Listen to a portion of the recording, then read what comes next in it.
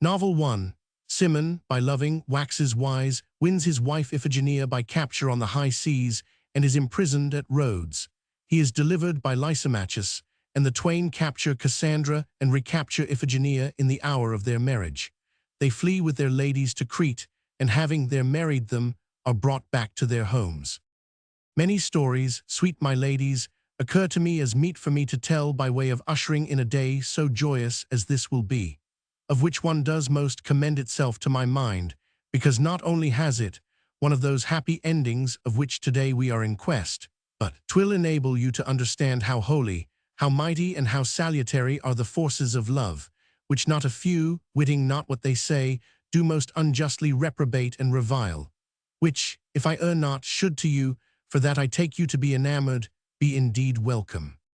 Once upon a time, then, as we have read in the ancient histories of the Cypriots, there was in the island of Cyprus a very great noble named Aristippus, a man rich in all worldly goods beyond all other of his countrymen, and who might have deemed himself incomparably blessed, but for a single sore affliction that fortune had allotted him, which was that among his sons he had one, the best grown and handsomest of them all, that was well nigh a hopeless imbecile. His true name was Galsus, but as neither his tutor's pains, nor his father's coaxing or chastisement, nor any other method had availed to imbue him with any tincture of letters or manners, but he still remained gruff and savage of voice, and in his bearing liker to a beast than to a man, all, as in derision, were wont to call him Cimon, which in their language signifies the same as Bastiani brute in ours. The father grieved beyond measure to see his son's life thus blighted, and having abandoned all hope of his recovery, nor caring to have the cause of his mortification ever before his eyes,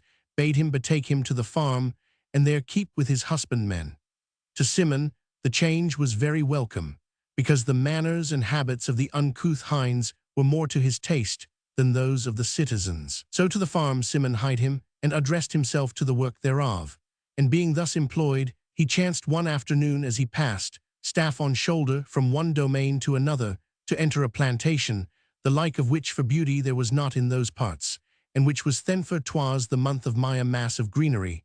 And as he traversed it, he came, as fortune was pleased to guide him, to a meadow girt in with trees exceeding tall, and having in one of its corners a fountain most fair and cool, beside which he espied a most beautiful girl lying asleep on the green grass, clad only in a vest of such fine stuff that it scarce in any measure veiled the whiteness of her flesh, and below the waist naught but an apron most white and fine of texture, and likewise at her feet there slept two women and a man, her slaves. No sooner did Cimon catch sight of her, than, as if he had never before seen form of woman, he stopped short, and leaning on his cudgel, regarded her intently, saying never a word, and lost in admiration. And in his rude soul, which, despite 1,000 lessons, had hitherto remained impervious to every delight that belongs to urbane life, he felt the awakening of an idea that bade his gross and coarse mind acknowledge that this girl was the fairest creature that had ever been seen by mortal eye. And thereupon he began to distinguish her several parts, praising her hair, which showed to him as gold, her brow, her nose and mouth, her throat and arms, and above all her bosom, which was as yet but in bud.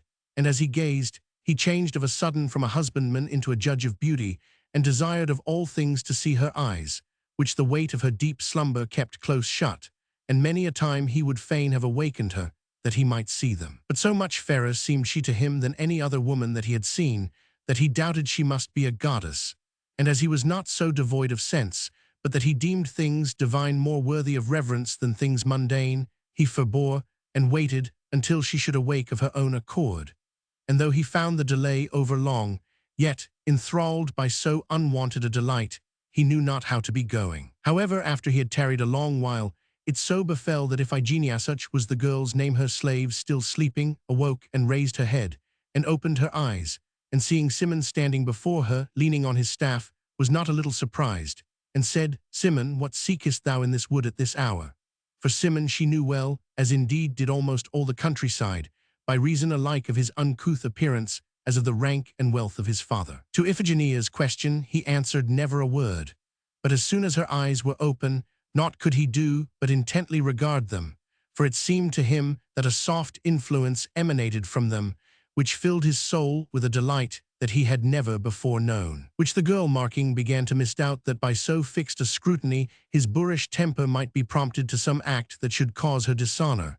Wherefore she roused her women, and got up, saying, "Keep thy distance, Simon, in God's name." Whereto Simon made answer, "I will come with thee." And albeit the girl refused his escort, being still in fear of him, she could not get quit of him, but he attended her home. After which he hied him straight to his father's house, and announced that he was minded on no account to go back to the farm, which intelligence was far from welcome to his father and kinsmen. But nevertheless they suffered him to stay, and waited to see what might be the reason of his change of mind. So Simon, whose heart, closed to all teaching, love's shaft, sped by the beauty of Iphigenia, had penetrated, did now graduate in wisdom with such celerity as to astonish his father and kinsmen, and all that knew him. He began by requesting his father to let him go clad in the like apparel, and with, in all respects, the like personal equipment as his brothers, which his father very gladly 999. Mixing thus with the gallants, and becoming familiar with the manners proper to gentlemen, and especially to lovers, he very soon, to the exceeding great wonder of all, not only acquired the rudiments of letters, but waxed most eminent among the philosophically wits. After which, for no other cause than the love he bore to Iphigenia, he not only modulated his gruff and boorish voice to a degree of smoothness suitable to urbane life, but made himself accomplished in singing and music, in writing also, and in all matters belonging to war, as well by sea as by land, he waxed most expert and hardy. And in sum, that I go not about to enumerate each of his virtues in detail, he had not completed the 4th year from the day of his first becoming enamored before he was grown the most gallant and courteous, aye, and the most perfect in particular accomplishments of the young cavaliers that were in the island of Cyprus. What then, gracious ladies, are we to say of Simon? Verily naught else, but that the high faculties with which heaven had endowed his noble soul, invidious fortune had bound with the strongest of cords, and circumscribed within a very narrow region of his heart, all which cords love, more potent than fortune, burst and break in pieces, and then with the might, wherewith he awakens dormant powers, he brought them forth of the cruel obfuscation, in which they lay, into clear light, plainly showing thereby, whence he may draw, and whither he may guide, by his beams the souls that are subject to his sway. Now, albeit by his love for Iphigenia Simon was betrayed, as young lovers very frequently are, into some peccadilloes, yet Aristippus, reflecting that it had turned him from a booby into a man, not only bore patiently with him, but exhorted him with all his heart to continue steadfast in his love. And Simon, who still refused to be called Gelsus, because 'twas as Simon that Iphigenia had first addressed him, being desirous to accomplish his desire by honorable means, did many a time urge his suit upon her father, Cypsius, that he would give her him to wife, whereto Cypsius always made the same answer, to wit, that he had promised her to Passamondas, a young Rhodian noble, and was not minded to break faith with him. However, the time appointed for Iphigenia's wedding being come, and the bridegroom having sent for her, Simon said to himself, "'Tis now for me to show thee, O Iphigenia, how great is my love for thee. 'Tis by thee that I am grown a man, nor doubt I, if I shall have thee, that I shall wax more glorious than a god, and verily thee will I have, or die." Having so said, he privily enlisted in his cause certain young nobles that were his friends, and secretly fitted out a ship with all equipment meet for combat, and put to sea on the lookout for the ship that was to bear Iphigenia to Rhodes and her husband.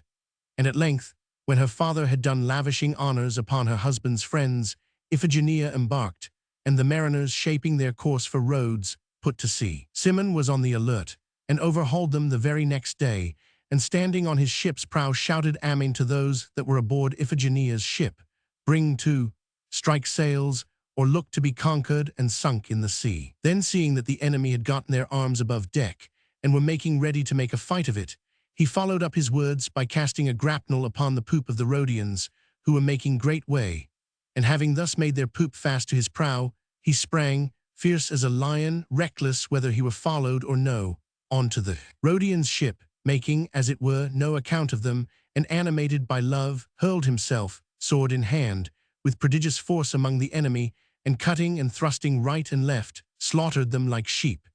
insomuch that the Rhodians, marking the fury of his onset, threw down their arms, and as with one voice did all acknowledge themselves his prisoners.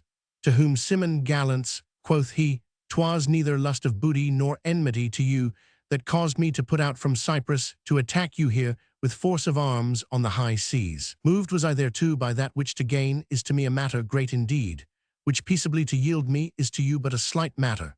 For 'tis even Iphigenia, whom more than aught else I love, whom, as I might not have her of her father in peaceable and friendly sort, love has constrained me to take from you in this high-handed fashion and by force of arms, to whom I mean to be even such as would have been your passamanders. Wherefore give her to me, and go your way, and God's grace go with you." Yielding rather to force than prompted by generosity, the Rhodians surrendered Iphigenia, all tears, to Cimon, who, marking her tears, said to her, "Grieve not, noble lady, thy Cimon am I, who, by my long love, have established a far better right to thee than Passamanders by the faith that was plighted to him." So saying, he sent her aboard his ship, whither he followed her, touching naught that belonged to the Rhodians, and suffering them to go their way. To have gotten so dear a prize made him the happiest man in the world, but for a time 'twas all he could do to assuage her grief. Then, after taking counsel with his comrades, he deemed it best not to return to Cyprus for the present, and so, by common consent, they shaped their course for Crete, where most of them, and especially Cimon, had alliances of old or recent date, and friends not a few, whereby they deemed that there they might tarry with Iphigenia in security. But fortune, that had accorded Cimon so gladsome a capture of the lady, suddenly proved fickle, and converted the boundless joy of the enamored gallant into woeful and bitter lamentation. 'Twas not yet full 4 hours since Cimon had parted from the Rhodians, when with the approach of night, that night from which Cimon hoped such joyance as he had never known, came weather most turbulent and tempestuous, which wrapped the heavens in cloud, and swept the sea with scathing blasts, whereby 'twas not possible for any to see how the ship was to be worked or steered, or to steady himself so as to do any duty upon her deck. Whereat what grief was Cimon's, it boots not to ask. Indeed, it seemed to him that the gods had granted his heart's desire only that it might be harder for him to die, which had else been to him but a light matter. Not less downcast were his comrades, but most of all Iphigenia, who, weeping bitterly and shuddering at every wave that struck the ship, did cruelly curse Cimon's love and censure his rashness, averring that this tempest was come upon them for no other cause than that the gods had decreed, that, as 'twas in despite of their will that he purposed to espouse her, he should be frustrate of his presumptuous intent, and having lived to see her expire, should then himself meet a woeful death. While thus and yet more bitterly they bewailed them, and the mariners were at their wits' end, as the gale grew hourly more violent, nor knew they, nor might conjecture whither they went, they drew nigh the island of Rhodes, albeit that Rhodes it was they wist not, and set themselves, as best and most skilfully they might, to run the ship aground. In which enterprise fortune favoured them, bringing them into a little bay, where shortly before them was arrived the Rhodian ship that Cimon had let go. Nor were they sooner where that 'twas Rhodes they had made, than day broke, and the sky thus brightening a little, they saw that they were about a bowshot from the ship that they had released on the preceding day. Whereupon Cimon, vexed beyond measure, being apprehensive of that which in fact befell them, bade make every effort to win out of the bay, and let fortune carry them whither she would, for nowhere might they be in worse plight than there. So might and main they strove to bring the ship out, but all in vain. The violence of the gale thwarted them to such purpose as not only to preclude their passage out of the bay, but to drive them, willing-nilling, ashore, whither no sooner were they come than they were recognized by the Rhodian mariners, who were already landed, of whom one ran with all speed to a farm hard by, whither the Rhodian gallants were gone, and told them that fortune had brought Cimon and Iphigenia aboard their ship into the same bay to which she had guided them. Whereat the gallants were overjoyed, and taking with them not a few of the farm servants, hied them in hot haste to the shore, where Cimon and his men being already landed with intent to take refuge in a neighboring wood, they took them all with Iphigenia and brought them to the farm. Whence, pursuant to an order of the Senate of Rhodes, to which, so soon as he received the news, Passamanders made his complaint, Cimon and his men were all marched off to prison by Lysimachus, chief magistrate of the Rhodians for that year, who came down from the city for the purpose, with an exceeding great company of men at arms. On such wise did our hapless and enamored Cimon lose his so lately won Iphigenia, before he had had of her more than a kiss or two. Iphigenia was entertained and comforted of the annoy, occasioned as well by her recent capture as by the fury of the sea, by not a few noble ladies of Rhodes, with whom she tarried until the day appointed for her marriage. In recompense of the release of the Rhodian gallants on the preceding day, the lives of Cimon and his men were spared, notwithstanding that Passamondas pressed might and main for their execution, and instead they were condemned to perpetual imprisonment, wherein, as may be supposed, they abode in dolorous plight, and despaired of ever again knowing happiness. However, it so befell that, Passamondas accelerating his nuptials to the best of his power, fortune, as if repenting her that in her haste she had done Cimon so evil a turn, did now by a fresh disposition of events compass his deliverance. Passamondas had a brother, by name Hormisdas, his equal in all respects save in years, who had long been contract to marry Cassandra, a fair and noble damsel of Rhodes, of whom Lysimachus was in the last degree enamored, but owing to divers accidents the marriage had been from time to time put off. Now Passamondas, being about to celebrate his nuptials with exceeding great pomp, bethought him that he could not do better than, to avoid a repetition of the pomp and expense, arrange, if so he might, that his brother should be wedded on the same day with himself. So having consulted anew with Cassandra's kinsfolk, and come to an understanding with them, he and his brother and they conferred together, and agreed that on the same day that Passamondas married Iphigenia, Hormisdas should marry Cassandra. Lysimachus, getting wind of this arrangement, was mortified beyond measure, seeing himself thereby deprived of the hope which he cherished of marrying Cassandra himself, if Hormisdas should not forestall him. But like a wise man, he concealed his chagrin, and cast about how he might frustrate the arrangement, to which end he saw no other possible means but to carry Cassandra off. It did not escape him that the office which he held would render this easily feasible, but he deemed it all the more dishonorable than if he had not held the office. But in short, after much pondering, honor yielded place to love, and he made up his mind that, come what might, he would carry Cassandra off.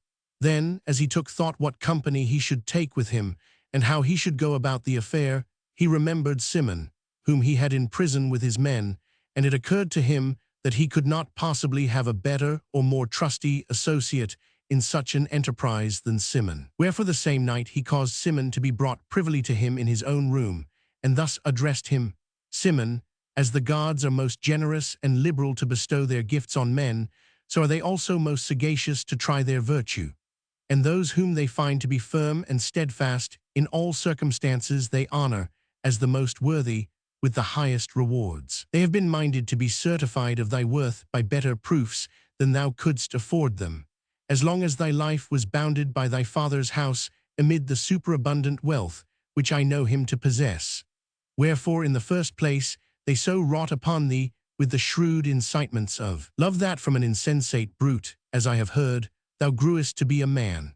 Since when, it has been, and is their intent to try whether evil fortune and harsh imprisonment may avail to change thee from the temper that was thine when for a short while thou hadst joyance of the prize thou hadst won. And so thou prove the same that thou wast then, they have in store for thee a boon incomparably greater than aught that they vouchsafed thee before.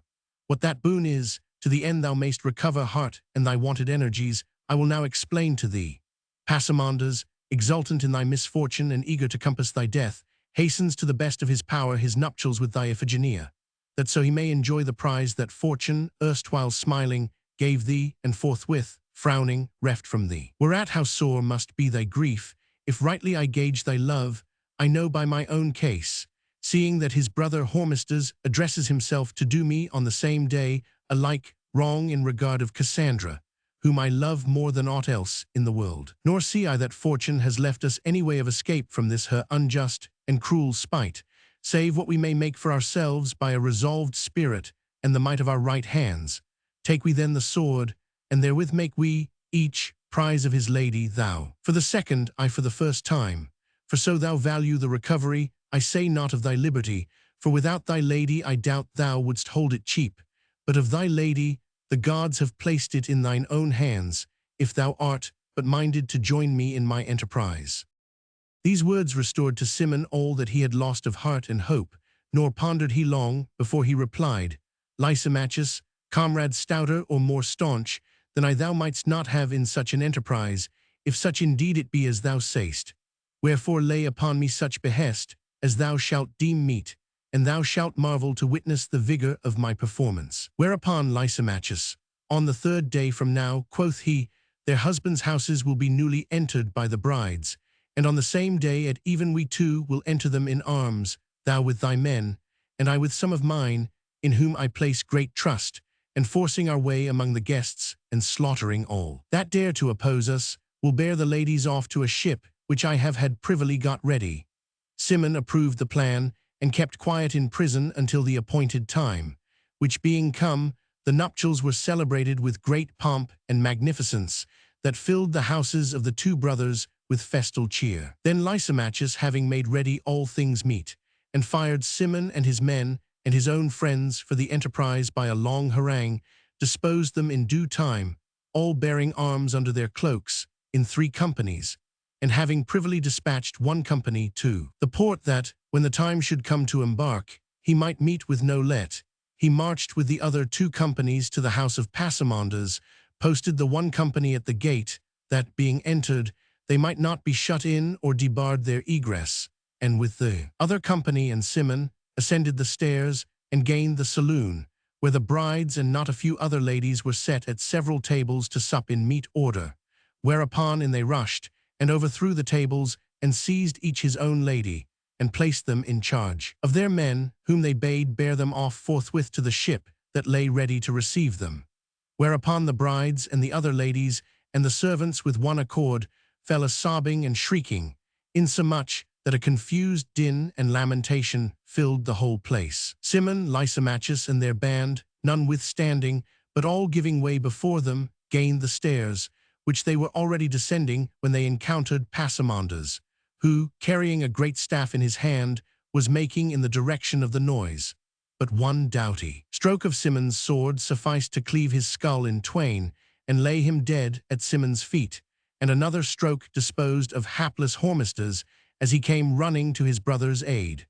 Some others who ventured to approach them were wounded and beaten off by the retinue. So forth of the house, that reeked with blood and resounded with tumult and lamentation and woe, sped Cimon and Lysimachus with all their company, and without any let, in close order, with their fair booty in their midst, made good their retreat to the ship, whereon with the ladies they one and all embarked, for the shore was now full of armed men come to rescue the ladies, and the oarsmen giving way, put to sea late. Arrived at Crete, they met with a hearty welcome on the part of their many friends and kinsfolk, and having married their ladies, they made greatly merry, and had gladsome joyance of their fair booty. Their doings occasioned, both in Cyprus and in Rhodes, no small stir and commotion, which lasted for a long while, but in the end, by the good offices of their friends and kinsfolk in both islands, 'twas so ordered as that, after a certain term of exile, Cimon returned with Iphigenia to Cyprus, and in like manner Lysimachus returned with Cassandra to Rhodes, and long and blithely thereafter lived they, each well contented with his own wife in his own land. Novel 2. Costanza loves Martuccio Gamido, and hearing that he is dead, gives way to despair, and hies her alone aboard a boat, which is wafted by the wind to Susa. She finds him alive in Tunis, and makes herself known to him, who, having by his counsel gained high place in the king's favor, marries her, and returns with her wealthy to Lipari. Pamphilo's story being ended, the queen, after commending it not a little, called for one to follow from Emilia, who thus began. Meet and right it is that one should rejoice when events so fall out that passion meets with its due reward. And as love merits in the long run rather joy than suffering, far gladlier obey I the queen's than I did the king's behest, and address myself to our present theme. You are to know then, dainty ladies, that not far from Sicily there is an islet called Lipari, in which no great while ago there dwelt a damsel, Costanza by name, fair as fair could be, and of one of the most honorable families in the island. And one Martuccio Gamido, who is also of the island, a young man most gallant and courteous, and worthy for his condition, became enamored of Costanza, who in like manner grew so afire for him that she was ever ill at ease, except she saw him. Martuccio, craving her to wife, asked her of her father, who made answer that, Martuccio being poor, he was not minded to give her to him.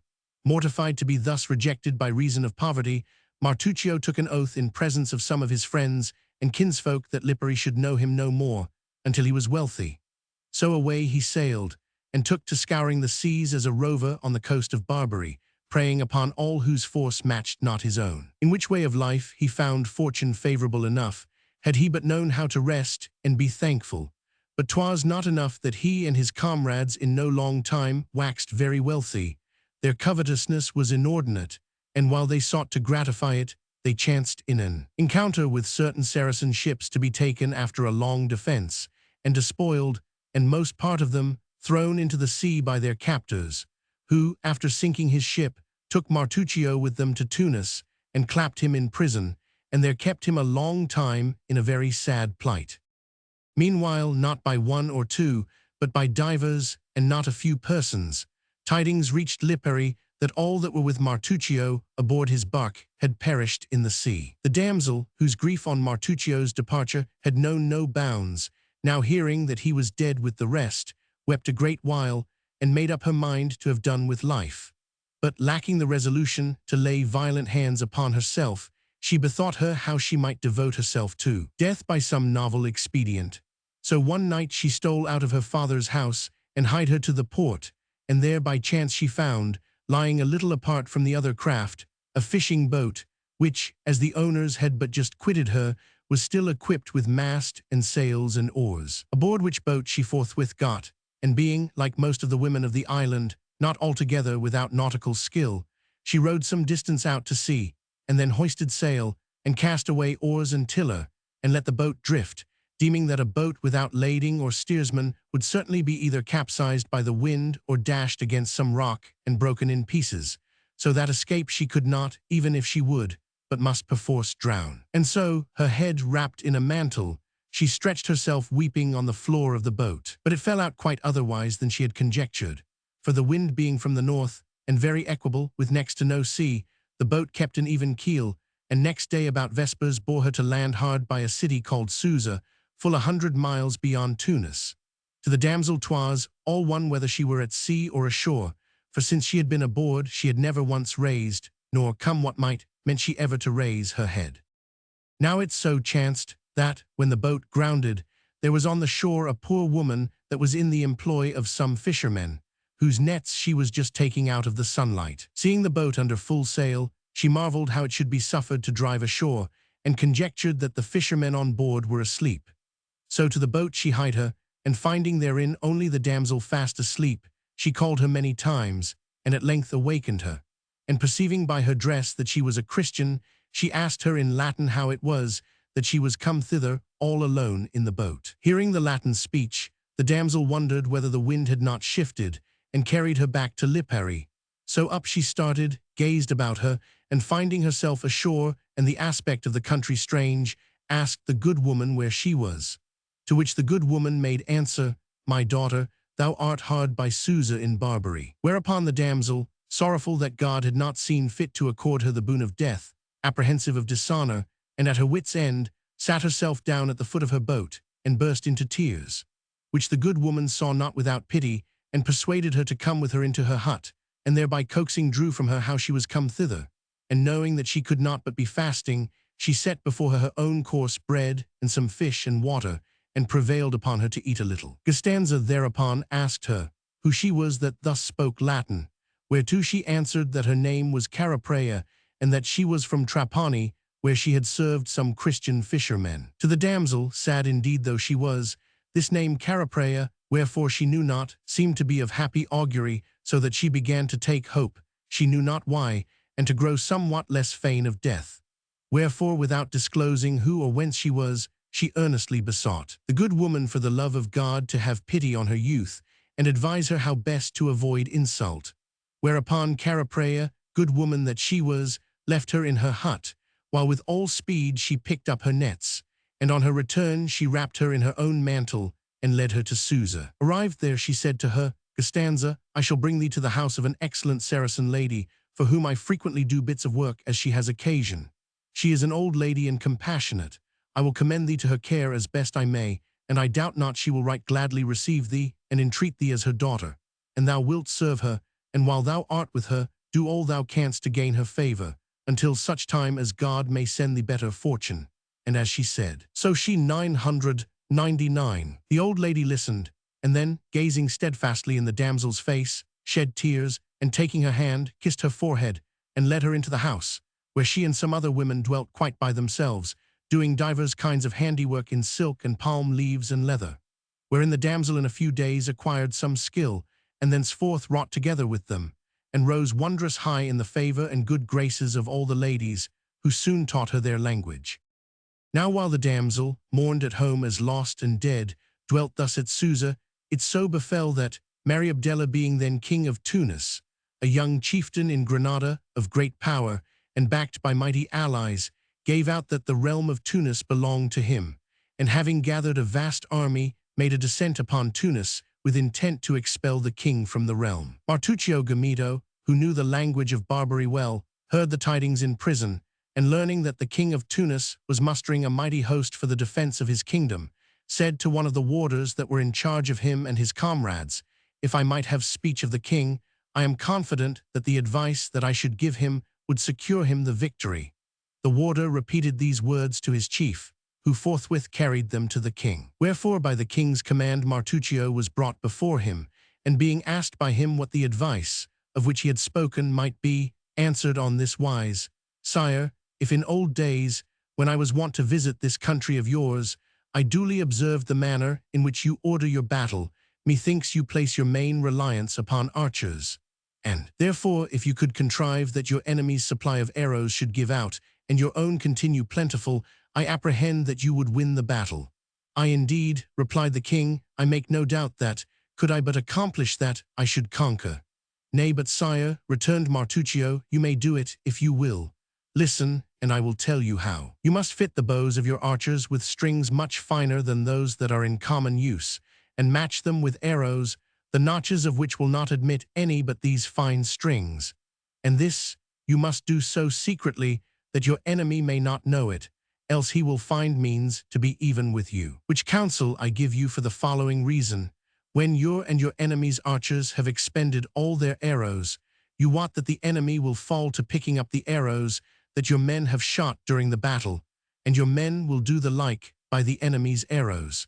But the enemy will not be able to make use of your men's arrows, by reason that their fine notches will not suffice to admit the stout strings, whereas your men will be in the contrary case in regard of the enemy's arrows. For the fine string will very well receive the larger-notched arrow, and so your men will have an abundant supply of arrows, while the enemy will be at a loss for them." The king, who lacked not sagacity, appreciated Martuccio's advice, and gave full effect to it, whereby he came out of the war a conqueror, and Martuccio, being raised to the chief place in his favor, waxed rich and powerful. Which matters being bruited throughout the country, it came to the ears of Costanza that Martuccio Gamido, whom she had long supposed to be dead, was alive, whereby her love for him, some embers of which still lurked in her heart, burst forth again in sudden flame, and gathered strength, and revived her dead hope. Wherefore she frankly told all her case to the good lady with whom she dwelt, saying that she would fain go to Tunis, that her eyes might have assurance of that which the report received by her ears had made them yearn to see. The lady fell heartily in with the girl's desire, and, as if she had been her mother, embarked with her for Tunis, where on their arrival they were honorably received in the house of one of her kinswomen. Caprice, who had attended her, being sent to discover what she might touching Martuccio, brought back word that he was alive, and high in honor and place. The gentlewoman was minded that none but herself should apprise Martuccio of the arrival of his Costanza, wherefore she hied her one day to Martuccio, and said, "Martuccio, there is come to my house a servant of thine from Lipari, who would fain speak with thee here privily, and for that he would not have me trust another, I am come hither myself to deliver his message." Martuccio thanked her, and forthwith hied him with her to her house, where no sooner did the girl see him than she all but died for joy, and carried away by her feelings, fell upon his neck with open arms and embraced him, and what with sorrow of his past woes and her present happiness, said never a word, but softly wept. Martuccio regarded her for a while in silent wonder, then heaving a sigh he said, "Thou livest then, my Costanza? Long since I heard that thou wast lost, nor was aught known of thee at home. Which said, he tenderly and with tears embraced her. Costanza told him all her adventures, and how honorably she had been entreated by the gentlewoman with whom she had dwelt. And so long time they conversed, and then Martuccio parted from her, and hied him back to his lord the king, and told him all, to wit, his own adventures and those of the girl, adding that with his leave he was minded to marry her according to our law. Which matters the king found passing strange, and having called the girl to him, and learned from her that 'twas even as Martuccio had said, well indeed, quoth he, hast thou won thy husband. Then caused he gifts most ample and excellent to be brought forth, part of which he gave to Costanza, and part to Martuccio, leaving them entirely to their own devices in regard of one another. Then Martuccio, in terms most honorable, bade farewell to the old lady with whom Costanza had dwelt, thanking her for the service she had rendered to Costanza, and giving her presents suited to her condition, and commending her to God, while Costanza shed many a tear. After which, by leave of the king, they went aboard a light bark, taking with them Caraprea, and sped by a prosperous breeze, arrived at Lipari, where they were received with such cheer as 'twere vain to attempt to describe. There were Martuccio and Costanza wedded with all pomp and splendor, and their long time in easeful peace they had joyance of their love. Novel 3. Pietro Boccaccio runs away with Agnolella and encounters a gang of robbers. The girl takes refuge in a wood and is guided to a castle. Pietro is taken, but escapes out of the hands of the robbers, and after some adventures arrives at the castle where Agnolella is, marries her, and returns with her to Rome. Ended Emilia's story, which none of the company spared to commend. The queen, turning to Alyssa, bade her follow suit, and she, with glad obedience, thus began. "'Tis a story, sweet ladies, of a woeful night passed by two indiscreet young lovers that I have in mind. But, as thereon ensued not a few days of joy, 'tis not inapposite to our argument, and shall be narrated. 'Tis no long time since at Rome, which, albeit now the tale, was of yore the head of the world, there dwelt a young man, Pietro Boccaccio by name, a scion of one of the most illustrious of the Roman houses, who became enamored of a damsel exceeding fair, and amorous with her name Agnolella, daughter of one Giglioso Solo, a plebeian, but in high repute among the Romans.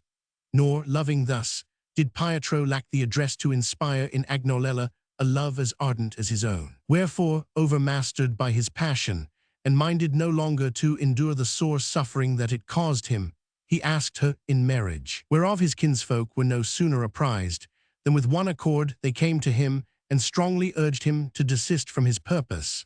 They also gave Giglioso Solo to understand that he were best to pay no sort of heed to Pietro's words, for that, if he so did, they would never acknowledge him as friend or relative. Thus to see himself debarred of the one way by which he deemed he might attain to his desire, Pietro was ready to die for grief, and all his kinsfolk notwithstanding, he would have married Giglioso's daughter, had but the father consented. Wherefore at length he made up his mind that, if the girl were willing, naught should stand in the way. And having through a common friend sounded the damsel and found her apt, he brought her to consent to elope with him from Rome. The affair being arranged, Pietro and she took horse betimes one morning, and sallied forth for Anagni, where Pietro had certain friends, in whom he placed much trust. And as they rode, time not serving for full joyance of their love, for they feared pursuit, they held converse thereof, and from time to time exchanged a kiss. Now it so befell that, the way being none too well known to Pietro, when perhaps 8 miles from Rome they should have turned to the right, they took instead a leftward road. Whereon when they had ridden but little more than 2 miles, they found themselves close to a petty castle, whence so soon as they were observed, there issued some dozen men at arms. And as they drew near, the damsel, espying them, gave a cry and said, "We are attacked, Pietro, let us flee." And guiding her nag as best she knew towards a great forest, she planted the spurs in his sides, and so, holding on by the saddle-bow, was borne by the goaded creature into the forest at a gallop. Pietro, who had been too engrossed with her face to give due heed to the way, and thus had not been ware, as soon as she, of the approach of the men at arms, was still looking about to see whence they were coming, when they came up with him, and took him prisoner, and forced him to dismount. Then they asked who he was, and when he told them, they conferred among themselves, saying, this is one of the friends of our enemies. What else can we do but relieve him of his nag and of his clothes, and hang him on one of these oaks in scorn of the Orsini?" To which proposal all agreeing, they bade Pietro strip himself. But while already divining his fate, he was so doing, an ambuscade of full 25 men at arms fell suddenly upon them, crying, "Death, death!" Thus surprised, they let Pietro go and stood on the defensive, but seeing that the enemy greatly outnumbered them, they took to their heels, the others giving chase. Whereupon Pietro hastily resumed his clothes, mounted his nag, and fled with all speed in the direction which he had seen the damsel take. But finding no road or path through the forest, nor discerning any trace of a horse's hoofs, he wasfer that he found not the damsel, albeit he deemed himself safe out of the clutches of his captors and their assailants, the most wretched man alive, and fell a-weeping and wandering hither and thither about the forest, uttering Agnolella's name.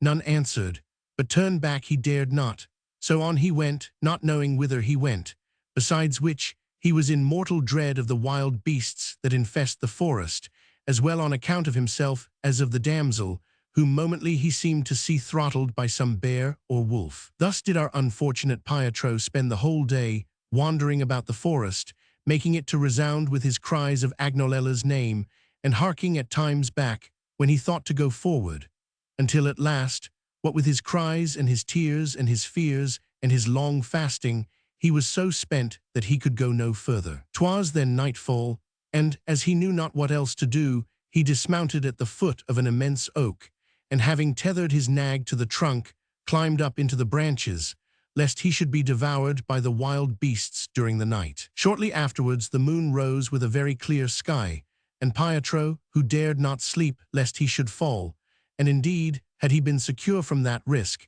his misery and his anxiety on account of the damsel would not have suffered him to sleep, kept watch, sighing and weeping and cursing his evil luck. Now the damsel, who, as we said before, had fled she knew not whither, allowing her nag to carry her whithersoever he would, strayed so far into the forest that she lost sight of the place where she had entered it, and spent the whole day just as Pietro had done, wandering about the wilderness, pausing from time to time, and weeping, and uttering his name, and bewailing her evil fortune. At last, seeing that 'twas now the vesper hour and Pietro came not, she struck into a path, which the nag followed, until, after riding some 2 miles, she espied at some distance a cottage, for which she made with all speed, and found there a good man, well stricken in years, with his wife, who was likewise aged. Seeing her ride up alone, they said, "Daughter, wherefore ridest thou thus alone at this hour in these parts?" Weeping, the damsel made answer that she had lost her companion in the forest, and asked how far might Anagni be from there. "My daughter," returned the good man, "this is not the road to Anagni, 'tis more than 12 miles away." "And how far off," inquired the damsel, "are the nearest houses in which one might find lodging for the night?" "There are none so near," replied the good man, "that thou canst reach them today." "Then, so please you," said the damsel, "since go elsewhither I cannot, for God's sake let me pass the night here with you." Whereto the good man made answer, "Damsel, welcome art thou to tarry the night with us. But still, thou art to know that these parts are infested both by day and by night by bands, which, be they friends or be they foes, are alike ill to meet with, and not seldom do much despite and mischief. And if by misadventure one of these bands should visit us while thou wert here, and marking thy youth and beauty should do thee despite and dishonor, we should be unable to afford thee any succor. This we would have thee know, that if it should so come to pass, thou mayst not have cause to reproach us." The damsel heard not the old man's words without dismay, but seeing that the hour was now late, she answered, "God, if he be so pleased, will save both you and me from such molestation, and if not, 'tis a much lesser evil to be maltreated by men than to be torn in pieces by the wild beasts in the forest." So saying, she dismounted, and entered the cottage, where, having supped with the poor man and his wife on such humble fare as they had, she laid herself in her clothes beside them in their bed. She slept not, however, for her own evil plight and that of Pietro, for whom she knew not how to augur aught but evil, kept her sighing and weeping all night long. And towards matins she heard a great noise as of men that marched. So up she got, and hied her into a large courtyard that was in rear of the cottage, and part of which was covered with a great heap of hay, which she espying, hid herself therein, that, if the men came there, they might not so readily find her. Scarce had she done so than the men, who proved to be a strong company of marauders, were at the door of the cottage, which they forced open. And having entered, and found the damsel's nag still saddled, they asked who was there. The damsel being out of sight, the good man answered, "There is none here but my wife and I, but this nag, which has given someone the slip, found his way hither last night, and we housed him, lest he should be devoured by the wolves. So, said the chief of the band, as he has no owner, he will come in very handy for us." Whereupon, in several parties, they ransacked the cottage from top to bottom, and one party went out into the courtyard, where as they threw aside their lances and targets, it so befell that one of them, not knowing where else to bestow his lance, tossed it into the hay, and was within an ace of killing the damsel that lay hid there, as likewise she of betraying her whereabouts, for the lance all but grazing her left breast, insomuch that the head tore her apparel, she doubted she was wounded, and had given a great shriek, but that, remembering where she was, she refrained for fear. By and by the company cooked them a breakfast of kids and other meat, and having eaten and drunken, dispersed in divers directions, as their affairs required, taking the girl's nag with them. And when they were gotten some little way off, the good man asked his wife, "What became of the damsel, our guest of last night, that I have not seen her since we rose?" The good woman answered that she knew not where the damsel was, and went to look for her. The damsel, discovering that the men were gone, came forth of the hay, and the good man, seeing her, was overjoyed that she had not fallen into the hands of the ruffians, and as day was breaking, said to her, "Now that day is at hand, we will, so it like thee, escort thee to a castle, some 5 miles hence, where thou wilt be in safety, but thou must needs go afoot, because these villains, that are but just gone, have taken thy nag with them." The damsel, resigning herself to her loss, besought them for God's sake to take her to the castle, whereupon they set forth, and arrived there about half tierce. Now the castle belonged to one of the Orsini, Liello di Campo di Fior by name, whose wife, as it chanced, was there. A most kindly and good woman she was, and recognizing the damsel as soon as she saw her, gave her a hearty welcome, and would fain have from her a particular account of how she came there. So the damsel told her the whole story. The lady, to whom Pietro was also known, as being a friend of her husband, was distressed to hear of his misadventure, and being told where he was taken, gave him up for dead. So she said to the damsel, "Since so it is that thou knowest not how Pietro has fared, thou shalt stay here with me until such time as I may have opportunity to send thee safely back to Rome." Meanwhile Pietro, perched on his oak in as woeful a plight as might be, had espied, when he should have been in his first sleep, a full score of wolves, that, as they prowled, caught sight of the nag, and straightway were upon him on all sides. The horse, as soon as he was ware of their approach, strained on the reins till they snapped, and tried to make good his escape, but being hemmed in, was brought to bay, and made a long fight of it with his teeth and hooves.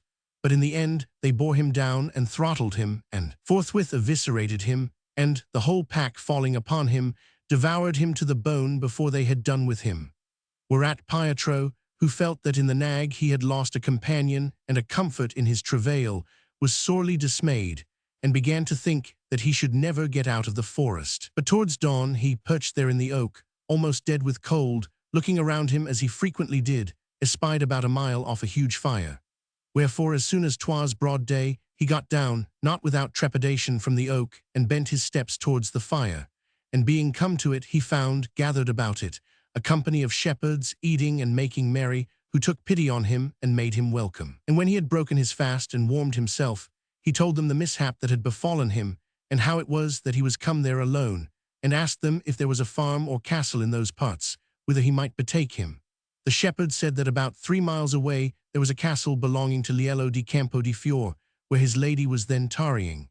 Pietro, much comforted, requested to be guided thither by some of their company, whereupon 2 of them right gladly escorted him. So Pietro arrived at the castle, where he found some that knew him, and while he was endeavoring to set on foot a search for the damsel in the forest, the lady summoned him to her presence, and he, forthwith obeying and seeing Agnolella with her, was the happiest man that ever was.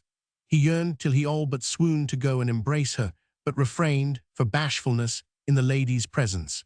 And overjoyed as he was, the joy of the damsel was no less. The lady received him with great cheer, and though, when she had heard the story of his adventures from his own lips, she chid him not a little for having set at naught the wishes of his kinsfolk.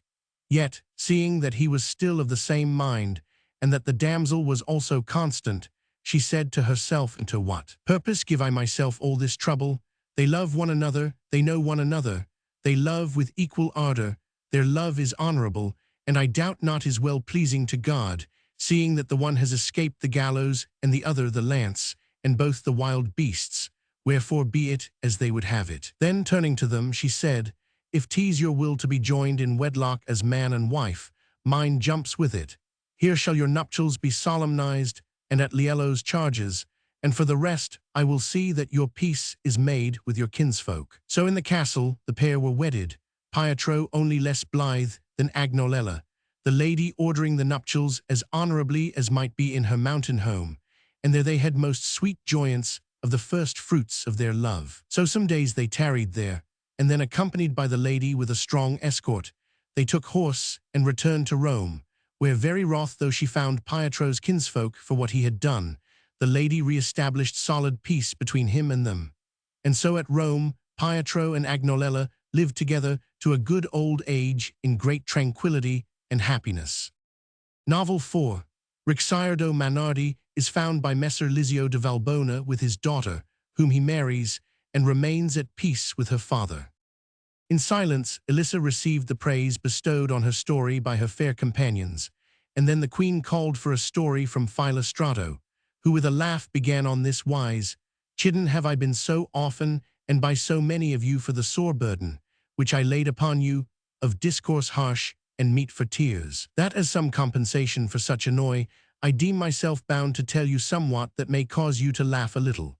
Wherefore my story, which will be of the briefest, shall be of a love, the course whereof, save for sighs and a brief passage of fear mingled with shame, ran smooth to a happy consummation.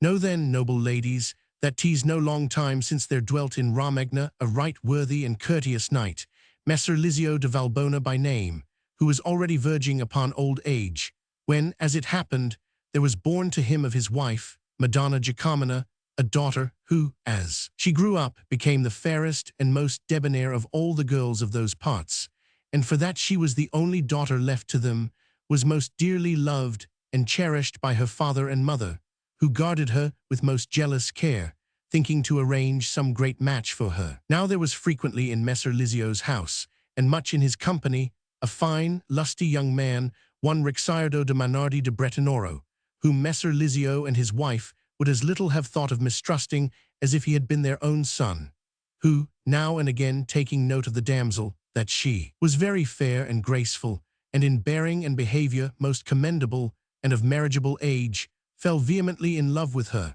which love he was very careful to conceal. The damsel detected it, however, and in like manner plunged headlong into love with him, to Ricciardo's no small satisfaction. Again and again he was on the point of speaking to her, but refrained for fear.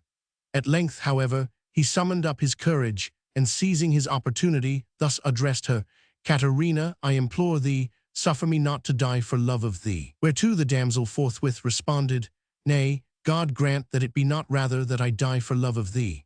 Greatly exhilarated and encouraged, Ricciardo made answer, "'Twill never be by default of mine that thou lackest aught that may pleasure thee, but it rests with thee to find the means to save thy life and mine." Then said the damsel, "Thou seest, Ricciardo, how closely watched I am, insomuch that I see not how 'twere possible for thee to come to me.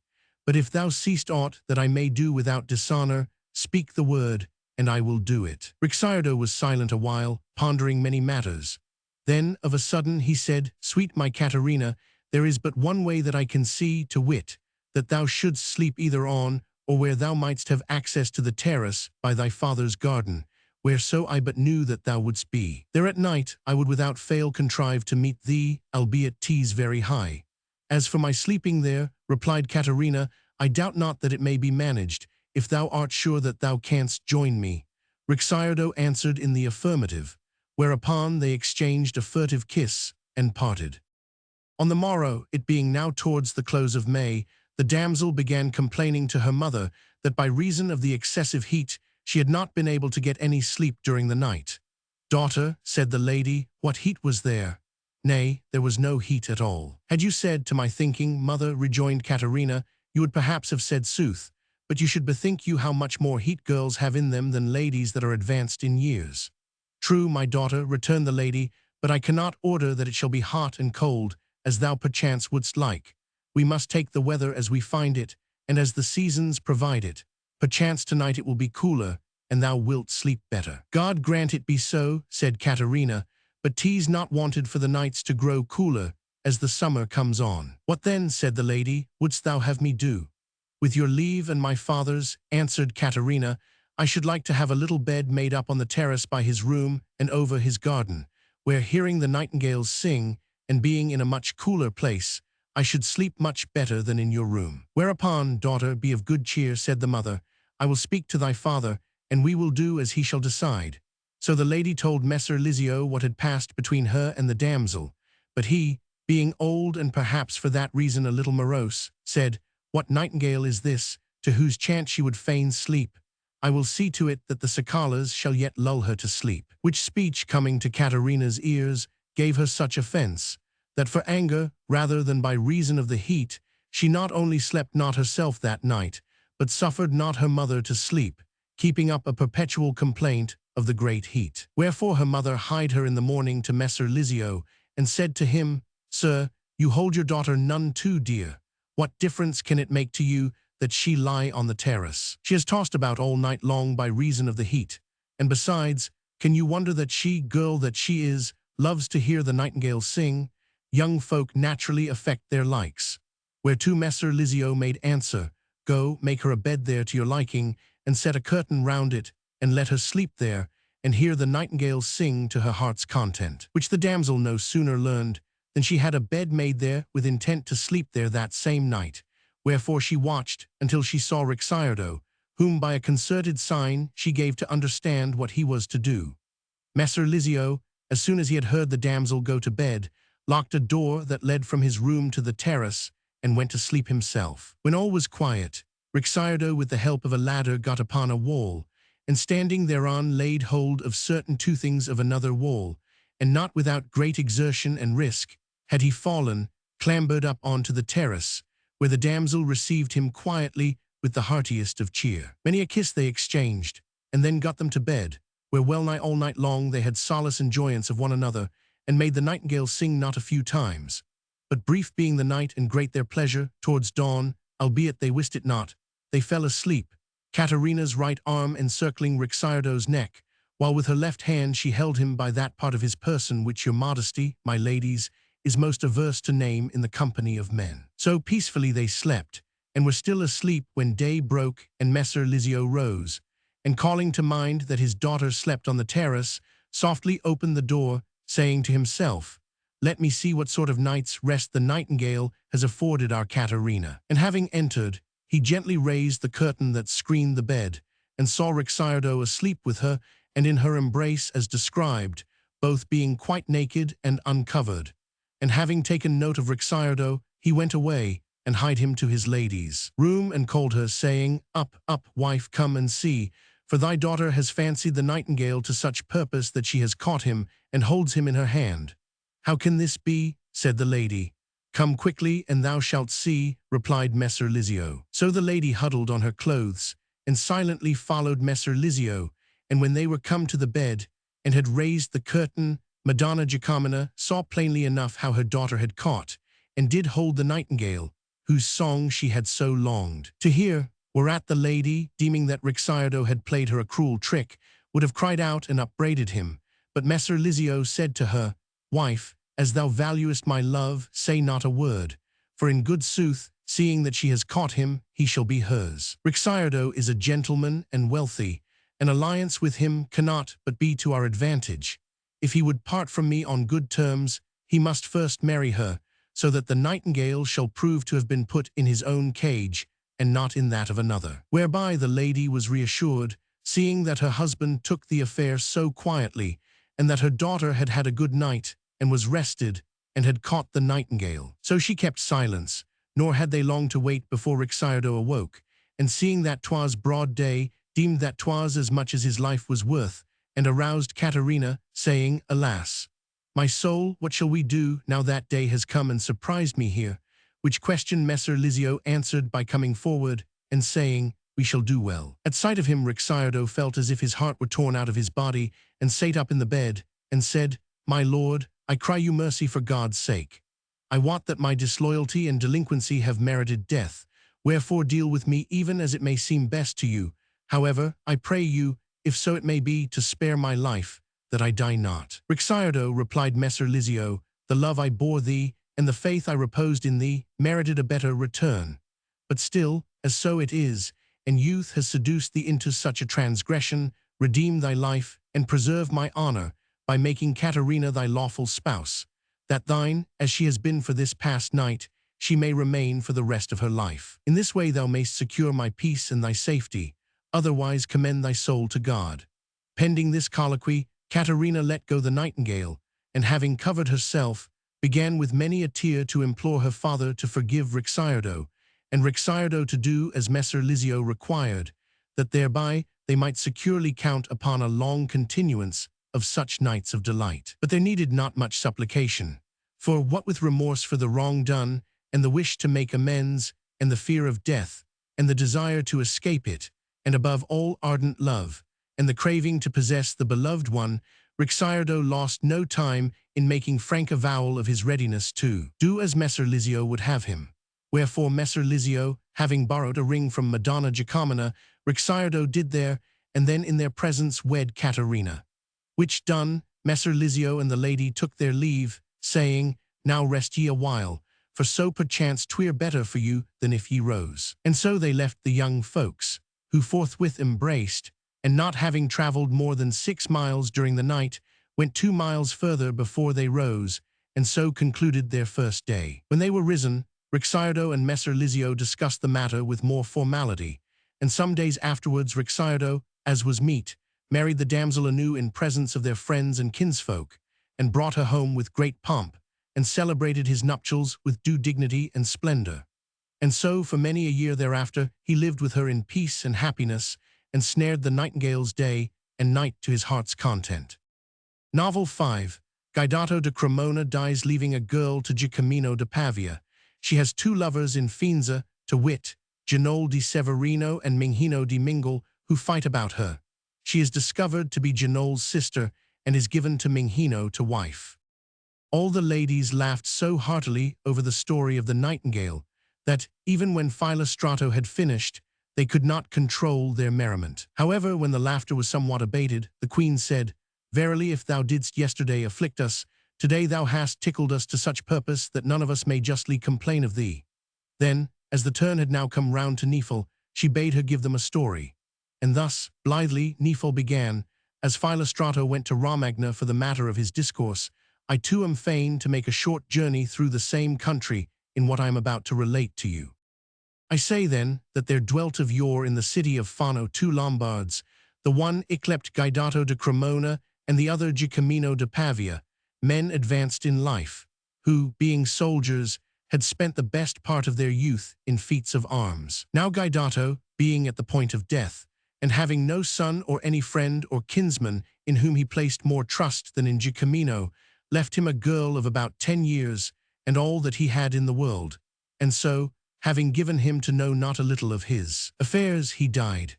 About the same time, the city of Faenza, which had long been at war and in a most sorry plight, began to recover some measure of prosperity, and thereupon liberty to return thither on honorable terms was accorded to all that were so minded. Whither, accordingly, Giacomino, who had dwelt there aforetime and liked the place, returned with all his goods and chattels, taking with him the girl left him by Guidato, whom he loved and entreated as his daughter. The girl grew up as beautiful a maiden as was to be found in the city, and no less debonair and modest was she than fair. Wherefore she lacked not admirers, but above all 2 young men, both very gallant and of equal merit, the one Ginol di Severino, the other Minghino di Mingle, affected her with so ardent a passion, that growing jealous, they came to hate one another with an inordinate hatred. Right gladly would each have espoused her, she being now 15 years old, but that his kinsman forbade it. Wherefore, seeing that neither might have her in an honorable way, each determined to compass his end as best he might. Now Giacomino had in his house an ancient maid, and a man, by name Crivello, a very pleasant and friendly sort of fellow, with whom Genoll grew familiar, and in due time confided to him all his love, praying him to further the attainment of his desire, and promising to reward him handsomely if he did so. Crivello made answer, "Thou must know that there is but one way in which I might be of service to thee in this affair. I might contrive that thou shouldst be where she is when Giacomino is gone off to supper. But were I to presume to say aught to her on thy behalf, she would never listen to me.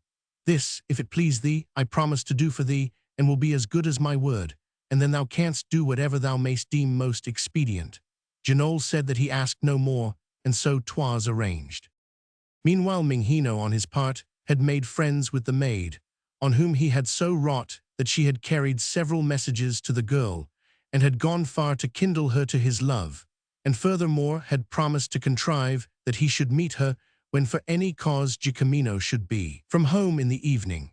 And so it befell that no long time after these parleys, Giacomino, by Crivello's management, was to go sup at the house of a friend, and by preconcert between Crivello and Genoll, upon signal given, Genoll was to come to Giacomino's house and find the door open. The maid, on her part, witting naught of the understanding between Crivello and Genoll, let Minghino know that Giacomino would not sup at home, and bade him be near the house, so that he might come and enter it on sight of a signal from her. The evening came, neither of the lovers knew aught of what the other was about, but being suspicious of one another, they came to take possession, each with his own company of armed friends.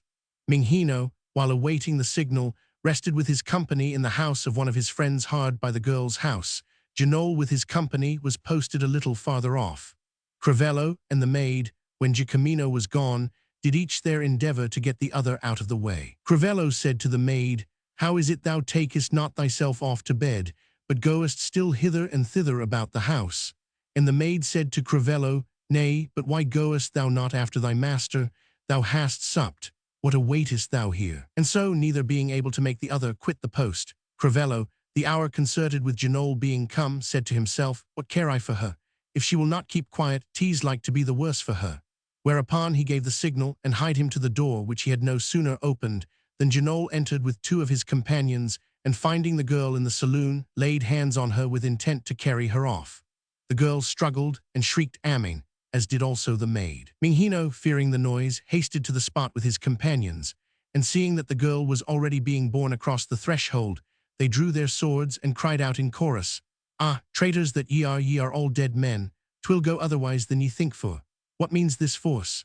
Which said, they fell upon them with their swords, while the neighbours, alarmed by the noise, came hurrying forth with lights and arms, and protested that 'twas an outrage, and took Minghino's part. So after a prolonged struggle, Minghino wrested the girl from Genoll, and set her again in Giacomino's house. Nor were the combatants separated before the officers of the governor of the city came up, and arrested not a few of them, among them Minghino and Genoll and Crivello, whom they marched off to prison.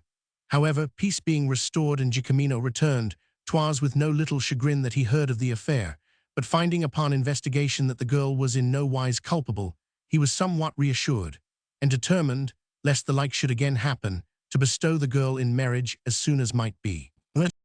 On the morrow the kinsfolk of the two lovers, having learned the truth of the matter, and knowing what evil might ensue to the captives, if Giacomino should be minded to take the course which he reasonably might, came and gave him good words, beseeching him to let the kindly feeling, the love, which they believed he bore to them, his suppliants, count for more with him than the wrong that the harebrained gallants had done him, and on their part and their own offering to make any amend that he might require. Giacomino, who had seen many things in his time, and lacked not sound sense, made answer briefly, "Gentlemen, were I in my own country, as I am in yours, I hold myself in such sort your friend that naught would I do in this matter, or in any other, save what might be agreeable to you. Besides which, I have the more reason to consider your wishes, because 'tis against you yourselves that you have offended, inasmuch as this damsel, whatever many folk may suppose, is neither of Cremona nor of Pavia, but is of Faenza, albeit neither I nor she, nor he from whom I had her, did ever wot whose daughter she was. Wherefore, touching that you ask of me, I will even do just as you bid me." The worthy men found it passing strange that the girl should be of Faenza, and having thanked Giacomino for his handsome answer, they besought him that he would be pleased to tell them how she had come into his hands, and how he knew that she was of Faenza. To whom Giacomino replied on this wise: "A comrade and friend I had, Guidato de Cremona, who, being at the point of death, told me that, when this city of Faenza was taken by the Emperor Frederick, he and his comrades, entering one of the houses during the sack, found there good store of booty, and never a soul save this girl, who, being 2 years old or thereabouts, greeted him as father as he came up the stairs. Wherefore he took pity on her, and carried her with whatever else was in the house away with him to Fano, where on his deathbed he left her to me, charging me in due time to bestow her in marriage, and give her all his goods and chattels by way of dowry. But albeit she is now of marriageable age, I have not been able to provide her with a husband to my mind, though right glad should I be to do so, that naught like the event of yesterday may again befall me." Now among the rest of those present was one Guglielmo de Medicina, who had been with Guidato on that occasion, and knew well whose house it was that Guidato had sacked. And seeing the owner there among the rest, he went up to him, and said, "Dost hear, Bernabuccio, what Giacomino says?" "I," answered Bernabuccio, "and I gave the more heed thereto, for that I call to mind that during those disorders I lost a little daughter of just the age that Giacomino speaks of." "'Tis verily she then," said Guglielmo, "for once when I was with Guidato, I heard him describe what house it was that he had sacked, and I wist that 'twas thine. Wherefore search thy memory, if there be any sign by which thou thinkest to recognize her, and let her be examined, that thou mayst be assured that she is thy daughter." So Bernabuccio pondered a while, and then recollected that she ought to have a scar, showing like a tiny cross, above her left ear, being where he had excised a tumor a little while before that affair. Wherefore without delay he went up to Giacomino, who was still there, and besought him to let him go home with him and see the damsel. Giacomino gladly did so, and no sooner was the girl brought into Bernabuccio's presence, than, as he beheld her, 'twas as if he saw the face of her mother, who was still a beautiful woman. However, he would not rest there, but besought Giacomino of his grace to permit him to lift a lock or two of hair above her left ear, whereto Giacomino consented. So Bernabuccio approached her where she stood somewhat shamefast, and with his right hand lifted her locks, and seeing the cross, wist that in very truth she was his daughter, and tenderly wept and embraced her, albeit she withstood him. And then, turning to Giacomino, he said, "My brother, the girl is my daughter. 'Twas my house that Guidato sacked, and so sudden was the assault that my wife, her mother, forgot her, and we have always hitherto supposed that, my house being burned that same day, she perished in the flames." Catching his words, and seeing that he was advanced in years, the girl inclined to believe him, and impelled by some occult instinct, suffered his embraces, and melting, mingled her tears with his. Bernabuccio forthwith sent for her mother and her sisters and other kinswomen and her brothers, and having shewn her to them all, and told the story, after they had done her great cheer and embraced her 1,000 times, to Giacomino's no small delight, he brought her home with him. Which coming to the ears of the governor of the city, the worthy man, knowing that Genoll, whom he had in ward, was Bernabuccio's son and the girl's brother, made up his mind to deal leniently with Genoll. Wherefore he took upon himself the part of mediator in the affair, and having made peace between Bernabuccio and Giacomino, and Genoll and Minghino, gave Agnesa, such was the damsel's name, to Minghino to wife, to the great delight of all Minghino's kinsfolk, and set at liberty not only Genoll and Minghino, but Crivello, and the others their confederates in the affair. Whereupon Minghino with the blithest of hearts wedded Agnesa with all due pomp and circumstance, and brought her home, where for many a year thereafter he lived with her in peace and prosperity. Novel 6. Giovanni di Procida, being found with a damsel that he loves, and who had been given to King Frederick, is bound with her to a stake, so to be burned.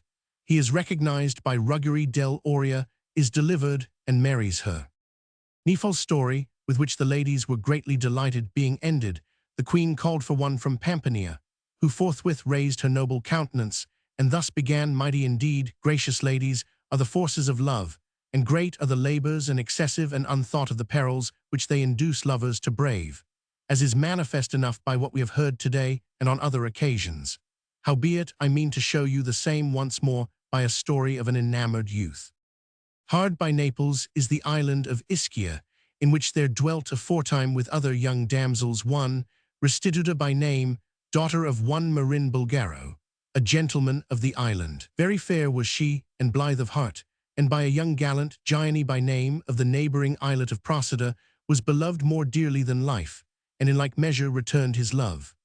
Now, not to mention his daily resort to Ischia to see her, there were times not a few when Giovanni, not being able to come by a boat, would swim across from Procida by night, that he might have sight, if of naught else, at least of the walls of her house. And while their love burned thus fervently, it so befell that one summer's day, as the damsel was all alone on the seashore, picking her way from rock to rock, detaching, as she went, shells from their beds with a knife, she came to a recess among the rocks, where for the sake, as well of the shade as of the comfort afforded by a spring of most cool water that was there, some Sicilian gallants, that were come from Naples, had put in with their felucca, who, having taken note of the damsel, that she was very fair, and that she was not yet ware of them, and was alone, resolved to capture her and carry her away. Nor did they fail to give effect to their resolve. But albeit she shrieked Amen, they laid hands on her, and set her aboard their boat, and put to sea. Arrived at Calabria, they fell a-wrangling as to whose the damsel should be, and in brief each claimed her for his own. Wherefore, finding no means of coming to an agreement, and fearing that worse might befall them, and she bring misfortune upon them, they resolved with one accord to give her to Frederick, King of Sicily, who was then a young man, and took no small delight in commodities of that quality. And so, being come to Palermo, they 999. Marking her beauty, the king set great store by her. But as she was somewhat indisposed, he commanded that, till she was stronger, she should be lodged and tended in a very pretty villa that was in one of his gardens, which he called Cuba, and so 'twas done. The purloining of the damsel caused no small stir in Ischia, more especially because 'twas impossible to discover by whom she had been carried off. But Giovanni, more concerned than any other, despairing of finding her in Ischia, and being apprised of the course the felucca had taken, equipped one himself, and put to sea, and in hot haste scoured the whole coast from Minerva to Scalia in Calabria, making everywhere diligent search for the damsel, and in Scalia learned that she had been taken by Sicilian mariners to Palermo, whither accordingly he hied him with all speed, and there after long search discovering that she had been given to the king, who kept her at Cuba, he was sore troubled, insomuch that he now scarce ventured to hope that he should ever set eyes on her, not to speak of having her for his own again. But still, holden by love, and seeing that none there knew him, he sent the felucca away, and tarried there, and frequently passing by Cuba, he chanced one day to catch sight of her at a window, and was seen of her, to their great mutual satisfaction. And Giovanni, taking note that the place was lonely, made up to her, and had such speech of her as he might, and being taught by her after what fashion he must proceed, if he would have further speech of her, he departed, but not till he had made himself thoroughly acquainted with the configuration of the place. And having waited until night was come and indeed far spent, he returned thither, and though the ascent was such that 'twould scarce have afforded lodgment to a woodpecker, won his way up and entered the garden, where, finding a pole, he set it against the window which the damsel had pointed out as hers, and thereby swarmed up easily enough. The damsel had aforetime shewn herself somewhat distant towards him, being careful of her honor, but now deeming it already lost, she had bethought her that there was none to whom she might more worthily give herself than to him, and reckoning upon inducing him to carry her off, she had made up her mind to gratify his every desire, and to that end had left the window open that his ingress might be unimpeded. So finding it open, Giovanni softly entered, lay down beside the damsel, who was awake, and before they went further, opened to him all her mind, beseeching him most earnestly to take her thence, and carry her off. Giovanni replied that there was naught that would give him so much pleasure, and that without fail, upon leaving her, he would make all needful arrangements for bringing her away when he next came. Whereupon with exceeding great delight they embraced one another, and plucked that boon than which love has no greater to bestow, and having so done divers times, they unwittingly fell asleep in one another's arms. Now towards daybreak the king, who had been greatly charmed with the damsel at first sight, happened to call her to mind, and feeling himself fit, resolved, notwithstanding the hour, to go lie with her a while. And so, attended by a few of his servants, he hied him privily to Cuba. Having entered the house, he passed the door being softly opened into the room in which he knew the damsel slept. A great blazing torch was borne before him, and so, as he bent his glance on the bed, he espied the damsel and Giovanni lying asleep, naked, and in one another's arms.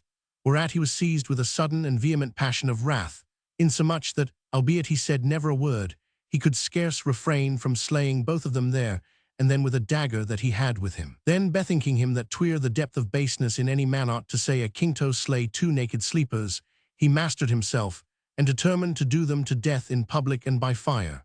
Wherefore, turning to a single companion that he had with him, he said, "What thinkest thou of this base woman, in whom I had placed my hope?" And then he asked whether he knew the gallant that had presumed to enter his house to do him such outrage and despite. Whereto the other replied that he minded not ever to have seen him. Thereupon the king hied him out of the room in a rage, and bade take the two lovers, naked as they were, and bind them, and as soon as 'twas broad day, bring them to Palermo and bind them back to a stake in the piazza, there to remain until tierce, that all might see them, after which they were to be burned as they had deserved. And having so ordered, he went back to Palermo and shut himself up in his room, very wroth. No sooner was he gone than there came unto the two lovers folk not a few, who, having awakened them, did forthwith ruthlessly take and bind them.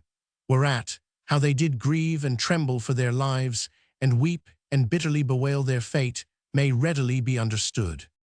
Pursuant to the king's commandment, they were brought to Palermo, and bound to a stake in the piazza, and before their eyes faggots and fire were made ready to burn them at the hour appointed by the king. Great was the concourse of the folk of Palermo, both men and women, that came to see the two lovers, the men all agog to feast their eyes on the damsel, whom they lauded for shapeliness and loveliness, and no less did the women commend the gallant, whom in like manner they crowded to see, for the same qualities. Meanwhile the two hapless lovers, both exceeding shamefast, stood with bent heads bitterly bewailing their evil fortune, and momently expecting their death by the cruel fire. So they awaited the time appointed by the king, but their offence being bruited abroad, the tidings reached the ears of Ruggiero del Oria, a man of peerless worth, and at that time the king's admiral, who, being likewise minded to see them, came to the place where they were bound, and after gazing on the damsel and finding her very fair, turned to look at the gallant, whom with little trouble he recognized, and drawing nearer to him, he asked him if he were Giovanni di Procida. Giovanni raised his head, and recognizing the admiral, made answer, "My lord, he, of whom you speak, I was, but I am now as good as no more." The admiral then asked him what it was that had brought him to such a pass. Whereupon, love and the king's wrath, quoth Giovanni. The admiral induced him to be more explicit, and having learned from him exactly how it had come about, was turning away, when Giovanni called him back, saying, "Oh, my lord, if so it may be, procure me one favor of him by whose behest I thus stand here." "What favor?" demanded Ruggiero. "I see," returned Giovanni, "that day I must, and that right soon. I crave then as a favor that whereas this damsel and I, that have loved one another more dearly than life, are here set back to back, we may be set face to face, that I may have the consolation of gazing on her face as I depart." Ruggiero laughed as he replied, "With all my heart. I will so order it that thou shalt see enough of her to tire of her." He then left him and charged the executioners to do nothing more without further order of the king, and being assured of their obedience, he hied him forthwith to the king, to whom, albeit he found him in a wrathful mood, he spared not to speak his mind, saying, "Sire, wherein have they wronged thee, those two young folk, whom thou hast ordered to be burned down there in the piazza?" The king told him. Whereupon Ruggiero continued, "Their offense does indeed merit such punishment, but not at thy hands, and if misdeeds should not go unpunished, services should not go unrewarded, nay, may warrant indulgence and mercy. Knowest thou who they are whom thou wouldst have burned?" The king signified that he did not. Whereupon Ruggiero, "But I," quoth he, "am minded that thou shouldst know them, to the end that thou mayst know with what discretion thou surrenderest thyself to a transport of rage. The young man is the son of Landolfo di Procida, brother of Messer Giovanni di Procida, to whom thou owest it that thou art lord and king of this island. The damsel is a daughter of Marin Bulgaro, whose might alone today prevents Ischia from throwing off thy yoke. Moreover, these young folk have long been lovers, and 'tis for that the might of love constrained them, and not that they would do despite to thy lordship, that they have committed this offence, if indeed 'tis meet to call that an offence, which young folk do for love's sake. Wherefore then wouldst thou do them to death, when thou shouldst rather do them all cheer, and honor them with lordly gifts. The king gave ear to Ruggery's words, and being satisfied that he spoke sooth, repented him, not only of his evil purpose, but of what he had already done, and forthwith gave order to loose the two young folk from the stake, and bring them before him. And so 'twas done. And having fully apprised himself of their case, he saw fit to make them amends of the wrong he had done them with honors and largesse. Wherefore he caused them to be splendidly arrayed, and being assured that they were both minded to wed, he himself gave Giovanni his bride, and loading them with rich presents, sent them well content back to Ischia, where they were welcomed with all festal cheer, and lived long time thereafter to their mutual solace and delight. Novel 7. Teodoro, being enamored of Violante, daughter of Messer Amerigo, his lord, gets her with child, and is sentenced to the gallows. But while he is being scourged thither, he is recognized by his father, and being set at large, takes Violante to wife. While they doubted whether the two lovers would be burned, the ladies were all fear and suspense. But when they heard of their deliverance, they all with one accord put on a cheerful countenance, praising God. The story ended. The queen ordained that the next should be told by Loretta, who blithely thus began. Fairest ladies, what time good King Guglielmo ruled Sicily, there dwelt on the island a gentleman, Messer Amerigo Abate de Trapani by name, who was well provided, as with other temporal goods, so also with children. For which cause, being in need of servants, he took occasion of the appearance in Trapani waters of certain Genoese corsairs from the Levant, who, scouring the coast of Armenia, had captured not a few boys, to purchase of them some of these youngsters, supposing them to be Turks, among whom, albeit most showed as mere shepherd boys, there was one, Teodoro by name, whose less rustic means seemed to betoken gentle blood, who, though still treated as a slave, was suffered to grow up in the house with Messer Amerigo's children, and nature getting the better of circumstance, bore himself with such grace and dignity that Messer Amerigo gladly gave him his freedom, and still deeming him to be a Turk, had him baptized and named Pietro, and made him his majordomo, and placed much trust in him. Now among the other children that grew up in Messer Amerigo's house was his fair and dainty daughter Violante, and, as her father was in no hurry to give her in marriage, it so befell that she became enamored of Pietro, but, for all her love and the great conceit she had of his qualities and conduct, she nevertheless was too shamefast to discover her passion to him. However, love spared her the pains, for Pietro had cast many a furtive glance in her direction, and had grown so enamored of her that 'twas never well with him except he saw her. But great was his fear lest any should detect his passion, for he deemed 'twould be the worse for him. The damsel, who was fain indeed of the sight of him, understood his case, and to encourage him dissembled not her exceeding great satisfaction. On which footing they remained a great while, neither venturing to say aught to the other, much as both longed to do so. But while they both burned with a mutual flame, Fortune, as if their entanglement were of her preordaining, found means to banish the fear and hesitation that kept them tongue-tied. Messer Amerigo possessed, a mile or so from Trapani, a goodly estate, to which he was wont not seldom to resort with his daughter and other ladies by way of recreation.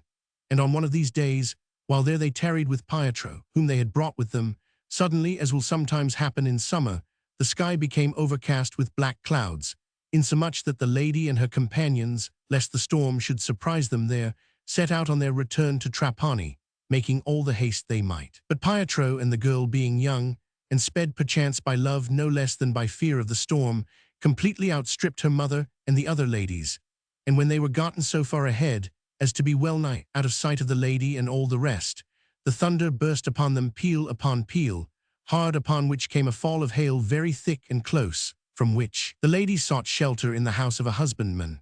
Pietro and the damsel, finding no more convenient refuge, betook them to an old, and all but ruinous, and now deserted, cottage, which, however, still had a bit of roof left, whereunder they both took their stand in such close quarters, owing to the exiguity of the shelter, that they perforce touched one another. Which contact was the occasion that they gathered somewhat more courage to disclose their love. And so it was that Pietro began on this wise: "Now would to God that this hail might never cease, that so I might stay here for ever. And well content were I," returned the damsel. And by their hands met, not without a tender pressure, and then they fell to embracing and so to kissing one another, while the hail continued. And not to dwell on every detail, the sky was not clear before they had known the last degree of love's felicity and had taken thought how they might secretly enjoy one another in the future. The cottage being close to the city gate, they hied them thither, as soon as the storm was overpast, and having there awaited the lady, returned home with her. Nor, using all discretion, did they fail thereafter to meet from time to time in secret, to their no small solace, and the affair went so far that the damsel conceived, whereby they were both not a little disconcerted, insomuch that the damsel employed many artifices to arrest the course of nature, but to no effect. Wherefore Pietro, being in fear of his life, saw nothing for it but flight, and told her so. Whereupon, if thou leave me, quoth she, I shall certainly kill myself. Much as he loved her, Pietro answered, Nay, but my lady, wherefore wouldst thou have me tarry here? Thy pregnancy will discover our offence. Thou wilt be readily forgiven, but 'twill be my woeful lot to bear the penalty of thy sin and mine. Pietro, returned the damsel, too well will they wot of my offence, but be sure that, if thou confess not, none will ever wot of thine. Then quoth he, Since thou givest me this promise, I will stay, but mind thou keep it. The damsel, who had done her best to keep her condition secret, saw at length by the increase of her bulk that 'twas impossible. Wherefore one day, most piteously bewailing herself, she made her avowal to her mother, and besought her to shield her from the consequences. Distressed beyond measure, the lady chid her severely, and then asked her how it had come to pass.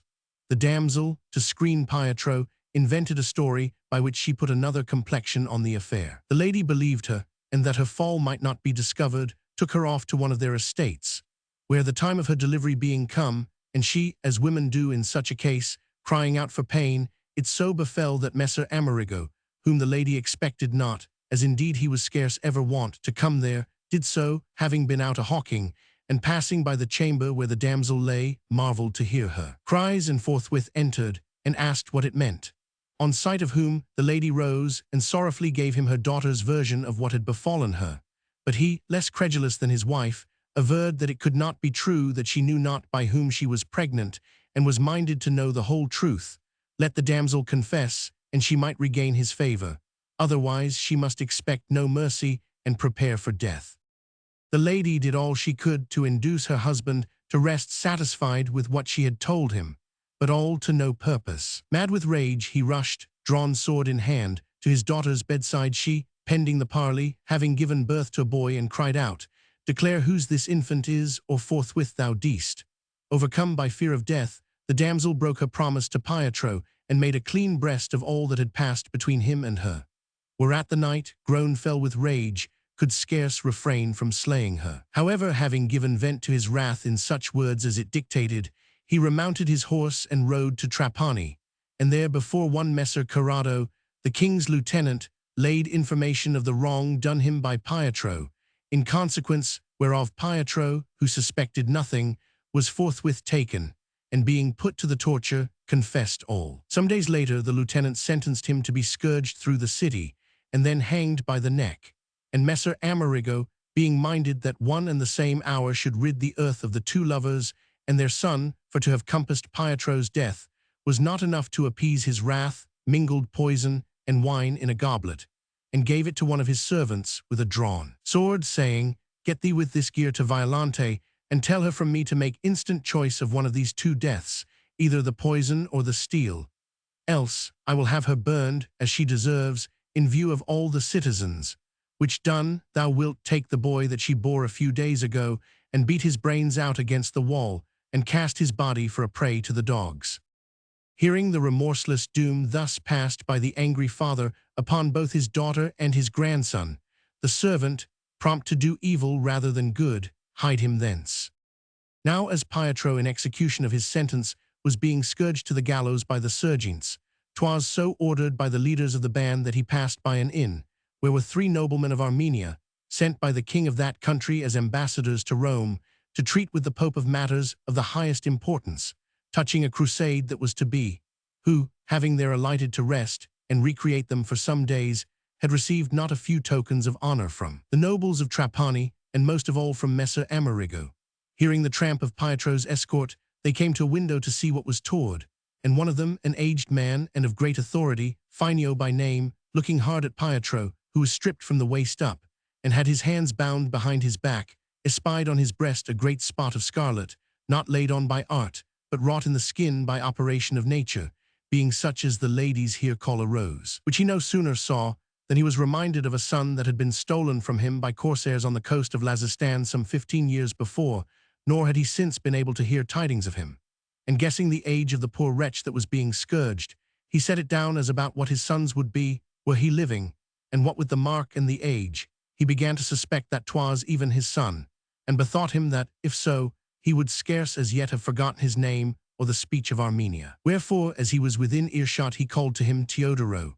At the word Pietro raised his head, whereupon Pheinio, speaking in Armenian, asked him, "Whence and whose son art thou?" The sergeants that were leading him paused in deference to the great man, and so Pietro answered, "Of Armenia was I, son of one Pheinio, brought hither by folk I wot not of, when I was but a little child." Then Pheinio, witting that in very truth 'twas the boy that he had lost, came down with his companions, weeping, and all the sergeants making way, he ran to him, and embraced him, and doffing a mantle of richest texture that he wore, he prayed the captain of the band to be pleased to tarry there until he should receive orders to go forward, and was answered by the captain that he would willingly so wait. Pheinio already knew, for 'twas brooded everywhere, the cause for which Pietro was being led to the gallows, wherefore he straightway hied him with his companions and their retinue to Messer Corrado, and said to him, "Sir, this lad, whom you are sending to the gallows like a slave, is freeborn and my son, and is ready to take to wife her whom, as 'tis said, he has deflowered. So please you, therefore, delay the execution until such time as it may be understood whether she be minded to have him for husband, lest, should she be so minded, you be found to have broken the law." Messer Corrado marveled to hear that Pietro was Pheinio's son, and not without shame, albeit 'twas not his but fortune's fault, confessed that 'twas even as Pheinio said, and having caused Pietro to be taken home with all speed, and Messer Amerigo to be brought before him, told him the whole matter. Messer Amerigo, who supposed that by this time his daughter and grandson must be dead, was the saddest man in the world to think that 'twas by his deed, witting that, were the damsel still alive, all might very easily be set right. However, he sent post-haste to his daughter's abode, revoking his orders if they were not yet carried out. The servant, whom he had earlier dispatched, had laid the sword and poison before the damsel, and for that she was in no hurry to make her choice, was giving her foul words, and endeavoring to constrain her thereto, when the messenger arrived. But on hearing the injunction laid upon him by his lord, he desisted, and went back, and told him how things stood. Whereupon Messer Amerigo, much relieved, hied him to Pheinio, and well-nigh weeping, and excusing himself for what had befallen, as best he knew how, craved his pardon, and professed himself well content to give Teodoro, so he were minded to have her, his daughter, to wife.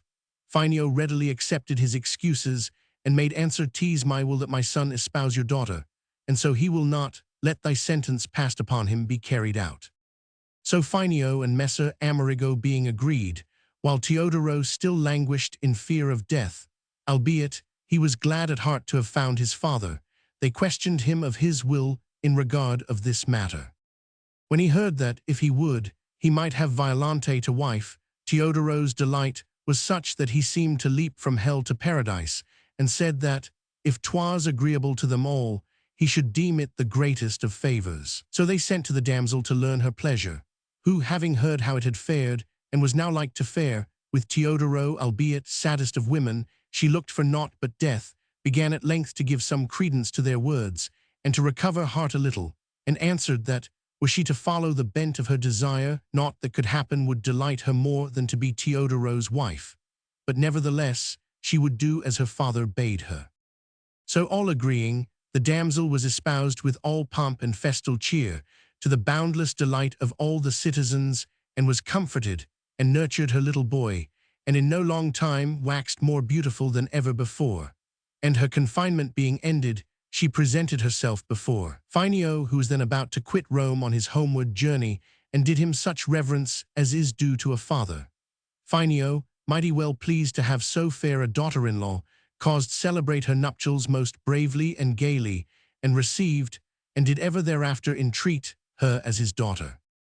And so he took her, not many days after the festivities were ended, with his son and little grandson, aboard a galley, and brought them to Lazistan, and there thenceforth the two lovers dwelt with him in easeful and lifelong peace. Novel 8, Nastejo digli Wunsti, loving a damsel of the Traversari family, by lavish expenditure gains not her love.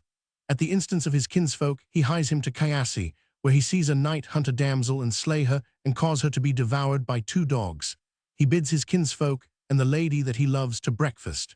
During the meal, the said damsel is torn in pieces before the eyes of the lady, who, fearing a like fate, takes Nastejo to husband. Loretta was no sooner silent than thus, at the queen's behest, began Philomna, sweet ladies, as in us pity has ever its meed of praise, even so divine justice suffers not our cruelty to escape severe chastisement. The which that I may show you, and thereby dispose you utterly to banish that passion from your souls, I am minded to tell you a story no less touching than delightsome.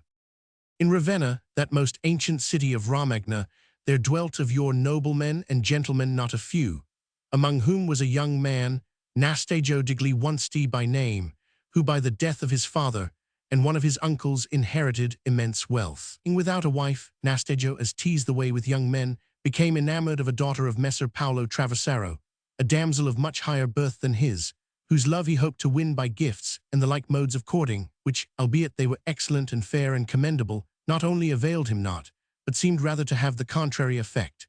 So harsh and ruthless and unrelenting did the beloved damsel show herself towards him, for whether it was her uncommon beauty or her noble lineage that puffed her up, so haughty and disdainful was she grown that pleasure she had none either in him or in aught that pleased him. The burden of which disdain Nastejo found so hard to bear, that many a time, when he had made his moan, he longed to make away with himself. However, he refrained therefrom, and many a time resolved to give her up altogether, or, if so he might, to hold her in despite, as she did him. But 'twas all in vain, for it seemed as if, the more his hope dwindled, the greater grew his love. And as thus he continued, loving and spending inordinately, certain of his kinsfolk and friends, being apprehensive lest he should waste both himself and his substance, did many a time counsel and beseech him to depart Ravenna and go tarry for a time elsewhere, that so he might at once cool his flame and reduce his charges. For a long while Nastejo answered their admonitions with banter, but as they continued to ply him with them, he grew weary of saying no so often, and promised obedience. Whereupon he equipped himself as if for a journey to France or Spain or other distant parts, got on horseback and sallied forth of Ravenna, accompanied by not a few of his friends, and being come to a place called Chiasi, about 3 miles from Ravenna, he halted, and having sent for tents and pavilions, told his companions that there he meant to stay, and they might go back to Ravenna. So Nastejo pitched his camp, and there commenced to live after as fine and lordly a fashion as did ever any man, bidding divers of his friends from time to breakfast or sup with him, as he had been wont to do. Now it so befell that about the beginning of May, the season being very fine, he fell a brooding on the cruelty of his mistress, and that his meditations might be the less disturbed, he bade all his servants leave him, and sauntered slowly, wrapped in thought, as far as the pine wood, which he had threaded for a good half-mile, when the 5th hour of the day being well nigh past, yet he recking neither of food nor of aught else, 'twas as if he heard a woman wailing exceedingly and uttering most piercing shrieks. Whereat, the train of his sweet melancholy being broken, he raised his head to see what was toward, and wondered to find himself in the pine wood, and saw, moreover, before him running through a grove, close set with underwood and brambles, towards the place where he was, a damsel most comely, stark naked, her hair dishevelled, and her flesh all torn by the briars and brambles, who wept and cried piteously for mercy. And at her flanks he saw 2 mastiffs, exceeding great and fierce, that ran hard upon her track, and not seldom came up with her and bit her cruelly. And in the rear he saw, riding a black horse, a knight sadly accoutred and very wrathful of mien, carrying a rapier in his hand, and with despiteful, blood-curdling words threatening her with death. Whereat he was at once amazed and appalled, and then filled with compassion for the hapless lady, whereof was bred a desire to deliver her, if so he might, from such anguish and peril of death. Wherefore, as he was unarmed, he ran and took in lieu of a cudgel a branch of a tree, with which he prepared to encounter the dogs and the knight, which the knight observing, called to him before he was come to close quarters, saying, "Hold off, Nastejo, leave the dogs and me alone to deal with this vile woman as she has deserved." And even as he spoke, the dogs gripped the damsel so hard on either flank that they arrested her flight, and the knight, being come up, dismounted. whom Nastajo approached, saying, I know not who thou art, that knowest me so well, but thus much I tell thee, 'tis a gross outrage for an armed knight to go about to kill a naked woman, and set his dogs upon her as if she were a wild beast. Rest assured that I shall do all I can to protect her. Whereupon, Nastajo, replied the knight, of the same city as thou was I, and thou wast yet a little lad when I, Messer Guido digli Anastagi by name, being far more enamored of this damsel than thou art now of her of the Traversari, was by her haughtiness and cruelty brought to so woeful a pass, that one day in a fit of despair, I slew myself with this rapier which thou seest in my hand, for which cause I am condemned to the eternal pains. Nor was it long after my death that she, who exulted therein over measure, also died, and for that she repented her not of her cruelty and the joy she had of my sufferings, for which she took not blame to herself, but merit, was likewise condemned to the pains of hell. Nor had she sooner made her descent, than for her pain and mine 'twas ordained that she should flee before me, and that I who so loved her should pursue her, not as my beloved lady, but as my mortal enemy. And so, as often as I come up with her, I slay her with this same rapier with which I slew myself, and having ripped her up by the back, I take out that hard and cold heart, to which neither love nor pity had ever access, and therewith her other inward parts, as thou shalt forthwith see, and cast them to these dogs to eat. And in no long time, as the just and mighty God decrees, she rises even as if she had not died, and recommences her dolorous flight, I and the dogs pursuing her. And it so falls out that every Friday about this hour I here come up with her, and slaughter her as thou shalt see. But ween not that we rest on other days. For there are other places in which I overtake her, places in which she used, or devised how she might use me cruelly, on which wise, changed as thou seest from her lover into her foe, I am to pursue her for years, as many as the months, during which she showed herself harsh to me. Wherefore leave me to execute the decree of the divine justice, and presume not to oppose that which thou mayst not avail to withstand.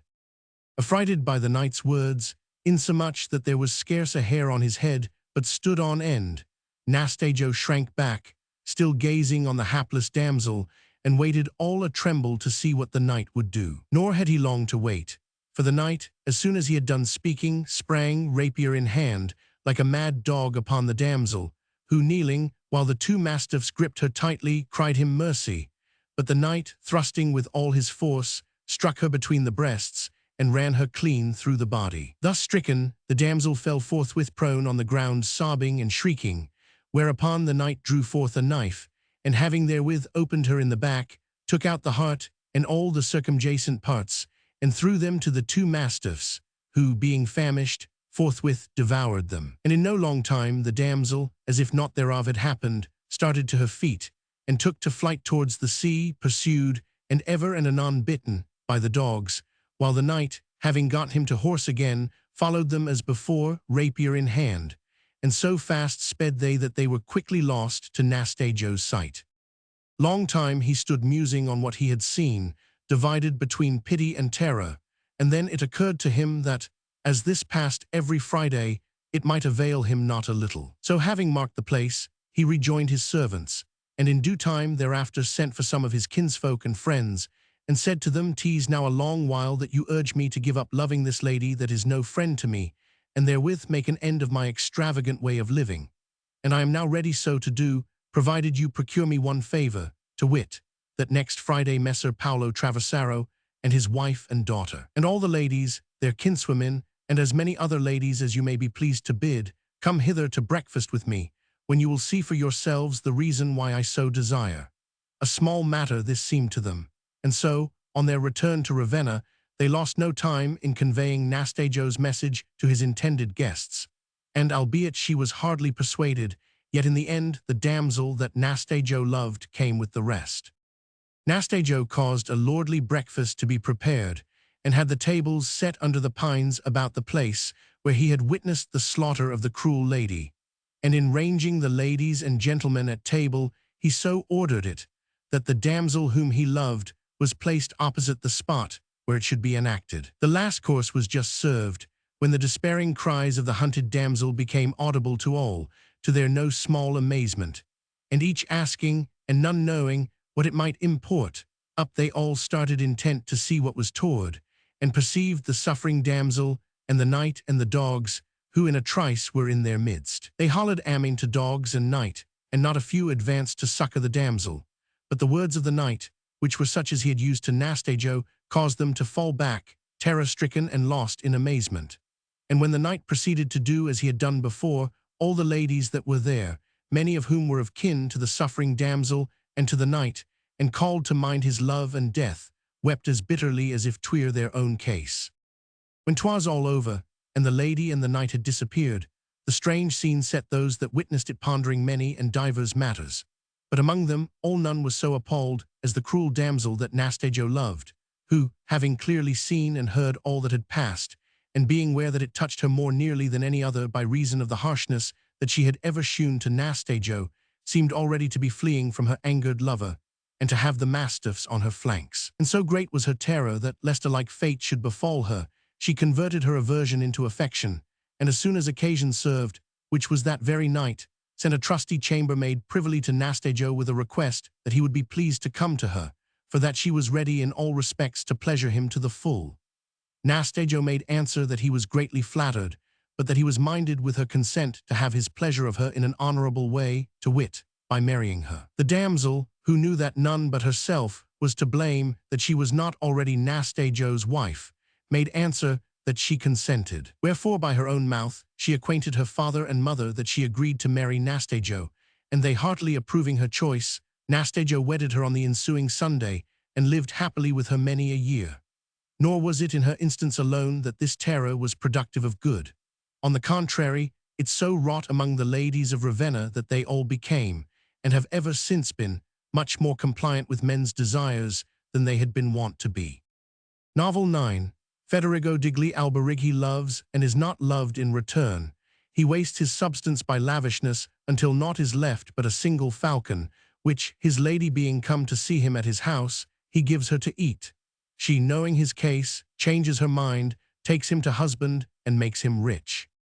So ended Philomena, and the queen, being ware that besides herself only Dioneo by virtue of his privilege was left to speak, said with gladsome mien, "'Tis now for me to take up my parable, which, dearest ladies, I will do with a story like in some degree to the foregoing, and that not only that you may know how potent are your charms to sway the gentle heart, but that you may also learn how upon fitting occasions to make bestowal of your guerdons of your own accord, instead of always waiting for the guidance of fortune, which most times, not wisely, but without rule or measure, scatters her gifts. You are then to know that Capo di Borghi's Domnici, a man that in our day was, and perchance still is, had in respect and great reverence in our city, being not only by reason of his noble lineage, but and yet more for manners and merit most illustrious and worthy of eternal renown, was in his old age not seldom wont to amuse himself by discoursing of things past with his neighbors and other folk, wherein he had not his match for accuracy and compass of memory and concinnity of speech. Among other good stories, he would tell how that there was of yore in Florence a gallant named Federigo di Messer Filippo Alberighi, who for feats of arms and courtesy had not his peer in Tuscany, who, as is the common lot of gentlemen, became enamored of a lady named Monna Giovanna, who in her day held rank among the fairest and most elegant ladies of Florence, to gain whose love he jousted, tilted, gave entertainments, scattered largesse, and in short set no bounds to his expenditure. However, the lady, no less virtuous than fair, cared not a jot for what he did for her sake, nor yet for him. Spending thus greatly beyond his means, and making nothing, Federigo could hardly fail to come to lack, and was at length reduced to such poverty that he had nothing left but a little estate, on the rents of which he lived very straitly, and a single falcon, the best in the world. The estate was at Campi, and thither, deeming it no longer possible for him to live in the city as he desired, he repaired, more in love than ever before. And there, in complete seclusion, diverting himself with hawking, he bore his poverty as patiently as he might. Now Federigo being thus reduced to extreme poverty, it so happened that one day Monna Giovanna's husband, who was very rich, fell ill, and seeing that he was nearing his end, made his will, whereby he left his estate to his son, who was now growing up, and in the event of his death without lawful heir named Monna Giovanna, whom he dearly loved, heir in his stead, and having made these dispositions he died. Monna Giovanna, being thus left a widow, did, as our ladies are wont, and repaired in the summer to one of her estates in the country, which lay very near to that of Federigo. And so it befell that the urchin began to make friends with Federigo, and to show a fondness for hawks and dogs, and having seen Federigo's falcon fly not a few times, took a singular fancy to him, and greatly longed to have him for his own, but still did not dare to ask him of Federigo, knowing that Federigo prized him so much. So the matter stood when by chance the boy fell sick, whereby the mother was sore distressed, for he was her only son, and she loved him as much as might be, insomuch that all day long she was beside him, and ceased not to comfort him, and again asked him if there were aught that he wished for, imploring him to say the word, and if it might by any means be had, she would assuredly do her utmost to procure it for him. Thus repeatedly exhorted, the boy said, "Mother mine, do but get me Federigo's falcon, and I doubt not I shall soon be well." Whereupon the lady was silent a while, bethinking her what she should do. She knew that Federigo had long loved her, and had never had so much as a single kind look from her. Wherefore she said to herself, "How can I send or go to beg of him this falcon, which by what I hear is the best that ever flew, and moreover is his sole comfort? And how could I be so unfeeling as to seek to deprive a gentleman of the one solace that is now left him?" And so, albeit she very well knew that she might have the falcon for the asking, she was perplexed, and knew not what to say, and gave her son no answer. At length, however, the love she bore the boy carried the day, and she made up her mind, for his contentment, come what might, not to send, but to go herself and fetch him the falcon. "So, be of good cheer, my son," she said, "and doubt not thou wilt soon be well, for I promise thee that the very first thing that I shall do tomorrow morning will be to go and fetch thee the falcon." Whereat the child was so pleased that he began to mend that very day. On the morrow the lady, as if for pleasure, hied her with another lady to Federigo's little house, and asked to see him. 'Twas still, as for some days past, no weather for hawking, and Federigo was in his garden, busy about some small matters which needed to be set right there. When he heard that Monna Giovanna was at the door, asking to see him, he was not a little surprised and pleased, and hied him to her with all speed. As soon as she saw him, she came forward to meet him with womanly grace, and having received his respectful salutation, said to him, "Good morrow, Federigo," and continued, "I am come to requite thee for what thou hast lost by loving me more than thou shouldst, which compensation is this, that I and this lady that accompanies me will breakfast with thee without ceremony this morning." "Madam," Federigo replied with all humility, "I mind not ever to have lost aught by loving you, but rather to have been so much profited that, if I ever deserved well in aught, 'twas to your merit that I owed it, and to the love that I bore you. And of a surety, had I still as much to spend as I have spent in the past, I should not prize it so much as this visit you so frankly pay me, come as you are to one who can afford you but a sorry sort of hospitality." Which said, with some confusion, he bade her welcome to his house, and then led her into his garden, where, having none else to present to her by way of companion, he said, "Madam, as there is none other here, this good woman, wife of this husbandman, will bear you company, while I go to have the table set." Now, albeit his poverty was extreme, yet he had not known as yet how sore was the need to which his extravagance had reduced him. But this morning 'twas brought home to him, for that he could find naught wherewith to do honor to the lady, for love of whom he had done the honors of his house to men without number.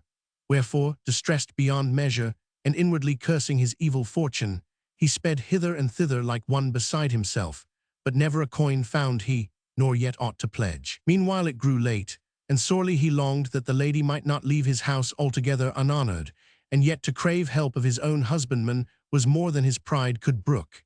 In these desperate straits, his glance happened to fall on his brave falcon on his perch in his little parlor. And so, as a last resource, he took him, and finding him plump, deemed that he would make a dish meet for such a lady. Wherefore, without thinking twice about it, he wrung the bird's neck, and caused his maid forthwith pluck him and set him on a spit, and roast him carefully. And having still some spotless table linen, he had the table laid therewith, and with a cheerful countenance hied him back to his lady in the garden, and told her that such breakfast as he could give her was ready. So the lady and her companion rose and came to table, and there, with Federigo, who waited on them most faithfully, ate the brave falcon, knowing not what they ate. When they were risen from table, and had dallied a while in gay converse with him, the lady deemed it time to tell the reason of her visit. Wherefore, graciously addressing Federigo, thus began she, Federigo, by what thou rememberest of thy past life and my virtue, which, perchance, thou hast deemed harshness and cruelty, I doubt not thou must marvel at my presumption, when thou hearest the main purpose of my visit.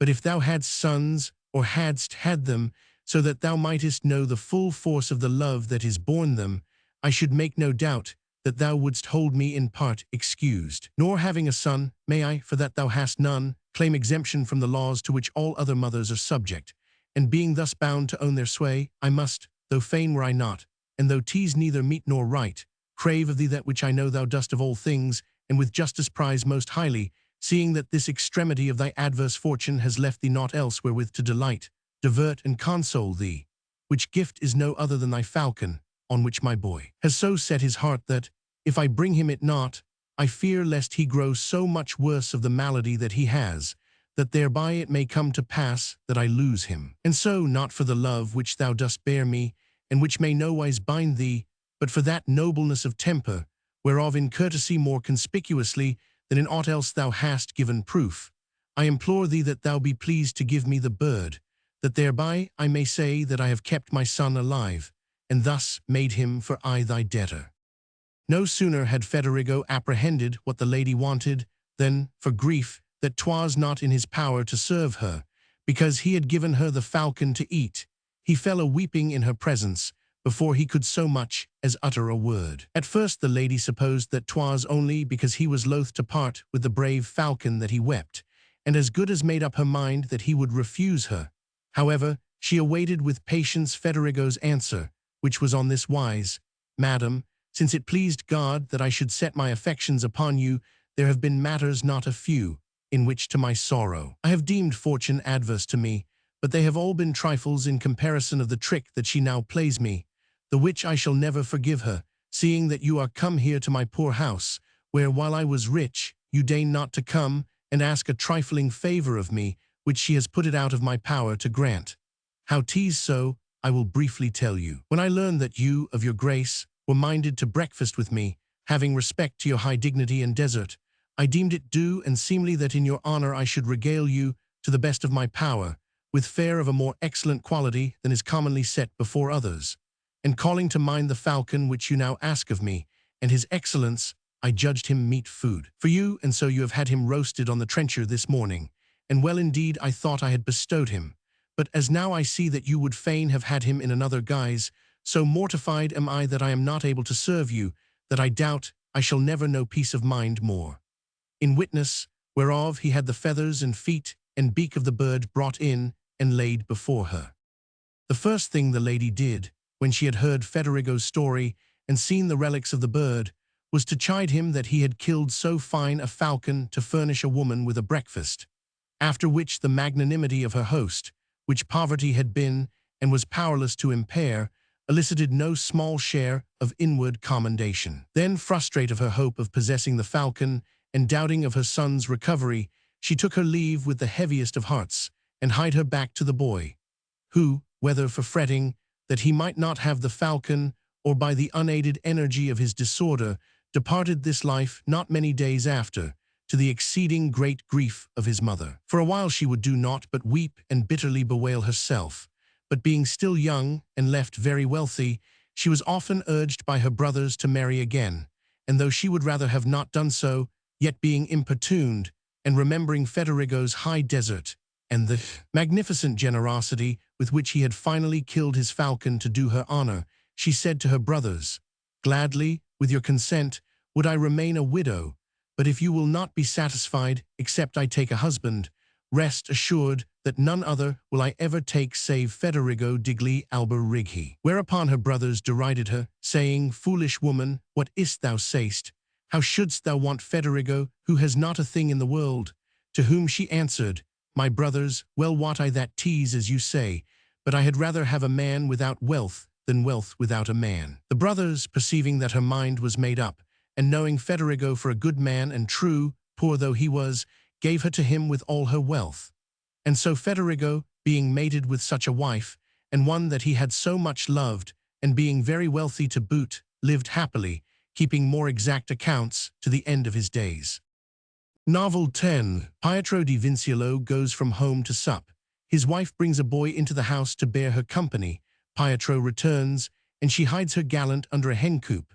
Pietro explains that in the house of Ercolano, with whom he was to have supped, there was discovered a young man bestowed there by Ercolano's wife. The lady thereupon censures Ercolano's wife, but unluckily an ass treads on the fingers of the boy that is hidden under the hen-coop, so that he cries for pain. Pietro runs to the place, sees him, and apprehends the trick played on him by his wife, which nevertheless he finally condones, for that he is not himself free from blame. When the queen had done speaking, and all had praised God that he had worthily rewarded Federigo Dionio, who never waited to be bidden, thus began, I know not whether I am to term it a vice accidental and superinduced by bad habits in us mortals, or whether it be a fault seated in nature, that we are more prone to laugh at things dishonorable than at good deeds, and that more especially when they concern not ourselves. However, as the sole scope of all my efforts has been and still shall be to dispel your melancholy, and in lieu thereof to minister to you laughter and jollity. Therefore, enamored my damsels, albeit the ensuing story is not altogether free from matter that is scarce seemly, yet, as it may afford you pleasure, I shall not fail to relate it, premonishing you my hearers, that you take it with the like discretion as when, going into your gardens, you stretch forth your delicate hands and cull the roses, leaving the thorns alone, which, being interpreted, means that you will leave the caitiff husband to abide in sorry plight with his dishonor, and will gaily laugh at the amorous wiles or his wife, and commiserate her unfortunate gallant, when occasion requires. 'Tis no great while since there dwelt at Perugia a rich man named Pietro di Vinciolo, who rather, perchance, to blind others and mitigate the evil repute in which he was held by the citizens of Perugia, than for any desire to wed, took a wife. And such being his motive, fortune provided him with just such a spouse as he merited. For the wife of his choice was a stout, red-haired young woman, and so hot-blooded that 2 husbands would have been more to her mind than one, whereas one fell to her lot that gave her only a subordinate place in his regard, which she perceiving, while she knew herself to be fair and lusty, and felt herself to be gamesome and fit, waxed very wroth, and now and again had high words with her husband, and led but a sorry life with him at most times. Then seeing that thereby she was more like to fret herself than to dispose her husband to conduct less base, she said to herself, This poor creature deserts me to go walk in paths in the dry, wherefore it shall go hard, but I will bring another aboard the ship for the wet weather. I married him, and brought him a great and goodly dowry, knowing that he was a man, and supposing him to have the desires which men have and ought to have. And had I not deemed him to be a man, I should never have married him. He knew me to be a woman, why then took he me to wife, if women were not to his mind? 'Tis not to be endured. Had I not been minded to live in the world, I had become a nun, and being minded there to live, as I am, if I am to wait until I have pleasure or solace of him, I shall wait perchance until I am old. And then, too late, I shall bethink me to my sorrow that I have wasted my youth, and as to the way in which I should seek its proper solace, I need no better teacher and guide than him, who finds his delight where I should find mine, and finds it to his own condemnation, whereas in me 'twere commendable. 'Tis but the laws that I shall set at naught, whereas he sets both them and nature herself at naught. So the good lady reasoned, and peradventure more than once, and then, casting about how she might privily compass her end, she made friends with an old beldam, that showed as a veritable Santa Verdiana, foster-mother of vipers, who was ever to be seen going to pardonings with a parcel of paternosters in her hand, and talked of nothing but the lives of the Holy Fathers and the wounds of St. Francis, and was generally reputed a saint, to whom in due time she opened her whole mind. My daughter, replied the beldam, God, who knows all things, knows that thou wilt do very rightly indeed. Were it for no other reason, 'twould be meet for thee and every other young woman so to do, that the heyday of youth be not wasted. For there is no grief like that of knowing that it has been wasted. And what the devil are we women fit for when we are old, except to pour over the cinders on the hearth? The which if any know, and may attest it, 'tis I, who, now that I am old, call to mind the time that I let slip from me, not without most sore and bitter and fruitless regret. And albeit 'twas not all wasted, for I would not have thee think that I was entirely without sense. Yet I did not make the best use of it, whereof when I bethink me, and that I am now, even as thou seest me, such a hag that never a spark of fire may I hope to get from any, God knows how I rue it. Now with men 'tis otherwise. They are born meet for 1,000 uses, not for this alone, and the more part of them are of much greater consequence in old age than in youth. But women are fit for naught but this, and 'tis but for that they bear children that they are cherished. Whereof, if not otherwise, thou mayst assure thyself, if thou do but consider that we are ever ready for it, which is not the case with men. Besides which, one woman will tire out many men without being herself tired out. Seeing then that 'tis for this we are born, I tell thee again that thou wilt do very rightly to give thy husband thy loaf for his cake, that in thy old age thy soul may have no cause of complaint against thy flesh. Every one has just as much of this life as he appropriates, and this is especially true of women, whom therefore it behoves, much more than men, to seize the moment as it flies.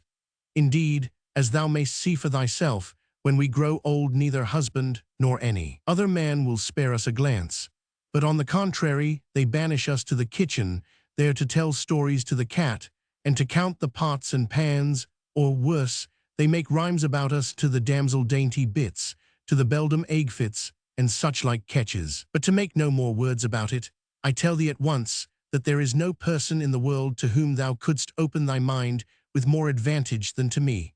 For there is no gentleman so fine, but I dare speak my mind to him, nor any so harsh and forbidding, but I know well how to soften him and fashion him to my will. Tell me only what thou wouldst have, and leave the rest to me.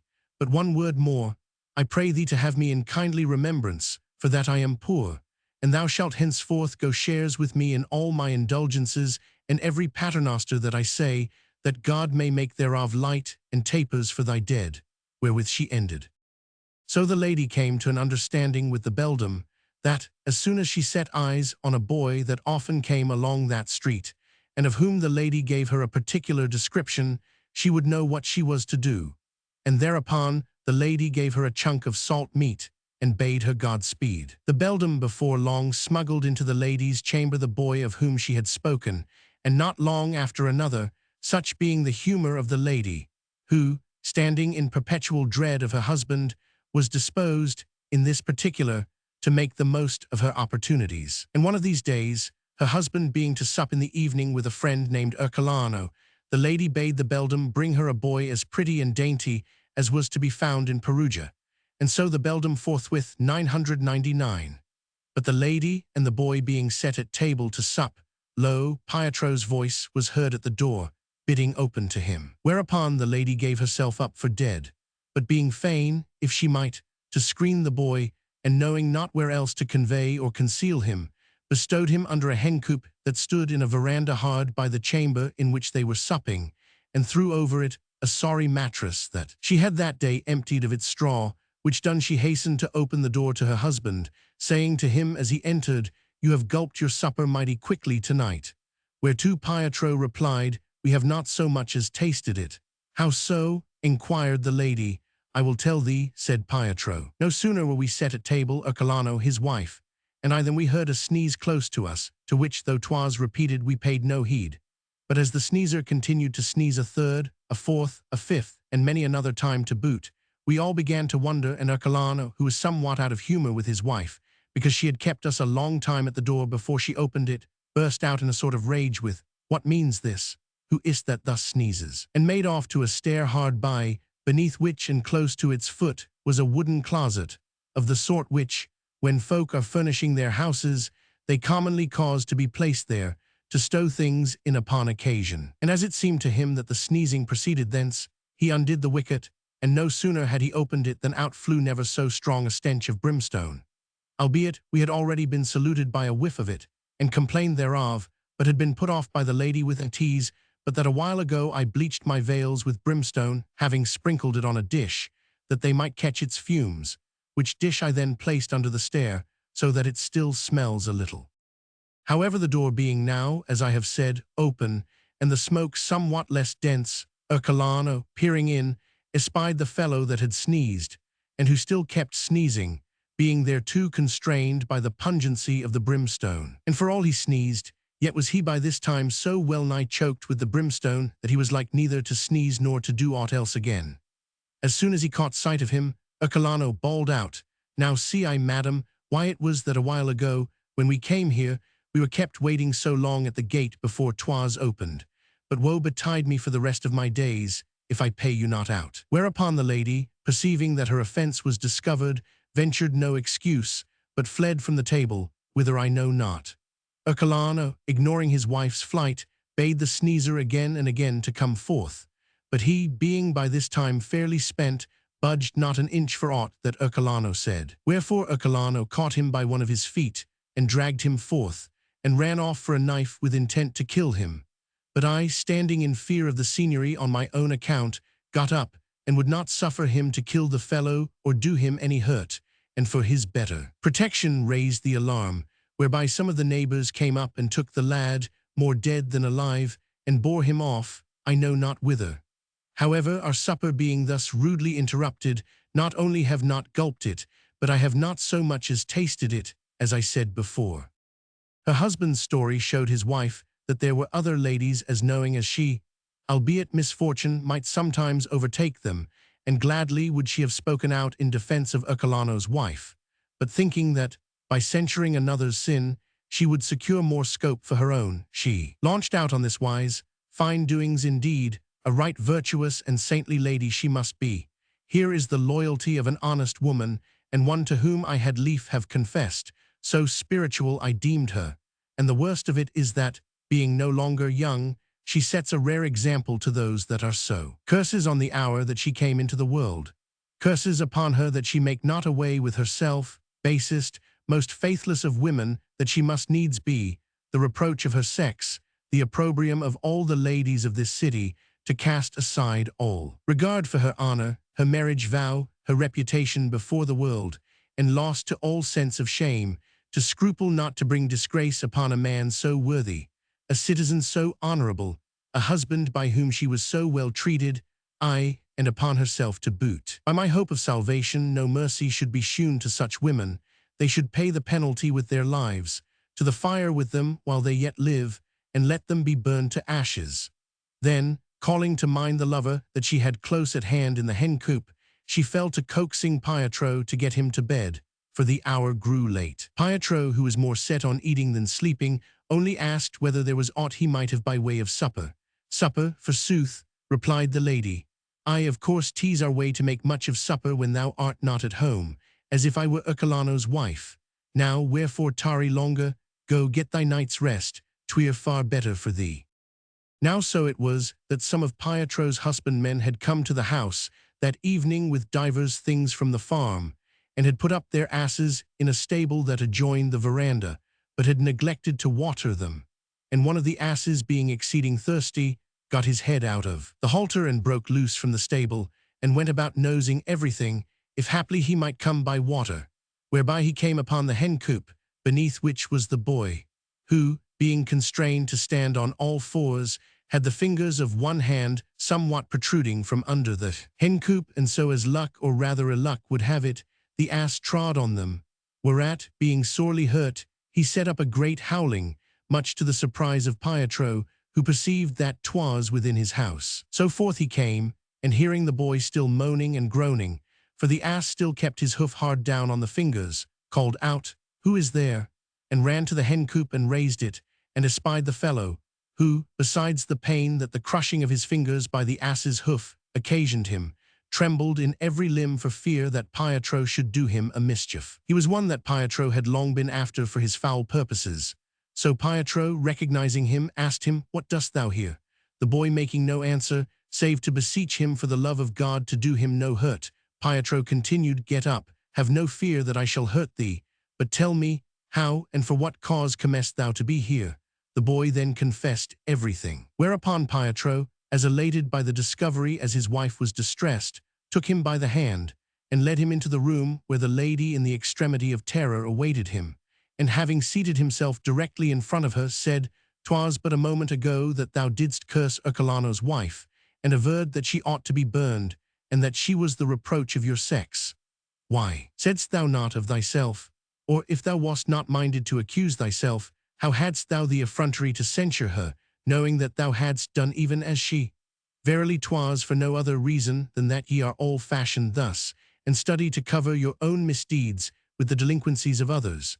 Would that fire might fall from heaven and burn you all, brood of iniquity that ye are. The lady, marking that in the first flush of his wrath he had given her nothing worse than hard words, and discerning, as she thought, that he was secretly overjoyed to hold so beautiful a boy by the hand, took heart of grace and said, I doubt not indeed that thou wouldst be well pleased that fire should fall from heaven and devour us all, seeing that thou art as fond of us as a dog is of the stick, though by the holy rood thou wilt be disappointed. But I would fain have a little argument with thee, to know whereof thou complainest. Well indeed were it with me, didst thou but place me on an equality with Ercolano's wife, who is an old sanctimonious hypocrite, and has of him all that she wants, and is cherished by him as a wife should be. But that is not my case. For granted that thou givest me garments and shoes to my mind, thou knowest how otherwise ill-bested I am, and how long it is since last thou didst lie with me. And far liefer had I go barefoot and in rags, and have thy benevolence abed, than have all that I have, and be treated as thou dost treat me. Understand me, Pietro, be reasonable, consider that I am a woman like other women, with the like craving, whereof if thou deny me the gratification, 'tis no blame to me that I seek it elsewhere. And at least I do thee so much honor as not forgather with stable boys or scurvy knaves. Pietro perceived that she was like to continue in this vein the whole night, wherefore, indifferent as he was to her, he said, Now, madam, no more of this. In the matter of which thou speakest I will content thee, but of thy great courtesy let us have something to eat by way of supper, for methinks the boy as well as I has not yet supped. Ay, true enough, said the lady, he has not supped, for we were but just sitting down to table to sup, when, beshrew thee, thou madest thy appearance.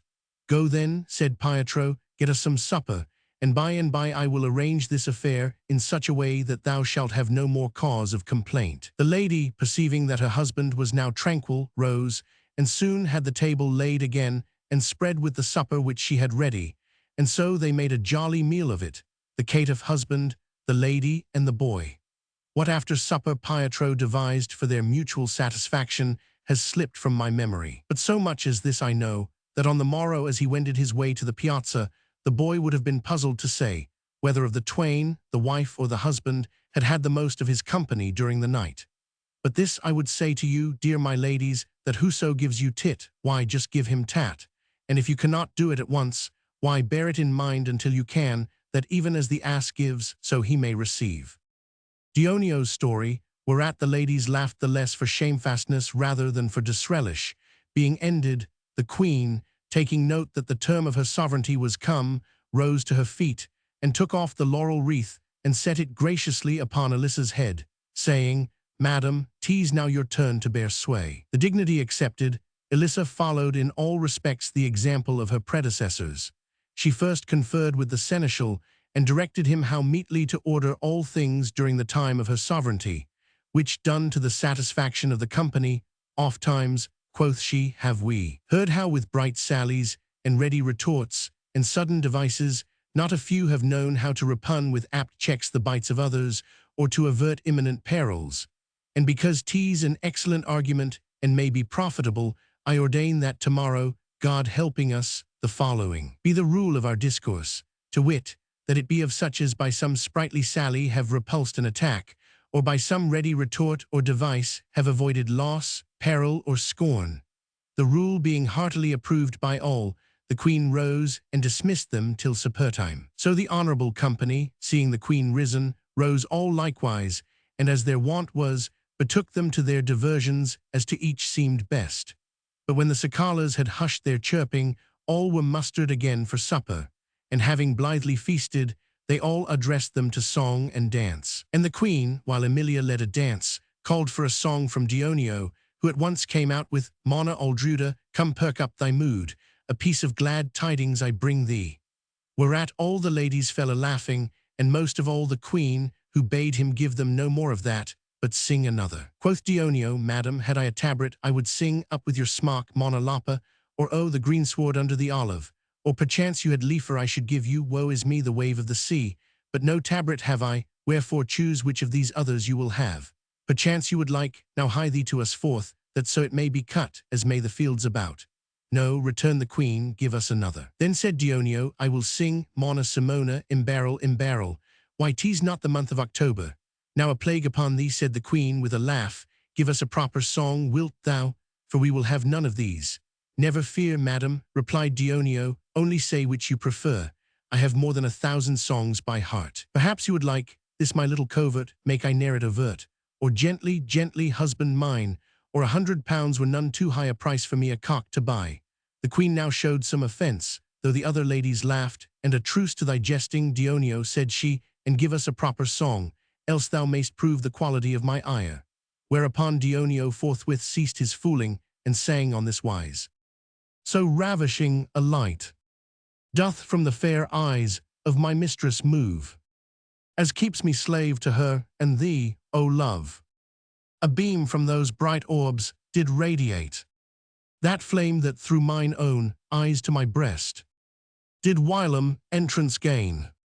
Thy majesty, O love, thy might how great they be, 'twas her fair face did manifest, whereon to brood still fain I felt thee take and chain each sense, my soul enthralling on such wise, that she alone henceforth evokes my sighs. Wherefore, O dear my lord, myself I own thy slave, and all obedience wait and yearn, till thy might me console. Yet wot I not if it be throughly known, how noble is the flame wherewith I burn. My loyalty how holds to her that doth control, even in such sort my mind, that shall I none. Nor would I peace receive, save hers alone. And so I pray thee, sweet my lord, that thou give her to feel thy fire, and show her plain how grievous my disease. This service deign to render, for that now thou seest me waste for love, and in the pain dissolve me by degrees, and then the apt moment seize my cause to plead with her, as is but due from thee to me, who fain with thee would sue. When Dionio's silence showed that his song was ended, the queen accorded it no stinted meed of praise, after which she caused not a few other songs to be sung. Thus passed some part of the night, and then the queen, taking note that its freshness had vanquished the heat of the day, bade all go rest them, if they would, till the morning.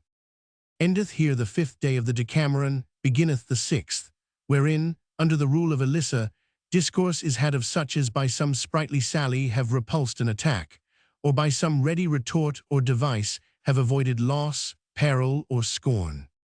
Still in mid-heaven, the moon had lost her radiance, nor was any part of our world unillumined by the fresh splendor of the dawn, when, the queen being risen and having mustered her company, they hied them, gently sauntering, across the dewy mead some distance from the beautiful hill, conversing now of this, now of the other matter, canvassing the stories, their greater or less degree of beauty, and laughing afresh at divers of their incidents, until, the sun being now in his higher ascendant, they began to feel his heat, and turning back by common consent, retraced their steps to the palace, where the tables being already set, and fragrant herbs and fair flowers strewn all about, they by the queen's command, before it should grow hotter, addressed themselves to their meal.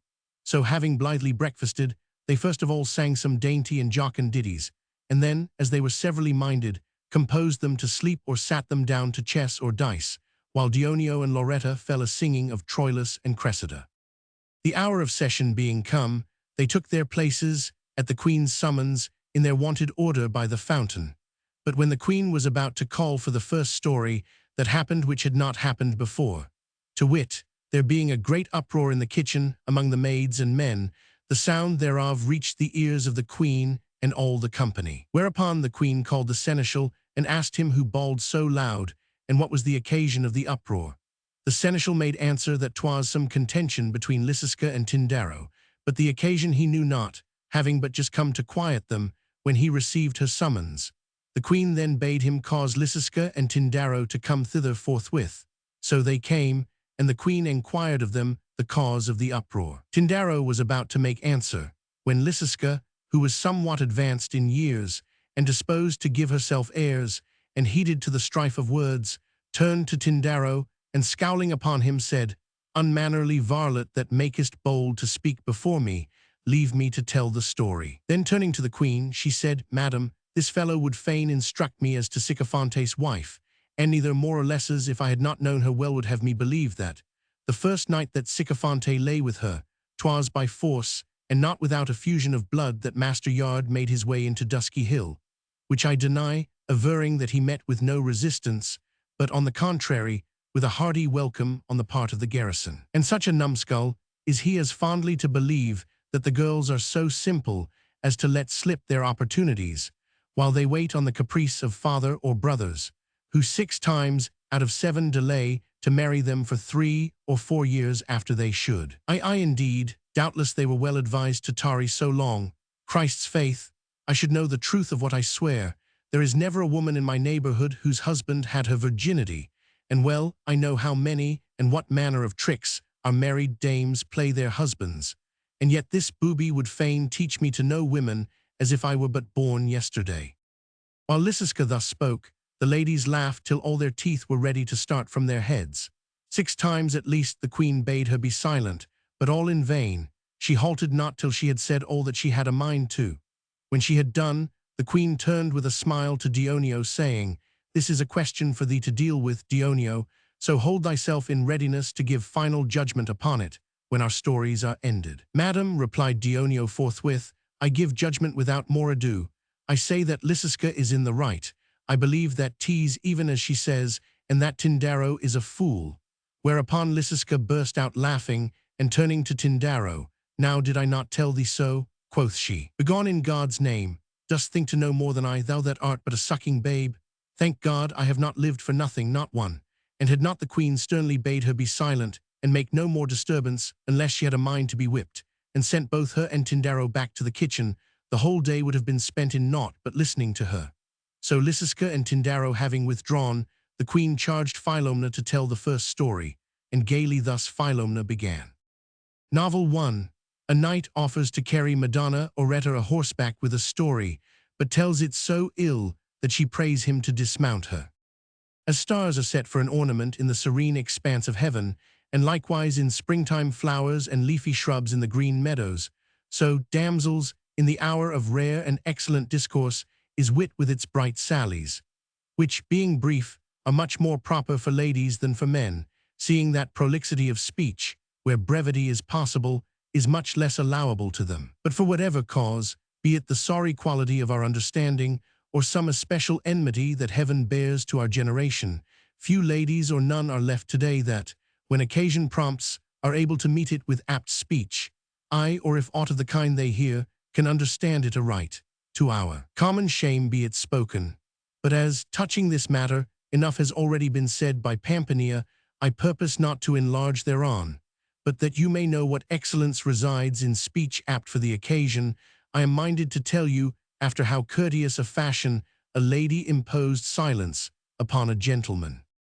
'Tis no long time since there dwelt in our city a lady, noble, debonair, and of excellent discourse, whom not a few of you may have seen or heard of, whose name for such high qualities merit not oblivion was Madonna Oretta, her husband being Messer Jerry Spina. Now this lady, happening to be, as we are, in the country, moving from place to place for pleasure with a company of ladies and gentlemen, whom she had entertained the day before at breakfast at her house, and the place of their next sojourn, whither they were to go afoot, being some considerable distance off, one of the gentlemen of the company said to her, "Madonna Oretta, so please you, I will carry you great part of the way a horseback with one of the finest stories in the world."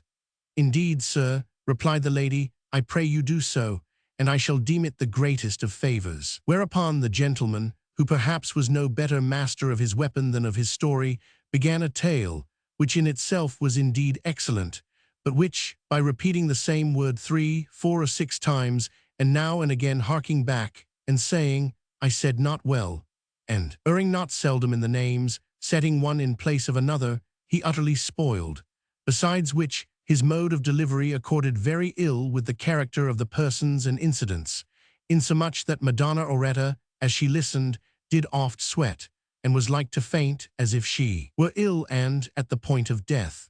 And being at length able to bear no more of it, witting that the gentleman had got into a mess, and was not like to get out of it, she said pleasantly to him, "Sir, this horse of yours trots too hard. I pray you be pleased to set me down." The gentleman, being perchance more quick of apprehension than he was skilful in narration, missed not the meaning of her sally, and took it in all good and gay humour. So, leaving unfinished the tale which he had begun, and so mishandled, he addressed himself to tell her other stories. All the ladies and the men alike having greatly commended Madonna Auretta's apt saying, the Queen bade Pampinea follow suit, and thus she began. "Fair ladies, I cannot myself determine whether nature or fortune be the more at fault, the one in furnishing a noble soul with a vile body, or the other in allotting a base occupation to a body endowed with a noble soul, whereof we may have seen an example, among others, in our fellow citizen Sisti, whom, furnished though he was with a most lofty soul, fortune made a baker.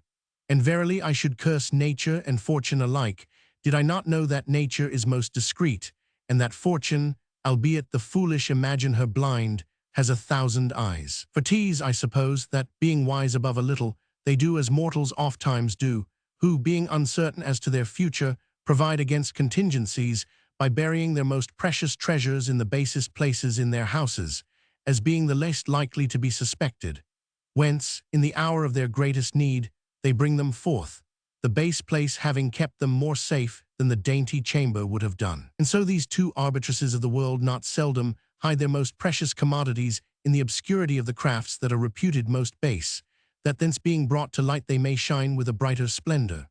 Whereof how in a trifling matter Sisti, the baker, gave proof, restoring the eyes of the mind to Messer Jerry Spina, whom the story of his wife, Madonna Auretta, has brought to my recollection, I am minded to show you in a narrative which shall be of the briefest. I say then that Pope Boniface, with whom Messer Jerry Spina stood very high in favor and honor, having sent divers of his courtiers to Florence as ambassadors to treat of certain matters of great moment, and they being lodged in Messer Jerry's house, where he treated with them of the said affairs of the Pope, 'twas, for some reason or another, the wont of Messer Jerry and the ambassadors of the Pope to pass almost every morning by Santa Maria Ughi, where Sisti, the baker, had his bakehouse, and plied his craft in person. Now, albeit fortune had allotted him a very humble occupation, she had nevertheless prospered him therein to such a degree that he was grown most wealthy, and without ever aspiring to change it for another, lived in most magnificent style, having among his other good things a cellar of the best wines, white and red, that were to be found in Florence or the country parts, and marking Messer Jerry and the ambassadors of the Pope pass every morning by his door, he bethought him that, as 'twas very hot, 'twould be a very courteous thing to give them to drink of his good wine. But comparing his rank with that of Messer Jerry, he deemed it unseemly to presume to invite him, and cast about how he might lead Messer Jerry to invite himself. So wearing always the whitest of doublets and a spotless apron, that denoted rather the miller than the baker, he let bring, every morning about the hour that he expected Messer Jerry and the ambassadors to pass by his door, a spick-and-span bucket of fresh and cool spring water, and a small bolognese flagon of his good white wine, and 2 beakers that shone like silver, so bright were they, and there. Down he sat him as they came by, and after hawking once or twice, fell a-drinking his wine with such gusto that 'twould have raised a thirst in a corpse, which Messer Jerry having observed on 2 successive mornings, said on the third, "What is't, Sisti? Is't good?" Whereupon Sisti jumped up and answered, "Aye, sir, good it is, but in what degree I might by no means make you understand, unless you tasted it." Messer Jerry, in whom either the heat of the weather or unwonted fatigue, or, perchance, the gusto with which he had seen Sisti drink, had bred a thirst, turned to the ambassadors and said with a smile, "Gentlemen, 'twere well to test the quality of this worthy man's wine. It may be such that we shall not repent us." And so in a body they came up to where Sisti stood, who, having caused a goodly bench to be brought out of the bakehouse, bade them be seated, and to their servants, who were now coming forward to wash the beakers, said, "Stand back, comrades, and leave this office to me, for I know as well how to serve wine as to bake bread, and expect not to taste a drop yourselves. Which said, he washed 4 fine new beakers with his own hands, and having sent for a small flagon of his good wine, he heedfully filled the beakers, and presented them to Messer Jerry and his companions, who deemed the wine the best that they had drunk for a great while. So Messer Jerry, having praised the wine not a little, came there to drink every morning with the ambassadors as long as they tarried with him. Now when the ambassadors had received their conge, and were about to depart, Messer Jerry gave a grand banquet, to which he bade some of the most honorable of the citizens, and also Sisti, who could by no means be induced to come. However, Messer Jerry bade one of his servants go fetch a flask of Sisti's wine, and serve half a beaker thereof to each guest at the first course. The servant, somewhat offended perhaps that he had not been suffered to taste any of the wine, took with him a large flask, which Sisti no sooner saw than, "Son," quoth he, "Messer Jerry does not send thee to me." And often as the servant affirmed that he did, he could get no other answer, wherewith he was fain at last to return to Messer Jerry. "Go get thee back," said Messer Jerry, "and tell him that I do send thee to him, and if he answers thee so again, ask him to whom then I send thee." So the servant came back, and said, "Sisti, Messer Jerry does for sure send me to thee." "Son," answered Sisti, "Messer Jerry does for sure not send thee to me." "To whom then," said the servant, "does he send me?" "To Arno," returned Sisti. Which being reported by the servant to Messer Jerry, the eyes of his mind were straightway opened. "And let me see," quoth he to the servant, "what flask it is thou takest there." And when he had seen it, Sisti says sooth, he added, and having sharply chidden him, he caused him take with him a suitable flask, which when Sisti saw, "Now know I," quoth he, "that 'tis indeed Messer Jerry that sends thee to me," and blithely filled it. And having replenished the rundlet that same day with wine of the same quality, he had it carried with due care to Messer Jerry's house, and followed after himself, where finding Messer Jerry, he said, "I would not have you think, sir, that I was appalled by the great flask your servant brought me this morning. 'Twas, but that I thought you had forgotten that, which by my little beakers I gave you to understand when you were with me of late, to wit, that this is no table wine, and so wished this morning to refresh your memory. Now, however, being minded to keep the wine no longer, I have sent you all I have of it, to be henceforth entirely at your disposal." Messer Jerry set great store by Sisti's gift, and thanked him accordingly, and ever made much of him, and entreated him as his friend. Novel 3, Monna Nonna de Pulci, by a ready retort, silences the scarce, seemly jesting of the Bishop of Florence. Pampania's story ended, and praise not a little bestowed on Sisti alike for his apt speech, and for his handsome present, the Queen was pleased to call forthwith for a story from Loretta, who blithely thus began. "Debonair, my ladies, the excellency of wit, and our lack thereof, have been noted with no small truth first by Pampania, and after her by Philomna. To which topic 'twere bootless to return, wherefore to that which has been said touching the nature of wit I purpose, but to add one word, to remind you that its bite should be as a sheep's bite, and not as a dog's, for if it bite like a dog, 'tis no longer wit but discourtesy." With which maxim the words of Madonna Oretta, and the apt reply of Sisti, accorded excellently. True indeed it is that if 'tis by way of retort, and one that has received a dog's bite gives the biter a like bite in return, it does not seem to be reprehensible, as otherwise it would have been. Wherefore one must consider how, and when, and on whom, and likewise where one exercises one's wit. By ill observing which matters, one of our prelates did once upon a time receive no less shrewd a bite than he gave, as I will show you in a short story. While Messer Antonio d'Orso, a prelate both worthy and wise, was Bishop of Florence, there came thither a Catalan gentleman, Messer Dago della Rata by name, being King Ruberto's marshal. Now Dago being very goodly of person, and inordinately fond of women, it so befell that of the ladies of Florence she that he regarded with especial favor was the very beautiful niece of a brother of the said bishop. And having learned that her husband, though of good family, was but a caitiff, and avaricious in the last degree, he struck a bargain with him that he should lie one night with the lady for 500 florins of gold, whereupon he had the same number of popolins of silver, which were then current, gilded, and having lain with the lady, albeit against her will, gave them to her husband, which coming to be generally known, the caitiff husband was left with the loss and the laugh against him, and the bishop, like a wise man, feigned to know naught of the affair.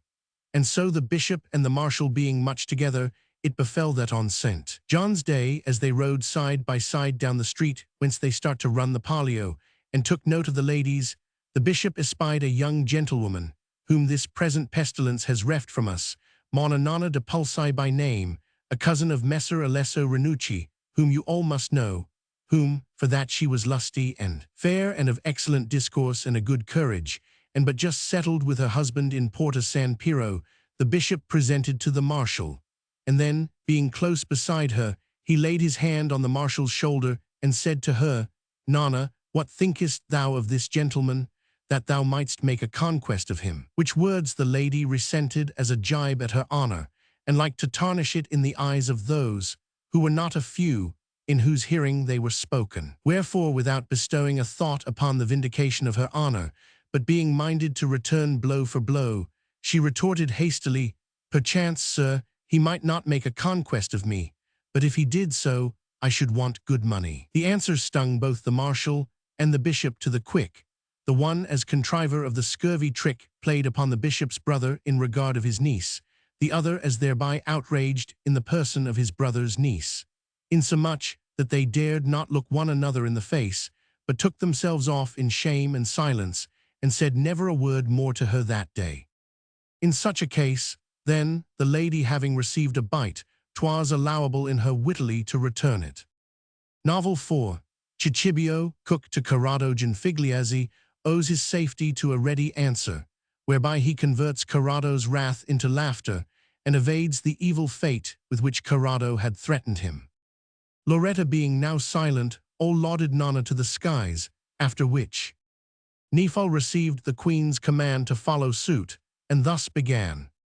Albeit, loving ladies, ready wit not seldom ministers words apt and excellent and congruous with the circumstances of the speakers, 'tis also true that fortune at times comes to the aid of the timid, and unexpectedly sets words upon the tongue, which in a quiet hour the speaker could never have found for himself, the which 'tis my purpose to show you by my story.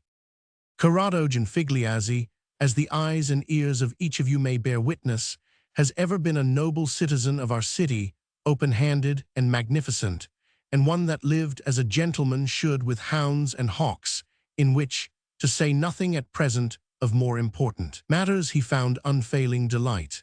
Now, having one day hard by Peretola dispatched a crane with one of his falcons, finding it young and plump, he sent it to his excellent cook, a Venetian, Cicibio by name, bidding him roast it for supper and make a dainty dish of it. Cicibio, who looked, as he was, a very greenhead, had dressed the crane and set it to the fire and was cooking it carefully, when, the bird being all but roasted, and the fumes of the cooking very strong, it so chanced that a girl, Brunetta by name, that lived in the same street, and of whom Cicibio was greatly enamored, came into the kitchen, and perceiving the smell and seeing the bird, began coaxing Cicibio to give her a thigh.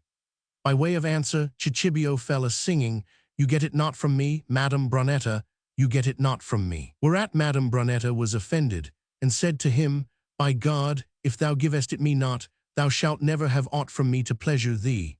In short, there was not a little altercation, and in the end Cicibio, fain not to vex his mistress, cut off one of the crane's thighs, and gave it to her. So the bird was set before Corrado and some strangers that he had at table with him, and Corrado, observing that it had but one thigh, was surprised, and sent for Cicibio, and demanded of him what was become of the missing thigh. Whereto the mendacious Venetian answered readily, The crane, sir, has but one thigh and one leg. What the devil, rejoined Corrado in a rage, so the crane has but one thigh and one leg? Think'st thou I never saw crane before this? But Cicibio continued to tease, Even so as I say, sir, and so please you, I will show you that so it is in the living bird. Corrado had too much respect for his guests to pursue the topic. He only said, Since thou promisest to show me in the living bird what I have never seen or heard tell of, I bid thee do so tomorrow, and I shall be satisfied. But if thou fail, I swear to thee by the body of Christ, that I will serve thee so that thou shalt ruefully remember my name for the rest of thy days. No more was said of the matter that evening, but on the morrow, at daybreak, Corrado, who had by no means slept off his wrath, got up still swelling therewith, and ordered his horses, mounted Cicibio on a hackney, and saying to him, "We shall soon see which of us lied yesternight, thou or I," set off with him for a place where there was much water, beside which there were always cranes to be seen about dawn. Cicibio, observing that Corrado's ire was unabated, and knowing not how to bolster up his lie, rode by Corrado's side in a state of the utmost trepidation, and would gladly, had he been able, have taken to flight. But, as he might not, he glanced now ahead, now aback, now aside, and saw everywhere naught but cranes standing on 2 feet.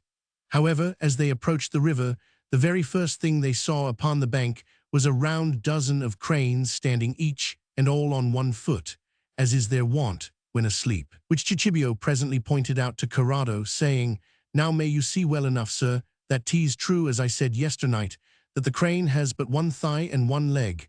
Mark but how they stand over there." Whereupon Corrado, "Wait," quoth he, "and I will show thee that they have each thighs and legs twain." So having drawn a little nigher to them, he ejaculated, "Oho," which caused the cranes to bring each the other foot to the ground, and after hopping a step or 2, to take to flight. Corrado then turned to Cicibio, saying, "How now, rogue? Art satisfied that the bird has thighs and legs twain?" Whereto Cicibio, all but beside himself with fear, made answer, "Aye, sir, but you cried not, oho, to our crane of yesterev. Had you done so, it would have popped its other thigh and foot forth, as these have done." Which answer Corrado so much relished, that all his wrath changed to jollity and laughter. "Cicibio," quoth he, "thou art right, indeed I ought to have so done." Thus did Cicibio, by his ready and jocund retort, arrest impending evil, and make his peace with his master. Novel 5. Messer Forse de Rabata and Master Giotto, the painter, journeying together from Mugello, deride one another's scurvy appearance. Nifl being silent, and the ladies having made very merry over Cicibio's retort, Pamphilo at the queen's command thus spoke, "Dearest ladies, if fortune, as Pampania has shewn us, does sometimes bide treasures most rich of native worth in the obscurity of base occupations, so in like manner 'tis not seldom found that nature has enshrined prodigies of wit in the most ignoble of human forms, whereof a notable example is afforded by 2 of our citizens, of whom I purpose for a brief while to discourse. The one, Messer Forse de Rabata by name, was short and deformed of person, and withal flat-cheeked and flat-nosed, insomuch that never a Baroncio had a visage so misshapen, but his would have showed as hideous beside it. Yet so conversant was this man with the laws, that by not a few of those well able to form an opinion, he was reputed a veritable storehouse of civil jurisprudence. The other, whose name was Giotto, was of so excellent a wit that, let nature, mother of all, operant ever by continual revolution of the heavens, fashion what she would, he with his style and pen and pencil would depict its like on such wise that it showed not as its like, but rather as the thing itself, insomuch that the visual sense of men did often err in regard thereof, mistaking for real that which was but painted. Wherefore, having brought back to light that art which had for many ages lain buried beneath the blunders of those who painted rather to delight the eyes of the ignorant than to satisfy the intelligence of the wise, he may deservedly be called one of the lights that compose the glory of Florence, and the more so, the more lowly was the spirit in which he won that glory, who, albeit he was, while he yet lived, the master of others, yet did ever refuse to be called their master.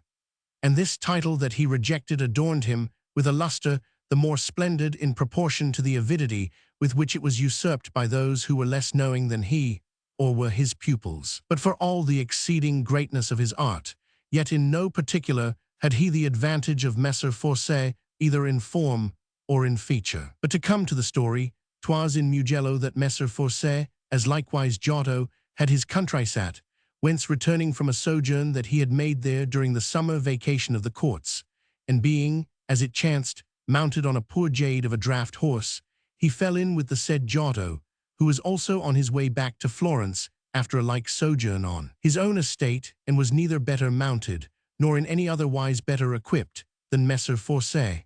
And so, being both old men, they jogged on together at a slow pace, and being surprised by a sudden shower, such as we frequently see fall in summer, they presently sought shelter in the house of a husbandman that was known to each of them, and was their friend. But after a while, as the rain gave no sign of ceasing, and they had a mind to be at Florence that same day, They borrowed of the husbandman 2 old cloaks of Romagnol cloth, and 2 hats much the worse for age, there being no better to be had, and resumed their journey. Whereon they had not proceeded far, when, taking note that they were soaked through and through, and liberally splashed with the mud cast up by their nags' hooves, circumstances which are not of a kind to add to one's dignity, they, after long silence, the sky beginning to brighten a little, began to converse. And Messer Forse, as he rode and hearkened to Giotto, who was an excellent talker, surveyed him sideways and from head to foot and all over, and seeing him in all points in so sorry and scurvy a trim,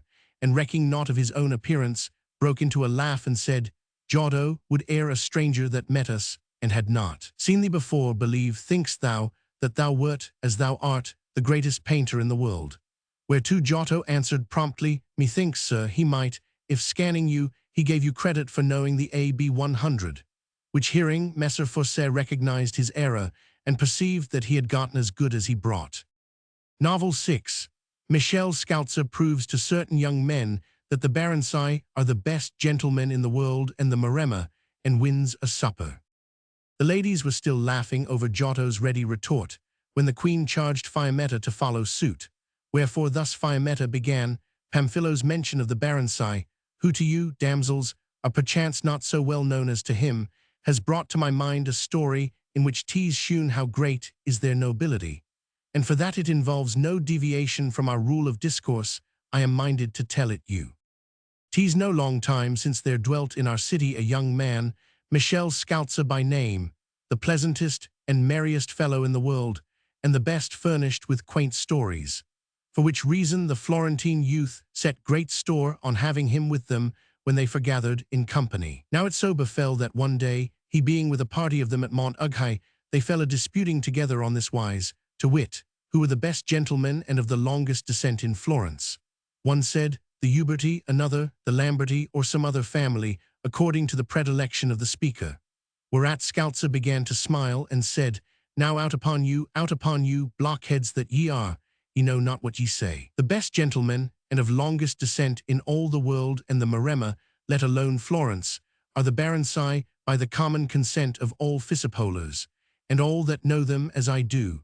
And lest you should otherwise conceive me, I say that 'tis of your neighbors, the Baronci of Santa Maria Maggiore, that I speak. Whereupon the young men, who had looked for somewhat else from him, said derisively, thou dost but jest with us, as if we did not know the Baronci as well as thou. Quoth Scalza, by the Gospels I jest not, but speak sooth. And if there is any of you will wager a supper to be given to the winner, and 6 good fellows whom he shall choose, I will gladly do the like, and what is more, I will abide by the decision of such one of you as you may choose. Then said one of them, whose name was Neri Manini, I am ready to adventure this supper.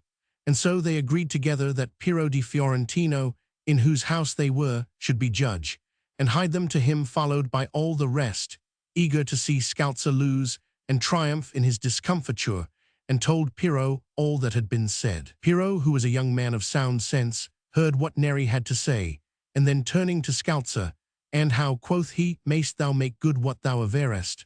I will demonstrate it, returned Scalza, by reasoning so cogent that not only you, but he that denies it shall acknowledge that I say sooth. You know, and so they were saying, but now that the longer men's descent, the better is their gentility, and I say that the Baronci are of longer descent, and thus better gentlemen than any other men. If then, I prove to you that they are of longer descent than any other men, without a doubt the victory in this dispute will rest with me.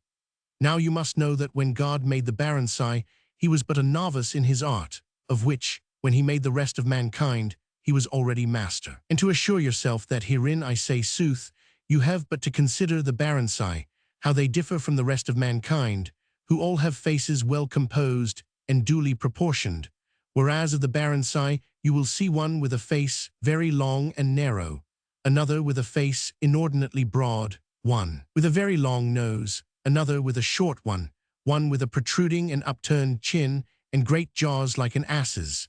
And again, there will be one that has one eye larger than its fellow, or set on a lower plane, so that their faces resemble those that children make when they begin to learn to draw. Whereby, as I said, 'tis plainly manifest that, when God made them, he was but novice in his art, and so they are of longer descent than the rest of mankind, and by consequence better gentlemen. By which entertaining argument Pyrrho, the judge, and Neri, who had wagered the supper, and all the rest, calling to mind the Baronsi's ugliness, were so tickled that they fell a-laughing, and averred that Scalza was in the right, and that he had won the wager, and that without a doubt. The Baronsi were the best gentlemen, and of the longest descent, not merely in Florence, but in the world and the Maremma to boot. Wherefore 'twas not without reason that Pamphilo, being minded to declare Messer Forse's ill-favoredness, said that he would have been hideous beside a Baroncio. Novel 7. Madonna Philippa, being found by her husband with her lover, is cited before the court, and by a ready and jocund answer acquits herself, and brings about an alteration of the statute. Fiammetta had been silent some time, but Scalza's novel argument to prove the preeminent nobility of the Baronsi kept all still laughing, when the queen called for a story from Philostrato, who thus began, "Noble ladies, an excellent thing is apt speech on all occasions, but to be proficient therein I deem then most excellent when the occasion does most imperatively demand it. As was the case with a gentlewoman, of whom I purpose to speak to you, who not only ministered gaiety and merriment to her hearers, but extricated herself, as you shall hear, from the toils of an ignominious death.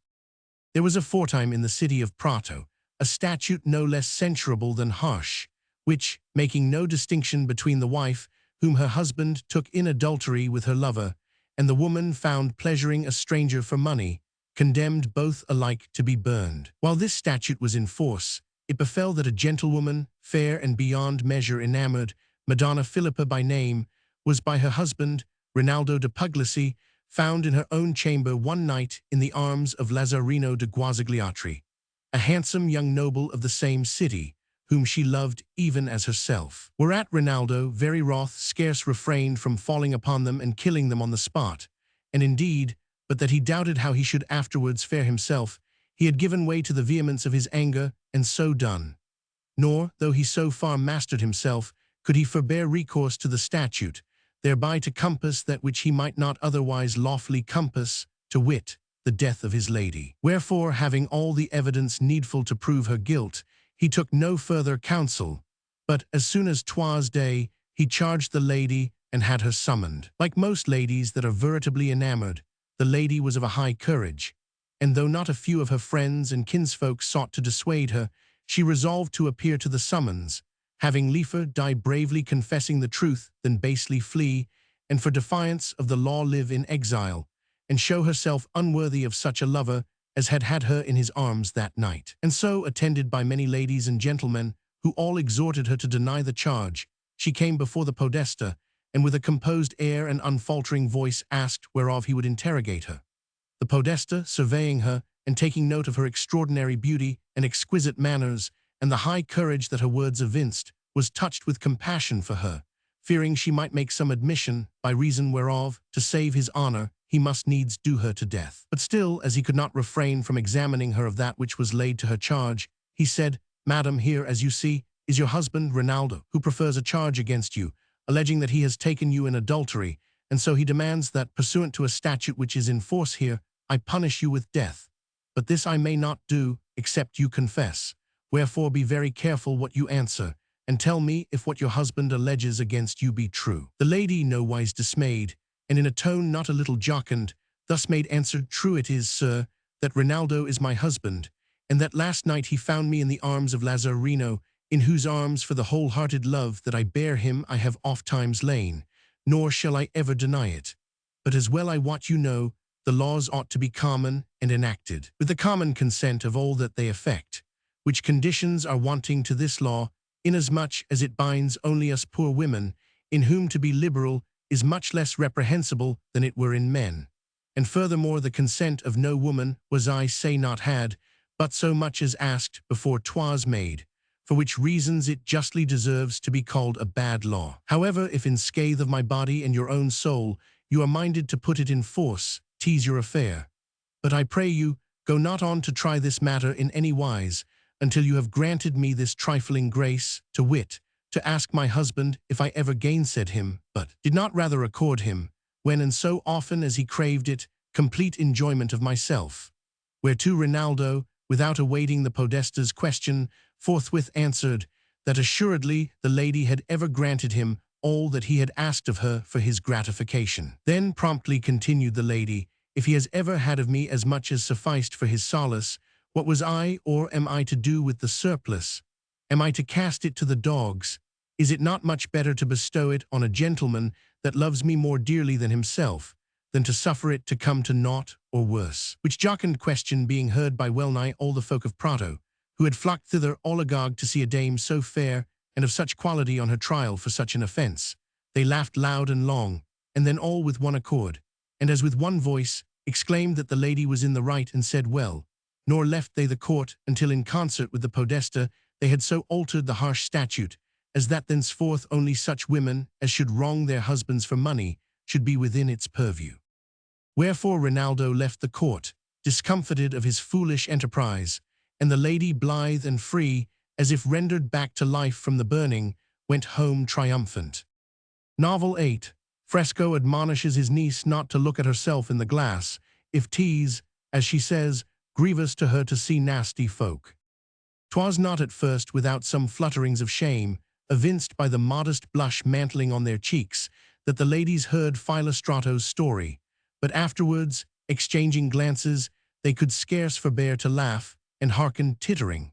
However, when he had done, the queen turning to Emilia bade her follow suit. Whereupon Emilia, fetching a deep breath as if she were roused from sleep, thus began, loving ladies, brooding thought has kept my spirit for so long time remote from here, that perchance I may make a shift to satisfy our queen with a much shorter story than would have been forthcoming, but for my absence of mind, wherein I purpose to tell you how a young woman's folly was corrected by her uncle with a pleasant jest, had she but had the sense to apprehend it. My story, then, is of one, Fresco de Salatico by name, that had a niece, Ciessa, as she was playfully called, who, being fair of face and person, albeit she had none of those angelical charms that we ofttimes see, had so superlative a conceit of herself, that she had contracted a habit of disparaging both men and women. And all that she saw, entirely regardless of her own defects, though for odiousness, tiresomeness, and petulance she had not her match among women, insomuch that there was naught that could be done to her mind. Besides which, such was her pride that had she been of the blood royal of France, 'twould have been inordinate. And when she walked abroad, so fastidious was her humour, she was ever averting her head, as if there was never a soul she saw or met but reeked with a foul smell. Now one day, not to speak of other odious and tiresome ways, that she had it so befell that being come home, where Fresco was, she sat herself down beside him with a most languishing air, and did naught but fume and chafe. Whereupon, Ciessa, quoth he, what means this, that though 'tis a feast day, yet thou art come back so soon? She, all but dissolved with her vaporish humours, made answer, why, the truth is, that I am come back early because never, I believe, were there such odious and tiresome men and women in this city as there are today. I cannot pass a soul in the street that I loathe not like a luck, and I believe there is not a woman in the world that is so distressed by the sight of odious people as I am, and so I am come home thus soon to avoid the sight of them. Whereupon Fresco, too, whom his niece's bad manners were distasteful in the extreme, daughter, quoth he, if thou loathe odious folk as much as thou sayest, thou wert best, so thou wouldst live happy, never to look at thyself in the glass. But she, empty as a reed, albeit in her own conceit a match for Solomon in wisdom, was as far as any sheep from apprehending the true sense of her uncle's jest, but answered that on the contrary, she was minded to look at herself in the glass like other women. And so she remained, and yet remains, hidebound in her folly. Novel 9. Guido Cavalcanti, by a quip meetly, rebukes certain Florentine gentlemen who had taken him at a disadvantage.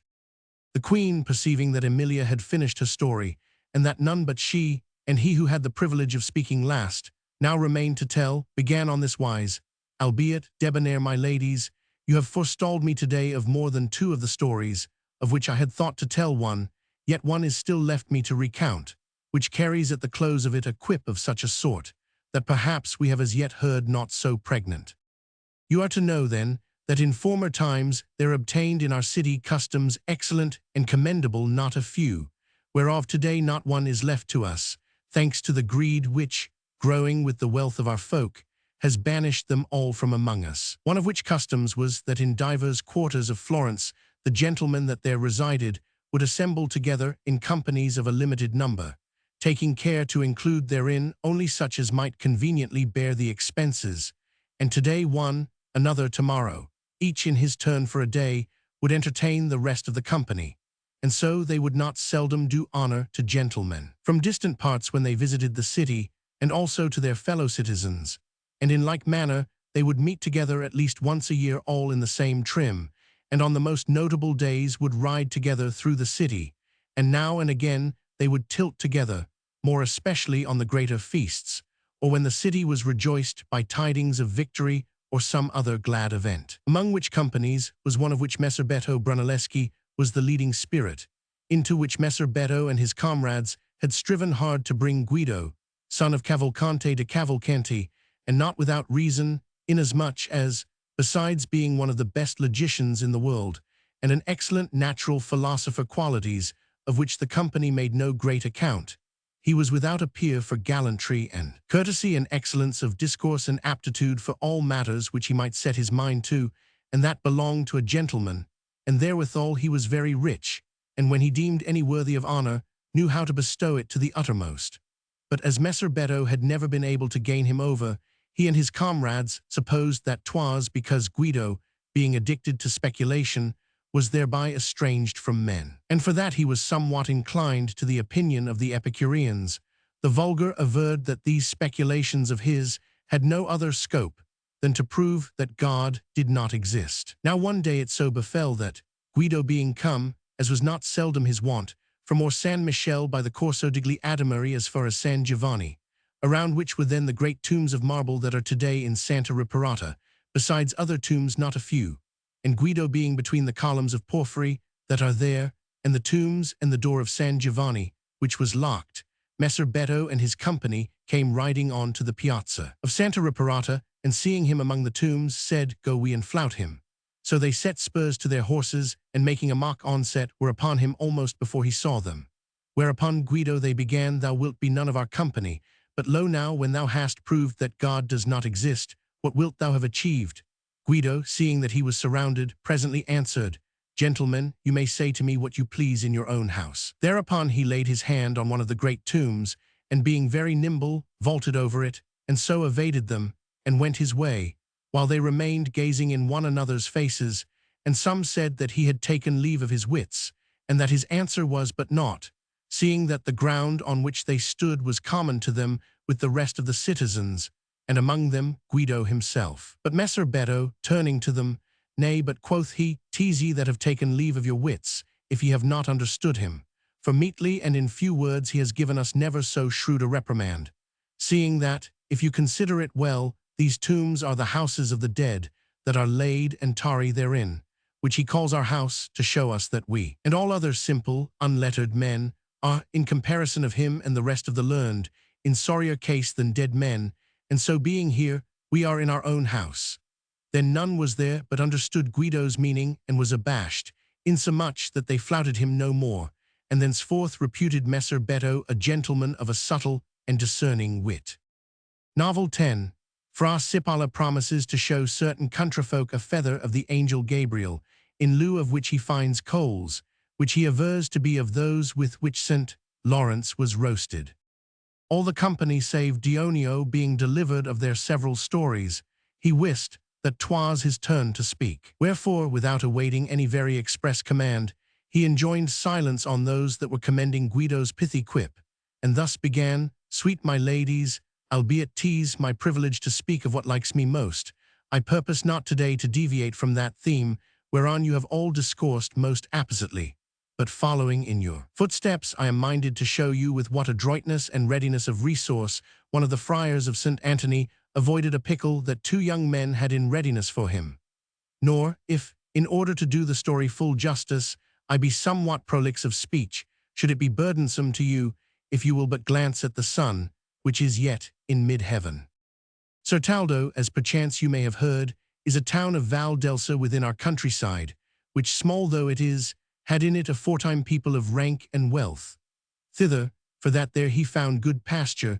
'Twas long the wont of one of the friars of St. Anthony to resort once every year, to collect the alms that fools gave them. Fra Cipalasso hight the friarmate with a hearty welcome, no less, perchance, by reason of his name than for other cause, the onions produced in that district being famous throughout Tuscany. He was little of person, red-haired, jolly-visaged, and the very best of good fellows, and therewithal, though learning he had none, he was so excellent and ready a speaker that whoso knew him not would not only have esteemed him a great rhetorician, but would have pronounced him Tully himself, or perchance Quintilian.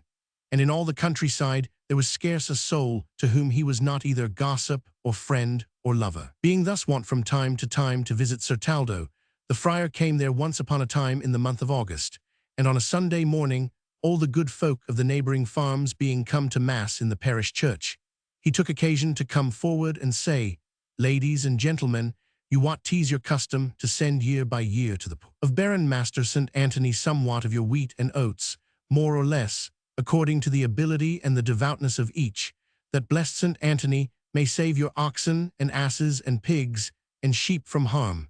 And you are also accustomed, and especially those whose names are on the books of our confraternity, to pay your trifling annual dues. To collect which offerings I am hither sent by my superior, to wit, Master Abbot. Wherefore, with the blessing of God, after none, when you hear the bells ring, you will come out of the church to the place, where in the usual way I shall deliver you my sermon, and you will kiss the cross. And therewithal, knowing, as I do, that you are one and all most devoted to Baron Master St. Anthony, I will by way of a special grace show you a most holy and goodly relic, which I brought myself from the Holy Land overseas, which is none other than one of the feathers of the angel Gabriel, which he left behind him in the room of the Virgin Mary, when he came to make her the Annunciation in Nazareth. And having said thus much, he ceased, and went on with the Mass. Now among the many that were in the church, while Fra Cipolla made this speech, were two very wily young wags, the one Giovanni del Braganiera by name, the other Biagio Pizzini, who, albeit they were on the best of terms with Fra Cipolla and much in his company, had a sly laugh together over the relic, and resolved to make game of him and his feather. So having learned that Fra Cipolla was to breakfast that morning in the town with one of his friends, as soon as they knew that he was at table, down they hied them into the street, and to the inn where the friar lodged, having complotted that Biagio should keep the friar's servant in play, while Giovanni made search among the friar's goods and chattels, for this feather, whatever it might be, to carry it off, that they might see how the friar would afterwards explain the matter to the people. Now Fra Cipolla had for servant one Guccio, whom some called by way of addition Bailna, others Imbrata, others again Porco, and who was such a rascallion that sure it is that Lippo Topo himself never painted his like, concerning whom Fra Cipolla would ofttimes make merry with his familiars, saying, "My servant has 9 qualities, any one of which in Solomon, Aristotle, or Seneca would have been enough to spoil all their virtue, wisdom, and holiness. Consider, then, what sort of a man he must be that has these 9 qualities, and yet never a spark of either virtue or wisdom or holiness." And being asked upon divers occasions what these 9 qualities might be, he strung them together in rhyme, and answered, "I will tell you. Lazy and uncleanly, and a liar he is, negligent, disobedient, and foul-mouthed, iwis, and reckless, and witless, and mannerless. And therewithal he has some other petty vices, which 'twere best to pass over. And the most amusing thing about him is, that wherever he goes, he is for taking a wife and renting a house, and on the strength of a big, black, greasy beard, he deems himself so very handsome a fellow and seductive, that he takes all the women that see him to be in love with him, and if he were left alone, he would slip his girdle and run after them all.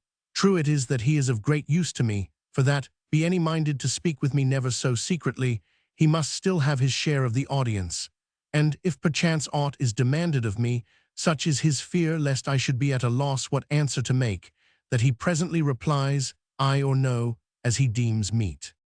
Now when he left this knave at the inn, Fra Cipolla had strictly enjoined him on no account to suffer any one to touch aught of his, and least of all his wallet, because it contained the holy things. But Guccio Imbrata, who was fonder of the kitchen than any nightingale of the green boughs, and most particularly if he espied there a maid, and in the hosts kitchen had caught sight of a coarse, fat woman, short and misshapen, with a pair of breasts that showed as two buckets of muck, and a face that might have belonged to one of the Baronsi, all reeking with sweat and grease and smoke, left Fra Sipala's room and all his things to take care of themselves, and like a vulture swooping down upon the carrion, was in the kitchen in a trice, where though 'twas August, he sat him down by the fire, and fell a-gossiping with Nudasuch, was the maid's name, and told her that he was a gentleman by procuration, and had more florins than could be reckoned, besides those that he had to give away, which were rather more than less, and that he could do and say such things as never were or might be seen or heard forever, good Lord, and a day. And all heedless of his cowl, which had as much grease upon it as would have furnished forth the cauldron of Altapasio, and of his rent and patched doublet, inlaid with filth about the neck and under the armpits, and so stained that it showed hues more various than ever did silk from Tartary or the Indies, and of his shoes that were all to pieces, and of his hose that were all in tatters, he told her in a tone that would have become the Sieur de Chatelain, that he was minded to rehabit her and put her in trim, and raise her from her abject condition, and place her where, though she would not have much to call her own, at any rate she would have hope of better things, with much more to the like effect. Which professions, though made with every appearance of good will, proved, like most of his schemes, insubstantial as air, and came to nothing. Finding Guccio Porco thus occupied with Nuda, the two young men gleefully accounted their work half done, and none gainsaying them, entered Fra Sipala's room, which was open, and lit at once upon the wallet, in which was the feather. The wallet opened, they found, wrapped up in many folds of taffeta, a little casket, on opening which they discovered one of the tail feathers of a parrot, which they deemed must be that which the friar had promised to show the good folk of Sir Taldo. And in sooth he might well have so imposed upon them, for in those days the luxuries of Egypt had scarce been introduced into Tuscany, though they have since been brought over in prodigious abundance, to the grave hurt of all Italy. And though some conversance with them there was, yet in those parts folk knew next to nothing of them, but adhering to the honest, simple ways of their forefathers, had not seen, nay, for the most part had not so much as heard tell of, a parrot. So the young men, having found the feather, took it out with great glee, and looking around for something to replace it, they espied in a corner of the room some pieces of coal, wherewith they filled the casket, which they then closed, and having set the room in order exactly as they had found it, they quitted it unperceived, and hied them merrily off with the feather, and posted themselves where they might hear what Fra Sipala would say when he found the coals in its stead. Mass said, the simple folk that were in the church went home with the tidings that the feather of the angel Gabriel was to be seen after none, and this goodman telling his neighbor, and that goodwife her gossip, by the time every one had breakfasted, the town could scarce hold the multitude of men and women that flocked thither, all agog to see this feather. Fra Sipala, having made a hearty breakfast and had a little nap, got up shortly after none, and marking the great concourse of countryfolk that were come to see the feather, sent word to Guccio Imbrata to go up there with the bells, and bring with him the wallet. Guccio, though 'twas with difficulty that he tore himself away from the kitchen and Nuda, hied him up with the things required, and though, when he got up, he was winded, for he was corpulent with drinking naught but water, he did Fra Sipala's bidding by going to the church door and ringing the bells Amen. When all the people were gathered about the door, Fra Sipala, all unwitting that aught of his was missing, began his sermon, and after much said in glorification of himself, caused the Confiteor to be recited with great solemnity, and 2 torches to be lit. By way of preliminary to the showing of the feather of the angel Gabriel, he then bared his head, carefully unfolded the taffeta, and took out the casket, which, after a few prefatory words in praise and laudation of the angel Gabriel and his relic, he opened. When he saw that it contained naught but coals, he did not suspect Guccio Baelna of playing the trick, for he knew that he was not clever enough, nor did he curse him that his carelessness had allowed another to play it, but he inly imprecated himself that he had committed his things to the keeping of one whom he knew to be negligent and disobedient, reckless and witless. Nevertheless, he changed not color, but with face and hands upturned to heaven, he said in a voice that all might hear, O God, blessed be thy might for ever and ever. Then closing the casket, and turning to the people, ladies and gentlemen, He said, "You are to know that when I was yet a very young man, I was sent by my superior into those parts where the sun rises, and I was expressly bidden to search until I should find the privileges of porcellana, which, though they cost nothing to seal, are of much more use to others than to us. On which errand I set forth, taking my departure from Venice, and traversing the Borgo de Gresse, and thence on horseback the realm of Algarve, and so by Baldeca I came to Pariani, whence, somewhat athirst, I after a while got on to Sardinia. But wherefore go I about to enumerate all the lands in which I pursued my quest? Having passed the Straits of San Giorgio, I arrived at Truffia and Buffia, countries thickly populated and with great nations, whence I pursued my journey to Menzogna, where I met with many of our own brethren, and of other religious not a few, intent one and all on eschewing hardship for the love of God, making little account of others' toil so they might ensue their own advantage, and paying in naught but unminted coin throughout the length and breadth of the country. And so I came to the land of Abruzzi, where the men and women go in pattens on the mountains, and clothe the hogs with their own entrails. And a little further on I found folk that carried bread in staves and wine in sacks. And leaving them, I arrived at the mountains of the Bacchae, where all the waters run downwards. In short, I penetrated so far that I came at last to India Pastanaca, where I swear to you by the habit that I wear, that I saw pruning hooks fly, a thing that none would believe that had not seen it. Whereof be my witness that I lie not Maso del Saggio, that great merchant, whom I found there cracking nuts, and selling the shells by retail. However, not being able to find that whereof I was in quest, because from thence one must travel by water, I turned back, and so came at length to the Holy Land, where in summer cold bread costs 4 deniers, and hot bread is to be had for nothing.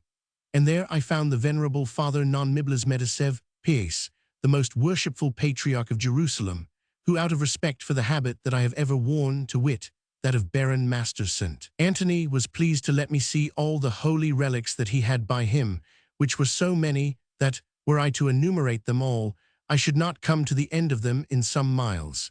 However, not to disappoint you, I will tell you a few of them. In the first place, then, he showed me the finger of the Holy Spirit, as whole and entire as it ever was, and the tuft of the seraph that appeared to St. Francis, and one of the nails of the cherubim, and one of the ribs of the verbum caro hie thee to the casement, and some of the vestments of the holy Catholic faith, and some of the rays of the star that appeared to the Magi in the east, and a phial of the sweat of St. Michael a battling with the devil, and the jaws of death of St. Lazarus, and other relics. And for that I gave him a liberal supply of the acclivities of Monte Morello in the Volga and some chapters of Caprezio, of which he had long been in quest. He was pleased to let me participate in his holy relics, and gave me one of the teeth of the Holy Cross, and in a small phial a bit of the sound of the bells of Solomon's temple, and this feather of the angel Gabriel, whereof I have told you, and one of the patens of San Gerardo de Villa Magna, which not long ago I gave at Florence to Gerardo di Bonsi, who holds him in prodigious veneration. He also gave me some of the coals with which the most blessed martyr, St. Lawrence, was roasted, all which things I devoutly brought thence, and have them all safe. True it is that my superior has not hitherto permitted me to show them, until he should be certified that they are genuine. However, now that this is avouched by certain miracles wrought by them, of which we have tidings by letter from the Patriarch, he has given me leave to show them. But fearing to trust them to another, I always carry them with me, and to tell you the truth I carry the feather of the angel Gabriel, lest it should get spoiled, in a casket, and the coals with which St. Lawrence was roasted in another casket, which caskets are so like the one to the other, that not seldom I mistake one for the other, which has befallen me on this occasion. For whereas I thought to have brought with me the casket wherein is the feather, I have brought instead that which contains the coals. Nor deem I this a mischance. Nay, methinks, 'tis by interposition of God, and that he himself put the casket of coals in my hand. For I mind me that the feast of St. Lawrence falls but 2 days hence. Wherefore God, being minded that by showing you the coals with which he was roasted, I should rekindle in your souls the devotion that you ought to feel towards him, guided my hand, not to the feather which I meant to take, but to the blessed coals that were extinguished by the humours that exuded from that most holy body. And so, blessed children, bear your heads and devoutly draw nigh to see them. But first of all I would have you know, that whoso has the sign of the cross made upon him with these coals may live secure for the whole of the ensuing year, that fire shall not touch him, that he feel it not. Having so said, the friar, chanting a hymn in praise of St. Lawrence, opened the casket and showed the coals, whereon the foolish crowd gazed a while in awe and reverent wonder, and then came pressing forward in a mighty throng about Fra Sipala with offerings beyond their wont, each and all praying him to touch them with the coals. Wherefore Fra Sipala took the coals in his hand, and set about making on their white blouses, and on their doublets, and on the veils of the women crosses as big as might be, averring the while that whatever the coals might thus lose would be made good to them again in the casket, as he had often proved. On this wise, to his exceeding great profit, he marked all the folk of Certaldo with the cross, and thanks to his ready wit and resource, had his laugh at those who by robbing him of the feather thought to make a laughing-stock of him. They indeed, being among his hearers, and marking his novel expedient, and how voluble he was, and what a long story he made of it, laughed till they thought their jaws would break. And when the congregation was dispersed, they went up to him, and never so merrily told him what they had done, and returned him his feather, which next year proved no less lucrative to him than that day the coals had been. Immense was the delight and diversion which this story afforded to all the company alike, and great and general was the laughter over Fra Sipala, and more especially at his pilgrimage, and the relics, as well those that he had but seen as those that he had brought back with him. Which being ended, the queen, taking note that therewith the close of her sovereignty was come, stood up, took off the crown, and set it on Dionio's head, saying with a laugh, "'Tis time, Dionio, that thou prove the weight of the burden of having ladies to govern and guide. Be thou king then, and let thy rule be such that, when 'tis ended, we may have cause to commend it." Dionio took the crown, and laughingly answered, "Kings worthier far than I you may well have seen many a time ere now I speak of the kings in chess. But let me have of you that obedience which is due to a true king, and of a surety I will give you to taste of that solace, without which perfection of joy there may not be in any festivity. But enough of this, I will govern as best I may." Then, as was the wont, he sent for the seneschal, and gave him particular instruction how to order matters during the term of his sovereignty.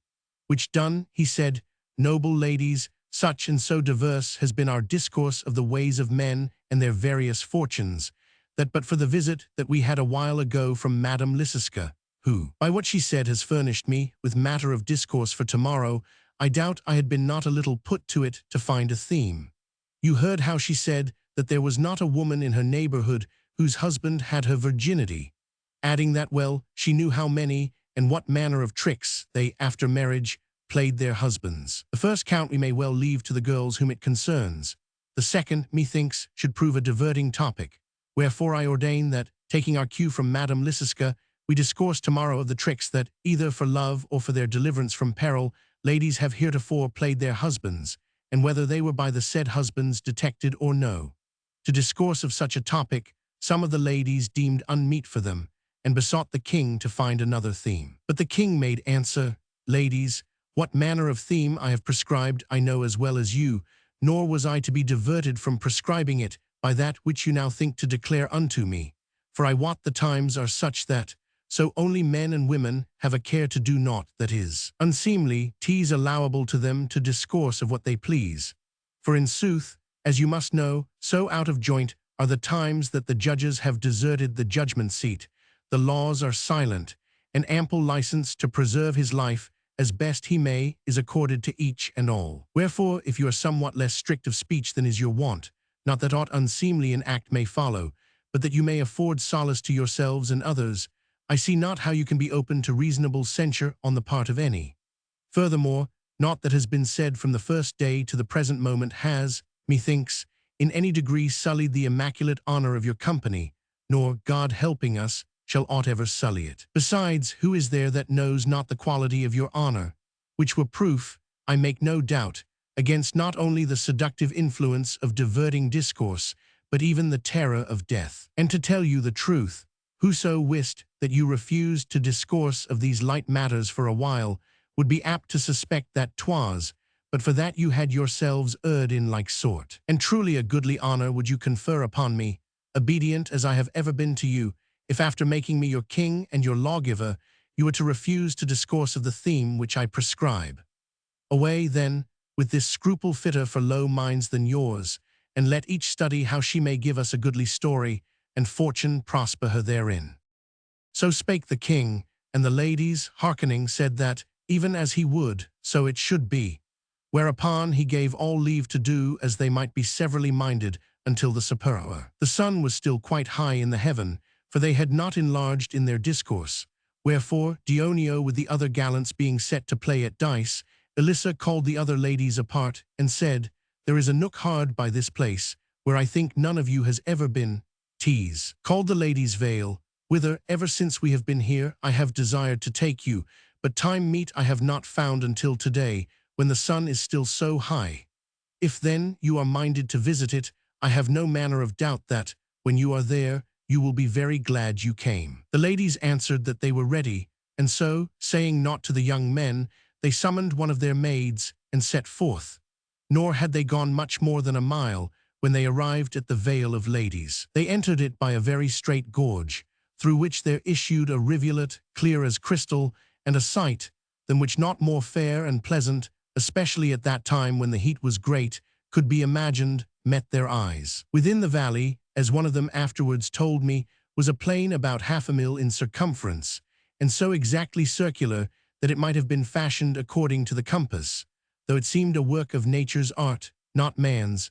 'Twas girdled about by 6 hills of no great height, each crowned with a palace that showed as a goodly little castle. The slopes of the hills were graduated from summit to base after the manner of the successive tiers, ever abridging their circle, that we see in our theatres, and as many as fronted the southern rays were all planted so close with vines, olives, almond trees, cherry trees, fig trees, and other fruit-bearing trees not a few, that there was not a hand's breadth of vacant space. Those that fronted the north were in like manner covered with copses of oak saplings, ashes, and other trees, as green and straight as might be. Besides which, the plain, which was shut in on all sides save that on which the ladies had entered, was full of firs, cypresses, and bay trees, with here and there a pine, in order and symmetry so meet and excellent as had they been planted by an artist, the best that might be found in that kind, wherethrough even when the sun was in the zenith, scarce a ray of light might reach the ground, which was all one lawn of the finest turf, pranked with the hyacinth and divers other flowers. Add to which was there aught there more delightsome a rivulet, that, issuing from one of the gorges between 2 of the hills, descended over ledges of living rock, making, as it fell, a murmur most gratifying to the ear, and seen from a distance, showed as a spray of finest, powdered quicksilver, and no sooner reached the little plain than 'twas gathered into a tiny channel, by which it sped with great velocity to the middle of the plain, where it formed a diminutive lake, like the fish ponds that townsfolk sometimes make in their gardens when they have occasion for them. The lake was not so deep but that a man might stand therein with his breast above the water, and so clear, so pellucid was the water that the bottom, which was of the finest gravel, showed so distinct, that one, had he wished, who had not better to do, might have counted the stones. Nor was it only the bottom that was to be seen, but such a multitude of fishes, glancing to and fro, as was at once a delight and a marvel to behold. Bank it had none, but its margin was the lawn, to which it imparted a goodlier freshness. So much of the water as it might not contain was received by another tiny channel, through which, issuing from the vale, it glided swiftly to the plain below. To which pleasance the damsels being come surveyed it with roving glance, and finding it commendable, and marking the lake in front of them, did, as 'twas very hot, and they deemed themselves secure from observation, resolve to take a bath. So having bidden their maid wait and keep watch over the access to the vale, and give them warning, if haply any should approach it, they all 7 undressed, and got into the water, which to the whiteness of their flesh was even such a veil as fine glass is to the vermeil of the rose. They being thus in the water, the clearness of which was thereby in no wise affected, did presently begin to go hither and thither after the fish, which had much ado where to bestow themselves, so as to escape out of their hands. In which diversion they spent some time, and caught a few, and then they hied them out of the water, and dressed them again, and bethinking them that 'twas time to return to the palace, they began slowly sauntering thither, dilating much as they went upon the beauty of the place, albeit they could not extol it more than they had already done. 'Twas still quite early when they reached the palace, so that they found the gallants yet at play where they had left them. To whom quoth Pampinea with a smile, "We have stolen a march upon you today." So replied Dioneo, "Tease with you do first and say after." "I, my lord," returned Pampinea, and told him at large whence they came, and what the place was like, and how far 'twas off, and what they had done. What she said of the beauty of the spot begat in the king a desire to see it. Wherefore he straightway ordered supper, whereof when all had gaily partaken, the three gallants parted from the ladies, and hied them with their servants to the vale, where none of them had ever been before, and having marked all its beauties, extolled it as scarce to be matched in all the world. Then, as the hour was very late, they did but bathe, and as soon as they had resumed their clothes, returned to the ladies, whom they found dancing a carol to an air that Fiammetta sang, which done, they conversed of the lady's vale, waxing eloquent in praise thereof, insomuch that the king called the seneschal, and bade him have some beds made ready and carried thither on the morrow, that any that were so minded might there take their siesta. He then had lights and wine and comforts brought, and when they had taken a slight refection, he bade all address them to the dance. So at his behest Pamphilo led a dance, and then the king, turning with gracious mien to Alyssa, "Fair damsel," quoth he, "'twas thou today didst me this honour of the crown, and 'tis my will that thine tonight be the honour of the song, wherefore sing us whatsoever thou hast most lief." "That gladly will I," replied Alyssa smiling, and thus with dulcet voice began. "If of thy talons, love, be quit I may, I deem it scarce can be, but other fangs I may elude for aye. Service I took with thee, a tender maid, in thy war thinking perfect peace to find, and all my arms upon the ground I laid, yielding myself to thee with trustful mind. Thou harpy-tyrant, whom no faith may bind, eftsoons didst swoop on me, and with thy cruel claws madst me thy prey. Then thy poor captive, bound with many a chain, thou tookst and gav'st to him whom fate did call hither my death to be, for that in pain and bitter tears I waste away his thrall, nor heave I e'er a sigh or tear let fall. So harsh a lord is he, that him inclines a jot my grief to allay. My prayers upon the idle air are spent. He hears not, will not hear, wherefore in vain. The more each hour my soul doth her torment. Nor may I die, albeit to die were gain. Ah, Lord, have pity of my bitter pain. Help have I none but thee. Then take and bind, and at my feet him lay. But if thou wilt not, do my soul but loose from hope that her still binds with triple chain. Sure, O my Lord, this prayer thou'lt not refuse, the which so thou to grant me do but deign. I look my wonted beauty to regain, and banish misery, with roses white and red bedecked and gay." So with a most piteous sigh ended Alyssa her song, whereat all wondered exceedingly, nor might any conjecture wherefore she so sang. But the king, who was in a jolly humour, sent for Tindaro, and bade him out with his cornemuse, and caused them tread many a measure thereto, until, no small part of the night being thus spent, he gave leave to all to betake them to rest. Endeth here the 6th day of the Decameron, beginneth the 7th, in which, under the rule of Dioneo, discourse is had of the tricks which, either for love or for their deliverance from peril, ladies have heretofore played their husbands, and whether they were by the said husbands detected or no.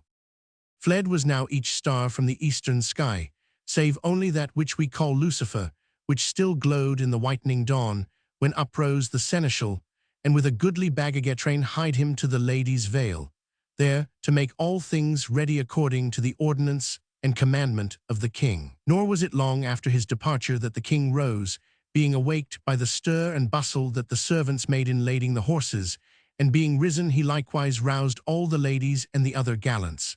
And so, when as yet 'twas scarce clear daybreak, they all took the road, nor seemed it to them that the nightingales and the other birds had ever chanted so blithely as that morning, by which choir they were attended to the lady's vale, where they were greeted by other warblers not a few, that seemed rejoiced at their arrival.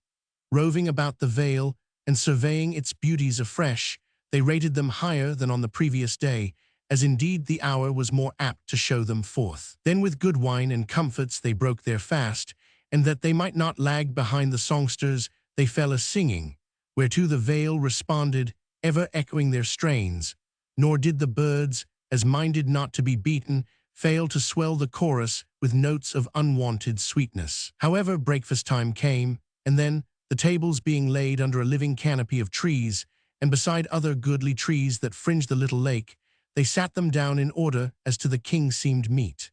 So they took their meal, glancing from time to time at the lake, where the fish darted to and fro in multitudinous shoals, which afforded not only delight to their eyes, but matter for converse. Breakfast ended, and the tables removed, they fell a-singing again more blithely than before. After which, there being set, in divers places about the little vale, beds which the discreet seneschal had duly furnished and equipped within and without with store of French coverlets, and other bejar, all that were so minded, had leave of the king to go to sleep, and those that cared not to sleep might betake them, as each might choose, to any of their wonted diversions. But all at length being risen, and the time for addressing them to the storytelling being come, the king had carpets spread on the sward no great way from the place where they had breakfasted, and all having sat them down beside the lake, he bade Emilia begin, which, blithe and smiling, Emilia did on this wise. Novel 1. Giovanni Boccaccio hears a knocking at his door at night. He awakens his wife, who persuades him that 'tis the bogey, which they fall to exercising with a prayer, whereupon the knocking ceases.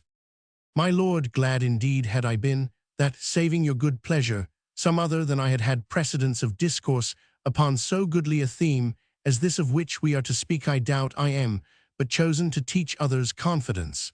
But such being your will, I will gladly obey it. And my endeavor shall be, dearest ladies, to tell you somewhat that may be serviceable to you in the future. For if you are, as I am, timorous, and that most especially of the bogey, which, God wot, I know not what manner of thing it may be, nor yet have found any that knew, albeit we are all alike afraid of it, you may learn from this my story how to put it to flight, should it intrude upon you, with a holy, salutary, and most efficacious orison.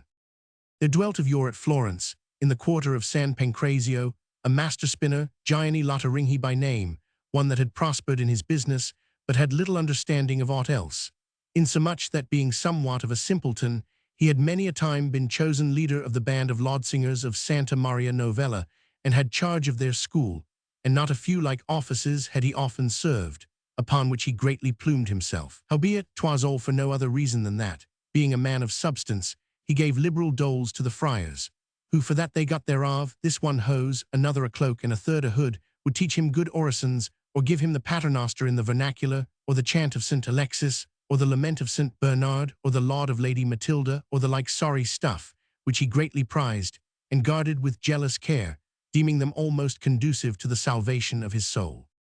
Now our simple master spinner had a most beautiful wife, and amorous withal, her name Monna Tessa. Daughter she was of Manuccio dalla Cucula, and not a little knowing and keen-witted, and being enamored of Federigo di Neri Pegalotti, a handsome and lusty gallant, as he also of her, she, knowing her husband's simplicity, took counsel with her maid, and arranged that Federigo should come to chat with her at a right goodly pleasure house that the said Giovanni had at Camerata, where she was wont to pass the summer. Giovanni coming now and again to sup and sleep, and going back in the morning to his shop, or maybe to his laudsingers. Federigo, who desired nothing better, went up there punctually on the appointed day about vespers, and as the evening passed without Giovanni making his appearance, did most comfortably, and to his no small satisfaction, sup and sleep with the lady, who lying in his arms taught him that night some 6 of her husband's lauds. But as neither she nor Federigo was minded that this beginning should also be the end of their intercourse, and that it might not be needful for the maid to go each time to make the assignation with him, they came to the following understanding, to wit, that as often as he came and went between the house and an estate that he had a little higher up, he should keep an eye on a vineyard that was beside the house, where he would see an ass's head stuck on one of the poles of the vineyard, and as often as he observed the muzzle turned towards Florence, he might visit her without any sort of misgiving, and if he found not the door open, he was to tap it thrice, and she would open it, and when he saw the muzzle of the ass's head turned towards Fiesole, he was to keep away, for then Giovanni would be there. Following which plan, they forgathered not seldom. But on one of these evenings, when Federigo was to sup with Monna Tessa on 2 fat capons that she bade boiled, it so chanced that Gianni arrived there unexpectedly and very late, much to the lady's chagrin.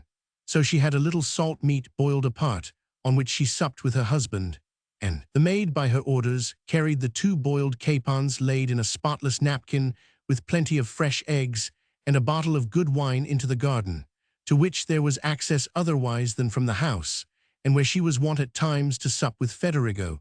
And there the maid set them down at the foot of a peach tree that grew beside a lawn. But in her vexation she forgot to tell the maid to wait till Federigo should come and let him know that Gianni was there, and he must take his supper in the garden.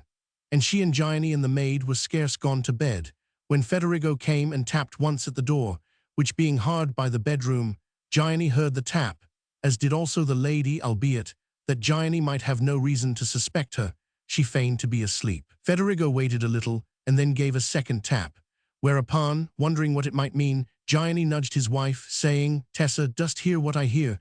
Methinks someone has tapped at our door." The lady, who had heard the noise much better than he, feigned to wake up. "And how? What sayst thou?" quoth she. "I say," replied Gianni, "that meseems someone has tapped at our door." "Tapped at it?" quoth the lady. "Alas, my Gianni, wottest thou not what that is? 'Tis the bogey, which for some nights past has so terrified me as never was, insomuch that I never hear it, but I pop my head under the clothes and venture not to put it out again until 'tis broad day." "Come, come, wife," quoth Gianni, "if such it is, be not alarmed. For before we got into bed I repeated the Te Lucis, the Intemerata, and divers other good orisons, besides which I made the sign of the cross in the name of the Father, Son, and Holy Spirit at each corner of the bed. Wherefore we need have no fear that it may avail to hurt us whatever be its power." The lady, lest Federigo, perchance suspecting a rival, should take offense, resolved to get up, and let him understand that Gianni was there. So she said to her husband, "Well, well, so sayst thou, but I for my part shall never deem myself safe and secure unless we exorcise it, seeing that thou art here." "Oh," said Gianni, "and how does one exorcise it?" "That," quoth the lady, "I know right well. For t'other day, when I went to Fiesole for the pardoning, one of those anchoresses, the saintliest creature, my Gianni, God be my witness, knowing how much afraid I am of the bogey, taught me a holy and salutary orison, which she said she had tried many a time before she was turned anchoress, and always with success. God wot, I should never have had courage to try it alone, but as thou art here, I propose that we go exorcise it together." Gianni made answer that he was quite of the same mind, so up they got, and stole to the door on the outside of which Federigo, now suspicious, was still waiting. And as soon as they were there, "Now," quoth the lady to Gianni, "thou wilt spit when I tell thee." "Good," said Gianni. Whereupon the lady began her orison, saying, "Bogey, bogey, that goest by night. Tail erect, thou camsteed, tail erect, take thy flight. Hie thee to the garden, and the great peach before. Grease upon grease, and droppings 5 score. Of my hen shalt thou find. Set the flask thy lips to. Then away like the wind. And no scathe unto me, or my Gianni do." And when she had done, "Now, Gianni," quoth she, "spit," and Gianni spat. There was no more room for jealousy in Federigo's mind as he heard all this from without. Nay, for all his disappointment, he was like to burst with suppressed laughter, and when Gianni spat, he muttered under his breath, "Now out with thy teeth." The lady, having after this fashion thrice exorcised the bogey, went back to bed with her husband. Federigo, disappointed of the supper that he was to have had with her, and apprehending the words of the orison aright, hied him to the garden, and having found the 2 capons and the wine and the eggs at the foot of the peach tree, took them home with him, and supped very comfortably. And many a hearty laugh had he and the lady over the exorcism during their subsequent intercourse. Now true it is that some say that the lady had in fact turned the ass's head towards Fiesole, but that a husbandman, passing through the vineyard, had given it a blow with his stick, whereby it had swung round and remained fronting Florence, and so it was that Federigo thought that he was invited, and came to the house, and that the lady's orison was on this wise: "Bogey, a God's name, away thee hie. For whoe'er turned the ass's head, 'twas not I. Another it was, foul fall his eyne. And here am I, with Giovanni mine. Wherefore Federigo was fain to take himself off, having neither slept nor supped. But a neighbor of mine, a lady well advanced in years, tells me that, by what she heard when she was a girl, both stories are true, but that the latter concerned not Giovanni Lottaringhi, but one Giovanni di Nello, that lived at Porta San Piero, and was no less a numbskull than Giovanni Lottaringhi. Wherefore, dear my ladies, you are at liberty to choose which exorcism you prefer, or take both if you like. They are both of extraordinary and approved virtue in such cases, as you have heard.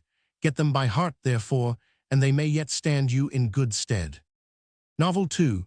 Her husband returning home, Peronella bestows her lover in a tun, which, being sold by her husband, she avers to have been already sold by herself to one that is inside examining it to see if it be sound.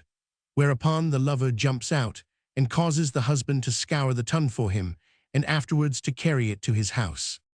Great indeed was the laughter with which Emilia's story was received, which being ended, and her orison commended by all as good and salutary, the king bade Philostrato follow suit, and thus Philostrato began, Dearest my ladies, so many are the tricks that men play you, and most of all your husbands, that when from time to time it so befalls that some lady plays her husband a trick, the circumstance, whether it come within your own cognizance or be told you by another, should not only give you joy but should incite you to publish it on all hands, that men may beware, that, knowing as they are, their ladies also, on their part, know somewhat, which cannot but be serviceable to you, for that one does not rashly essay to take another with guile whom one wots not to lack that quality. Can we doubt, then, that, should but the converse that we shall hold today touching this matter come to be bruited among men, 'twould serve to put a most notable check upon the tricks they play you, by doing them to wit of the tricks, which you, in like manner, when you are so minded, may play them. Wherefore 'tis my intention to tell you in what manner a young girl, albeit she was but of low rank, did, on the spur of the moment, beguile her husband to her own deliverance. 'Tis no long time since at Naples a poor man, a mason by craft, took to wife a fair and amorous maiden. Peronella was her name, who eked out by spinning what her husband made by his craft, and so the pair managed as best they might on very slender means. And as chance would have it, one of the gallants of the city, taking note of this Peronella one day, and being mightily pleased with her, fell in love with her, and by this means and that so prevailed that he won her to accord him her intimacy. Their times of forgathering they concerted as follows, to wit, that, her husband being wont to rise betimes of a morning to go to work or seek for work, the gallant was to be where he might see him go forth, and the street where she dwelt, which is called Avorio, being scarce inhabited, was to come into the house as soon as her husband was well out of it, and so times not a few, they 999. But on one of these occasions it befell that, the good man being gone forth, and Janello Sirignari such was the gallant's name, being come into the house, and being with Peronella, after a while, back came the good man, though 'twas not his wont to return until the day was done. And finding the door locked, he knocked, and, after knocking, he fell a-saying to himself, O God, praised be thy name forever, for that, albeit thou hast ordained that I be poor, at least thou hast accorded me the consolation of a good and honest girl for wife. Mark what haste she made to shut the door when I was gone forth, that none else might enter to give her trouble. Now Peronella knew by his knock that 'twas her husband. Wherefore, alas, Janello mine, quoth she, I'm a dead woman, for lo, here is my husband, foul fall him, come back. What it may import I know not, for he is never wont to come back at this hour. Perchance he caught sight of thee as thou camest in. However, for the love of God, be it as it may, get thee into this tun that thou seest here, and I will go open to him, and we shall see what is the occasion of this sudden return this morning. So Janello forthwith got into the tun, and Peronella went to the door, and let in her husband, and gave him black looks, saying, This is indeed a surprise, that thou art back so soon this morning. By what I see thou hast a mind to make this a holiday, that thou returnest tools in hand. If so, what are we to live on? Whence shall we get bread to eat? Thinkest thou I will let thee pawn my gown and other bits of clothes? Day and night I do not else but spin, insomuch that the flesh is fallen away from my nails, that at least I may have oil enough to keep our lamp alight. Husband, husband, there is never a woman in the neighborhood but marvels and mocks at me, that I am at such labor and pains, and thou comest home to me with thy hands hanging idle. when thou shouldst be at work. Which said, she fell a-weeping and repeating, Alas, alas, woe es me, in what evil hour was I born? In what luckless moment came I hither, I that might have had so goodly a young man, and I would not, to take up with one that bestows never a thought on her whom he has made his wife. Other women have a good time with their lovers, and never one have we here but has 2 or 3. They take their pleasure, and make their husbands believe that the moon is the sun. And I, alas, for that I am an honest woman, and have no such casual amours, I suffer, and am hard bested. I know not why I provide not myself with one of these lovers, as others do. Give good heed, husband, to what I say. Were I disposed to dishonor thee, I were at no loss to find the man. For here are gallants enough, that love me and court me, and have sent me many an offer of monino stintor dresses or jewels, should I prefer them. But my pride would never suffer it, because I was not born of a woman of that sort. And now thou comest home to me, when thou oughtest to be at work. Whereto the husband, wife, for God's sake distress not thyself. Thou shouldst give me credit for knowing what manner of woman thou art, as indeed I have partly seen this morning. True it is that I went out to work, but 'tis plain that thou knowest not, as indeed I knew not, that today 'tis the feast of San Galone, and a holiday, and that is why I am come home at this hour. But nevertheless I have found means to provide us with bread for more than a month. For I have sold to this gentleman, whom thou seest with me, the tun thou wottest of, seeing that it has encumbered the house so long, and he will give me 5 gigliats for it. Quoth then Peronella, and all this but adds to my trouble. Thou that art a man and goest abroad and shouldst know affairs, hast sold for 5 gigliats a ton, which I that am but a woman and was scarce ever out of doors, have, for that it took up so much room in the house, sold for 7 gigliats to a good man, that but now as thou cam'st back, got therein, to see if 'twere sound. So hearing, the husband was overjoyed, and said to the man that was come to take it away, Good man, I wish thee Godspeed, for as thou hearest, my wife has sold the ton for 7 gigliats, whereas thou gavest me only 5. Whereupon, so be it, said the good man, and took himself off. Then said Peronella to her husband, Now, as thou art here, come up, and arrange the matter with the good man. Now Janello, who meanwhile had been all on the alert to discover if there were aught he had to fear or be on his guard against, no sooner heard Peronella's last words, than he sprang out of the tun, and feigning to know naught of her husband's return, began thus, Where art thou, good dame?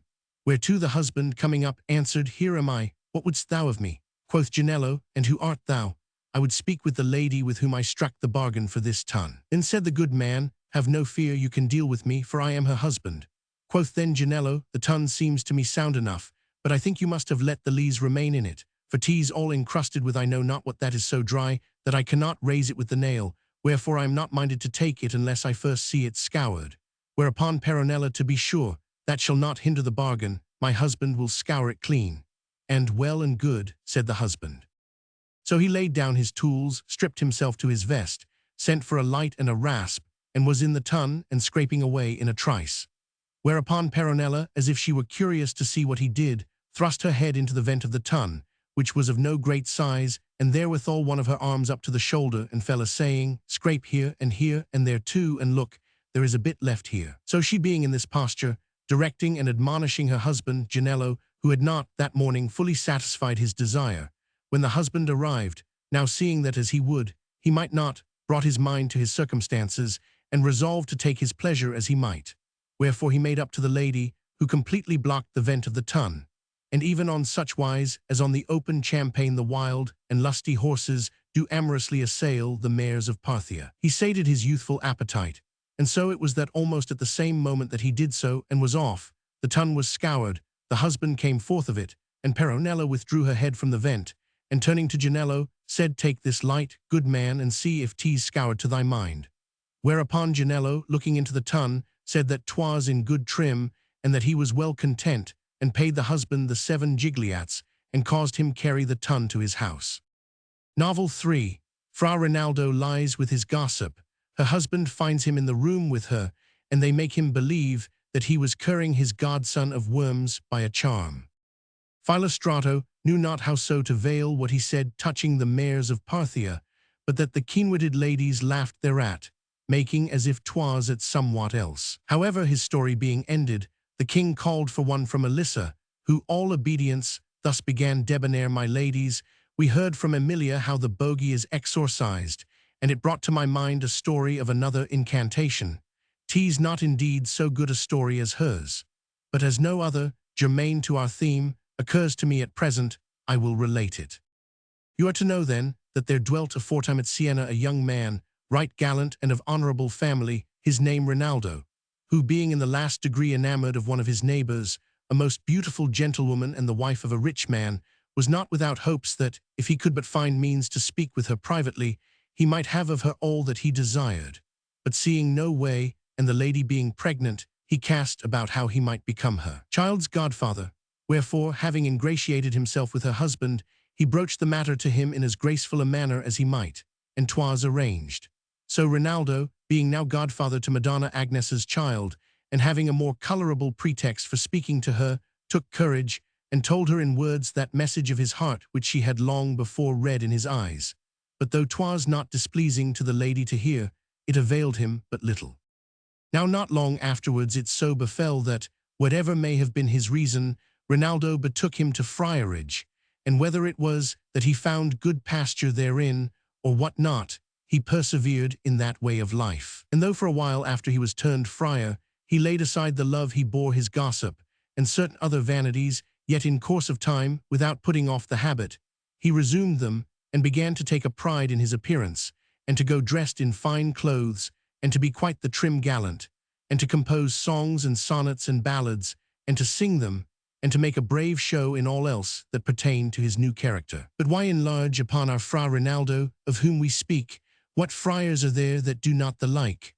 Ah, opprobrium of a corrupt world! Sleek-faced and sanguine, daintily clad, dainty in all their accessories, they ruffle it shamelessly before the eyes of all, showing not as doves, but as insolent cocks with raised crest and swelling bosom. And what is worse, to say naught of the vases full of electuaries and unguents, the boxes packed with divers comforts, the pitchers and phials of artificial waters and oils, the flagons brimming with Malmsey and Greek and other wines of finest quality, with which their cells are so packed that they show not as the cells of friars, but rather as apothecaries' or perfumers' shops.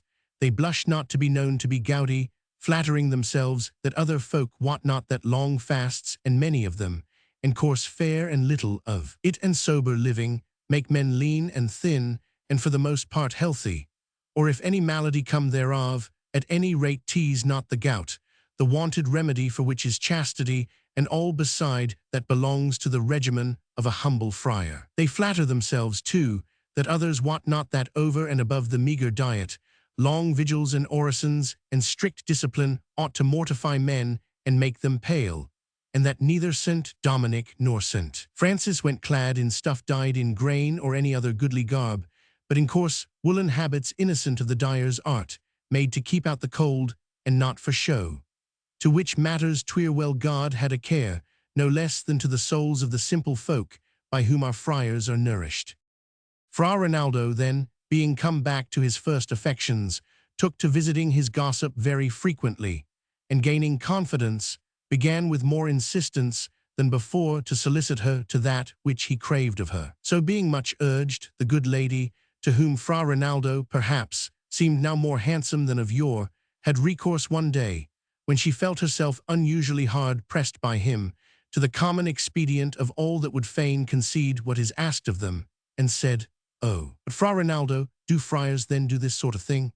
"Madam," replied Fra Rinaldo, "when I divest myself of this habit, which I shall do easily enough, you will see that I am a man furnished as other men and no friar." Whereto with a truly comical air the lady made answer, "Alas, woe's me, you are my child's godfather, how might it be? Nay, but 'twere a very great mischief, and many a time I have heard that 'tis a most heinous sin, and without a doubt, were it not so, I would do as you wish." "If," said Fra Rinaldo, "you forego it for such a scruple as this, you are a fool for your pains. I say not that 'tis no sin, but there is no sin so great but God pardons it if one repent.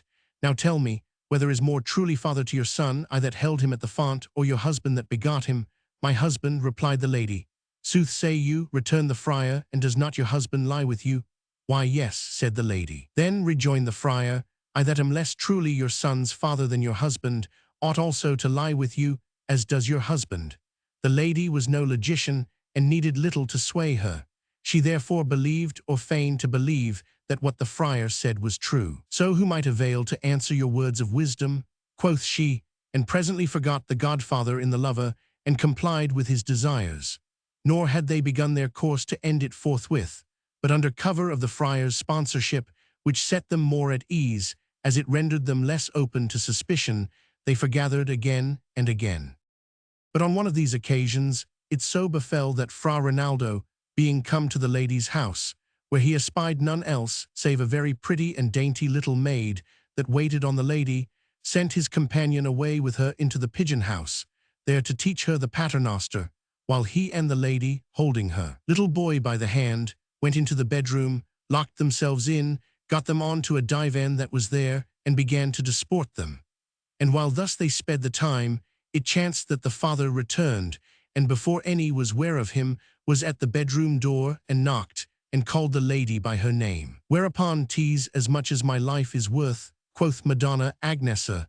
"Lo, here is my husband, and the occasion of our intimacy cannot but be now apparent to him." "Sooth say you," returned Fra Rinaldo, who was undressed, that is to say, had thrown off his habit and hood, and was in his tunic. "If I had but my habit and hood on me in any sort, 'twould be another matter. But if you let him in, and he find me thus, 'twill not be possible to put any face on it. But with an inspiration as happy as sudden, now get them on you," quoth the lady, "and when you have them on, take your godson in your arms, and give good heed to what I shall say to him, that your words may accord with mine, and leave the rest to me." The good man was still knocking, when his wife made answer, "Coming, coming." And so up she got, and put on a cheerful countenance, and hied her to the door, and opened it, and said, "Husband mine, well indeed was it for us that in came Fra Rinaldo our sponsor, 'twas God that sent him to us, for in sooth, but for that, we had today lost our boy." Which the poor simpleton almost swooned to hear. "And how so?" quoth he. "O husband mine," replied the lady, "he was taken but now all of a sudden with a fainting fit, so that I thought he was dead.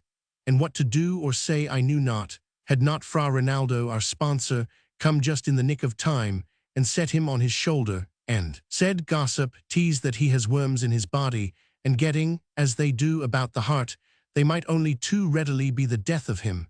But fear not, I will say a charm that will kill them all, and before I take my leave, you will see your boy as whole as you ever saw him.' And because to say certain of the prayers thou shouldst have been with us, and the maid knew not where to find thee, he caused his companion to say them at the top of the house, and he and I came in here. And for that 'tis not meet for any but the boy's mother to assist at such a service, that we might not be troubled with anyone else, we locked the door, and he yet has him in his arms, and I doubt not that he only waits till his companion have said his prayers, and then the charm will be complete, for the boy is already quite himself again." The good simple soul, taking all this for sooth, and overwrought by the love he bore his son, was entirely without suspicion of the trick his wife was playing him, and heaving a great sigh, said, "I will go look for him." "Nay," replied the wife, "go not. Thou wouldst spoil the efficacy of the charm. Wait here. I will go see if thou mayst safely go, and will call thee." Whereupon Fra Rinaldo, who had heard all that passed, and was in his canonicals and quite at his ease, and had the boy in his arms, having made sure that all was as it should be, cried out, "Gossip, do I not hear the father's voice out there?" "Aye, indeed, sir," replied the simpleton. "Come in then," said Fra Rinaldo. So in came the simpleton. Whereupon quoth Fra Rinaldo, "I restore to you your boy made whole by the grace of God, whom but now I scarce thought you would see alive at vespers. You will do well to have his image fashioned in wax, not less than life-size, and set it for a thanksgiving to God, before the statue of Master St. Ambrose, by whose merits you have this favor of God." The boy, catching sight of his father, ran to him with joyous greetings, as little children are wont, and the father, taking him in his arms, and weeping as if he were restored to him from the grave, fell by turns a-kissing him and thanking his godfather that he had cured him. Fra Rinaldo's companion, who had taught the maid not one paternoster only, but peradventure 4 or more, and by giving her a little purse of white thread that a nun had given him, had made her his devotee, no sooner heard Fra Rinaldo call the simpleton into his wife's room, than he stealthily got him to a place whence he might see and hear what was going on. Observing that the affair was now excellently arranged, he came down and entered the chamber, saying, Fra Rinaldo, those 4 prayers that you bade me say, I have said them all. Then well done, my brother, quoth Fra Rinaldo, well-breathed must thou be. For my part, I had but said 2, when my gossip came in. But what with thy travail and mine, God of his grace has vouchsafed us the healing or the boy. The simpleton then had good wine and comforts brought in, and did the honors to the godfather and his companion in such sort as their occasions did most demand. He then ushered them forth of the house, commending them to God, and without delay had the waxen image made, and directed it to be set up with the others in front of the statue of St. Ambrose, not, be it understood, St. Ambrose of Milan. Novel 4. Tofano one night locks his wife out of the house. She, finding that by no entreaties may she prevail upon him to let her in, feigns to throw herself into a well, throwing therein a great stone. Tofano hies him forth of the house, and runs to the spot. She goes into the house, and locks him out, and hurls abuse at him from within.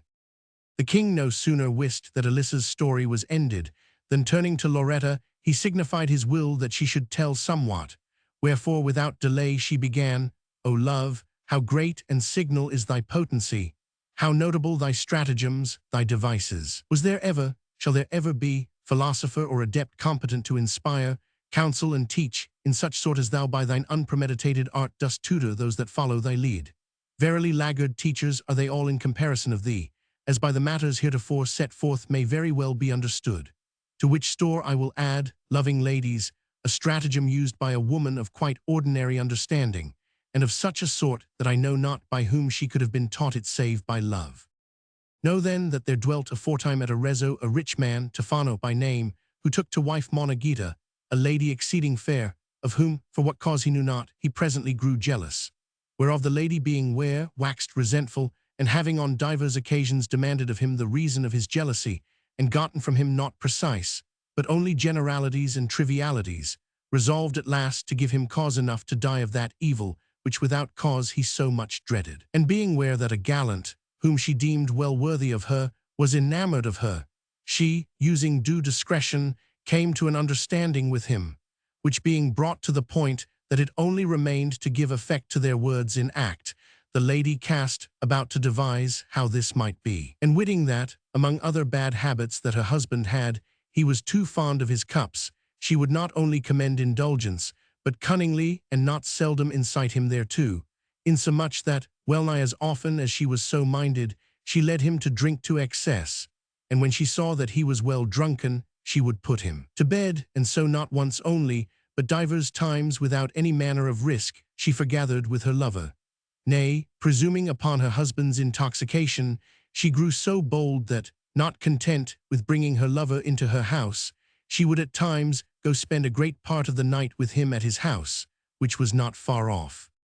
Now such being the enamored lady's constant practice, it so befell that the dishonored husband took note that, while she egged him on to drink, she herself drank never a drop, whereby he came to suspect the truth, to wit, that the lady was making him drunk, that afterwards she might take her pleasure while he slept. And being minded to put his surmise to the proof, one evening, having drunken not all day, he mimicked never so drunken a sot both in speech and in carriage.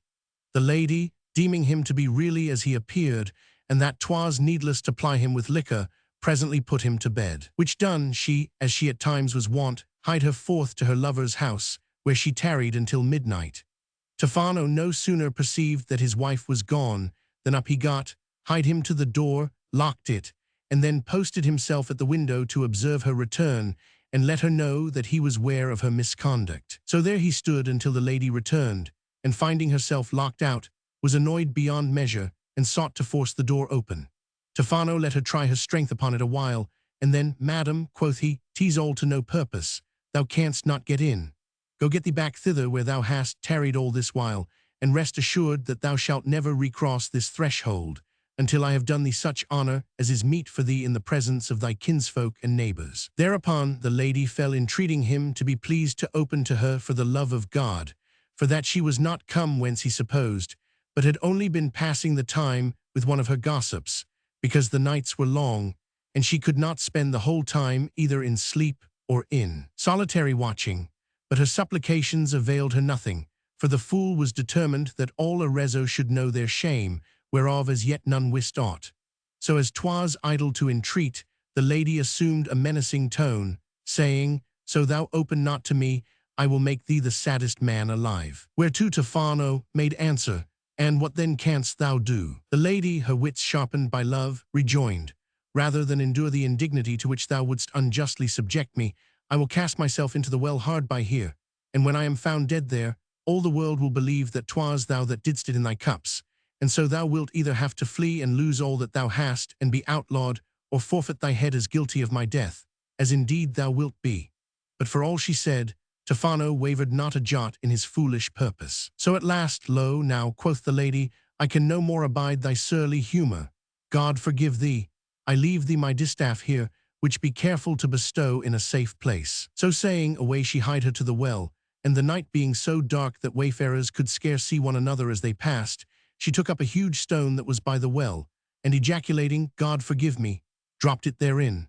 Tofano, hearing the mighty splash that the stone made as it struck the water, never doubted that she had cast herself in. So, bucket and rope in hand, he flung himself out of the house, and came running to the well to her rescue. The lady had meanwhile hidden herself hard by the door, and seeing him make for the well, was in the house in a trice, and having locked the door, hied her to the window, and greeted him with tease while thou art drinking, not now, when the night is far spent, that thou shouldst temper thy wine with water. Thus derided, Tofano came back to the door, and finding his ingress barred, began adjuring her to let him in. Whereupon, changing the low tone she had hitherto used for one so shrill that 'twas well-nigh a shriek, she broke out with, By the holy rude, tedious drunken sot that thou art, thou gettest no admittance here tonight. Thy ways are more than I can endure. 'Tis time I let all the world know what manner of man thou art, and at what hour of the night thou comest home. Tofano, on his part, now grew angry, and began loudly to upbraid her, insomuch that the neighbors, aroused by the noise, got up, men and women alike, and looked out of the windows, and asked what was the matter. Whereupon the lady fell a-weeping, and saying, 'Tis this wicked man, who comes home drunk at even, or falls asleep in some tavern, and then returns at this hour. Long and to no purpose have I borne with him, but 'tis now past endurance, and I have done him this indignity of locking him out of the house in the hope that perchance it may cause him to mend his ways. Tofano, on his part, told Dolt that he was just what had happened and was mighty menacing. Whereupon, now mark, quoth the lady to the neighbors, the sort of man he is. What would you say if I were, as he is, in the street, and he were in the house, as I am? God's faith, I doubt you would believe what he said. Hereby you may gauge his sense. He tells you that I have done just what, I doubt not, he has done himself. He thought to terrify me by throwing I know not what into the well, wherein would to God he had thrown himself indeed, and drowned himself, whereby the wine of which he has taken more than enough, had been watered to some purpose. The neighbors, men and women alike, now with one accord gave tongue, censuring Tofano, throwing all the blame upon him, and answering what he alleged against the lady with loud recrimination.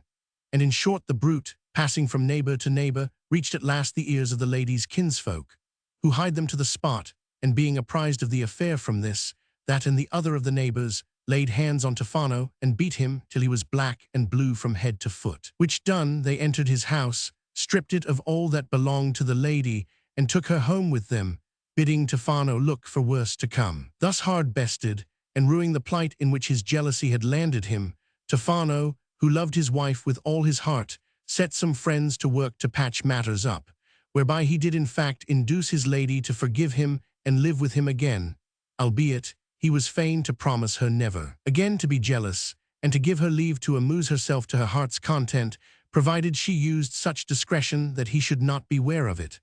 On such wise, like the churl and booby that he was, being despoiled, he made terms. Now long live love, and perish war, and all that wage it. Novel 5. A jealous husband disguises himself as a priest and hears his own wife's confession. She tells him that she loves a priest who comes to her every night. The husband posts himself at the door to watch for the priest, and meanwhile the lady brings her lover in by the roof and tarries with him. When Loretta had done speaking, and all had commended the lady, for that she had done well, and treated her caitiff husband as he had deserved, the king, not to lose time, turned to Fiametta, and graciously bade her take up her parable, which she did on this wise: Most noble ladies, The foregoing story prompts me likewise to discourse of one of these jealous husbands, deeming that they are justly requited by their wives, more especially when they grow jealous without due cause.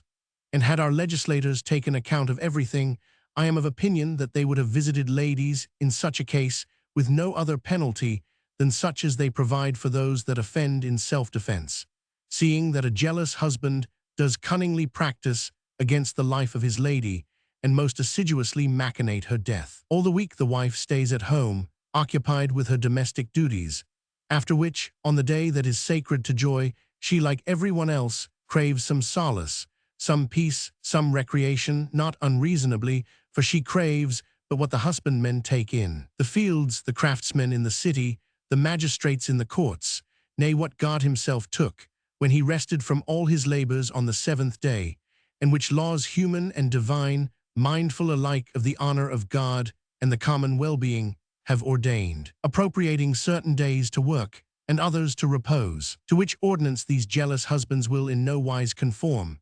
On the contrary, by then most sedulously secluding their wives, they make those days which to all other women are gladsome, to them most grievous and dolorous. And what an affliction it is to the poor creatures, they alone know, who have proved it. For which reason, to sum up, I say that a wife is rather to be commended than censured, if she take her revenge upon a husband that is jealous without cause.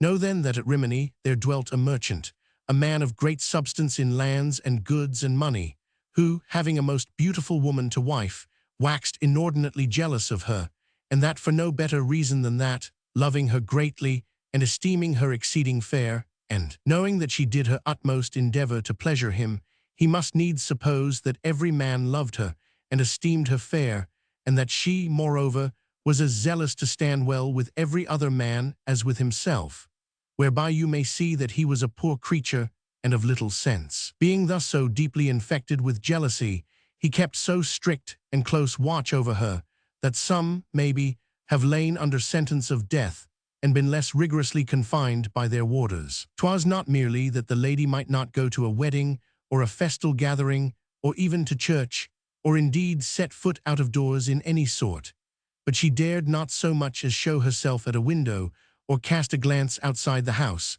no matter for what purpose. Wherefore she led a most woeful life of it, and found it all the harder to bear, because she knew herself to be innocent.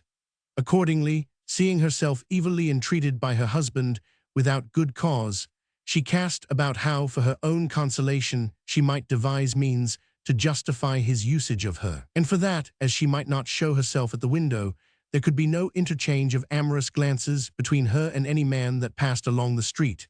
But she wist that in the next house there was a goodly and debonair gallant. She bethought her that, if there were but a hole in the wall that divided the two houses, she might watch thereat, until she should have sight of the gallant on such wise that she might speak to him and give him her love if he cared to have it, and if so it might be contrived, forgather with him now and again, and after this fashion relieve the burden of her woeful life, until such time as the evil spirit should depart from her husband. So peering about, now here, now there, when her husband was away, she found in a very remote part of the house a place, where, by chance, the wall had a little chink in it, peering through which she made out, though not without great difficulty, that on the other side was a room, and said to herself, if this were Filippo's room, Filippo was the name of the gallant, her neighbor, I should be already halfway to my goal.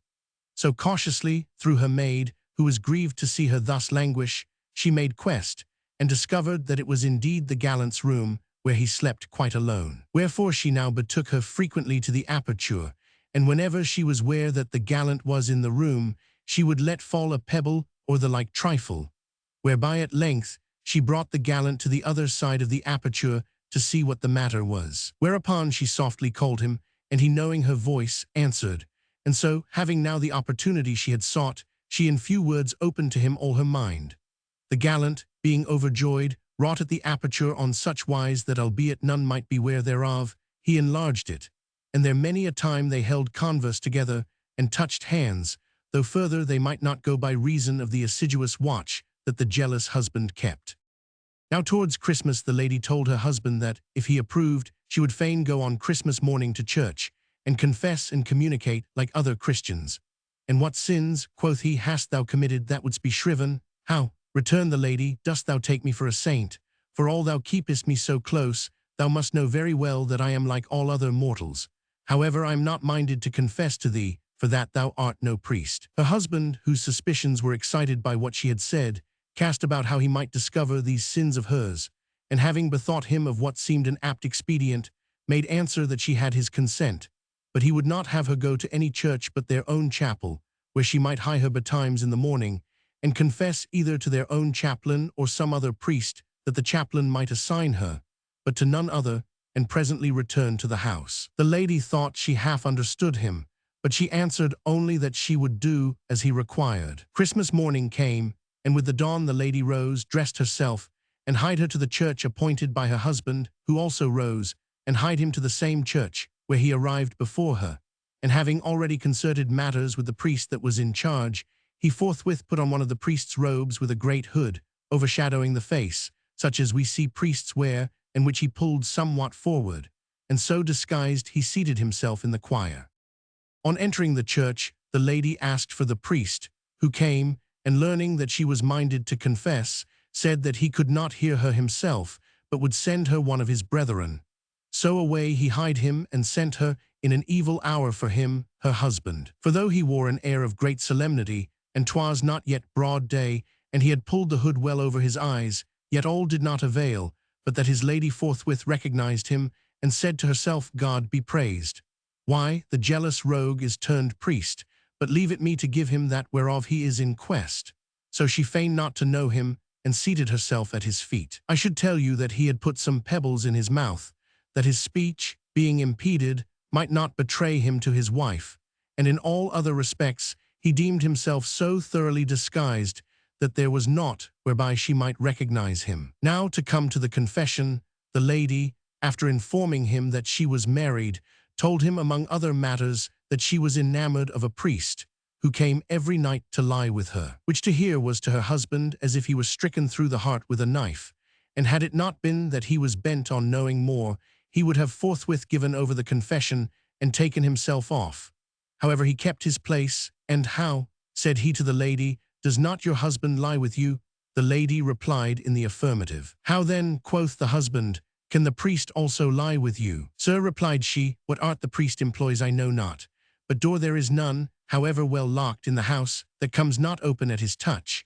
And he tells me that, being come to the door of my room, before he opens it, he says certain words, whereby my husband forthwith falls asleep. Whereupon he opens the door and enters the room and lies with me, and so 'tis always without fail. Then 'tis very wrong, madam, and you must give it up altogether, said the husband. That, sir, returned the lady, I doubt I can never do, for I love him too much. In that case, quoth the husband, I cannot give you absolution. The pity of it, ejaculated the lady, I came not hither to tell you falsehoods. If I could give it up, I would. Madam, replied the husband, indeed I am sorry for you, for I see that you are in a fair way to lose your soul. However, this I will do for you. I will make special supplication to God on your behalf, and perchance you may be profited thereby. And from time to time I will send you one of my young clerks, and you will tell him whether my prayers have been of any help to you or no, and if they have been so, I shall know what to do next. Nay, sir, quoth the lady, do not so. Send no man to me at home, for should my husband come to know it, he is so jealous that nothing in the world would ever disabuse him of the idea that he came but for an evil purpose, and so I should have no peace with him all the year long. Madam, returned the husband, have no fear. Rest assured that I will so order matters that you shall never hear a word about it from him. If you can make sure of that, quoth the lady, I have no more to say. And so her confession ended, and her penance enjoined, she rose and went to mass, while the luckless husband, fuming and fretting, hasted to divest himself of his priest's trappings, and then went home bent upon devising some means to bring the priest and his wife together, and take his revenge upon them both. When the lady came home from church, she read in her husband's face that she had spoiled his Christmas for him, albeit he dissembled to the uttermost, lest she should discover what he had done, and supposed himself to have learned. His mind was made up to keep watch for the priest that very night by his own front door. So to the lady he said, I have to go out tonight to sup and sleep, so thou wilt take care that the front door and the mid-stair door and the bedroom door are well locked, and for the rest thou mayst go to bed at thine own time." "Well and good," replied the lady, and as soon as she was able, off she hied her to the aperture and gave the wonted signal, which Filippo no sooner heard than he was at the spot. The lady then told him what she had done in the morning, and what her husband had said to her after breakfast, adding, "Sure I am that he will not stir out of the house, but will keep watch beside the door, wherefore contrive to come in tonight by the roof, that we may be together." "Madam," replied the gallant, nothing loath, "trust me for that." Night came, the husband armed, and noiselessly hid himself in a room on the ground floor. The lady locked all the doors, being especially careful to secure the midstair door to bar her husband's ascent, and in due time the gallant, having found his way cautiously enough over the roof, they got them to bed, and there had solace of one another and a good time, and at daybreak the gallant hied him back to his house. Meanwhile the husband, rueful and supperless, half dead with cold, kept his armed watch beside his door, momently expecting the priest for the best part of the night. But towards daybreak, his powers failing him, he lay down and slept in the ground-floor room. 'Twas hard upon tierce when he awoke, and the front door was then open. So, making as if he had just come in, he went upstairs and breakfasted. Not long afterwards, he sent to his wife a young fellow, disguised as the priest's underling, who asked her if he of whom she wist had been with her again. The lady, who quite understood what that meant, made answer that he had not come that night, and that, if he continued to neglect her so, 'twas possible he might be forgotten, though she had no mind to forget him. Now, to make a long story short, the husband passed many a night in the same way, hoping to catch the priest as he came in, the lady and her gallant meanwhile having a good time. But at last, the husband, being able to stand it no longer, sternly demanded of his wife what she had said to the priest the morning when she was confessed. The lady answered that she was not minded to tell him, for that 'twas not seemly or proper so to do. Whereupon, "Sinful woman," quoth the husband, "in thy despite I know what thou saidst to him, and know I must and will who this priest is, of whom thou art enamored, and who by dint of his incantations lies with thee o' nights, or I will sluice thy veins for thee." "'Tis not true," replied the lady, "that I am enamored of a priest." "How," quoth the husband, "saidst thou not as much to the priest that confessed thee? Thou canst not have had it from him," rejoined the lady. "Wast thou then present thyself? For sure I never told him so." "Then tell me," quoth the husband, "who this priest is, and lose no time about it." Whereat the lady began to smile, and, "I find it not a little diverting," quoth she, "that a wise man should suffer himself to be led by a simple woman, as a ram is led by the horns to the shambles. Albeit no wise man art thou, not since that fatal hour when thou gavest harborage in thy breast, thou wist not why, to the evil spirit of jealousy, and the more foolish and insensate thou art, the less glory have won. Deemest thou, my husband, that I am as blind of the bodily eye as thou art of the mind's eye? Nay, but for sure I am not so. I knew at a glance the priest that confessed me, and that 'twas even thyself. But I was minded to give thee that of which thou wast in quest, and I gave it thee.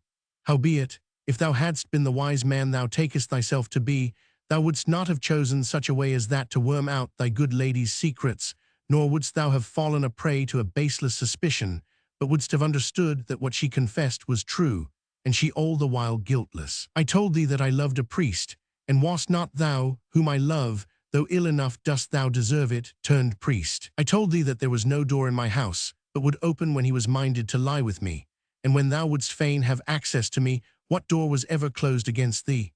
I told thee that the priest lay nightly with me, and what night was there that thou didst not lie with me? Thou sentest thy young clerk to me, and thou knowest that, as often as thou hadst not been with me, I sent word that the priest had not been with me. Who but thou, that hast suffered jealousy to blind thee, would have been so witless as not to read such a riddle? But thou must needs mount guard at night beside the door, and think to make me believe that thou hadst gone out to sup and sleep. Consider thy ways, and court not the mockery of those that know them as I do, but turn a man again as thou wast wont to be, and let there be no more of this strict restraint in which thou keepest me. For I swear to thee by God that, if I were minded to set horns on thy brow, I should not fail so to take my pastime that thou wouldst never find it out, though thou hadst 100 eyes, as thou hast but 2. Thus admonished, the jealous caitiff, who had flattered himself that he had very cunningly discovered his wife's secret, was ashamed, and made no answer save to commend his wife's wit and honor. And thus, having cause for jealousy, he discarded it, as he had erstwhile been jealous without cause. And so the adroit lady had, as it were, a charter of indulgence, and needed no more to contrive for her lover to come to her over the roof like a cat, but admitted him by the door, and using due discretion, had many a good time with him, and sped her life gaily. Novel 6. Madonna Isabella has with her Leonetto, her accepted lover, when she is surprised by one Messer Lambertuccio, by whom she is beloved. Her husband coming home about the same time, she sends Messer Lambertuccio forth of the house, drawn sword in hand, and the husband afterwards escorts Leonetto home. Wondrous was the delight that all the company had of Fiammetta's story, nor was there any, but affirmed that the lady had done excellent well, and dealt with her insensate husband as he deserved. However, it being ended, the king bade Pampinea follow suit, which she did on this wise. Not a few there are that in their simplicity aver that love deranges the mind, insomuch that whoso loves becomes as it were witless. The folly of which opinion, albeit I doubt it not, and deem it abundantly proven by what has been already said, I purpose once again to demonstrate. In our city, rich in all manner of good things, there dwelt a young gentlewoman, fair exceedingly, and wedded to a most worthy and excellent gentleman. And as it not seldom happens that one cannot keep ever to the same diet, but would fain at times vary it, so this lady, finding her husband not altogether to her mind, became enamored of a gallant Leonetto by name, who, though of no high rank, was not a little debonair and courteous, and he in like manner fell in love with her. And as you know that 'tis seldom that what is mutually desired fails to come about, 'twas not long before they had fruition of their love. Now the lady being, as I said, fair and winsome, it so befell that a gentleman, Messer Lambertuccio by name, grew mightily enamored of her, but so tiresome and odious did she find him, that for the world she could not bring herself to love him. So growing tired of fruitlessly soliciting her favor by ambassage, Messer Lambertuccio, who was a powerful signior, sent her at last another sort of message, in which he threatened to defame her if she complied not with his wishes. Wherefore the lady, knowing her man, was terrified, and disposed herself to pleasure him. Now it so chanced that Madonna Isabella, for such was the lady's name, being gone, as is our Florentine custom in the summer, to spend some time on a very goodly estate that she had in the Contado, one morning finding herself alone, for her husband had ridden off to tarry some days elsewhere, she sent for Leonetto to come and keep her company, and Leonetto came forthwith in high glee. But while they were together, Messer Lambertuccio, who, having got wind that the husband was away, had mounted his horse and ridden thither quite alone, knocked at the door. Whereupon the lady's maid hied her forthwith to her mistress, who was alone with Leonetto, and called her, saying, "Madam, Messer Lambertuccio is here below, quite alone." Whereat the lady was vexed beyond measure, and being also not a little dismayed, she said to Leonetto, "Prithee, let it not irk thee to withdraw behind the curtain, and there keep close until Messer Lambertuccio be gone." Leonetto, who stood in no less fear of Messer Lambertuccio than did the lady, got into his hiding place, and the lady bade the maid go open to Messer Lambertuccio. She did so, and having dismounted and fastened his palfrey to a pin, he ascended the stairs, at the head of which the lady received him with a smile and as gladsome a greeting as she could find words for, and asked him on what errand he was come. The gentleman embraced and kissed her, saying, "My soul, I am informed that your husband is not here, and therefore I am come to stay a while with you." Which said, they went into the room and locked them in, and Messer Lambertuccio fell a-toying with her. Now while thus he sped the time with her, it befell that the lady's husband, albeit she nowise expected him, came home, and as he drew nigh the palace was observed by the maid, who forthwith ran to the lady's chamber and said, "Madam, the master will be here anon. I doubt he is already in the courtyard." Whereupon, for that she had 2 men in the house, and the knight's palfrey that was in the courtyard made it impossible to hide him, the lady gave herself up for dead. Nevertheless, she made up her mind on the spur of the moment, and springing out of bed, "Sir," quoth she to Messer Lambertuccio, "if you have any regard for me, and would save my life, you will do as I bid you. That is to say, you will draw your blade, and put on a fell and wrathful countenance, and hie you downstairs, saying, 'By God, he shall not escape me elsewhere.' And if my husband would stop you, or ask you aught, say naught but what I have told you, and get you on horseback and tarry with him on no account. To hear is to obey, quoth Messer Lambertuccio, who, with the flush of his recent exertion and the rage that he felt at the husband's return still on his face, and drawn sword in hand, did as she bade him. The lady's husband, being now dismounted in the courtyard, and not a little surprised to see the palfrey there, was about to go up the stairs, when he saw Messer Lambertuccio coming down them, and marvelling both at his words and at his mien. "What means this, sir?" quoth he. But Messer Lambertuccio clapped foot in stirrup, and mounted, saying naught but zounds, but I will meet him elsewhere, and so he rode off. The gentleman then ascended the stairs, at the head of which he found his lady distraught with terror, to whom he said, "What manner of thing is this?" After whom goes Messer Lambertuccio, so wrathful and menacing, whereto the lady, drawing nigher the room, that Leonetto might hear her, made answer, "Never, sir, had I such a fright as this. There came running in here a young man, who to me is quite a stranger, and at his heels Messer Lambertuccio with a drawn sword in his hand.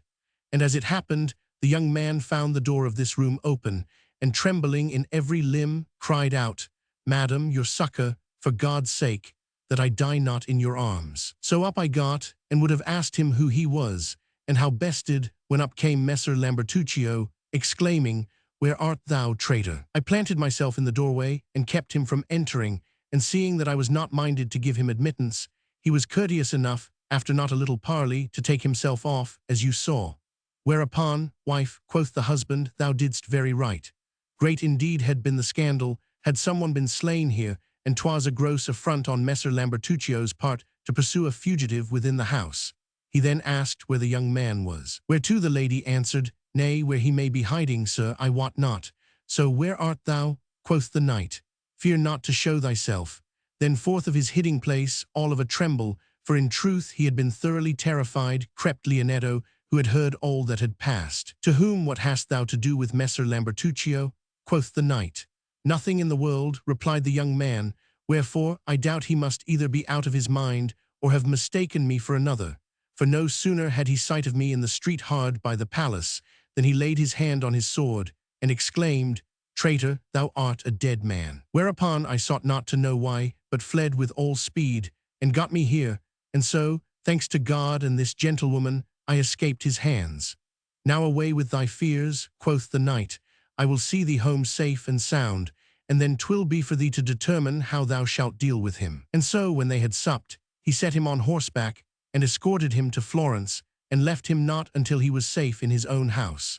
And the very same evening, following the lady's instructions, Leonetto spoke privily with Messer Lambertuccio, and so composed the affair with him, that though it occasioned not a little talk, the knight never wist how he had been tricked by his wife. Novel 7. Lodovico discovers to Madonna Beatrice the love that he bears her. She sends Egano, her husband, into a garden disguised as herself, and lies with Lodovico, who thereafter, being risen, hies him to the garden, and cudgels Egano. This device of Madonna Isabella, thus recounted by Pampinea, was held nothing short of marvelous by all the company.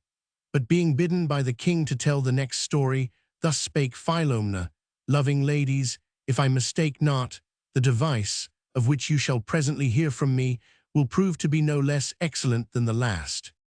You are to know, then, that there dwelt aforetime at Paris a Florentine gentleman, who, being by reason of poverty turned merchant, had prospered so well in his affairs that he was become very wealthy, and having by his lady an only son, Lodovico by name, whose nobility disrelished trade, he would not put him in any shop, but that he might be with other gentlemen, he caused him to enter the service of the King of France, whereby he acquired very fine manners and other accomplishments. Being in this service, Lodovico was one day with some other young gallants that talked of the fair ladies of France, and England, and other parts of the world, when they were joined by certain knights that were returned from the Holy Sepulchre. And hearing their discourse, one of the knights fell a saying, that of a surety in the whole world, so far as he had explored it, there was not any lady, of all that he had ever seen, that might compare for beauty with Madonna Beatrice, the wife of Egano de Galuzzi. Bologna, wherein all his companions, who in common with him had seen the lady at Bologna, concurred. Which report Lodovico, who was as yet fancy-free, no sooner heard, Then he burned with such a yearning to see the lady that he was able to think of naught else, insomuch that he made up his mind to betake him to Bologna to see her, and if she pleased him, to remain there, to which end he gave his father to understand that he would fain visit the Holy Sepulchre, whereto his father, after no little demur, consented. So to Bologna Anishinoffer, so he now called himself, came, and, as fortune would have it, the very next day, he saw the lady at a festal gathering, and deemed her vastly more beautiful than he had expected. Wherefore he waxed most ardently enamored of her, and resolved never to quit Bologna until he had gained her love. So, casting about how he should proceed, he could devise no other way but to enter her husband's service, which was the more easy that he kept not a few retainers. On this wise Lodovico surmised that, peradventure, he might compass his end. He therefore sold his horses, and meetly bestowed his servants, bidding them make as if they knew him not, and being pretty familiar with his host, he told him that he was minded to take service with some worthy lord, it any such he might find. Thou wouldst make, quoth the host, the very sort of retainer to suit a gentleman of this city, Egano by name, who keeps not a few of them, and will have all of them presentable like thee. I will mention the matter to him. And so he accordingly did, and before he took leave of Egano, had placed Aniscino with him, to Egano's complete satisfaction.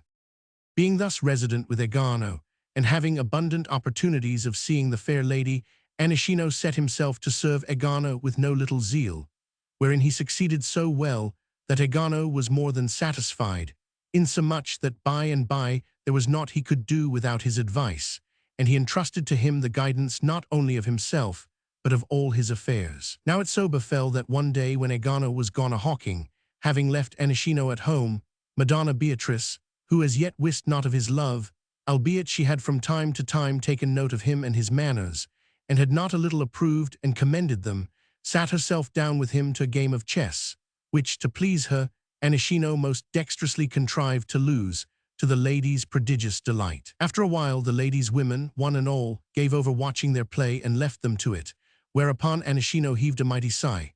The lady, looking hard at him, said, "What ails thee, Aniscino? Is it, then, such a mortification to thee to be conquered by me?" "Nay, madam," replied Aniscino, "my sigh was prompted by a much graver matter." "Then, if thou hast any regard for me," quoth the lady, "tell me what it is." Hearing himself thus adjured by any regard he had for her whom he loved more than aught else, Aniscino heaved a yet mightier sigh, which caused the lady to renew her request that he would be pleased to tell her the occasion of his sighs. "Whereupon, madam," said Aniscino, "I greatly fear me that were I to tell it you, 'twould but vex you, and moreover I doubt you might repeat it to someone else." "Rest assured," returned the lady, "that I shall neither be annoyed, nor, without thy leave, ever repeat to any other soul aught that thou mayst say." "Then," said Aniscino, "having this pledge from you, I will tell it you." And while the tears all but stood in his eyes, he told her who he was, the report he had heard of her, and where and how he had become enamored of her, and with what intent he had taken service with her husband. After which, he humbly besought her that, if it might be, she would have pity on him and gratify this his secret and ardent desire, and that, if she were not minded so to do, she would suffer him to retain his place there and love her. Ah, Bologna, how sweetly mixed are the elements in thy women, how commendable in such a case are they all. No delight have they in sighs and tears, but are ever inclinable to prayers, and ready to yield to the solicitations of love. Had I but words apt to praise them as they deserve, my eloquence were inexhaustible." The gentlewoman's gaze was fixed on Aniscino as he spoke. She made no doubt that all he said was true, and yielding to his appeal, she entertained his love within her heart in such measure that she too began to sigh, and after a sigh or two made answer, "Sweet my Aniscino, be of good cheer. Neither presents nor promises, nor any courting by gentleman, or lord, or whoso else, for I have been, and am still courted by not a few, was ever able to sway my soul to love any of them. But thou, by the few words that thou hast said, hast so wrought with me that, brief though the time has been, I am already in far greater measure than mine. My love, I deem thee to have won right worthily, and so I give it thee, and vow to give thee joyance thereof, before the coming night be past. To which end thou wilt come to my room about midnight. I will leave the door open. Thou knowest the side of the bed on which I sleep. Thou wilt come there, should I be asleep, thou hast but to touch me, and I shall awake, and give thee solace of thy long-pent desire. In earnest whereof I will even give thee a kiss." So saying, she threw her arms about his neck, and lovingly kissed him, as Anichino her. Their colloquy thus ended, Anichino betook him elsewhere about some matters which he had to attend to, looking forward to midnight with boundless exultation. Egano came in from his hawking, and after supper, being weary, went straight to bed, whither the lady soon followed him, leaving, as she had promised, the door of the chamber open. Thither accordingly, at the appointed hour, came Anichino, and having softly entered the chamber and closed the door behind him, stole up to where the lady lay, and laying his hand upon her breast, found that she was awake. Now as soon as she wist that Anichino was come, she took his hand in both her own, and keeping fast hold of him, she turned about in the bed, until she awoke Egano. Whereupon, "Husband," quoth she, "I would not say aught of this to thee yesterev, because I judged thou wast weary, but tell me, upon thy hope of salvation, Egano, whom deemest thou thy best and most loyal retainer, and the most attached to thee of all that thou hast in the house?" "What a question is this, wife?" returned Egano. "Dost not know him? Retainer I have none, nor ever had so trusted or loved as Anichino, but wherefore put such a question?" Now when Anichino wist that Egano was awake, and heard them talk of himself, he more than once tried to withdraw his hand, being mightily afraid lest the lady meant to play him false. But she held it so tightly that he might not get free, while thus she made answer to Egano, "I will tell thee what he is. I thought that he was all thou say'st, and that none was so loyal to thee as he. But he has undeceived me, for that yesterday, when thou wast out a-hawking, he being here chose his time, and had the shamelessness to crave of me compliance with his wanton desires. And I, that I might not need other evidence than that of thine own senses to prove his guilt to thee, I made answer that I was well content, and that tonight, after midnight, I would get me into the garden, and await him there at the foot of the pine. Now go thither I shall certainly not, but if thou wouldst prove the loyalty of thy retainer, thou canst readily do so, if thou but slip on one of my loose robes, and cover thy face with a veil, and go down and attend his coming. For come, I doubt not, he will. Whereto Egano, meet indeed it is, quoth he, that I should go see, and straightway up he got, and as best he might in the dark, he put on one of the lady's loose robes, and veiled his face, and then hied him to the garden, and sate down at the foot of the pine to await Anichino. The lady no sooner wist that he was out of the room, than she rose, and locked the door. Anichino, who had never been so terrified in all his life, and had struggled with all his might to disengage his hand from the lady's clasp, and had inwardly cursed her and his love, and himself for trusting her 100,000 times, was overjoyed beyond measure at this last turn that she had given the affair. And so, the lady having got her to bed again, and he, at her bidding, having stripped and laid him down beside her, they had solace and joyance of one another for a good while. Then the lady, deeming it unmeet for Anichino to tarry longer with her, caused him to get up and resume his clothes, saying to him, "Sweet my mouth, thou wilt take a stout cudgel, and get thee to the garden, and making as if I were there, and thy suit to me had been but to try me, thou wilt give Egano a sound rating with thy tongue, and a sound belaboring with thy cudgel, the sequel whereof will be wondrously gladsome and delightful." Whereupon Anichino hied him off to the garden, armed with a staff of wild willow, and as he drew nigh the pine, Egano saw him, and rose and came forward to meet him as if he would receive him with the heartiest of cheer. "But wicked woman," quoth Anichino, "so thou art come. Thou didst verily believe then that I am minded thus to wrong my lord, foul fall thee 1,000 times." And therewith he raised his cudgel and began to lay about him. Egano, however, had heard and seen enough, and without a word took to flight, while Anichino pursued him, crying out, "Away with thee! God send thee a bad year, lewd woman that thou art, nor doubt that Egano shall hear of this tomorrow." Egano, having received sundry round knocks, got him back to his chamber with what speed he might, and being asked by the lady whether Anichino had come into the garden, would to God he had not. Quoth he, "For that, taking me for thee, he has beaten me black and blue with his cudgel, and rated me like the vilest woman that ever was.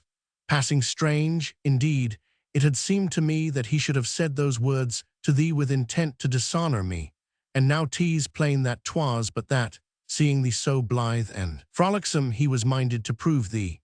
Whereto, God be praised, returned the lady, that he proved me by words, as thee by acts, and I doubt not he may say that I bear his words with more patience than thou his acts.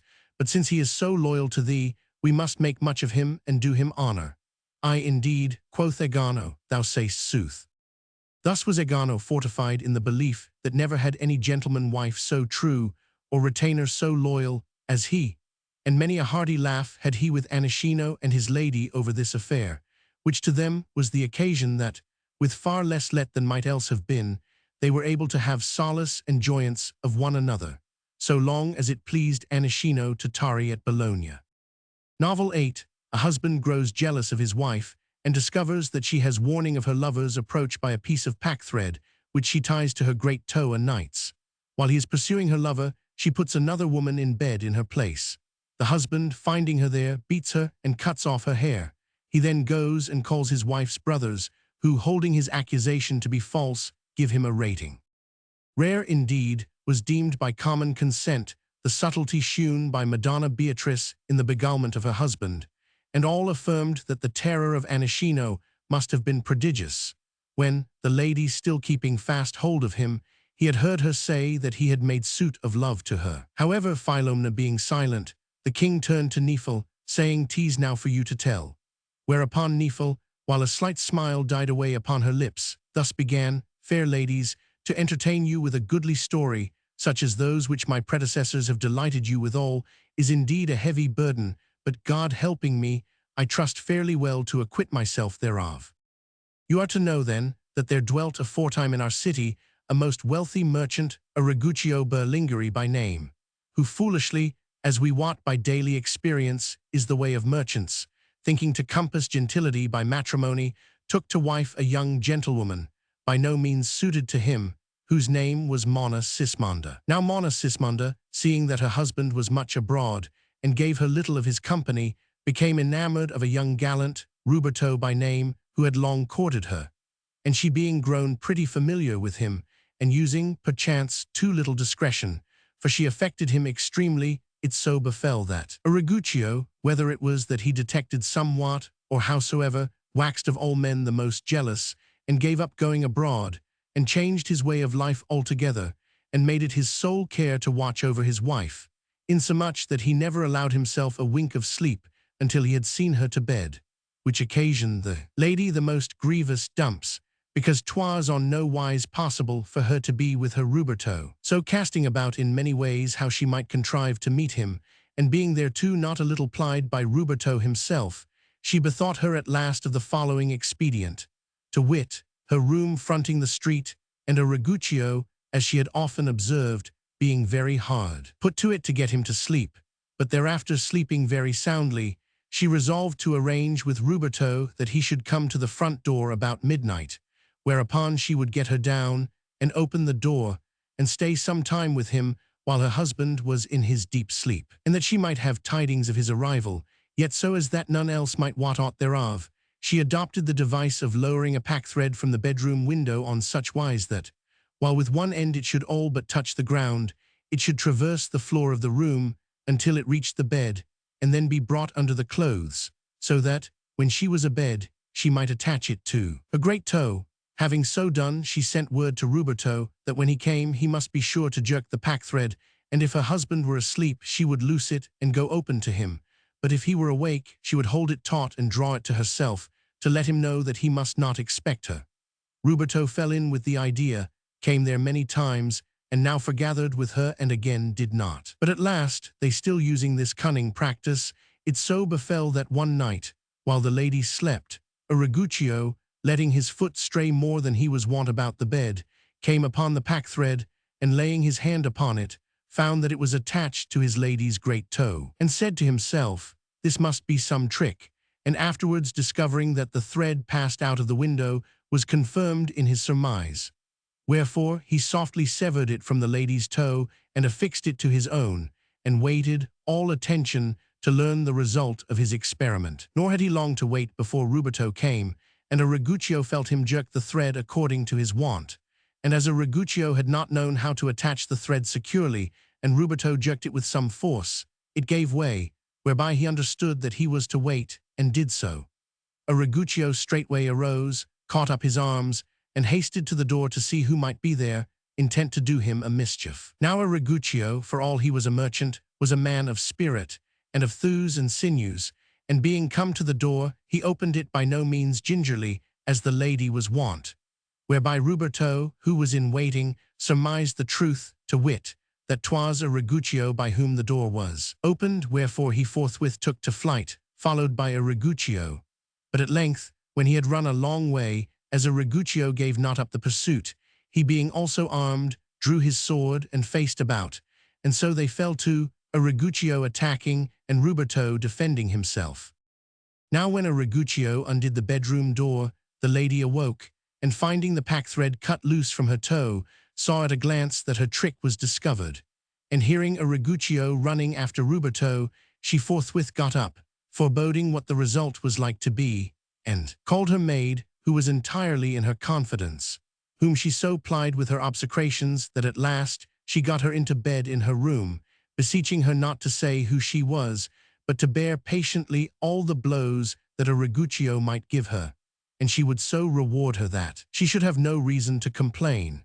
Then, extinguishing the light that was in the room, forth she hied her, and having found a convenient hiding place in the house, awaited the turn of events. Now Riguccio and Ruberto being hotly engaged in the street, the neighbors, roused by the din of the combat, got up and launched their curses upon them.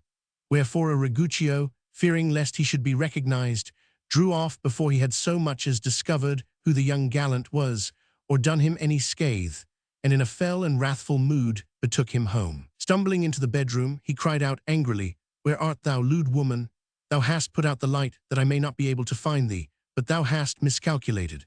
And going to the bedside, he laid hold of the maid, taking her to be his wife, and fell a-pummeled and kicking her with all the strength he had in his hands and feet, insomuch that he pounded her face well nigh to pulp, rating her the while like the vilest woman that ever was, and last of all he cut off her hair. The maid wept bitterly, as indeed she well might, and though from time to time she ejaculated an alas, mercy, for God's sake, or spare me, yet her voice was so broken by her sobs, and Riguccio's hearing so dulled by his wrath, that he was not able to discern that 'twas not his wife's voice, but that of another woman. So having soundly thrashed her, and cut off her hair, as we said, "Wicked woman," quoth he, "I touch thee no more, but I go to find thy brothers, and shall do them to wit of thy good works. And then they may come here, and deal with thee as they may deem their honor demands, and take thee hence, for be sure thou shalt no more abide in this house." With this he was gone, locking the door of the room behind him, and quitted the house alone. Now no sooner did Monna Sismonda, who had heard all that passed, perceive that her husband was gone, than she opened the door of the bedroom, rekindled the light, and finding her maid all bruises and tears, did what she could to comfort her, and carried her back to her own room, where, causing her to be privily waited on and tended, she helped her so liberally from Riguccio's own store, that she confessed herself content. The maid thus bestowed in her room, the lady presently hied her back to her own, which she set all in neat and trim order, remaking the bed, so that it might appear as if it had not been slept in, relighting the lamp, and dressing and tiring herself, until she looked as if she had not been abed that night. Then, taking with her a lighted lamp and some work, she sat her down at the head of the stairs, and began sewing, while she waited to see how the affair would end. Riguccio meanwhile had hied him with all speed straight from the house to that of his wife's brothers, where by dint of much knocking he made himself heard, and was admitted. The lady's 3 brothers, and her mother, being informed that 'twas Riguccio, got up, and having set lights a-burning, came to him, and asked him on what errand he was come there at that hour, and alone. Whereupon Riguccio, beginning with the discovery of the pack-thread attached to his lady's great toe, gave them the whole narrative of his discoveries and doings down to the very end. And to clinch the whole matter, he put in their hands the locks which he had cut, as he believed, from his wife's head, adding that 'twas now for them to come for her and deal with her on such wise as they might deem their honor required, seeing that he would never more have her in his house. Firmly believing what he told them, the lady's brothers were very wroth with her, and having provided themselves with lighted torches, set out with Riguccio, and hied them to his house with intent to scorn her, while their mother followed, weeping and beseeching now one, now another, not to credit these matters so hastily, until they had seen or heard somewhat more thereof, for that the husband might have some other reason to be wroth with her, and having ill-treated her, might have trumped up this charge by way of exculpation, adding that, if true, 'twas passing strange, for well she knew her daughter, whom she had brought up from her tenderest years, and much more to the like effect. However, being come to a Riguccio's house, they entered, and were mounting the stairs, when Monna Sismonda, hearing them, called out, "Who is there?" Whereto one of the brothers responded, "Lewd woman, thou shalt soon have cause enough to know who it is." "Now, Lord, love us," quoth Monna Sismonda, "what would he be at?" Then, rising, she greeted them with, "Welcome, my brothers, but what seek ye abroad at this hour, all three of you?" They had seen her sitting, and sewing with never a sign of a blow on her face, whereas a Riguccio had averred that he had pummeled her all over. Wherefore their first impression was one of wonder, and refraining the vehemence of their wrath, they asked her what might be the truth of the matter which a Riguccio laid to her charge, and threatened her with direful consequences if she should conceal aught. Whereto the lady, "What you would have me tell you," quoth she, "or what a Riguccio may have laid to my charge, that know not one." A Riguccio could but gaze upon her, as one that had taken leave of his wits, calling to mind how he had pummeled her about the face times without number, and scratched it for her, and mishandled her in all manner of ways, and there he now saw her with no trace of aught of it all upon her. However, to make a long story short, the lady's brothers told her what a Riguccio had told them touching the pack-thread, and the beating, and all the rest of it. Whereupon the lady turned to him with, "Alas, my husband, what is this that I hear? Why givest thou me, to thy own great shame, the reputation of a lewd woman, when such I am not, and thyself the reputation of a wicked and cruel man, which thou art not? Wast thou ever tonight, I say not in my company, but so much as in the house until now? Or when didst thou beat me? For my part, one, mind me not of it." A Riguccio began, "How sayst thou, lewd woman? Did we not go to bed together? Did I not come back after chasing thy lover? Did I not give thee bruises not a few, and cut thy hair for thee?" But the lady interrupted him, saying, "Nay, thou didst not lie here tonight. But leave we this, of which my true words are my sole witness, and pass we to this of the beating thou sayst thou gavest me, and how thou didst cut my hair. Never a beating had I from thee, and I bid all that are here, and thee among them, look at me, and say if I have any trace of a beating on my person, nor should I advise thee to dare lay hand upon me, for by the holy rood I would spoil thy beauty for thee. Nor didst thou cut my hair, for aught that I saw or felt. However, thou didst it, perchance, on such wise that I was not ware thereof. So let me see whether 'tis cut or no." Then unveiling herself, she showed that her hair was uncut and entire. Wherefore her brothers and mother now turned to a Riguccio with, "What means this, a Riguccio? This accords not with what thou gavest us to understand thou hadst done, nor know we how thou wilt prove the residue." A Riguccio was lost, as it were, in a dream, and yet he would fain have spoken. But seeing that what he had thought to prove was otherwise, he essayed no reply. So the lady, turning to her brothers, "I see," quoth she, "what he would have. He will not be satisfied unless I do what I never would otherwise have done, to wit, give you to know what a pitiful caitiff he is, as now I shall not fail to do. I make no manner of doubt that, as he has said, even so it befell, and so he 999. How, you shall hear. This worthy man, to whom, worse luck, you gave me to wife, a merchant as he calls himself, and as such would fain have credit, and who ought to be more temperate than a religious, and more continent than a girl, let scarce an evening pass, but he goes a-boozing in the taverns, and consorting with this or the other woman of the town, and 'tis for me to await his return until midnight, or sometimes until matins, even as you now find me. I doubt not that, being thoroughly well drunk, he got him to bed with one of these wantons, and awaking, found the pack-thread on her foot, and afterwards did actually perform all these brave exploits of which he speaks, and in the end came back to her, and beat her, and cut her hair off, and being not yet quite recovered from his debauch believed, and I doubt not still believes, that 'twas I that he thus treated, and if you will but scan his face closely, you will see that he is still half drunk. But whatever he may have said about me, I would have you account it as nothing more than the disordered speech of a tipsy man, and forgive him as I do." Whereupon the lady's mother raised no small outcry, saying, "By the holy rood, my daughter, this may not be, a daughter such as thou, to be mated with one so unworthy of thee. The pestilent, insensate cur should be slain on the spot. A pretty state of things, indeed. Why, he might have picked thee up from the gutter. Now foul fall him. But thou shalt no more be vexed with the tedious drivel of a petty dealer in ass's dung.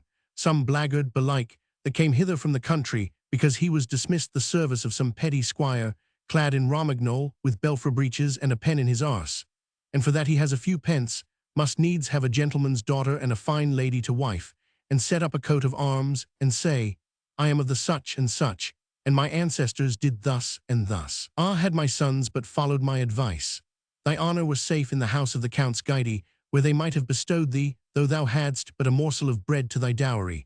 But they must needs give thee to this rare treasure, who, though better daughter and more chaste there is none than thou in Florence, has not blushed this very midnight, and in our presence to call thee a strumpet, as if we knew thee not.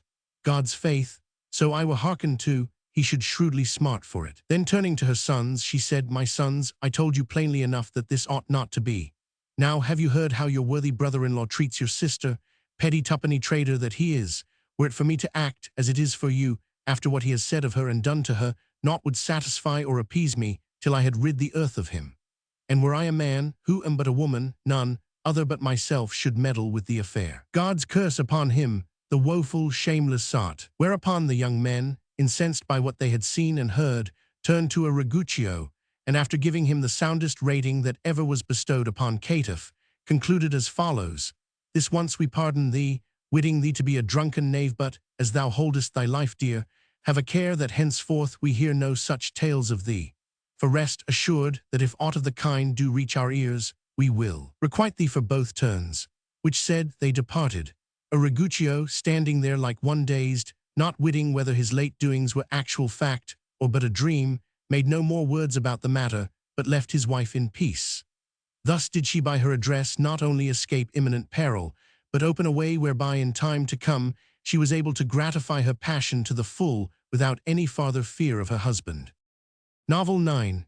Lydia, wife of Nicostratus, loves Pyrrhus, who to assure himself thereof, asks 3 things of her, all of which she does, and therewithal enjoys him in presence of Nicostratus, and makes Nicostratus believe that what he saw was not real. So diverting did the ladies find Nephel's story that it kept them still laughing and talking, though the king, having bidden Pamphilo tell his story, had several times enjoined silence upon them. However, as soon as they had done, Pamphilo thus began, Methinks, worshipful ladies, there is no venture, though fraught with gravest peril, that whoso loves ardently will not make. Of which truth, exemplified though it has been in stories not a few, I purpose to afford you yet more signal proof in one which I shall tell you, wherein you will hear of a lady who in her enterprises owed far more to the favor of fortune than to the guidance of reason. Wherefore I should not advise any of you rashly to follow in her footsteps, seeing that fortune is not always in a kindly mood, nor are the eyes of all men equally holden. In Argos, that most ancient city of Achaea, the fame of whose kings of old time is out of all proportion to its size, there dwelt of yore Nicostratus, a nobleman to whom, when he was already verging on old age, fortune gave to wife a great lady, Lydia by name, whose courage matched her charms. Nicostratus, as suited with his rank and wealth, kept not a few retainers and hounds and hawks, and was mightily addicted to the chase. Among his dependents was a young man named Pyrrhus, a gallant of no mean accomplishment, and goodly of person and beloved, and trusted by Nicostratus above all other, of whom Lydia grew mighty enamored, insomuch that neither by day nor by night might her thoughts stray from him. But whether it was that Pyrrhus wist not her love, or would have none of it, he gave no sign of recognition. Whereby the lady's suffering waxing more than she could bear, she made up her mind to declare her love to him, and having a chambermaid, Lusca by name, in whom she placed great trust, she called her, and said, Lusca, tokens thou hast had from me of my regard that should ensure thy obedience and loyalty. Wherefore have a care that what I shall now tell thee reach the ears of none, but him to whom I shall bid thee impart it. Thou seest, Lusca, that I am in the prime of my youth and lusty head, and have neither lack nor stint of all such things as folk desire, save only, to be brief, that I have one cause to repine, to wit, that my husband's years so far outnumber my own. Wherefore with that wherein young ladies take most pleasure I am but ill provided, and as my desire is no less than theirs, 'tis now some while since I determined that, if fortune has shewn herself so little friendly to me by giving me a husband so advanced in years, at least I will not be mine own enemy by sparing to devise the means whereby my happiness and health may be assured, and that herein, as in all other matters, my joy may be complete.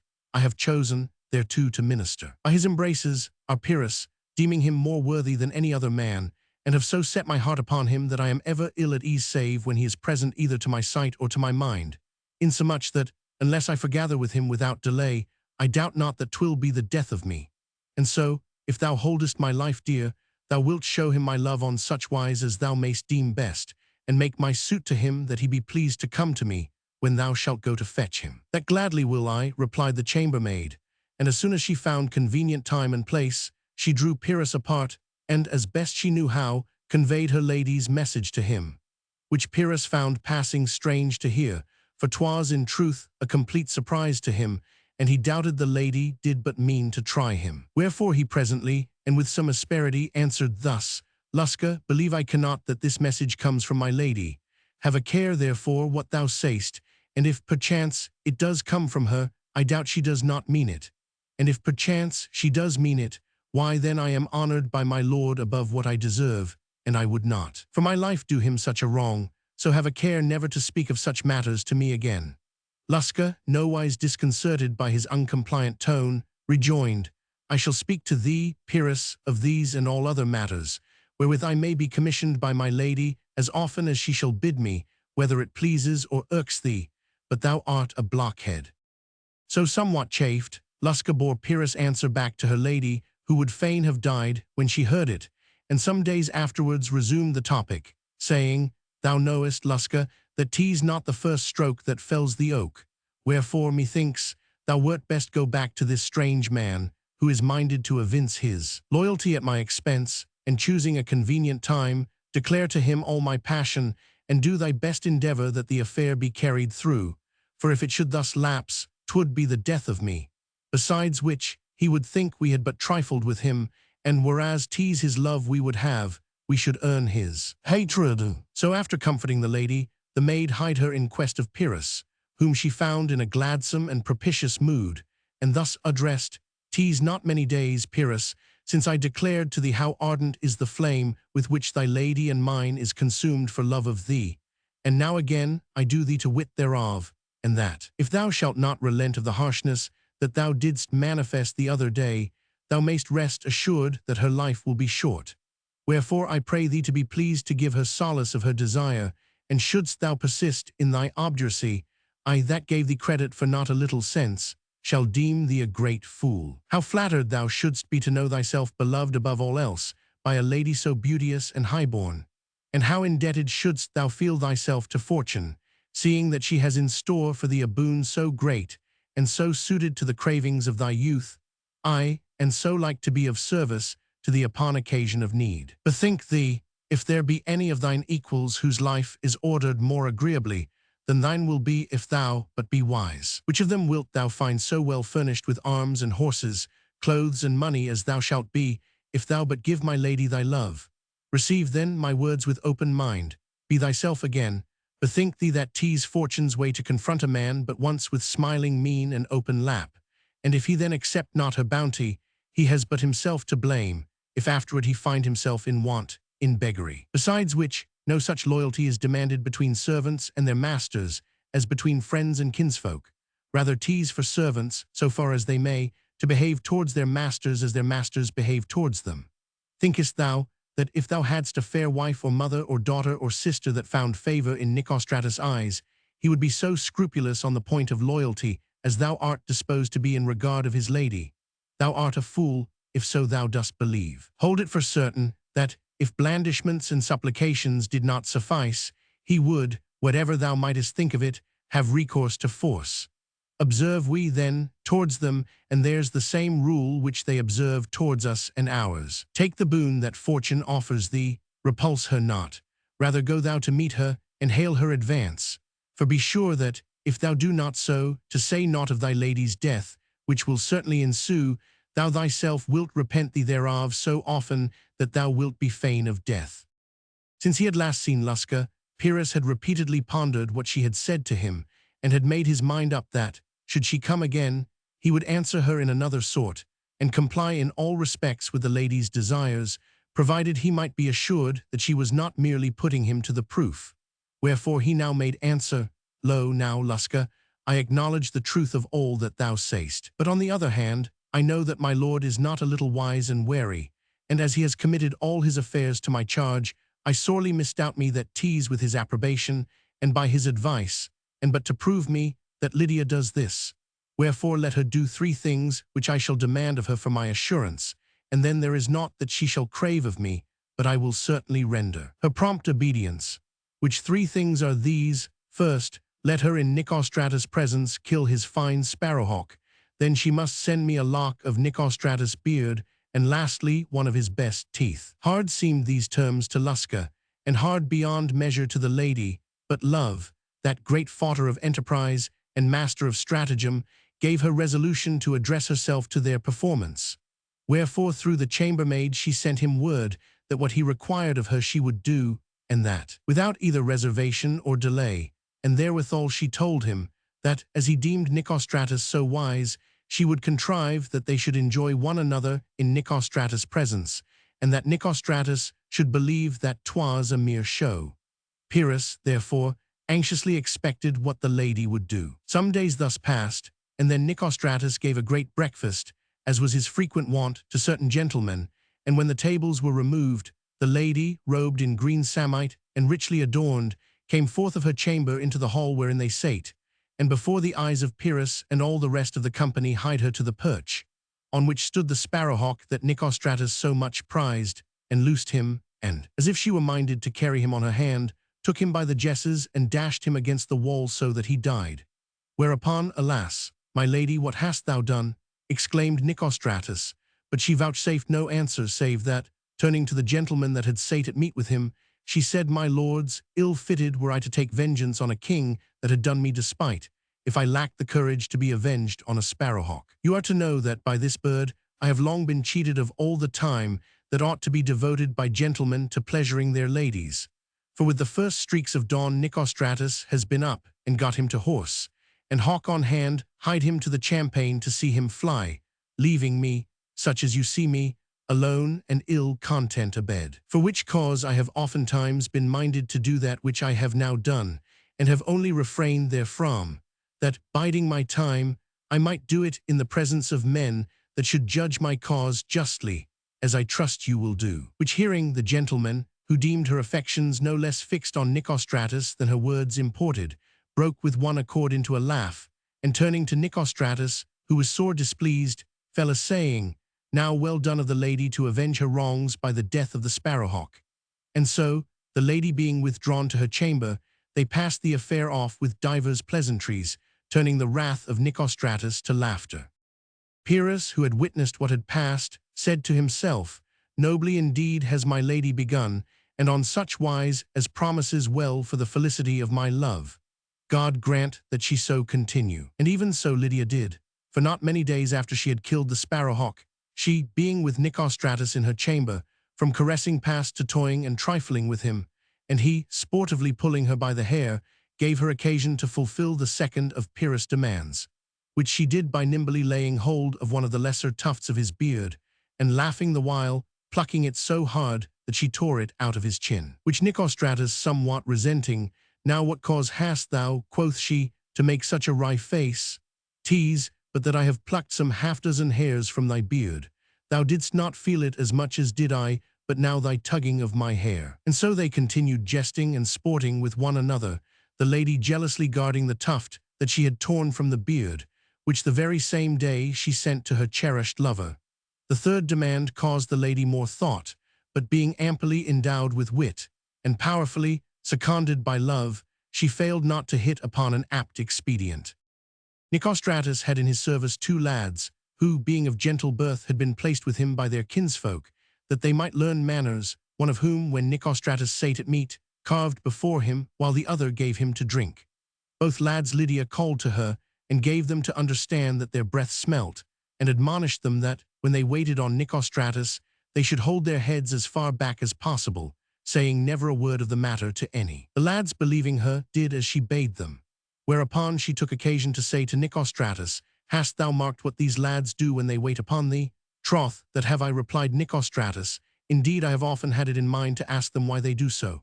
Nay, rejoined the lady, spare thyself the pains, for I can tell thee the reason, which I have for some time kept close, lest it should vex thee.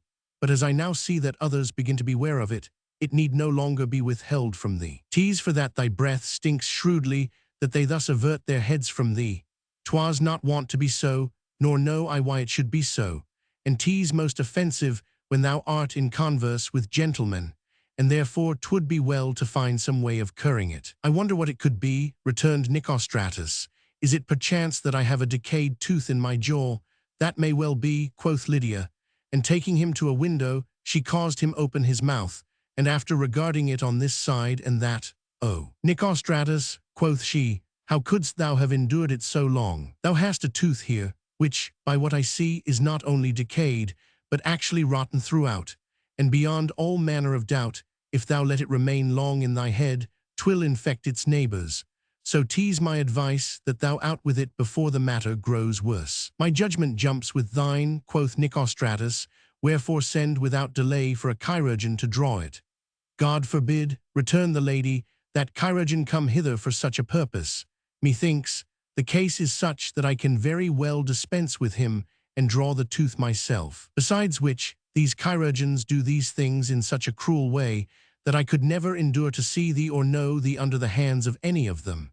Wherefore my mind is quite made up to do it myself, that, at least, if thou shalt suffer too much, I may give it over at once, as a chirurgeon would not do." And so she caused the instruments that are used on such occasions to be brought her, and having dismissed all other attendants save Lusca from the chamber, and locked the door, made Nicostratus lie down on a table, set the pincers in his mouth, and clapped them on one of his teeth, which, while Lusca held him so that, albeit he roared for pain, he might not move, she wrenched by main force from his jaw, and keeping it close, took from Lusca's hand another and horribly decayed tooth, which she showed him, suffering and half dead as he was, saying, "See what thou hadst in thy jaw, mark how far gone it is." Believing what she said, and deeming that, now the tooth was out, his breath would no more be offensive, and being somewhat eased of the pain, which had been extreme and still remained, so that he murmured not little, by divers comforting applications, he quitted the chamber.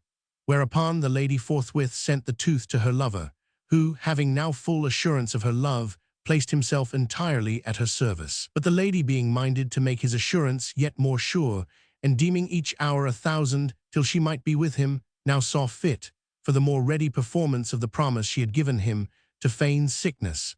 And Nicostratus, coming to see her one day after breakfast, attended only by Pyrrhus, she besought him for her better solacement, to help her down to the garden. Wherefore Nicostratus on one side, and Pyrrhus on the other, took her and bore her down to the garden, and set her on a lawn at the foot of a beautiful pear tree. And after they had sate there a while, the lady, who had already given Pyrrhus to understand what he must do, said to him, "Pyrrhus, I should greatly like to have some of those pears. Get thee up the tree and shake some of them down." Pyrrhus climbed the tree in a trice, and began to shake down the pears, and while he did so, "Fie, sir," quoth he, "what is this you do? And you, madam, have you no shame, that you suffer him to do so in my presence? Think you that I am blind? 'Twas but now that you were gravely indisposed. Your cure has been speedy indeed to permit of your so behaving, and as for such a purpose you have so many goodly chambers, why betake you not yourselves to one of them, if you must needs so disport yourselves? 'Twould be much more decent than to do so in my presence." Whereupon the lady, turning to her husband, "Now what can Pyrrhus mean?" said she. "Is he mad?" "Nay, madam," quoth Pyrrhus, "madam not one. Think you I see you not?" Whereat Nicostratus marvelled not a little, and "Pyrrhus," quoth he, "I verily believe thou dreamest." "Nay, my lord," replied Pyrrhus, "not a whit do I dream, neither do you. Rather you wag it with such vigor, that if this pear tree did the like, there would be never a pear left on it." Then the lady, "What can this mean?" quoth she. "Can it be that it really seems to him to be as he says? Upon my hope of salvation, were I but in my former health, I would get me up there to judge for myself what these wonders are which he professes to see." Whereupon, as Pyrrhus in the pear tree continued talking in the same strange strain, "Come down," quoth Nicostratus. And when he was down, "Now what," said Nicostratus, "is it thou say'st thou seest up there?" "I suppose," replied Pyrrhus, "that you take me to be deluded or dreaming, but as I must needs tell you the truth, I saw you lying upon your wife, and then, when I came down, I saw you get up and sit you down here where you now are." "Therein," said Nicostratus, "thou wast certainly deluded, for since thou climbest the pear tree, we have not budged a jot, save as thou seest." Then said Pyrrhus, why make more words about the matter? See you I certainly did, and seeing you, I saw you lying upon your own. Nicostratus' wonder now waxed momently, insomuch that he said, I am minded to see if this pear tree be enchanted, so that whoso is in it sees marvels. And so he got him up into it. Whereupon the lady and Pyrrhus fell to disporting them, and Nicostratus, seeing what they were about, exclaimed, Ah, lewd woman, what is this thou doest? And thou, Pyrrhus, in whom I so much trusted. And so saying, he began to climb down. Meanwhile the lady and Pyrrhus had made answer, We are sitting here. And seeing him descending, they placed themselves as they had been when he had left them, whom Nicostratus, being come down, no sooner saw than he fell a-rating them. Then quoth Pyrrhus, Verily, Nicostratus, I now acknowledge that, as you said a while ago, what I saw when I was in the pear tree was but a false show, albeit I had never understood that so it was, but that I now see and know that thou hast also seen a false show. And that I speak truth, you may sufficiently assure yourself, if you but reflect whether 'tis likely that your wife, who for virtue and discretion has not her peer among women, would, if she were minded so to dishonor you, see fit to do so before your very eyes. Of myself I say naught, albeit I had liefer be hewn in pieces than that I should so much as think of such a thing, much less do it in your presence. Wherefore 'tis evident that 'tis some illusion of sight that is propagated from the pear tree, for naught in the world would have made me believe that I saw not you lying there in carnal intercourse with your wife, had I not heard you say that you saw me doing that which most assuredly, so far from doing, I never so much as thought of. The lady then started up with a most resentful mien, and burst out with, Foul fall thee, if thou knowest so little of me as to suppose that, if I were minded to do thee such foul dishonor as thou sayst thou didst see me do, I would come hither to do it before thine eyes.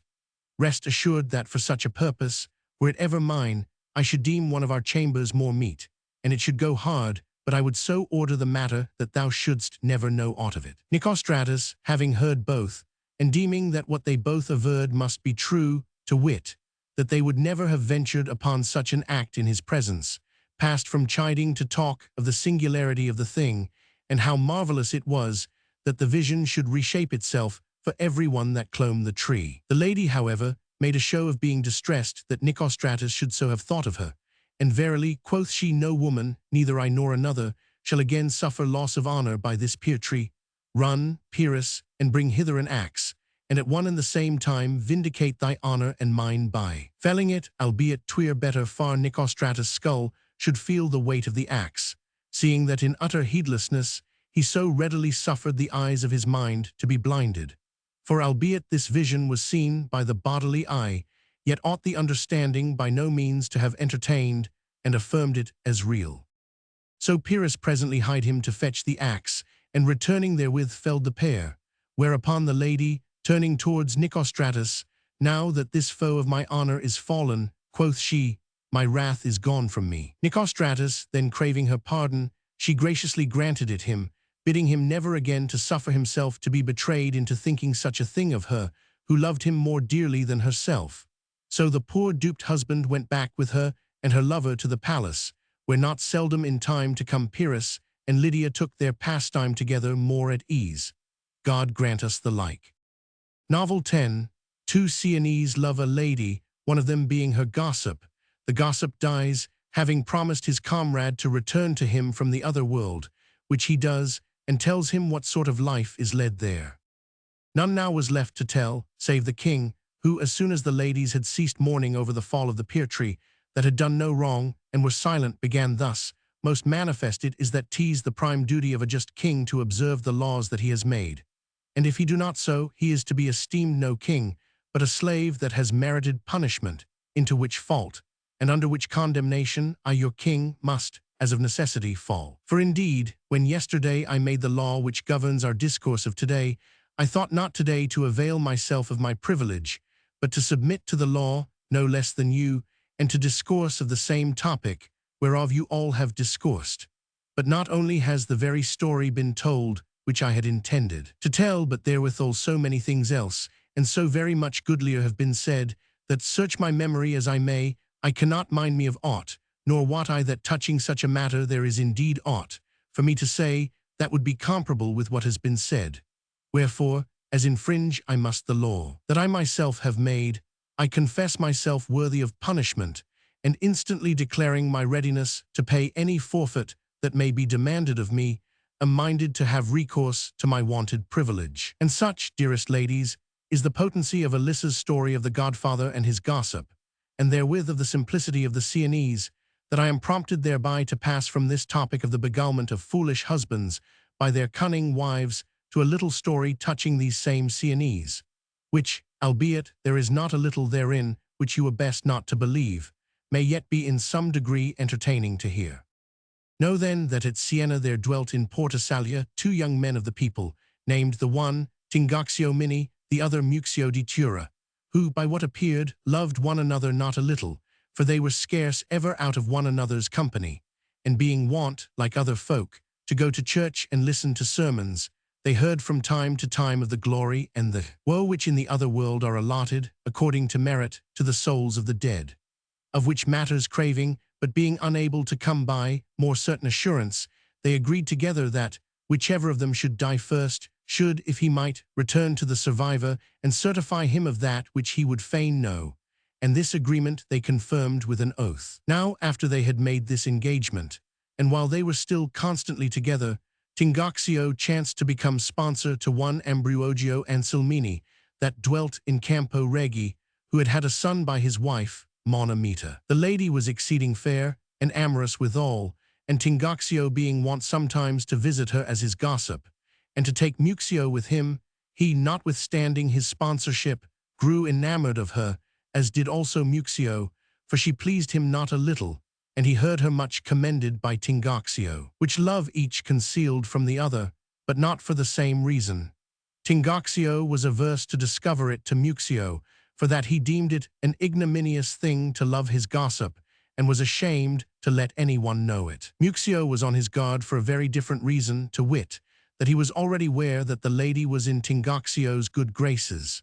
Wherefore he said to himself, if I avow my love to him, he will be jealous of me, and as, being her gossip, he can speak with her as often as he pleases, he will do all he can to make her hate me, and so I shall never have any favor of her. Now the 2 young men being thus, as I have said, on terms of most familiar friendship, it befell that Tingaxio, being the better able to open his heart to the lady, did so order his demeanor and discourse that he had from her all that he desired. Nor was his friend's success hidden from Muxio, though much as it vexed him, yet still cherishing the hope of eventually attaining his end, and fearing to give Tingaxio occasion to balk or hamper him in some way, he feigned to know naught of the matter. So Tingaxio, more fortunate than his comrade, and rival in love, did with such assiduity till his gossip's good land that he got thereby a malady, which in the course of some days waxed so grievous that he succumbed thereto, and departed this life. And on the night of the 3rd day after his decease perchance, because earlier he might not, he made his appearance, according to his promise, in Muxio's chamber, and called Muxio, who was fast asleep, by his name. Whereupon, who art thou? Quoth Muxio as he awoke. "'Tis I, Tingaxio," replied he, "come back, in fulfillment of the pledge I gave thee, to give thee tidings of the other world." For a while Muxio saw him not without terror. Then, his courage reviving, "Welcome, my brother," quoth he, and proceeded to ask him if he were lost. "Naught is lost, but what is irrecoverable," replied Tingaxio. "How then should I be here if I were lost?" "Nay," quoth then Muxio, "I mean it not so. I would know of thee, whether thou art of the number of the souls that are condemned to the penal fire of hell." "Why no," returned Tingaxio, "not just that, but still for the sins that I did I am in most sore and grievous torment." Muxio then questioned Tingaxio in detail of the pains there meted out for each of the sins done here, and Tingaxio enumerated them all. Whereupon Muxio asked if there were aught he might do for him here on earth. Tingaxio answered in the affirmative, to wit, that he might have masses and prayers said and almsdeeds done for him, for that such things were of great service to the souls there. "That gladly will I," replied Muxio, and then, as Tingaxio was about to take his leave, he bethought him of the gossip, and raising his head a little, he said, "I mind me, Tingaxio, of the gossip, with whom thou wast wont to lie when thou wast here. Now, what is thy punishment for that?" "My brother," returned Tingaxio, "as soon as I got down there, I met one that seemed to know all my sins by heart, who bade me betake me to a place, where, while in direst torment I bewept my sins, I found comrades not a few condemned to the same pains. And so standing there among them, and calling to mind what I had done with the gossip, and foreboding in requital thereof a much greater torment that had yet been allotted me, albeit I was in a great and most vehement flame, I quaked for fear in every part of me. Which one that was beside me observing, "What," quoth he, "hast thou done more than the rest of us that are here, that thou quakest thus as thou standest in the fire?" "My friend," quoth I am in mortal fear of the doom that I expect for a great sin that I once committed." He then asked what sin it might be. "'Twas on this wise," replied I lay with my gossip, and that so much that I died thereof." Whereat he did but laugh, saying, "Go to, fool, make thy mind easy, for here there is no account taken of gossips," which completely revived my drooping spirits. 'Twas now near daybreak, "Wherefore, adieu, Muxio," quoth his friend, "for longer tarry with thee I may not," and so he vanished. As for Muxio, having learned that no account was taken of gossips in the other world, he began to laugh at his own folly in that he had already spared divers such, and so, being quit of his ignorance, he in that respect, in course of time, waxed wise. Which matters had Fra Rinaldo but known, he would not have needed to go about syllogizing in order to bring his fair gossip to pleasure him. The sun was westering, and a light breeze blew, when the king, his story ended, and none else being left to speak, arose, and taking off the crown, set it on Loretta's head, saying, "Madam, I crown you with yourself queen of our company.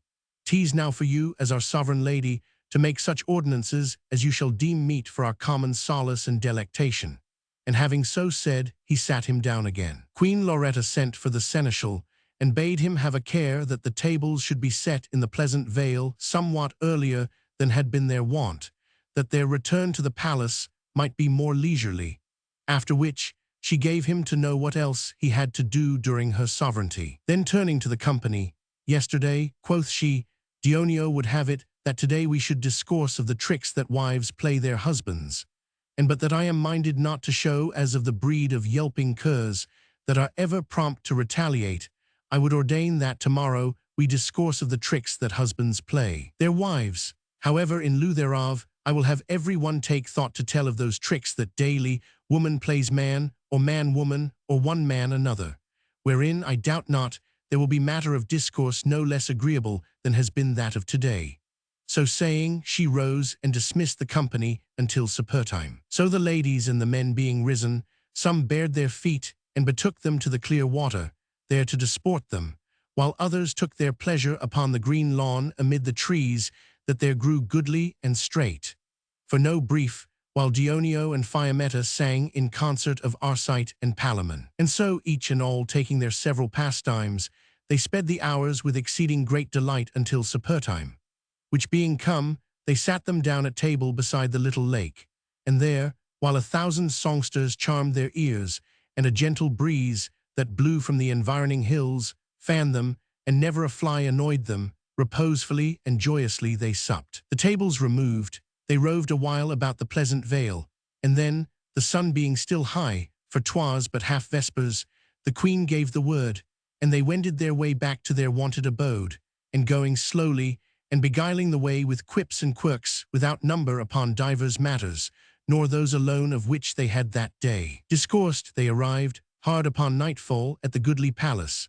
There the short walk's fatigue dispelled by wine's most cool and comforts, they presently gathered for the dance about the fair fountain, and now they footed it to the strains of Tindaro's cornemuse, and now to other music. Which done, the queen bade Philomna give them a song, and thus Philomna sang. "Ah, woe is me, my soul! Ah, shall I ever thither fare again, whence I was parted, to my grievous dole? Full sure I know not, but within my breast throbs ever the same fire of yearning there, where erst I was to be. O thou in whom is all my weal, my rest, Lord of my heart's desire! Ah, tell me thou, for none to ask save thee, neither dare I, nor see. Ah, dear my lord, this wasted heart disdain. Thou wilt not, but with hope at length console, kindled the flame, I know not what delight, which me doth so devour, that day and night alike I find no ease. For whether it was by hearing, touch, or sight, unwonted was the power and fresh the fire that me each way did seize, wherein, without release, I languish still, and of thee, Lord, am fain. For thou alone canst comfort and make whole.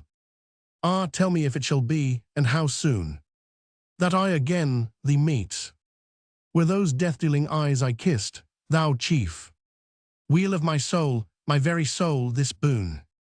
Deny not, say that fleet. Thou heast hither, comfort thus my grief. Ah, let the time be brief, till thou art here, and then long time remain.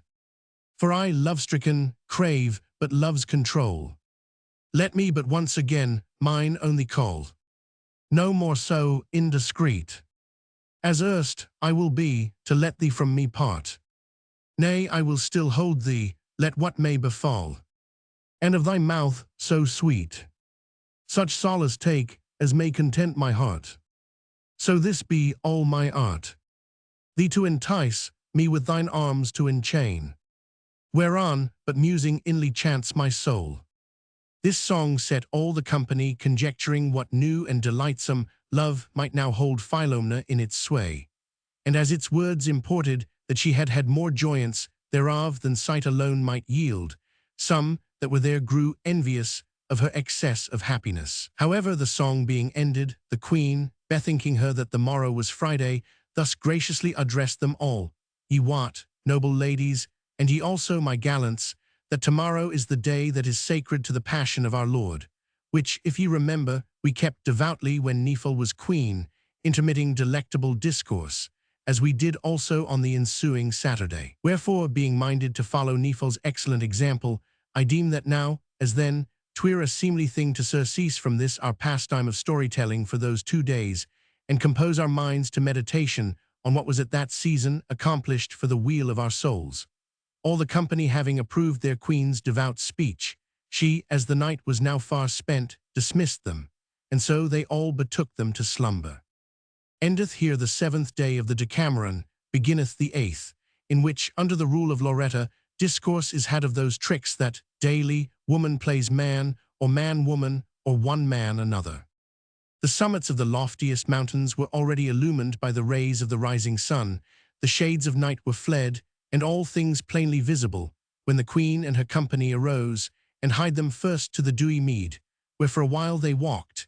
Then, about half-tierce, they wended their way to a little church that was hard by, where they heard divine service, after which they returned to the palace, and having breakfasted with gay and gladsome cheer, and sung and danced a while, were dismissed by the queen, to rest them as to each might seem good.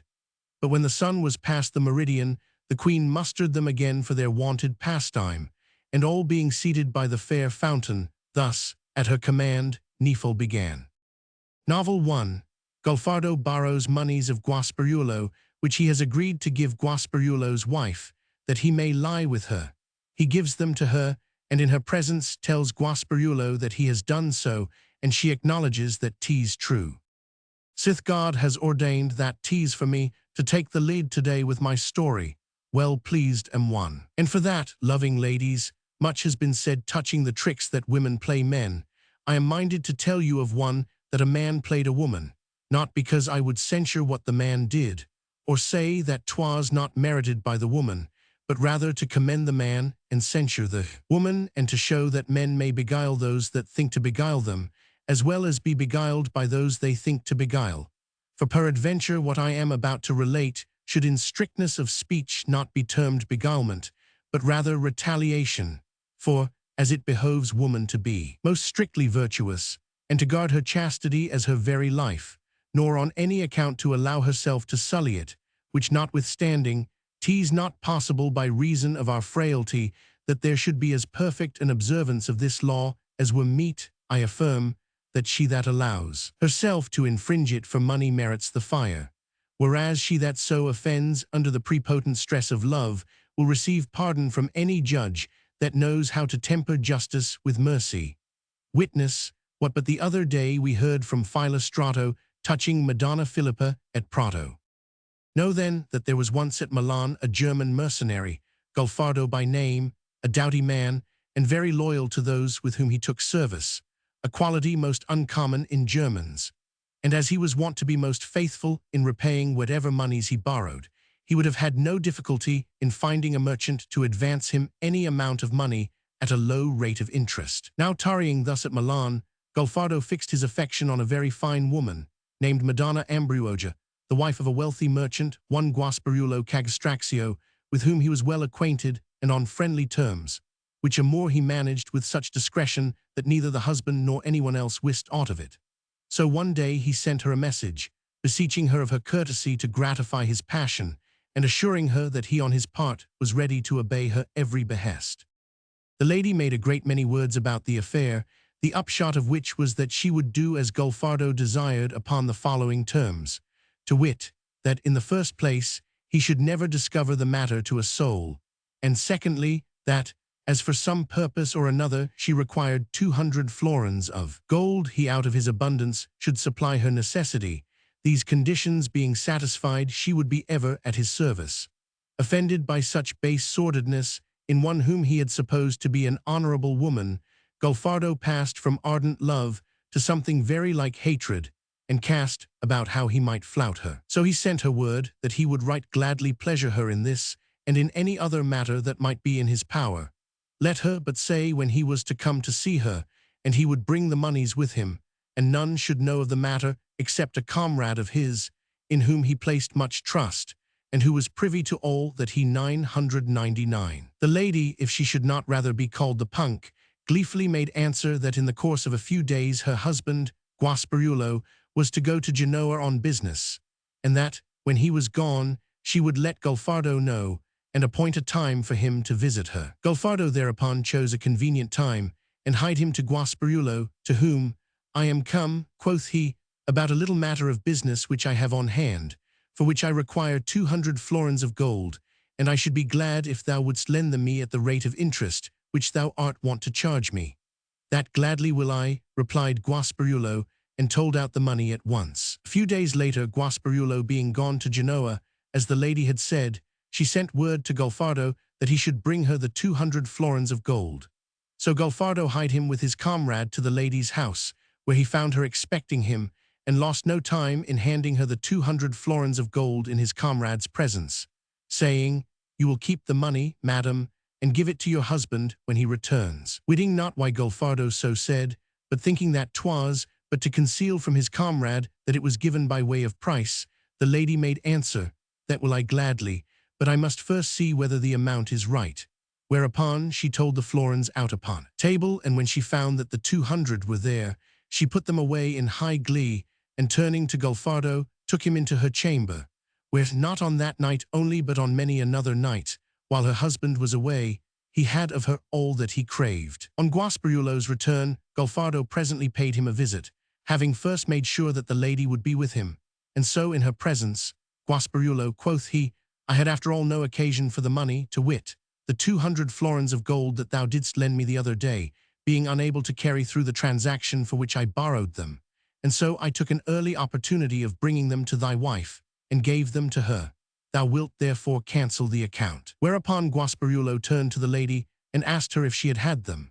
She, not daring to deny the fact in presence of the witness, answered, Why yes, I had them, and quite forgot to tell thee. Good, quoth then Guaspariulo, we are quits, Golfardo, make thy mind easy, I will see that thy account is set right. Golfardo then withdrew, leaving the flouted lady to hand over her ill-gotten gains to her husband, and so the astute lover had his pleasure of his greedy mistress for nothing. Ladies and men alike commended Golfardo for the check that he gave to the greed of the Milanese lady, but before they had done, the queen turned to Pamphilo, and with a smile bade him follow suit. Wherefore thus Pamphilo began, Fair my ladies, it occurs to me to tell you a short story, which reflects no credit on those by whom we are continually wronged without being able to retaliate, to wit, the priests, who have instituted a crusade against our wives, and deem that, when they have made conquest of one of them, they have done a work every whit as worthy of recompense, by remission of sin and punishment, as if they had brought the Soldan in chains to Avignon, in which respect 'tis not possible for the hapless laity to be even with them. Howbeit, they are as hot to make reprisals on the priests' mothers, sisters, mistresses, and daughters as the priests, to attack their wives. Wherefore I am minded to give you, as I may do in few words, the history of a rustic amour, the conclusion whereof was not a little laughable, nor barren of moral, for you may also gather therefrom that 'tis not always well to believe everything that a priest says. I say then that at Varlungo, a village hard by here, as all of you, my ladies, should wot either of your own knowledge or by report, there dwelt a worthy priest, and doughty of body in the service of the ladies, who, albeit he was none too quick at his book, had no lack of precious and blessed solecisms to edify his flock withal of a Sunday under the elm. And when the men were out of doors, he would visit their wives as never a priest had done before him, bringing them feast-day gowns and holy water, and now and again a bit of candle, and giving them his blessing. Now it so befell that among those of his fair parishioners whom he most affected the first place was at length taken by one Monna Belcolor, the wife of a husbandman that called himself Bentivegna del Mazzo. And in good sooth she was a winsome and lusty country lass, brown as a berry and buxom enough, and fitter than e'er another for his 1099. Moreover, she had not her match in playing the tabret and singing, the borage is full sappy, and in leading a brawl or a breakdown, no matter who might be next her, with a fair and dainty kerchief in her hand, which spell so wrought upon Master Priest, that for love of her he grew distracted, and did not all day long but loiter about the village on the chance of catching sight of her. And if of a Sunday morning he espied her in church, he strove might and main to acquit himself of his Kyrie and Sanctus in the style of a great singer, albeit his performance was liker to the braying of an ass, whereas, if he saw her not, he scarce exerted himself at all. However, he managed with such discretion that neither Bentivegna del Mazzo nor any of the neighbors wist aught of his love, and hoping thereby to ingratiate himself with Monna Belcolor, he from time to time would send her presents, now a clove of fresh garlic, the best in all the countryside, from his own garden, which he tilled with his own hands, and anon a basket of beans or a bunch of chives, or shallots, and when he thought it might serve his turn, he would give her a sly glance, and follow it up with a little amorous mocking and mowing, which she, with rustic awkwardness, feigned not to understand, and ever maintained her reserve, so that Master Priest made no headway.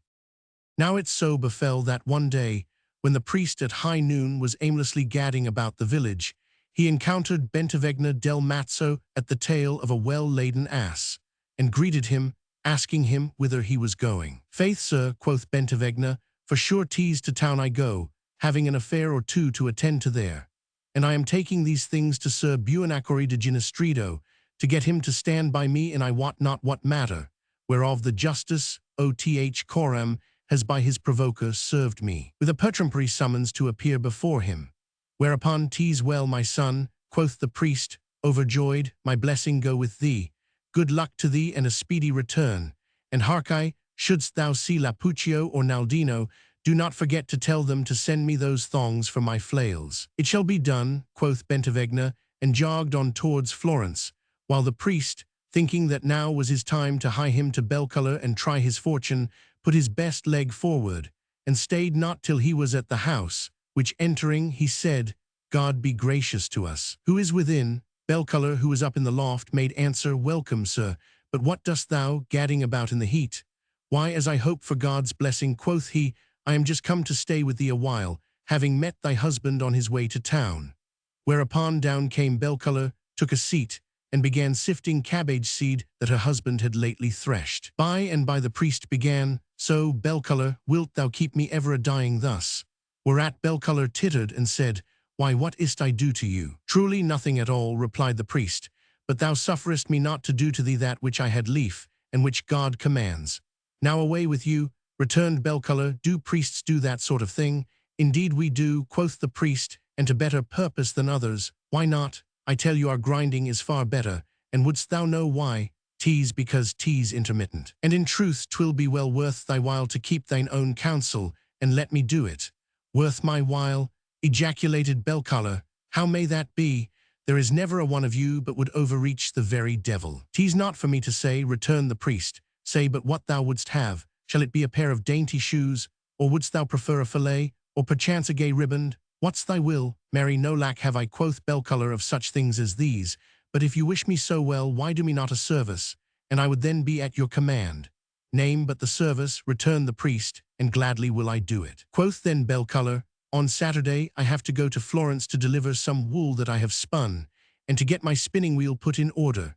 Lend me but £5 I know you have theme, and I will redeem my purse petticoat from the pawnshop, and also the girdle that I wear on saints' days, and that I had when I was married. You see that without them I cannot go to church or anywhere else, and then I will do just as you wish thenceforth and forever. Whereupon, so God give me a good year, quoth he, as I have not the money with me, but never fear that I will see that thou hast it before Saturday with all the pleasure in life. Aye, rejoined Bellcolor, you all make great promises, but then you never keep them. Think you to serve me as you served Beleazer, whom you left in the lurch at last? God's faith, you do not so. To think that she turned woman of the world just for that. If you have not the money with you, why, go and get it. Prithee, returned the priest, send me not home just now. For seest thou, 'tis the very nick of time with me, and the coast is clear, and perchance it might not be so on my return, and in short I know not when it would be likely to go so well as now. Whereto she did but rejoin, good. If you are minded to go, get you gone. If not, stay where you are. The priest, therefore, seeing that she was not disposed to give him what he wanted, as he was fain to wit, on his own terms, but was bent upon having a quid pro quo, changed his tone. And lo now, quoth he, thou doubtest I will not bring thee the money, so to set thy mind at rest, I will leave thee this cloak thou seest 'tis good sky-blue silk in pledge. So raising her head and glancing at the cloak, and what may the cloak be worth? Quoth Bellcolor. Worth, ejaculated the priest. I would have thee know that 'tis old dwy, not to say troy make. Nay, there are some of our folk here that say 'tis quadroy, and 'tis not a fortnight since I bought it of Lotto, the second-hand dealer, for £7 good, and then had it 5 good soldi under value, by what I hear from Buglietto, who thou knowest, is an excellent judge of these articles. Oh, say you so? Exclaimed Bellcolor. So help me God, I should not have thought it, however, let me look at it. So Master Priest, being ready for action, doffed the cloak and handed it to her. And she, having put it in a safe place, said to him, Now, sir, we will away to the hut. There is never a soul goes there. And so they 999. And their Master Priest, giving her many a mighty buss, and straining her to his sacred person, solaced himself with her no little while. Which done, he hied him away in his cassock, as if he were come from officiating at a wedding. But when he was back in his holy quarters, he bethought him that not all the candles that he received by way of offering in the course of an entire year would amount to the half of £5, and saw that he had made a bad bargain, and repented him that he had left the cloak in pledge, and cast about how he might recover it without paying anything. And as he did not lack cunning, he hit upon an excellent expedient, by which he compassed his end.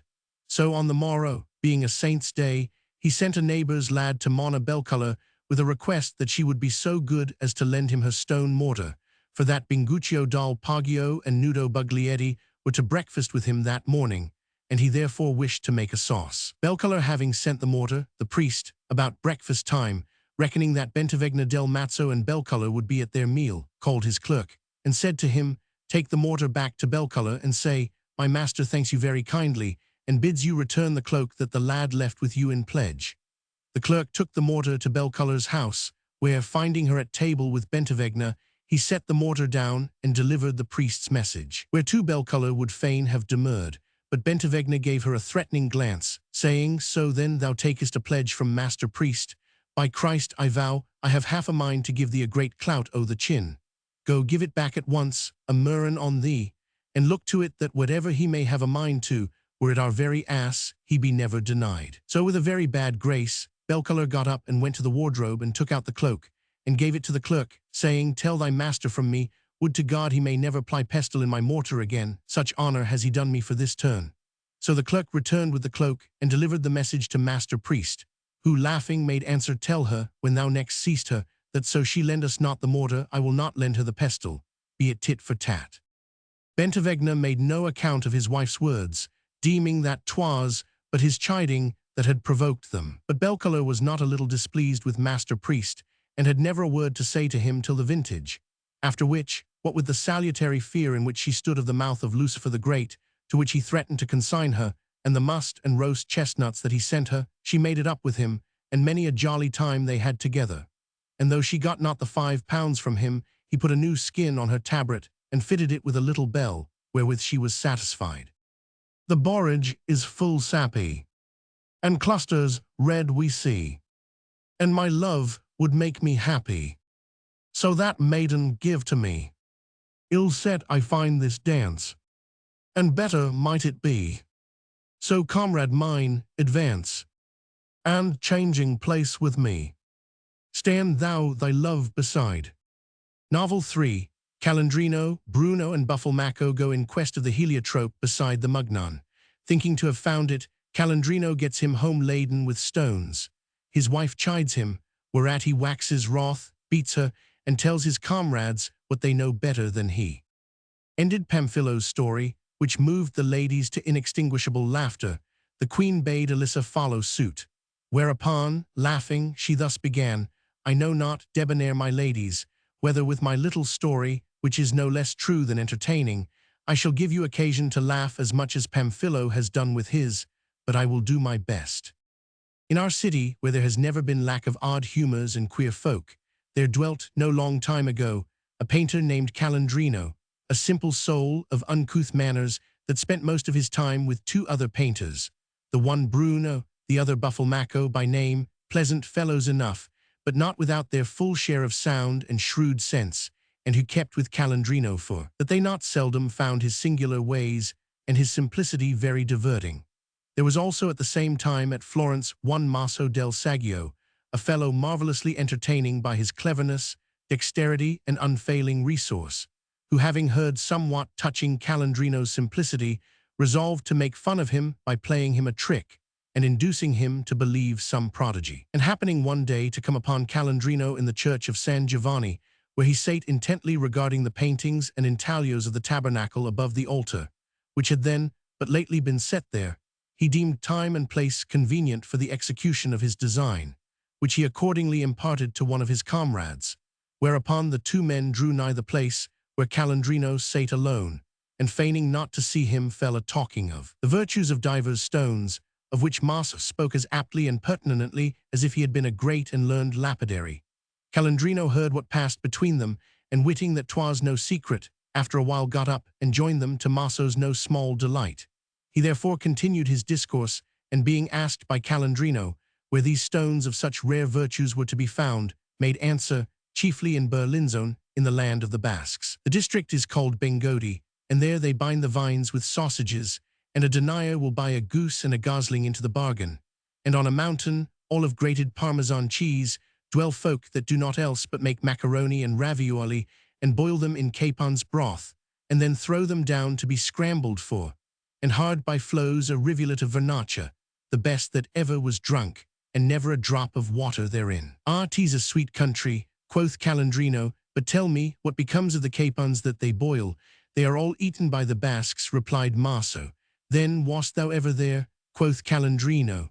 Whereupon was I ever there, sayst thou? Replied Maso. Why, if I have been there once, I have been there 1,000 times.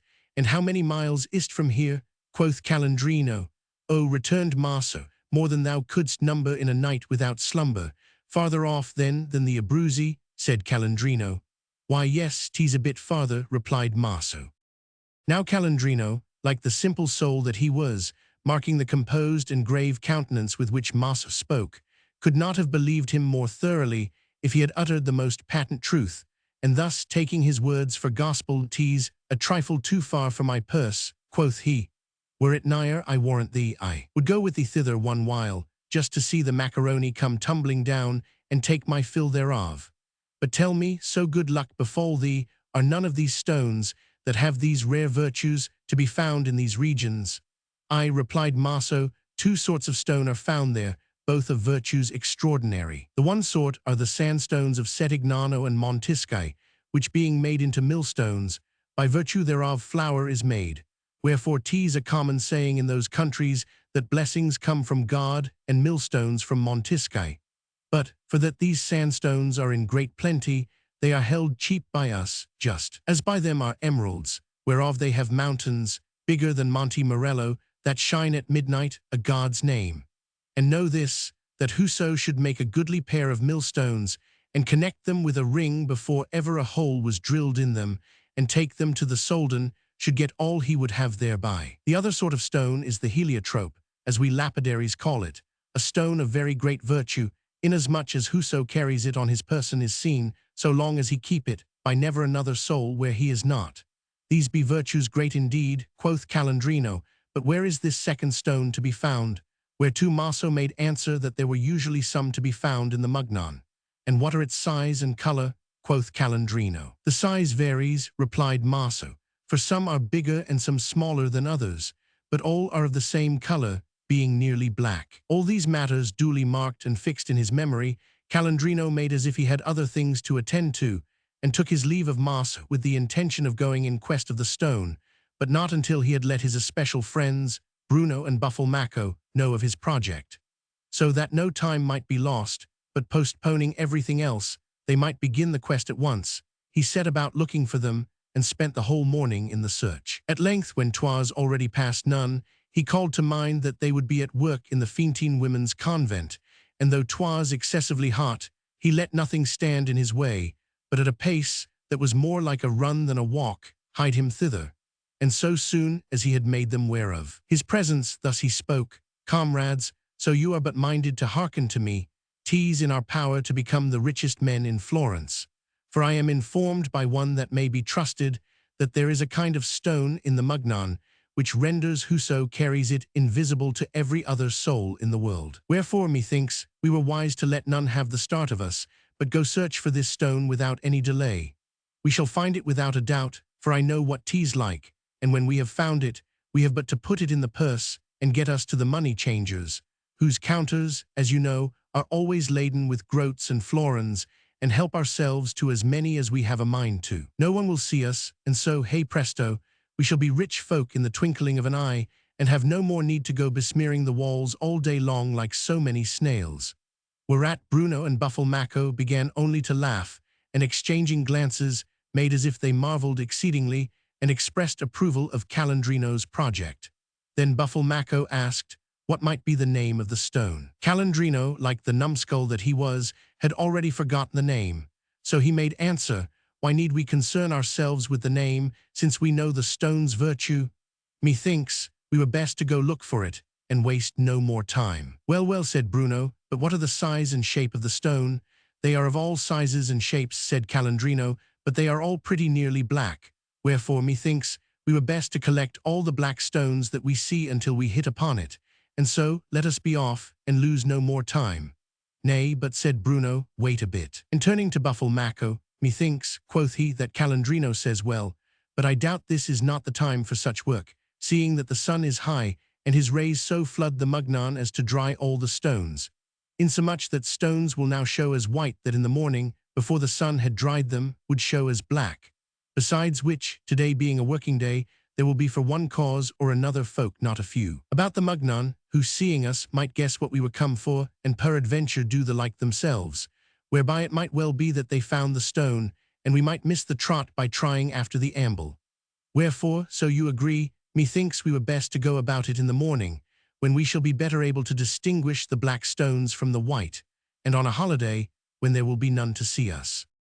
Buffalmacco's advice being approved by Bruno, Calandrino chimed in, and so 'twas arranged that they should all three go in quest of the stone on the following Sunday. So Calandrino, having besought his companions above all things to let never a soul in the world hear aught of the matter, for that it had been imparted to him in strict confidence, and having told them what he had heard touching the land of Bengodi, the truth of which he affirmed with oaths, took leave of them, and they concerted their plan, while Calandrino impatiently expected the Sunday morning. Whereon about dawn he arose and called them, and forth they issued by the porta a San Gallo, and hied them to the mugnon, and following its course, began their quest of the stone, Calandrino, as was natural, leading the way and jumping lightly from rock to rock, and wherever he espied a black stone, stooping down, picking it up and putting it in the fold of his tunic, while his comrades followed, picking up a stone here and a stone there. Thus it was that Calandrino had not gone far,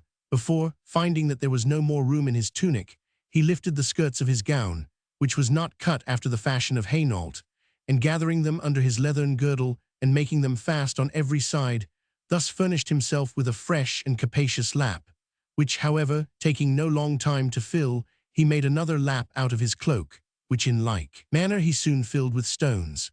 Wherefore Bruno and Buffalmacco, seeing that Calandrino was well laden, and that 'twas nigh upon breakfast time, and the moment for action come. Where is Calandrino? Quoth Bruno to Buffalmacco.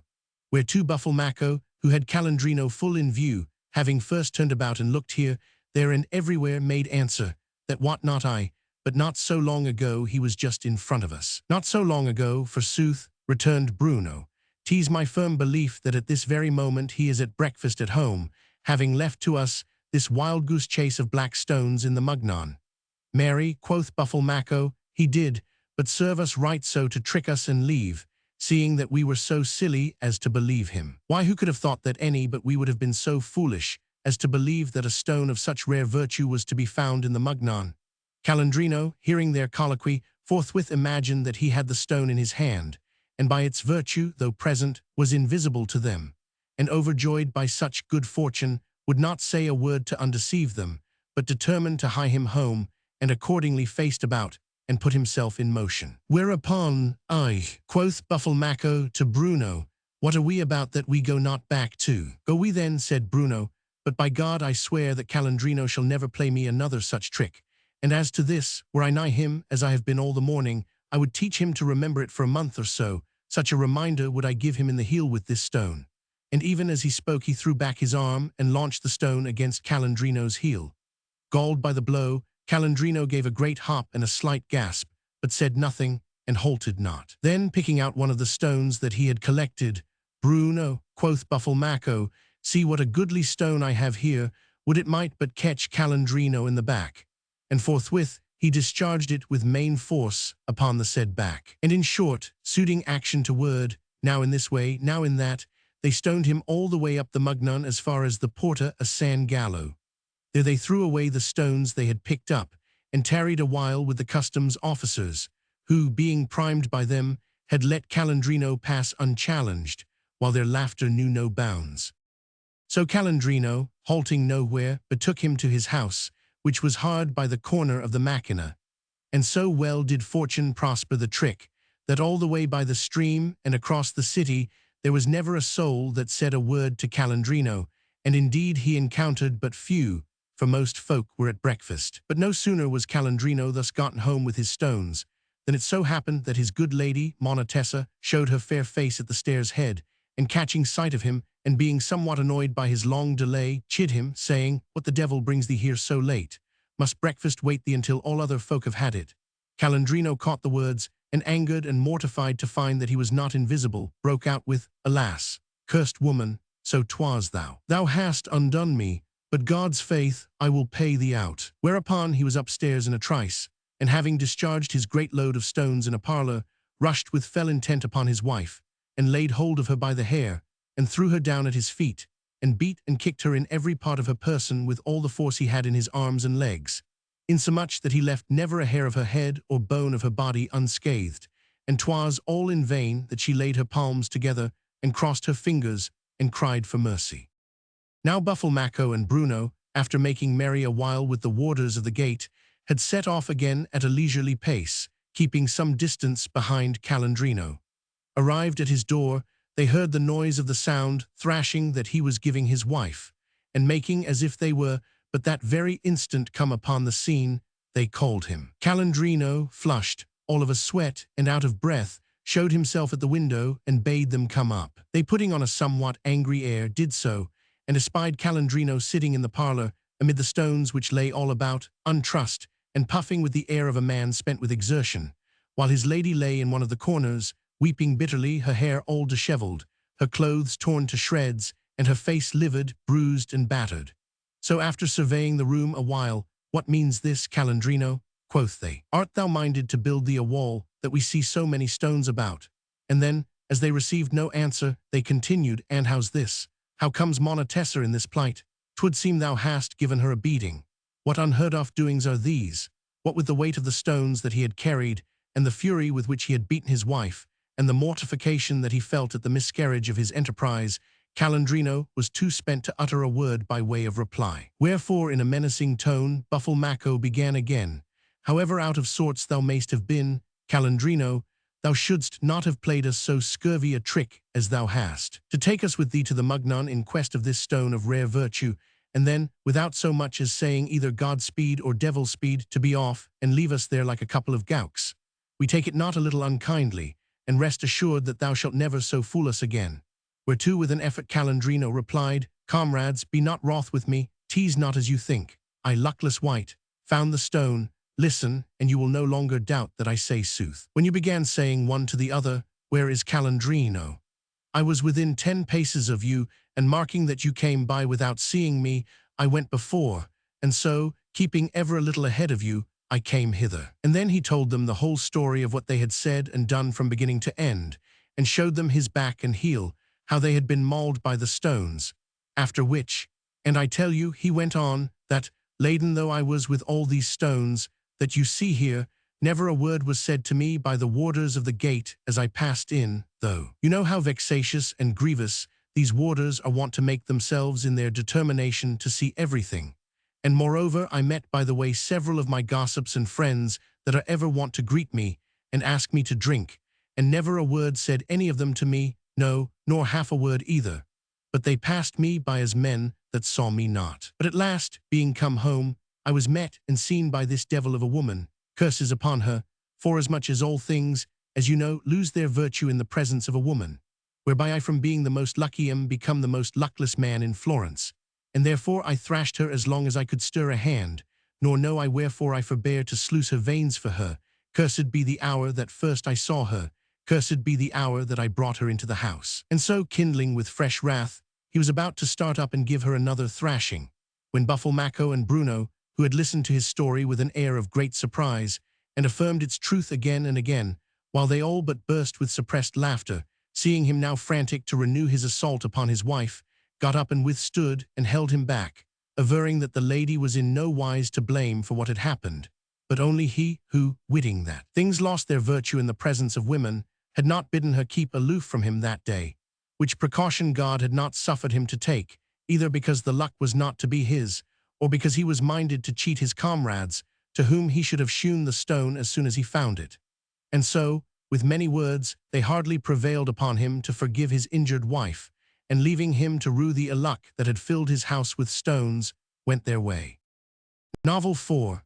The rector of Fiesole loves a widow lady, by whom he is not loved, and thinking to lie with her, lies with her maid, with whom the lady's brothers cause him to be found by his bishop.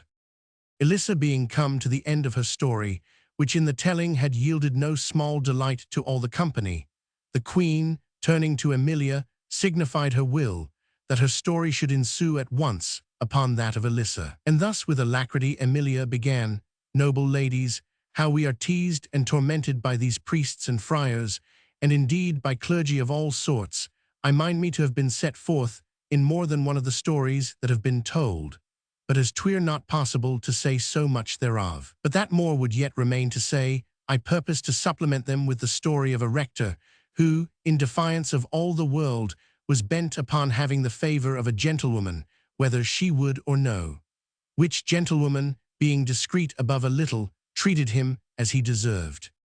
Fiesole, whose hill is here within sight, is, as each of you knows, a city of immense antiquity, and was aforetime great, though now 'tis fallen into complete decay, which notwithstanding it always was, and still is the see of a bishop. Now there was once a gentlewoman, Monna Picarda by name, a widow that had an estate at Fiesole, hard by the cathedral, on which, for that she was not in the easiest circumstances, she lived most part of the year, and with her 2 brothers, very worthy and courteous young men, both of them. And the lady being wont frequently to resort to the cathedral, and being still quite young and fair and debonair withal, it so befell that the rector grew in the last degree enamored of her, and waxed at length so bold, that he himself avowed his passion to the lady, praying her to entertain his love, and requite it in like measure. The rector was advanced in years, but otherwise the veriest springled, being bold and of a high spirit, of a boundless conceit of himself, and of mien and manners most affected and in the worst taste, and withal so tiresome and insufferable that he was on bad terms with everybody, and, if with one person more than another, with this lady, who not only cared not a jot for him, but had liefer have had a headache than his company. Wherefore the lady discreetly made answer, I may well prize your love, sir, and love you I should, and will right gladly. But such love as yours and mine may never admit of aught that is not honorable. You are my spiritual father and a priest, and now verging towards old age, circumstances which should ensure your honor and chastity, and I on my part am no longer a girl, such as these love affairs might beseem, but a widow, and well you wot how it behoves widows to be chaste. Wherefore I pray you to have me excused, for after the sort you crave, you shall never have my love, nor would I in such sort be loved by you. With this answer the rector was for the nonce fain to be content, but he was not the man to be dismayed and rooted by a first repulse, and with his wonted temerity and effrontery he plied her again and again with letters and ambassages, and also by word of mouth, when he espied her entering the church, wherefore the lady, finding this persecution more grievous and harassing than she could well bear, cast about how she might be quit thereof in such fashion as he deserved, seeing that he left her no choice. Howbeit, she would do naught in the matter until she had conferred with her brothers. She therefore told them how the rector pursued her, and how she meant to foil him, and with their full concurrence, some few days afterwards she went, as she was wont, to church. The rector no sooner saw her than he approached and accosted her, as he was wont, in a tone of easy familiarity. The lady greeted him, as he came up, with a glance of gladsome recognition, and when he had treated her to not a little of his wonted eloquence, she drew him aside, and heaving a great sigh, said, I have oftentimes heard it said, sir, that there is no castle so strong, but that, if the siege be continued day by day, it will sooner or later be taken, which I now plainly perceive is my own case.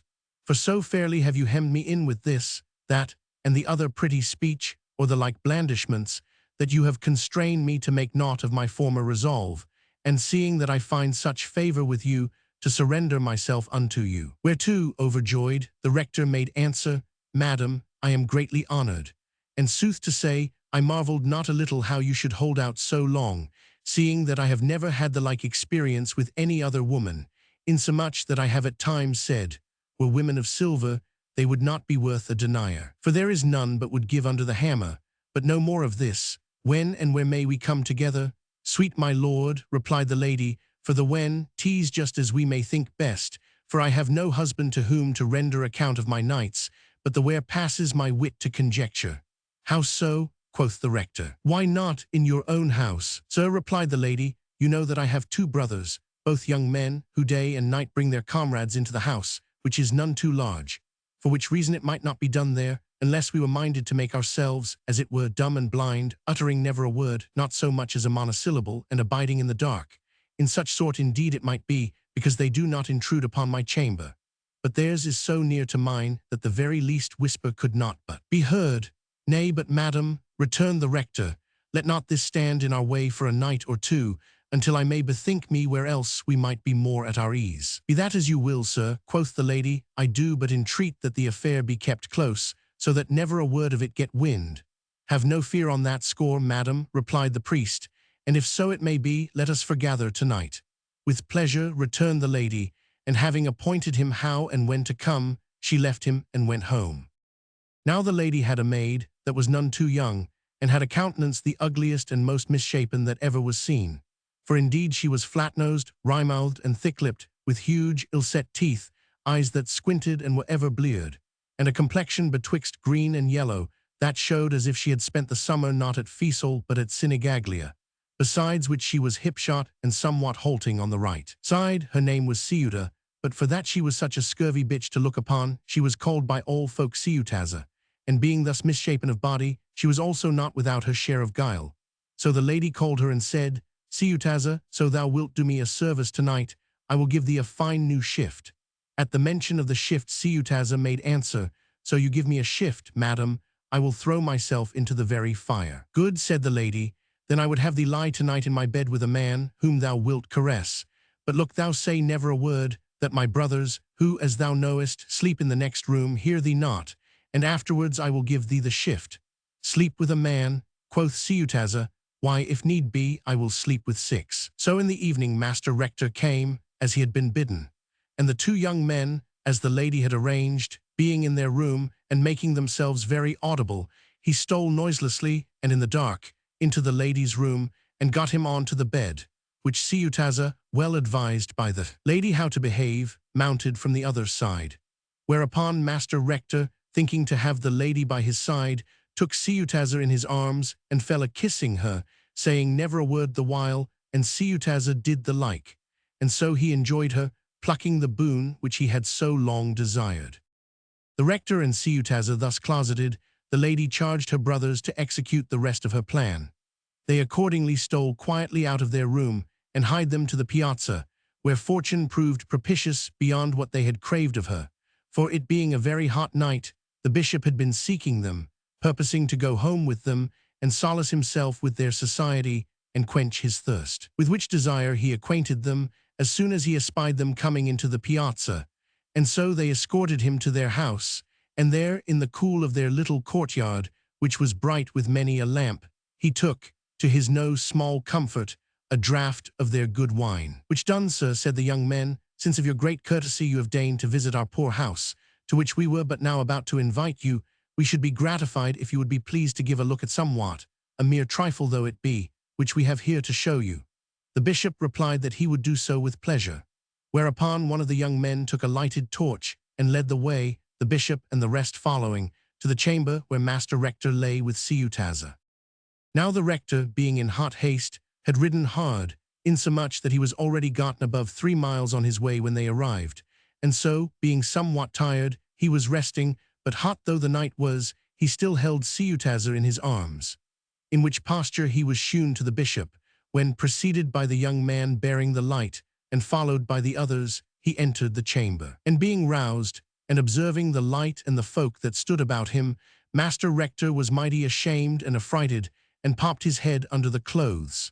But the bishop, reprimanding him severely, constrained him to thrust his head out again, and take a view of his bedfellow. Thus made aware of the trick which the lady had played him, the rector was now, both on that score and by reason of his signal disgrace, the saddest man that ever was, and his discomfiture was complete, when, having donned his clothes, he was committed by the bishop's command to close custody and sent to prison, there to expiate his offense by a rigorous penance.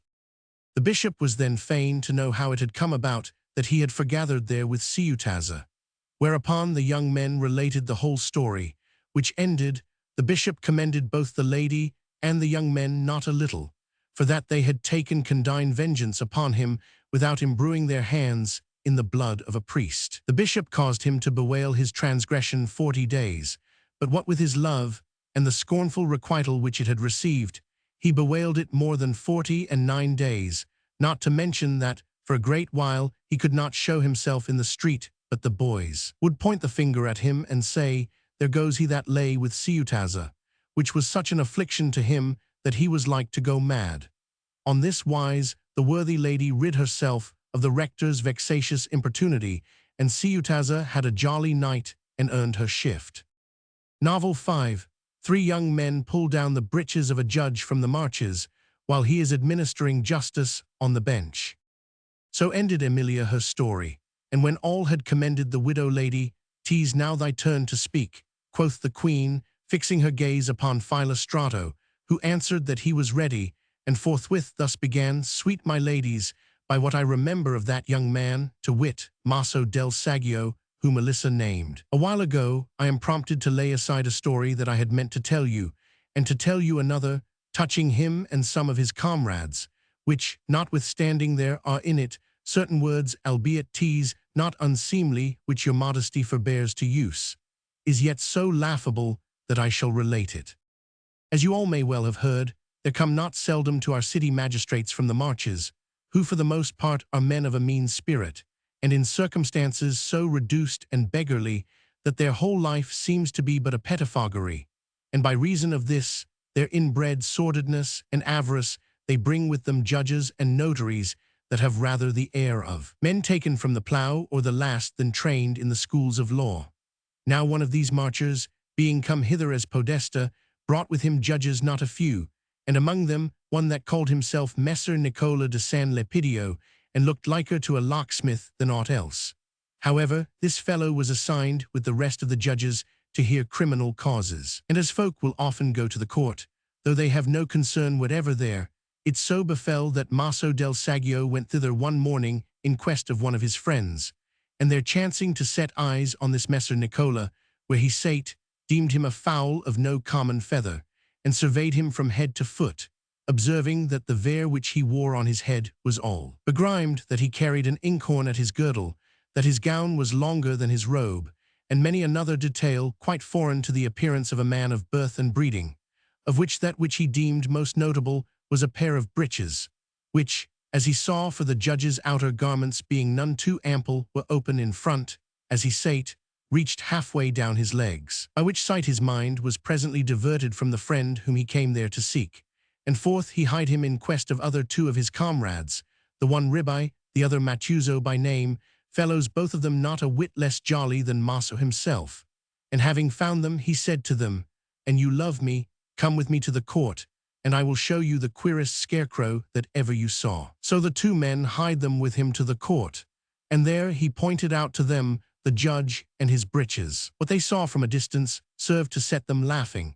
Then drawing nearer to the dais on which Master Judge was seated, they observed that 'twas easy enough to get under the dais, and moreover that the plank on which the judge's feet rested was broken, so that there was plenty of room for the passage of a hand and arm.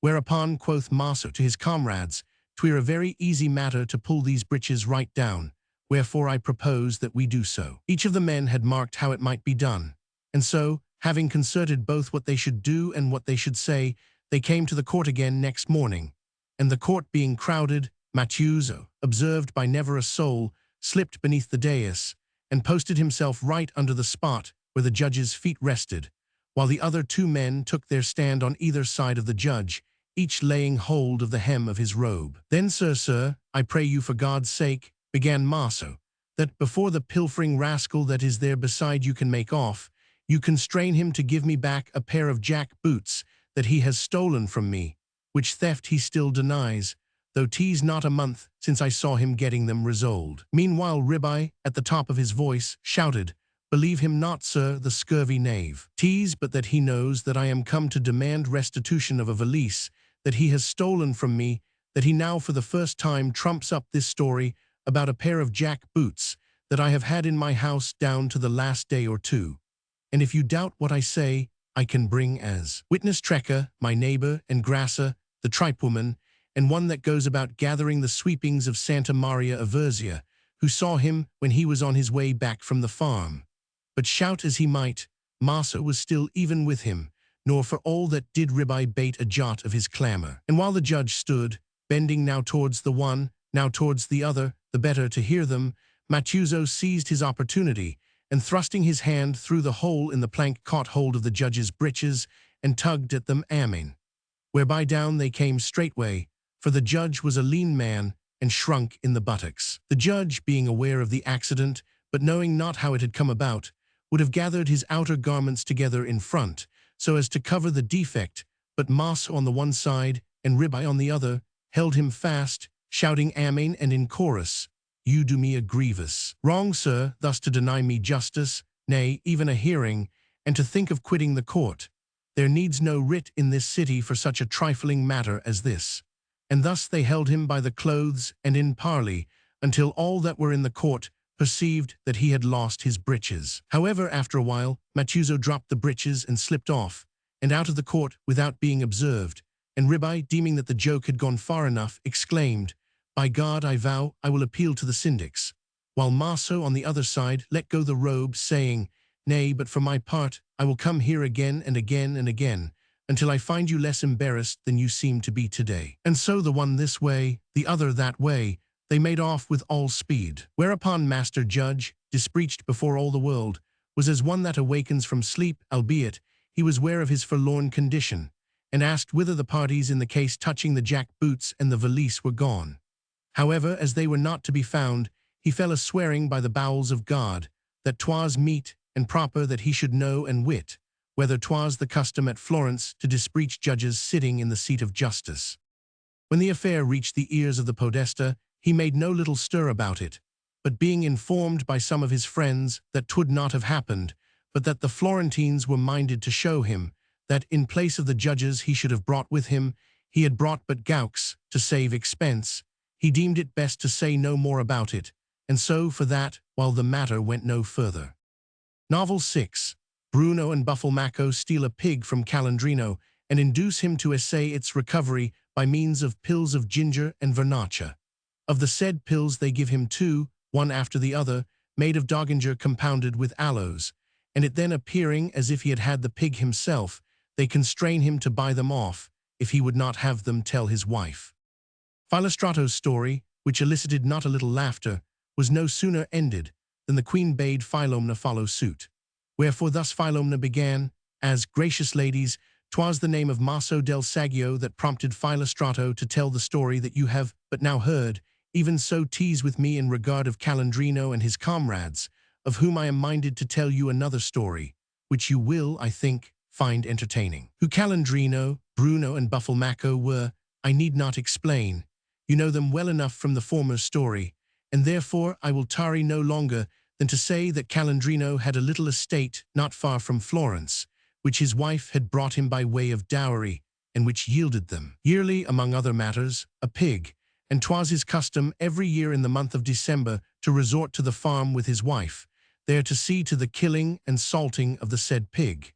Now, one of these years it so happened that his wife being unwell, Calandrino went thither alone to kill the pig. And Bruno and Buffalmacco, learning that he was gone to the farm, and that his wife was not with him, betook them to the house of a priest that was their especial friend and a neighbor of Calandrino, there to tarry a while. Upon their arrival, Calandrino, who had that very morning killed the pig, met them with the priest, and accosted them, saying, "A hearty welcome to you. I should like you to see what an excellent manager I am." And so he took them into his house, and showed them the pig. They observed that 'twas a very fine pig, and learned from Calandrino that he was minded to salt it for household consumption. "Then thou art but a fool," quoth Bruno. "Sell it, man, and let us have a jolly time with the money, and tell thy wife that 'twas stolen." "Not I," replied Calandrino. "She would never believe me, and would drive me out of the house. Urge me no further, for I will never do it." The others said a great deal more, but to no purpose, and Calandrino bade them to supper, but so coldly that they declined and left him. "Presently should we not steal this pig from him tonight?" quoth Bruno to Buffalmacco. "Could we so?" returned Buffalmacco. "How? Why, as to that," rejoined Bruno, "I have already marked how it may be done, if he bestow not the pig elsewhere." "So be it then," said Buffalmacco, "we will steal it, and then, perchance, our good host, Master Priest, will join us in doing honor to such good cheer." "That right gladly will I," quoth the priest. "Whereupon some address, though," quoth Bruno, "will be needful. Thou knowest, Buffalmacco, what a niggardly fellow Calandrino is, and how greedily he drinks at other folks' expense. Go we therefore and take him to the tavern, and there let the priest make as if, to do us honor, he would pay the whole score, and suffer Calandrino to pay never a soldo, and he will grow tipsy, and then we shall speed excellent well, because he is alone in the house." As Bruno proposed, so they did, and Calandrino, finding that the priest would not suffer him to pay, drank amain, and took a great deal more aboard than he had need of. And the night being far spent when he left the tavern, he dispensed with supper, and went home, and thinking to have shut the door, got him to bed, leaving it open. Buffalmacco and Bruno went to sup with the priest, and after supper, taking with them certain implements with which to enter Calandrino's house, where Bruno thought it most feasible, they stealthily approached it. But finding the door open, they entered, and took down the pig, and carried it away to the priest's house, and having there bestowed it safely, went to bed. In the morning, when Calandrino, his head at length quit of the fumes of the wine, got up, and came downstairs, and found that his pig was nowhere to be seen, and that the door was open, he asked this, that, and the other man, whether they wist who had taken the pig away, and getting no answer, he began to make great outcry, "Alas, alas, luckless man that I am, that my pig should have been stolen from me." Meanwhile Bruno and Buffalmacco, being also risen, made up to him to hear what he would say touching the pig, whom he no sooner saw than well-nigh weeping he called them, saying, "Alas, my friends, my pig is stolen from me." Bruno stepped up to him and said in a low tone, "'Tis passing strange if thou art in the right for once." "Alas," returned Calandrino, "what I say is but too true." "Why then, out with it, man," quoth Bruno, "cry aloud, that all folk may know that 'tis so." Calandrino then raised his voice and said, "By the body, O God, I say of a truth that my pig has been stolen from me." "So," quoth Bruno, "but publish it, man, publish it, lift up thy voice, make thyself well heard, that all may believe thy report. Thou art enough to make me give my soul to the enemy, replied Calandrino. I say, dost not believe me? That hang me by the neck if the pig is not stolen from me. Nay, but quoth Bruno, how can it be? I saw it here but yesterday. Dost think to make me believe that it has taken to itself wings and flown away? All the same tease as I tell thee, returned Calandrino. Is it possible? Quoth Bruno. I indeed, replied Calandrino, tease even so, and I am undone and know not how to go home. Never will my wife believe me, or if she do so, I shall know no peace this year. Upon my hope of salvation, quoth Bruno, tease indeed a bad business, if so it really is. But thou knowest, Calandrino, that 'twas but yesterday I counselled thee to make believe that 'twas so. I should be sorry to think thou didst befool thy wife and us at the same time. Ah, vociferated Calandrino, wilt thou drive me to despair and provoke me to blaspheme God and the saints and all the company of heaven? I tell thee that the pig has been stolen from me in the night.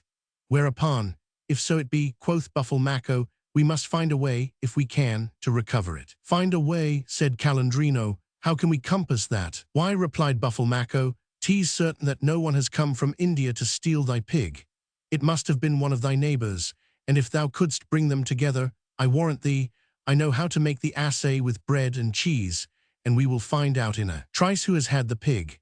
I, struck in Bruno, make thy assay with bread and cheese in the presence of these gentry hereabout, one of whom I am sure has had the pig. Why, the thing would be seen through, and they would not come. What shall we do, then? Said Buffalmacco. Whereto Bruno made answer, it must be done with good pills of ginger and good vernaccia, and they must be bidden come drink with us. They will suspect nothing, and will come, and pills of ginger can be blessed just as well as bread and cheese. Beyond a doubt, thou art right, quoth Buffalmacco, and thou, Calandrino, what sayst thou? Shall we do as Bruno says? Nay, I entreat you for the love of God, quoth Calandrino, do even so, for if I knew but who had had the pig, I should feel myself half consoled for my loss. Go to now, quoth Bruno, I am willing to do thy errand to Florence for these commodities, if thou givest me the money. Calandrino had some 40 soldi upon him, which he gave to Bruno, who thereupon hied him to Florence to a friend of his that was an apothecary, and bought a pound of good pills of ginger, 2 of which, being of doginger, he caused to be compounded with fresh hepatic aloes, and then to be coated with sugar like the others, and lest they should be lost, or any of the others mistaken for them, he had a slight mark set upon them by which he might readily recognize them. He also bought a flask of good vernaccia, and thus laden returned to the farm, and said to Calandrino, Tomorrow morning thou wilt bid those whom thou suspectest come hither to drink with thee. As 'twill be a saint's day, they will all come readily enough. And tonight I and Buffalmacco will say the incantation over the pills, which in the morning I will bring to thee here, and for our friendship's sake will administer them myself, and do and say all that needs to be said and done. So Calandrino did as Bruno advised, and on the morrow a goodly company, as well of young men from Florence, that happened to be in the village, as of husbandmen, being assembled in front of the church around the elm, Bruno and Buffalmacco came, bearing a box containing the ginger and the flask of wine, and ranged the folk in a circle. Whereupon, Gentlemen, said Bruno, 'tis meet I tell you the reason why you are gathered here, that if aught unpleasant to you should befall, you may have no ground for complaint against me. Calandrino here was the night before last robbed of a fine pig, and cannot discover who has had it. And for that it must have been stolen by some one of us here, he would have each of you take and eat one of these pills and drink of this vernaccia. Wherefore I forthwith do you to wit, that whoso has had the pig will not be able to swallow the pill, but will find it more bitter than poison, and will spit it out. And so, rather than he should suffer this shame, in presence of so many, 'twere perhaps best, that he that has had the pig should confess the fact to the priest, and I will wash my hands of the affair. All professed themselves ready enough to eat the pills, and so, having set them in a row with Calandrino among them, Bruno, beginning at one end, proceeded to give each a pill, and when he came to Calandrino, he chose one of the pills of doginger and put it in his hand. Calandrino thrust it forthwith between his teeth and began to chew it, but no sooner was his tongue acquainted with the aloes than, finding the bitterness intolerable, he spat it out. Now the eyes of all the company being fixed on one another to see who should spit out his pill, Bruno, who, not having finished the distribution, feigned to be concerned with naught else, heard some one in his rear say, Ha, Calandrino, what means this? and at once turning round, and marking that Calandrino had spit out his pill, "Wait a while," quoth he, "perchance 'twas somewhat else that caused thee to spit. Take another."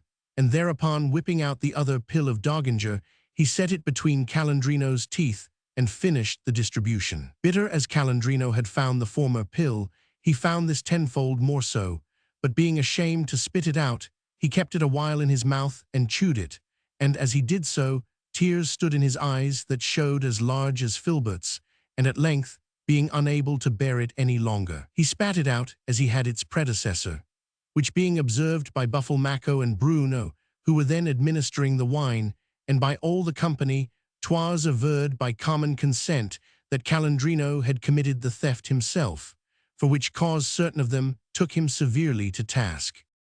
However, the company being dispersed, and Bruno and Buffalmacco left alone with Calandrino, Buffalmacco began on this wise: "I never doubted but that thou hadst had it thyself, and wast minded to make us believe that it had been stolen from thee, that we might not have of thee so much as a single drink out of the price which thou gottest for it." Calandrino, with the bitterness of the aloes still on his tongue, fell a swearing that he had not had it. Whereupon, "Nay, but comrade," quoth Buffalmacco, "upon thy honour, what did it fetch?" 6 florins. Whereto, Calandrino being now on the verge of desperation, Bruno added, "Now be reasonable, Calandrino. Among the company that ate and drank with us, there was one that told me that thou hadst up there a girl that thou didst keep for thy pleasure, giving her what by hook or by crook thou couldst get together, and that he held it for certain that thou hadst sent her this pig. And thou art grown expert in this sort of cozenage. Thou tookest us one while adown the Mugnon a-gathering black stones, and having thus started us on a wild goose chase, thou madest off, and then wouldst fain have us believe that thou hadst found the stone. And now, in like manner, thou thinkest by thine oaths to persuade us that this pig which thou hast given away or sold has been stolen from thee. But we know thy tricks of old, never another couldst thou play us, and to be round with thee, this spell has cost us some trouble, wherefore we mean that thou shalt give us 2 pair of capons, or we will let Monetessa know all." Seeing that he was not believed, and deeming his mortification ample without the addition of his wife's resentment, Calandrino gave them the 2 pair of capons, with which, when the pig was salted, they returned to Florence, leaving Calandrino with the loss and the laugh against him. Novel 7. A scholar loves a widow lady, who, being enamored of another, causes him to spend a winter's night awaiting her in the snow. He afterwards, by a stratagem, causes her to stand for a whole day in July, naked upon a tower, exposed to the flies, the gadflies, and the sun. Over the woes of poor Calandrino, the ladies laughed not a little, and had laughed yet more, but that it irked them that those that had robbed him of the pig should also take from him the capons. However, the story being ended, the queen bade Pampinea give them hers, and thus forthwith Pampinea began, "Dearest ladies, it happens oftentimes that the artful scorner meets his match, wherefore 'tis only little wits that delight to scorn." In a series of stories, we have heard tell of tricks played without aught in the way of reprisals following. By mine I purpose in some degree to excite your compassion for a gentlewoman of our city, albeit the retribution that came upon her was but just whose flout was returned in the like sort, and to such effect that she well-nigh died thereof. The which to hear will not be unprofitable to you, for thereby you will learn to be more careful how you flout others, and therein you will do very wisely. 'Tis not many years since there dwelt at Florence a lady young and fair, and of a high spirit, as also of right gentle lineage, and tolerably well endowed with temporal goods. Now Elena, such was the lady's name, being left a widow, was minded never to marry again, being enamored of a handsome young gallant of her own choosing, with whom she, recking naught of any other lover, did, by the help of a maid in whom she placed much trust, not seldom speed the time gaily, and with marvellous delight. Meanwhile it so befell that a young nobleman of our city, Rinieri by name, who had spent much time in study at Paris, not that he might thereafter sell his knowledge by retail, but that he might learn the reasons and causes of things, which accomplishment shows to most excellent advantage in a gentleman, returned to Florence, and there lived as a citizen in no small honor with his fellows, both by reason of his rank and of his learning. But as it is often the case that those who are most versed in deep matters are the soonest mastered by love, so was it with Rinieri. For at a festal gathering, to which one day he went, there appeared before his eyes this Elena, of whom we spoke, clad in black, as is the wont of our Florentine widows, and showing to his mind so much fairer and more debonair than any other woman that he had ever seen, that happy indeed he deemed the man might call himself, to whom God, in his goodness, should grant the right to hold her naked in his arms. So now and again he eyed her stealthily, and knowing that boons goodly and precious are not to be gotten without trouble, he made up his mind to study and labor with all assiduity how best to please her, that so he might win her love, and thereby the enjoyment of her. The young gentlewoman was not used to keep her eyes bent ever towards the infernal regions, but rating herself at no less, if not more, than her deserts, she was dexterous to move them to and fro, and thus busily scanning her company, soon detected the men who regarded her with pleasure. By which means, having discovered Rinnery's passion, she inly laughed, and said, "'Twill turn out that 'twas not for nothing that I came here today, for if I mistake not, I have caught a gander by the bill."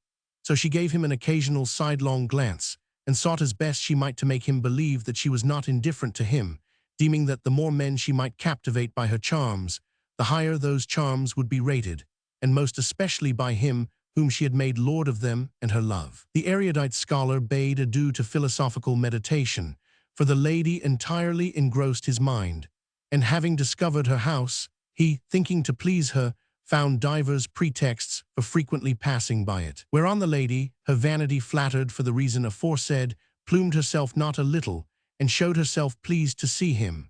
Thus encouraged, the scholar found means to make friends with her maid, to whom he discovered his love, praying her to do her endeavor with her mistress, that he might have her favor. The maid was profuse of promises, and gave her mistress his message, which she no sooner heard than she was convulsed with laughter, and replied, "He brought sense enough hither from Paris. Knowest thou where he has since been to lose it? Go to now, let us give him that which he seeks. Tell him, when he next speaks to you of the matter, that I love him vastly more than he loves me, but that I must have regard to my reputation, so that I may be able to hold my head up among other ladies, which, if he is really the wise man they say, will cause him to affect me much more." Ah, poor woman, she little knew, my ladies, how rash it is to try conclusions with scholars. The maid found the scholar, and did her mistress's errand. The scholar, overjoyed, proceeded to urge his suit with more ardor, to indite letters and send presents. The lady received all that he sent her, but vouchsafed no answers save such as were couched in general terms, and on this wise she kept him dangling a long while. At last, having disclosed the whole affair to her lover, who evinced some resentment and jealousy, she, to convince him that his suspicions were groundless, and for that she was much importuned by the scholar, sent word to him by her maid, that never since he had assured her of his love, had occasion served her to do him pleasure, but that next Christmastide she hoped to be with him. Wherefore, if he were minded to await her in the courtyard of her house on the night of the day next following the feast, she would meet him there as soon as she could. Elated as ne'er another, the scholar hied him at the appointed time to the lady's house, and being ushered into a courtyard by the maid, who forthwith turned the key upon him, addressed himself there to await the lady's coming. Now the lady's lover, by her appointment, was with her that evening, and when they had gaily supped, she told him what she had in hand that night, adding, "And so thou wilt be able to gauge the love which I have borne and bear this scholar, whom thou hast foolishly regarded as a rival." The lover heard the lady's words with no small delight, and waited in eager expectancy to see her make them good. The scholar, hanging about there in the courtyard, began to find it somewhat chillier than he would have liked, for it had snowed hard all day long, so that the snow lay everywhere thick on the ground. However, he bore it patiently, expecting to be recompensed by and by. After a while the lady said to her lover, "Go we to the chamber, and take a peep through a lattice at him of whom thou art turned jealous, and mark what he does, and how he will answer the maid, whom I have bidden go speak with him." So the pair hied them to a lattice, wherethrough they could see without being seen, and heard the maid call from another lattice to the scholar, saying, "Rinnery, my lady is distressed as never woman was, for that one of her brothers is come here tonight, and after talking a long while with her, must needs sup with her, and is not yet gone, but I think he will soon be off, and that is the reason why she has not been able to come to thee, but she will come soon now. She trusts it does not irk thee to wait so long." Whereto the scholar, supposing that 'twas true, made answer, "Tell my lady to give herself no anxiety on my account, until she can conveniently come to me, but to do so as soon as she may. Whereupon the maid withdrew from the window and went to bed, while the lady said to her lover, Now what sayst thou? Think'st thou that, if I had that regard for him, which thou fearest, I would suffer him to tarry below there to get frozen? Which said, the lady and her now partly reassured lover got them to bed, where for a great while they disported them right gamesomely, laughing together and making merry over the luckless scholar. The scholar, meanwhile, paced up and down the courtyard to keep himself warm, nor indeed had he where to sit or take shelter. In this plight he bestowed many a curse upon the lady's brother for his long tarrying, and never a sound did he hear, but he thought that 'twas the lady opening the door. But vain indeed were his hopes. The lady, having solaced herself with her lover until hard upon midnight, then said to him, How ratest thou our scholar, my soul? Whether is the greater his wit, or the love I bear him, think'st thou? Will the cold that, of my ordaining, he now suffers, banish from thy breast the suspicion which my light words the other day implanted there? Ay, indeed, heart of my body, replied the lover, well wot I now that even as thou art to me, my weal, my consolation, my bliss, so am I to thee.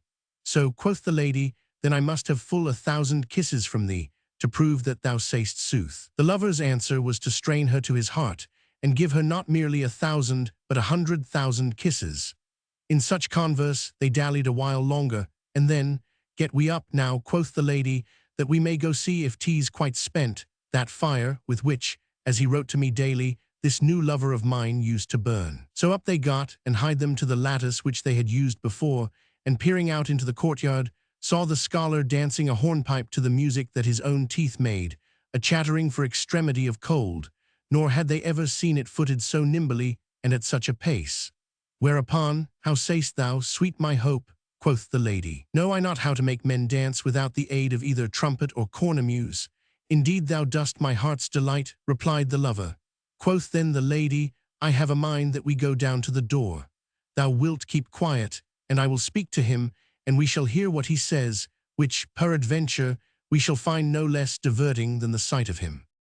So they stole softly out of the chamber and down to the door, which leaving fast closed, the lady set her lips to a little hole that was there, and with a low voice called the scholar, who, hearing her call him, praised God, making too sure that he was to be admitted, and being come to the door, said, Here am I, madam, open for God's sake. Let me in, for I die of cold. Oh, I, replied the lady, I know thou hast a chill, and of course, there being a little snow about, 'tis mighty cold, but well I wot the nights are colder far at Paris. I cannot let thee in as yet, because my accursed brother that came to sup here this evening is still with me, but he will soon take himself off, and then I will let thee in without a moment's delay. I have but now with no small difficulty given him the slip, to come and give thee heart that the waiting irk thee not. Nay, but madam, replied the scholar, for the love of God, I entreat you let me in, that I may have a roof over my head, because for some time past there has been never so thick a fall of snow, and 'tis yet snowing, and then I will wait as long as you please. Alas, sweet my love, quoth the lady, that I may not, for this door makes such a din when one opens it, that my brother would be sure to hear, were I to let thee in. But I will go tell him to get him gone, and so come back and admit thee. Go at once then, returned the scholar, and prithee see that a good fire be kindled, that when I get in I may warm myself, for I am now so chilled through and through that I have scarce any feeling left. That can scarce be, rejoined the lady, if it be true, what thou hast so protested in thy letters, that thou art all afire for love of me. 'Tis plain to me now that thou didst but mock me. I now take my leave of thee, wait and be of good cheer. So the lady and her lover, who, to his immense delight, had heard all that passed, betook them to bed. However, little sleep had they that night, but spent the best part of it in disporting themselves and making merry over the unfortunate scholar, who, his teeth now chattering to such a tune that he seemed to have been metamorphosed into a stork, perceived that he had been befooled, and after making divers fruitless attempts to open the door, and seeking means of egress to no better purpose, paced to and fro like a lion, cursing the villainous weather, the long night, his simplicity, and the perversity of the lady, against whom the vehemence of his wrath suddenly converting the love he had so long borne her to bitter and remorseless enmity, he now plotted within himself divers and grand schemes of revenge, on which he was far more bent than ever he had been on forgathering with her. Slowly the night wore away, and with the first streaks of dawn the maid, by her mistress's direction, came down, opened the door of the courtyard, and putting on a compassionate air, greeted Rinnery with, "Foul fall him that came here yesterev. He has afflicted us with his presence all night long, and has kept thee a freezing out here. But hark I, take it not amiss. That which might not be tonight shall be another time. Well wot I that naught could have befallen that my lady could so ill brook." For all his wrath, the scholar, witting, like the wise man he was, that menaces serve but to put the menaced on his guard, kept pent within his breast that which unbridled resentment would have uttered, and said quietly, and without betraying the least trace of anger, "In truth 'twas the worst night I ever spent, but I understood quite well that the lady was in no wise to blame, for that she herself, being moved to pity of me, came down here to make her excuses and to comfort me. And as thou sayst, what has not been tonight will be another time, wherefore commend me to her, and so, adieu." Then, well-nigh paralyzed for cold, he got him, as best he might, home, where, weary and fit to die for drowsiness, he threw himself on his bed and fell into a deep sleep, from which he awoke to find that he had all but lost the use of his arms and legs. He therefore sent for some physicians, and having told them what a chill he had gotten, caused them have a care to his health. But though they treated him with active and most drastic remedies, it cost them some time and no little trouble to restore to the cramped muscles their wonted pliancy. And indeed, but for his youth and the milder weather that was at hand, 'twould have gone very hard with him. However, recover he did his health and lustihood, and nursing his enmity, feigned to be vastly more enamored of his widow than ever before. And so it was that after a while fortune furnished him with an opportunity of satisfying his resentment, for the gallant of whom the widow was enamored, utterly regardless of the love she bore him, grew enamored of another lady, and was minded no more to pleasure the widow in aught either by word or by deed, wherefore she now pined in tears and bitterness of spirit. However, her maid, who commiserated her not a little, and knew not how to dispel the dumps that the loss of her lover had caused her, espying the scholar pass along the street, as he had been wont, conceived the silly idea that the lady's lover might be induced to return to his old love by some practice of a necromantic order, wherein she doubted not that the scholar must be a thorough adept, which idea she imparted to her mistress. The lady, being none too well furnished with sense, never thinking that, if the scholar had been an adept in necromancy, he would have made use of it in his own behoof, gave heed to what her maid said, and forthwith bade her learn of the scholar whether he would place his skill at her service, and assure him that, if he so did, she, in guerdon thereof, would do his pleasure. The maid did her mistress's errand well and faithfully. The scholar no sooner heard the message than he said to himself, "Praised be thy name, O God, that the time is now come, when with thy help I may be avenged upon this wicked woman of the wrong she did me in requital of the great love I bore her." Then, turning to the maid, he said, "Tell my lady to set her mind at ease touching this matter, for that, were her lover in India, I would forthwith bring him hither to crave her pardon of that wherein he has offended her. As to the course she should take in the matter, I tarry but her pleasure to make it known to her, when and where she may think fit. Tell her so, and bid her from me to be of good cheer." The maid carried his answer to her mistress, and arranged that they should meet in the church of Santa Lucia of Prato. Thither accordingly they came, the lady and the scholar, and conversed apart, and the lady, quite oblivious of the elusage by which she had well-nigh done him to death, opened all her mind to him, and besought him, if he had any regard to her welfare, to aid her to the attainment of her desire. "Madam," replied the scholar, "true it is that among other lore that I acquired at Paris was this of necromancy, whereof, indeed, I know all that may be known. But as 'tis in the last degree displeasing to God, I had sworn never to practice it either for my own or for any other's behoof. 'Tis also true that the love I bear you is such that I know not how to refuse you aught that you would have me do for you. And so, were this single essay enough to consign me to hell, I would adventure it to pleasure you. But I mind me that 'tis a matter scarce so easy of performance, as perchance you suppose, most especially when a woman would fain recover the love of a man, or a man that of a woman, for then it must be done by the postulant in proper person, and at night, and in lonely places, and unattended, so that it needs a stout heart. Nor know I whether you are disposed to comply with these conditions." The lady, too enamored to be discreet, made answer, "So shrewdly does love goad me, that there is naught I would not do to bring him back to me who wrongfully has deserted me. But tell me, prithee, wherein it is that I have need of this stout heart." "Madam," returned the despiteful scholar, "'twill be my part to fashion in tin an image of him you would fain lure back to you.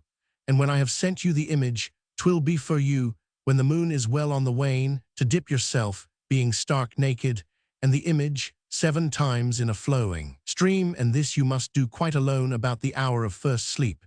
And afterwards, still naked, you must get you upon some tree or some deserted house, and facing the north, with the image in your hand, say certain words that I shall give you in writing 7 times, which, when you have done, there will come to you 2 damsels, the fairest you ever saw, who will greet you graciously and ask of you what you would fain have, to whom you will disclose frankly and fully all that you crave, and see to it that you make no mistake in the name. And when you have said all, they will depart. And you may then descend and return to the spot where you left your clothes, and resume them and go home. And rest assured that before the ensuing midnight your lover will come to you in tears, and crave your pardon and mercy, and that thenceforth he will never again desert you for any other woman." The lady gave entire credence to the scholar's words, and deeming her lover as good as in her arms again, recovered half her wonted spirits. "Wherefore, make no doubt," quoth she, "that I shall do as thou biddest, and indeed I am most favoured by circumstance. For in Upper Val Areno I have an estate adjoining the river, and 'tis now July, so that to bathe will be delightful. And now I mind me that at no great distance from the river there is a little tower, which is deserted, save that now and again the shepherds will get them up by the chestnut-wood ladder to the roof, thence to look out for their strayed sheep. 'Tis a place lonely indeed, and quite out of ken.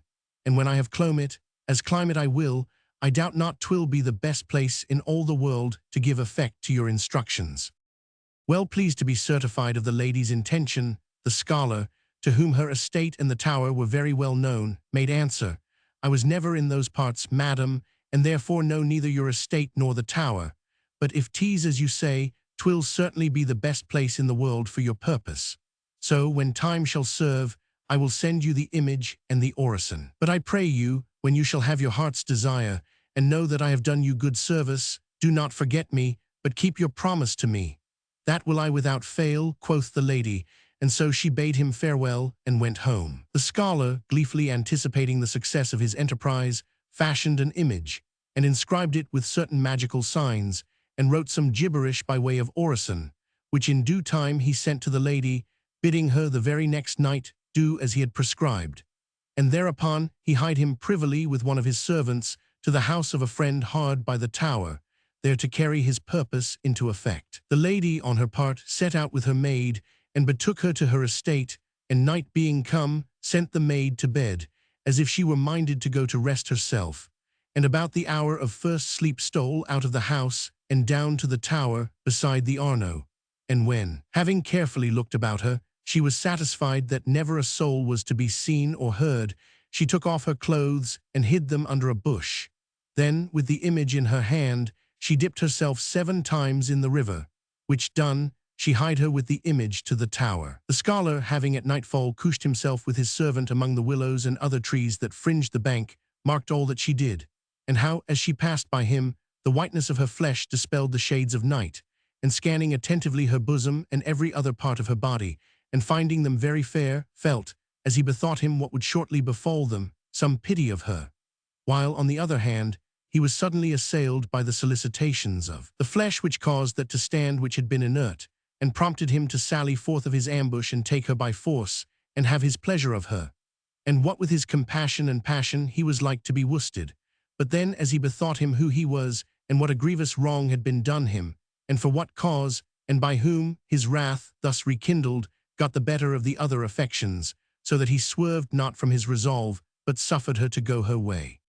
The lady ascended the tower, and standing with her face to the north, began to recite the scholar's orison, while he, having stolen into the tower but a little behind her, cautiously shifted the ladder that led up to the roof on which the lady stood, and waited to observe what she would say and do. 7 times the lady said the orison, and then awaited the appearance of the 2 damsels, and so long had she to wait, not to mention that the night was a good deal cooler, than she would have liked that she saw day break.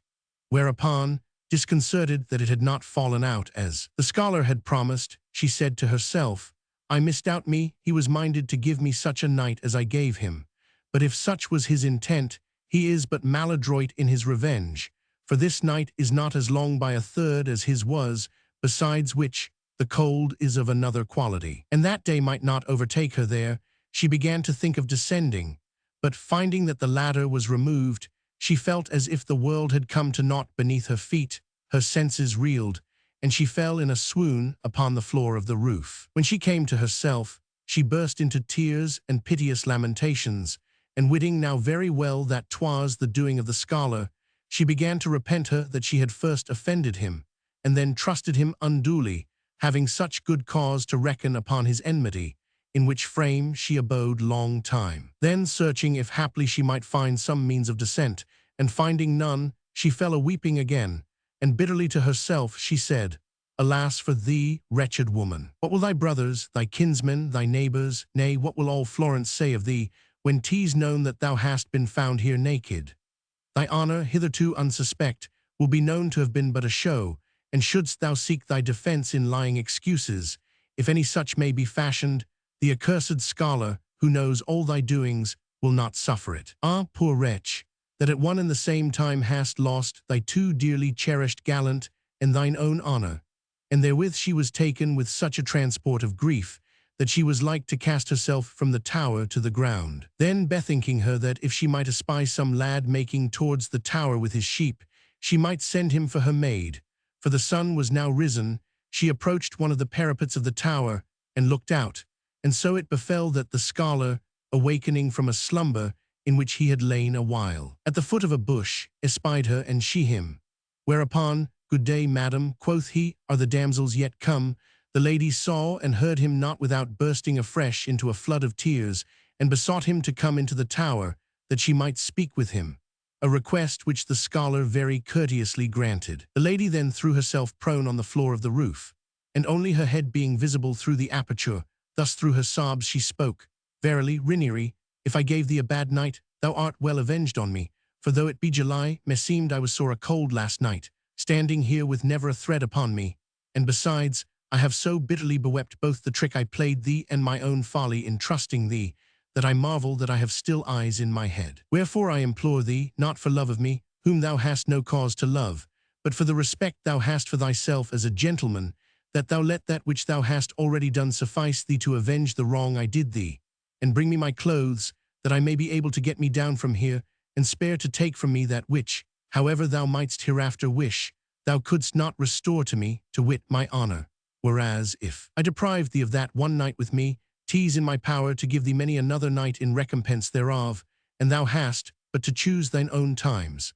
Let this, then, suffice, and like a worthy gentleman be satisfied to have taken thy revenge, and to have let me know it. Put not forth thy might against a woman. 'Tis no glory to the eagle to have vanquished a dove. Wherefore, for God's and thine own honor's sake, have mercy on me. The scholar, albeit his haughty spirit still brooded on her evil entreatment of him, yet saw her not weep and supplicate without a certain compunction mingling with his exultation.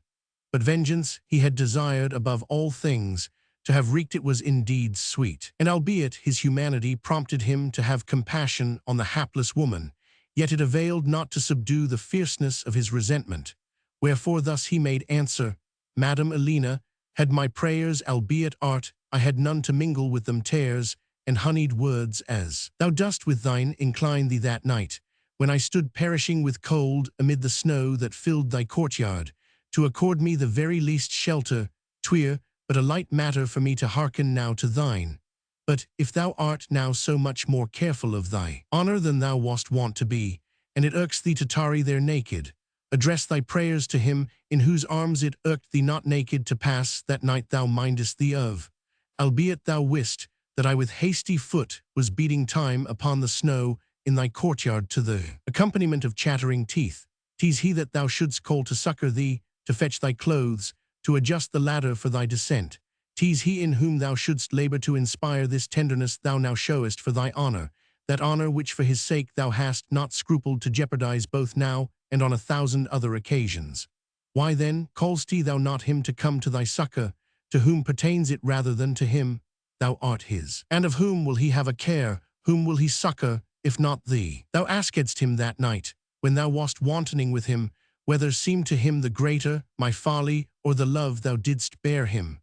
Call him now, foolish woman, and see if the love thou bearest him, and thy wit and his, may avail to deliver thee from my folly. 'Tis now no longer in thy power to show me courtesy of that which I no more desire, nor yet to refuse it, did I desire it. Reserve thy nights for thy lover, if so be thou go hence alive, be they all thine and his.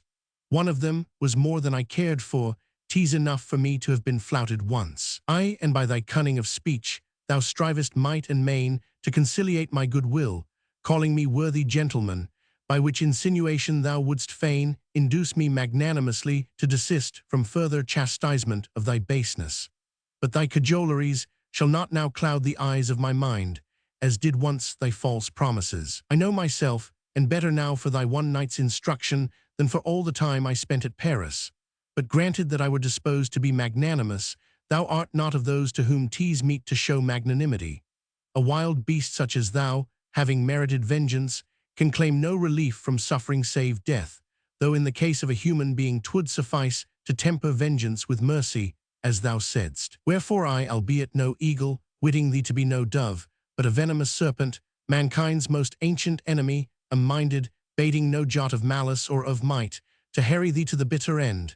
Nathless this which I do is not properly to be called vengeance, but rather just retribution, seeing that vengeance should be excess of the offense, and this my chastisement of thee will fall short of it.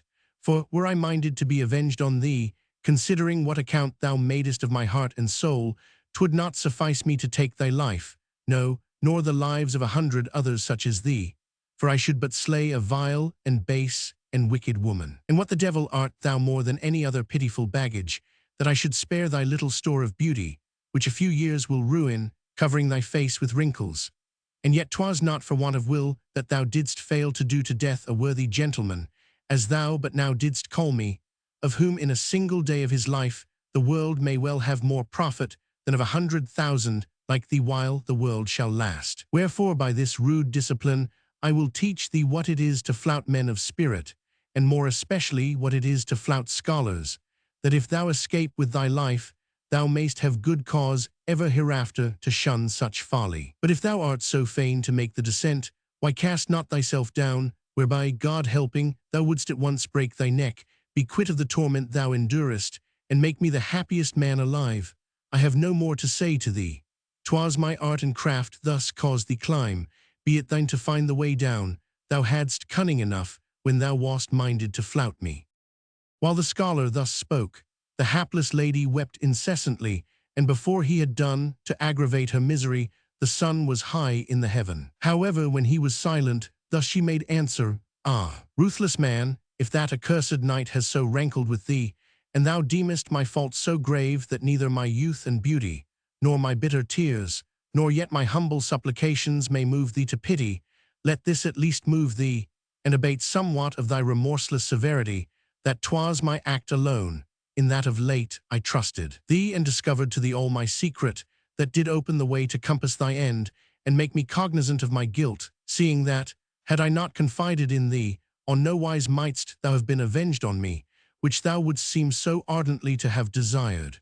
Turn thee then, turn thee, I pray thee, from thy wrath, and pardon me. So thou wilt pardon me, and get me down hence, right gladly will I give up for ever my faithless gallant, and thou shalt be my sole lover and lord, albeit thou say'st hard things of my beauty, slight and short-lived as thou wouldst have it to be, which, however it may compare with others, is, I wot, to be prized, if for no other reason, yet for this, that 'tis the admiration and solace and delight of young men, and thou art not yet old. And albeit I have been harshly treated by thee, yet believe I cannot that thou wouldst have me do myself so shamefully to death as to cast me down, like some abandoned wretch, before thine eyes, in which, unless thou wast then, as thou hast since shewn thyself, a liar, I found such favour.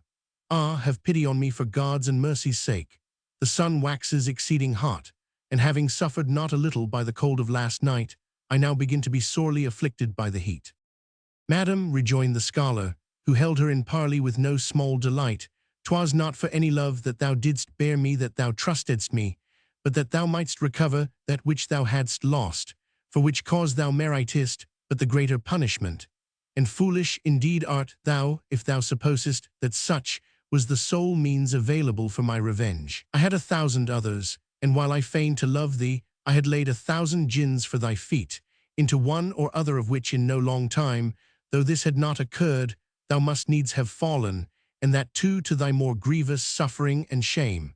Nor was it to spare thee, but that I might be the sooner rejoiced by thy discomfiture that I took my present course.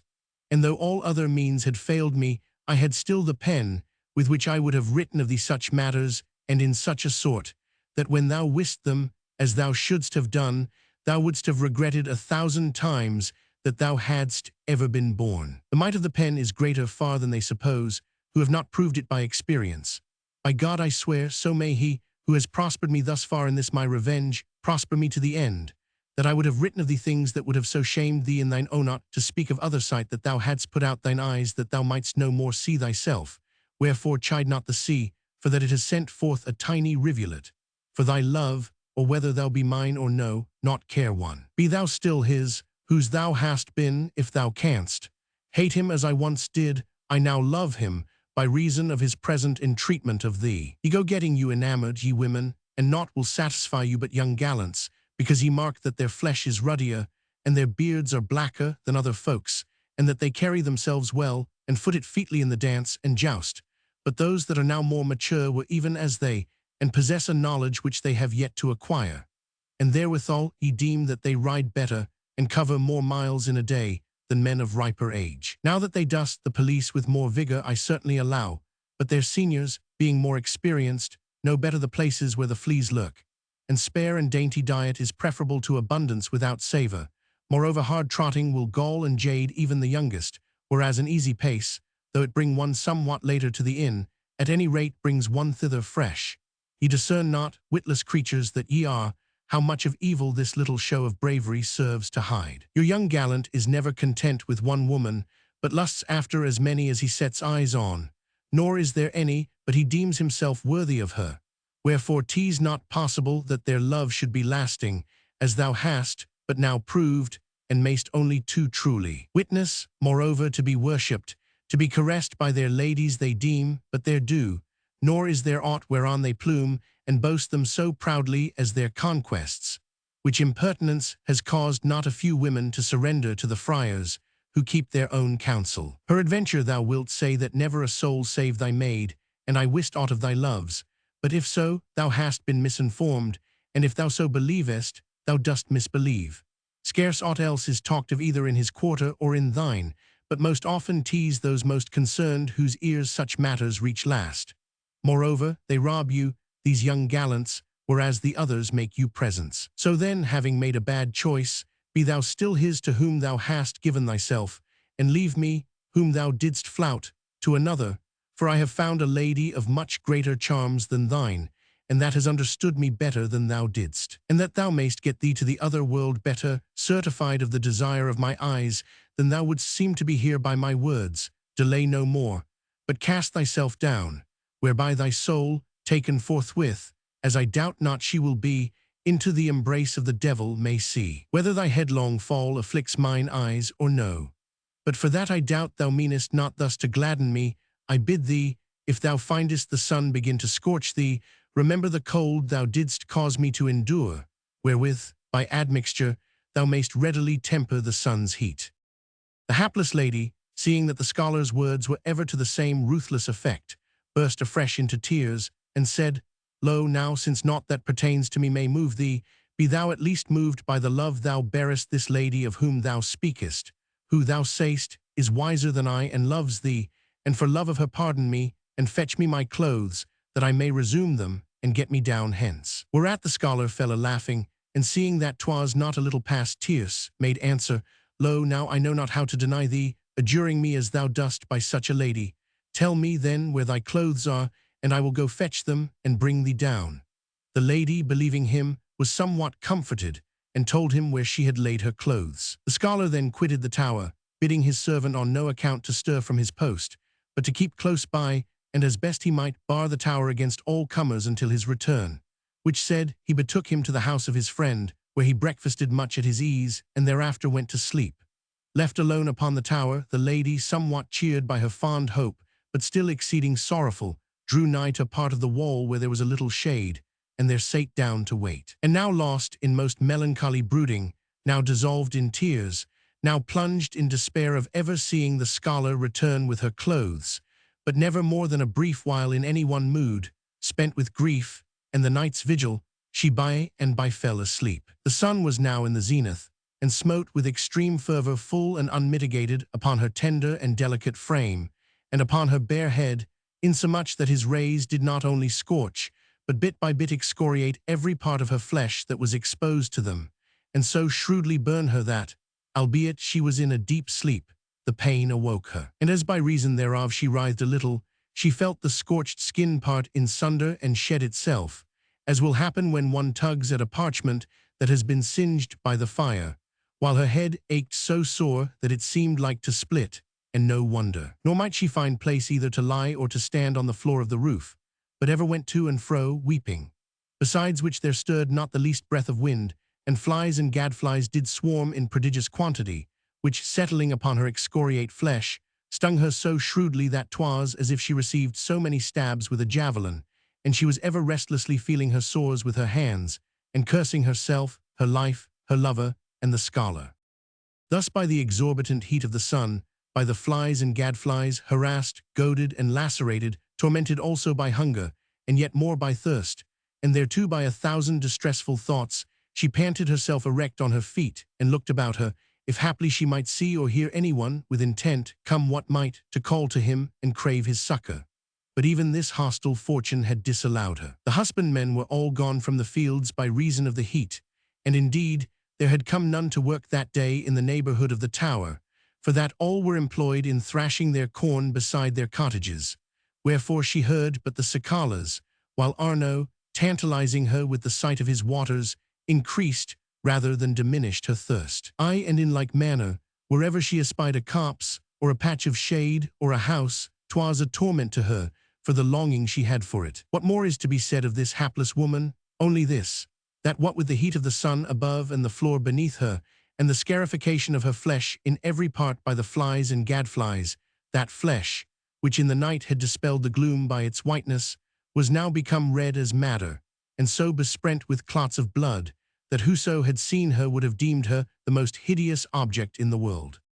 Thus resourceless and hopeless, she passed the long hours, expecting death rather than aught else, until half none was come and gone. When his siesta ended, the scholar bethought him of his lady, and being minded to see how she fared, hied him back to the tower, and sent his servant away to break his fast. As soon as the lady espied him, she came, spent and crushed by her sore affliction, to the aperture, and thus addressed him: Rinieri, the cup of thy vengeance is full to overflowing.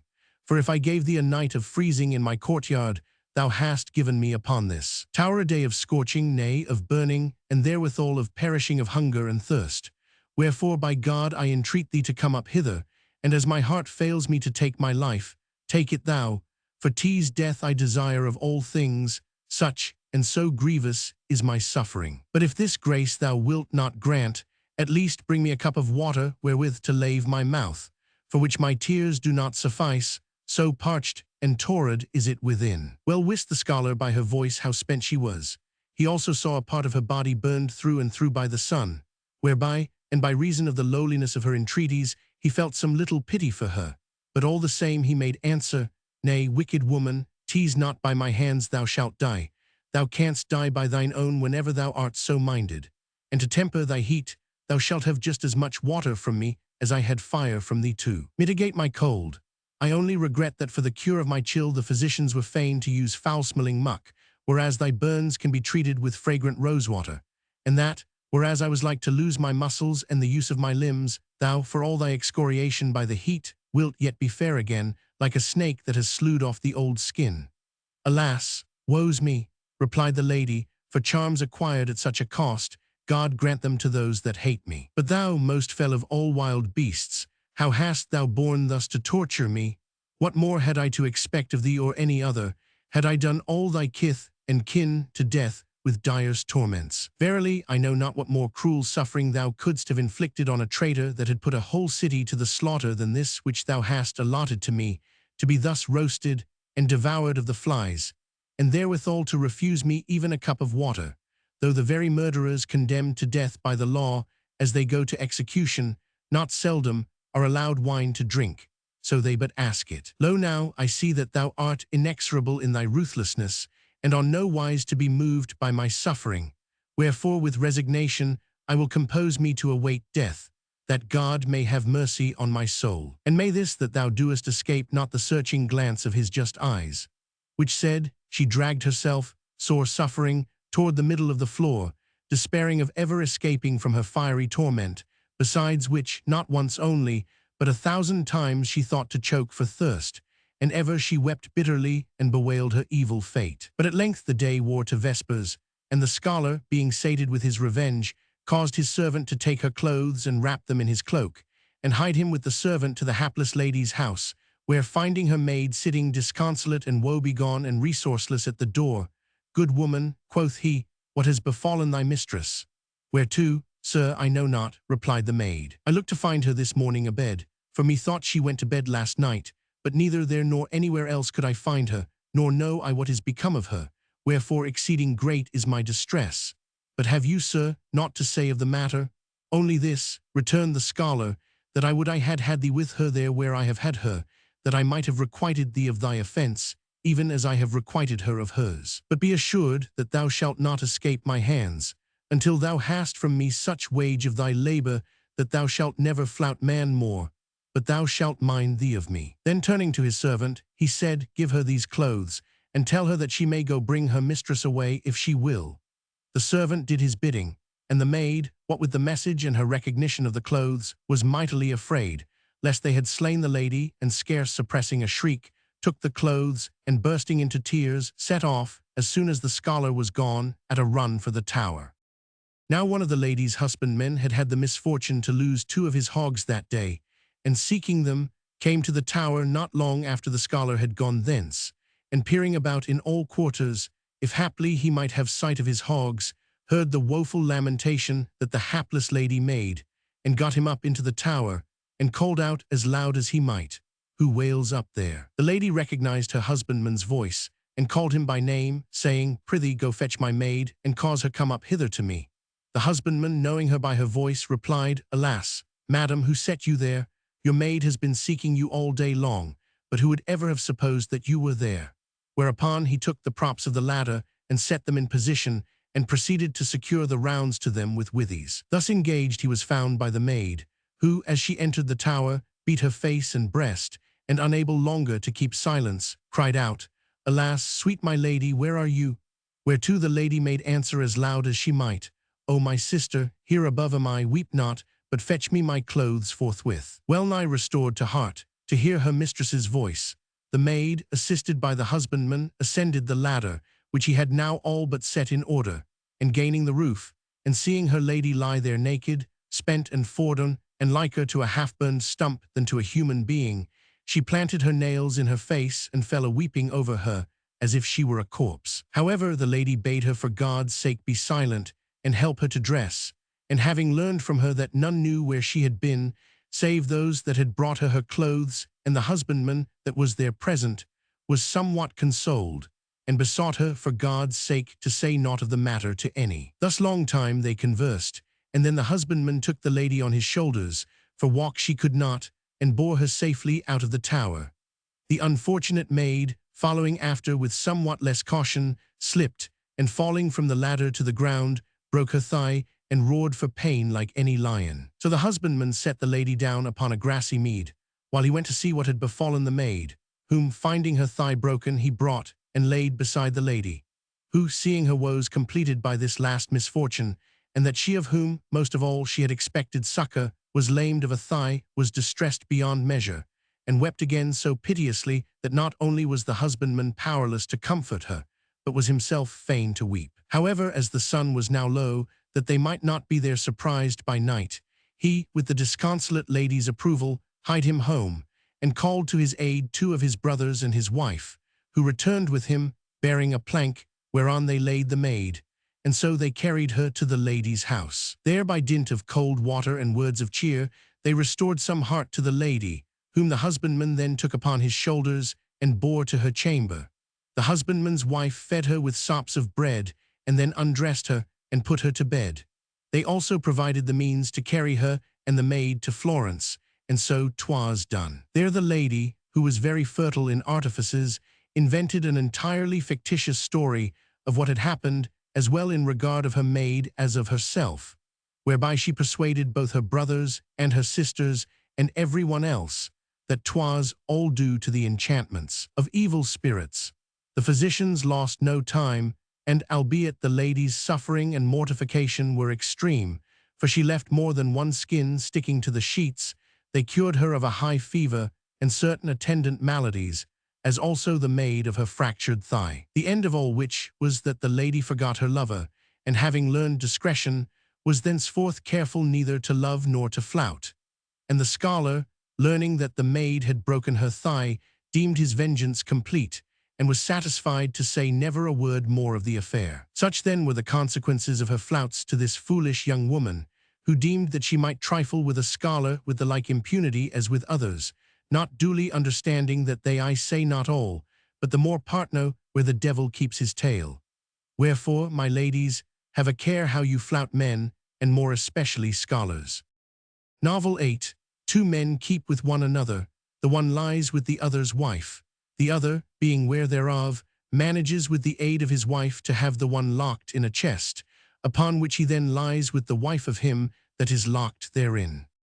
Grievous and distressful was it to the ladies to hear how it fared with Elena, but as they accounted the retribution in a measure righteous, they were satisfied to expend upon her but a moderate degree of compassion, albeit they censured the scholar as severe, intemperately relentless, and indeed ruthless in his vengeance. However, Pampinea having brought the story to a close, the queen bade Fiammetta follow suit, and prompt to obey, Fiammetta thus spoke: "Debonair, my ladies, as methinks your feelings must have been somewhat harrowed by the severity of the resentful scholar, I deem it meet to soothe your vexed spirits with something of a more cheerful order. Wherefore I am minded to tell you a little story of a young man who bore an affront in a milder temper, and avenged himself with more moderation. Whereby you may understand that one should be satisfied if the ass and the wall are quits, nor by indulging a vindictive spirit to excess turn the requital of a wrong into an occasion of wrongdoing. You are to know then that at Siena, as I have heard tell, there dwelt two young men of good substance, and for plebeians of good family, the one Spinaloxio Taina, the other Zeppa di Mino by name, who, their houses being contiguous in the Camallia, kept ever together, and by what appeared, loved each other as brothers, or even more so, and had each a very fine woman to wife. Now it so befell that Spinaloxio, being much in Zeppa's house, as well when Zeppa was not, as when he was there, grew so familiar with Zeppa's wife, that he sometimes lay with her, and on this wise they continued to forgather a great while before anyone was ware of it. However, one of these days, Zeppa being at home, though the lady wist it not, Spinaloxio came in quest of him, and the lady sending word that he was not at home, he forthwith went upstairs and found the lady in the saloon, and seeing none else there, kissed her, as did she him. Zeppa saw all that passed, but said nothing and kept close, being minded to see how the game would end, and soon saw his wife and Spinaloxio, still in one another's arms, hie them to her chamber and lock themselves in, whereat he was mightily incensed. But witting that to make a noise, or do aught else overt, would not lessen, but rather increase his dishonor, he cast about how he might be avenged on such wise that, without the affair getting wind, he might content his soul. And having, after long pondering, hit, as he thought, upon the expedient, he budged not from his retreat until Spinaloxio had parted from the lady, whereupon he hied him into the chamber, and there finding the lady with her headgear, which Spinaloxio in toying with her had disarranged, scarce yet readjusted, "Madam, what dost thou?" quoth he. "Whereto, why dost not see?" returned the lady. "Troth do I," rejoined he, "and somewhat else have I seen that I would I had not."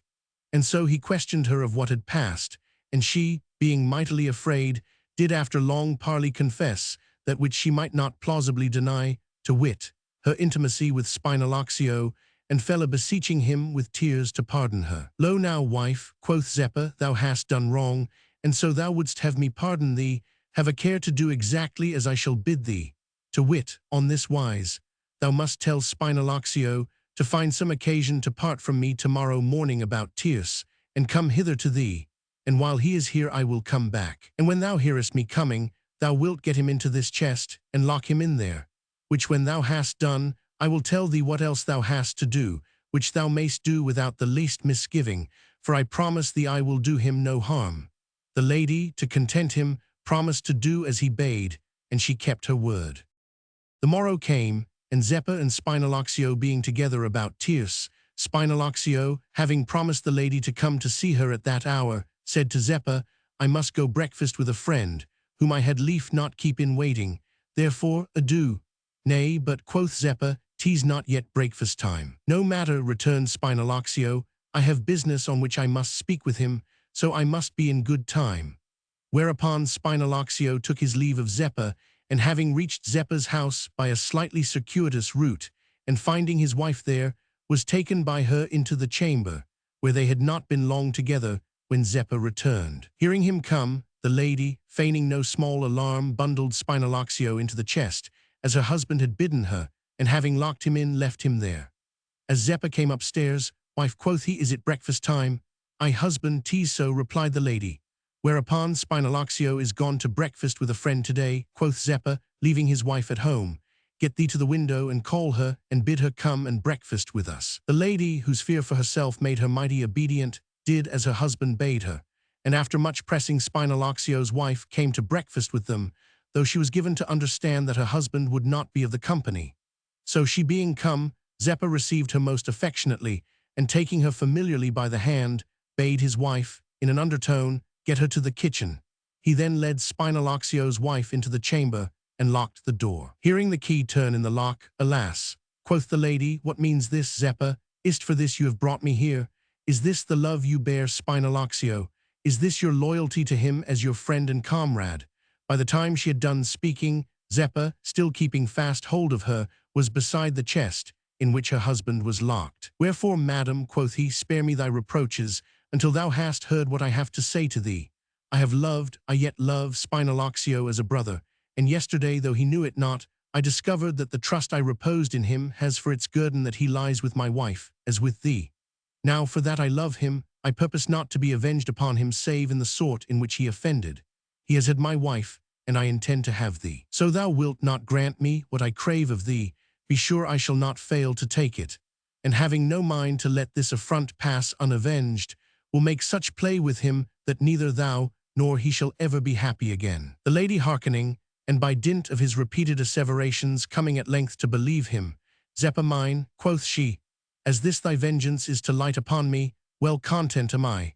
So only thou let not this which we are to do embroil me with thy wife, with whom, notwithstanding the evil turn she has done me, I am minded to remain at peace." "Have no fear on that score," replied Zeppa. "Nay, I will give thee into the bargain a jewel so rare and fair that thou hast not the like." Which said, he took her in his arms and fell a-kissing her, and having laid her on the chest, in which her husband was safe under lock and key, did there disport himself with her to his heart's content, as she with him. Spinalaxio in the chest heard all that Zeppa had said, and how he was answered by the lady, and the Trevisan dance that afterwards went on over his head, whereat his mortification was such that for a great while he scarce hoped to live through it, and but for the fear he had of Zeppa, he would have given his wife a sound rating, close prisoner though he was. But as he bethought him that 'twas he that had given the first affront, and that Zeppa had good cause for acting as he did, and that he had dealt with him considerately, and as a good fellow should, he resolved that if it were agreeable to Zeppa, they should be faster friends than ever. Before, however, Zeppa, having had his pleasure with the lady, got down from the chest, and being reminded by the lady of his promise of the jewel, opened the door of the chamber and brought his wife in. Quoth she with a laugh, "Madam, you have given me tit for tat, and never a word more." Whereupon, "Open the chest," quoth Zeppa, and she obeying, he showed the lady her Spinalaxio lying therein. 'Twould be hard to say whether of the twain was the more shame-stricken, Spinalaxio, to be confronted with Zeppa, knowing that Zeppa wist what he had done, or the lady to meet her husband's eyes, knowing that he had heard what went on above his head. Lo, here is the jewel I give thee, quoth Zeppa to her, pointing to Spinalaxio, who, as he came forth of the chest, blurted out, Zeppa, we are quits, and so 'twere best, as thou saidst a while ago to my wife, that we still be friends as we were wont, and as we had not separate, save our wives, that henceforth we have them also in common. Content, quoth Zeppa, and so in perfect peace and accord they all four breakfasted together. And thenceforth each of the ladies had 2 husbands, and each of the husbands 2 wives, nor was there ever the least dispute or contention between them on that score. Novel 9. Bruno and Buffalmacco prevail upon Master Simone, a physician, to betake him by night to a certain place, there to be enrolled in a company that go the course. Buffalmacco throws him into a foul ditch, and there they leave him. When the ladies had made merry a while over the partnership in wives established by the 2 Sienese, the queen, who now, unless she were minded to infringe Dionio's privilege, alone remained to tell, began on this wise. Fairly earned indeed, loving ladies, was the flout that Spinalaxio got from Zeppa. Wherefore my judgment jumps with that which Pampinea expressed a while ago, to wit, that he is not severely to be censured who bestows a flout on one that provokes it or deserves it. And as Spinalaxio deserved it, so 'tis my purpose to tell you of one that provoked it, for I deem that those from whom he received it were rather to be commended than condemned. The man that got it was a physician, who, albeit he was but a blockhead, returned from Bologna to Florence in mantle and hood of vair. 'Tis matter of daily experience that our citizens come back to us from Bologna, this man a judge, that a physician, and the other a notary, flaunting it in ample flowing robes, and adorned with the scarlet and the vair and other array most goodly to see, and how far their doings correspond with this fair seeming, is also matter of daily experience. Among whom 'tis not long since Master Simone de Villa, one whose patrimony was more ample than his knowledge, came back wearing the scarlet and a broad stripe on the shoulder, and a doctor, as he called himself, and took a house in the street that we now call Via del Caccamero. Now this Master Simone, being thus, as we said, come back, had this among other singular habits, that he could never see a soul pass along the street, but he must needs ask any that was by, who that man was. And he was as observant of all the doings of men, and as sedulous to store his memory with such matters as if they were to serve him to compound the drugs that he was to give his patients. Now, of all that he saw, those that he eyed most observantly were 2 painters, of whom here today mention has twice been made, Bruno, to wit, and Buffalmacco, who were ever together, and were his neighbors. And as it struck him that they daft the world aside, and lived more light-heartedly than any others that he knew, as indeed they did, he enquired of not a few folk as to their rank. And learning on all hands that they were poor men and painters, he could not conceive it possible that they should live thus contentedly in poverty, but made his mind up that, being, as he was informed, clever fellows, they must have some secret source from which they drew immense gains, for which reason he grew all agog to get on friendly terms with them, or any rate with one of them, and did succeed in making friends with Bruno. Bruno, who had not needed to be much with him in order to discover that this physician was but a dolt, had never such a jolly time in palming off his strange stories upon him, while the physician, on his part, was marvelously delighted with Bruno, to whom, having bidden him to breakfast, and thinking that for that reason he might talk familiarly with him, he expressed the amazement with which he regarded both him and Buffalmacco, for that being but poor men, they lived so light-heartedly, and asked him to tell him how they managed. At which fresh proof of the doctor's simplicity and fatuity Bruno was inclined to laugh, but bethinking him that 'twere best to answer him according to his folly, he said, Master, there are not many persons to whom I would disclose our manner of life, but as you are my friend, and I know you will not let it go further, I do not mind telling you. The fact is that my comrade and I live not only as light-heartedly and jovially as you see, but much more so, and yet neither our art, nor any property that we possess, yields us enough to keep us in water. Not that I would have you suppose that we go a-thieving, no, 'tis that we go the course, and thereby without the least harm done to a soul we get all that we need, nay, all that we desire. And thus it is that we live so light-heartedly as you see. Which explanation, the doctor, believing none the less readily that he knew not what it meant, was lost in wonder, and forthwith burned with a most vehement desire to know what going the course might be, and was instant with Bruno to expound it, assuring him that he would never tell a soul. "Alas, master," said Bruno, "what is this you ask of me? 'Tis a mighty great secret you would have me impart to you. 'Twould be enough to undo me, to send me packing out of the world, nay, into the very jaws of Lucifer of San Gallo, if it came to be known. But such is the respect in which I hold your quiditative pumpionship of Legnia, and the trust I repose in you, that I am not able to deny you aught you ask of me. And so I will tell it you, on condition that you swear by the cross at Montesone that you will keep your promise, and never repeat it to a soul." The master gave the required assurance. "Whereupon you are then to know," quoth Bruno, "sweet my master, that 'tis not long since there was in this city a great master in necromancy, hight Michael Scott, for that he was of Scotland, and great indeed was the honor in which he was held by not a few gentlemen, most of whom are now dead.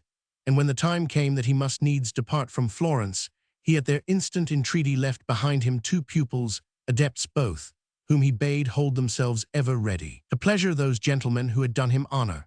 And very handsomely they did serve the said gentlemen in certain of their love affairs and other little matters.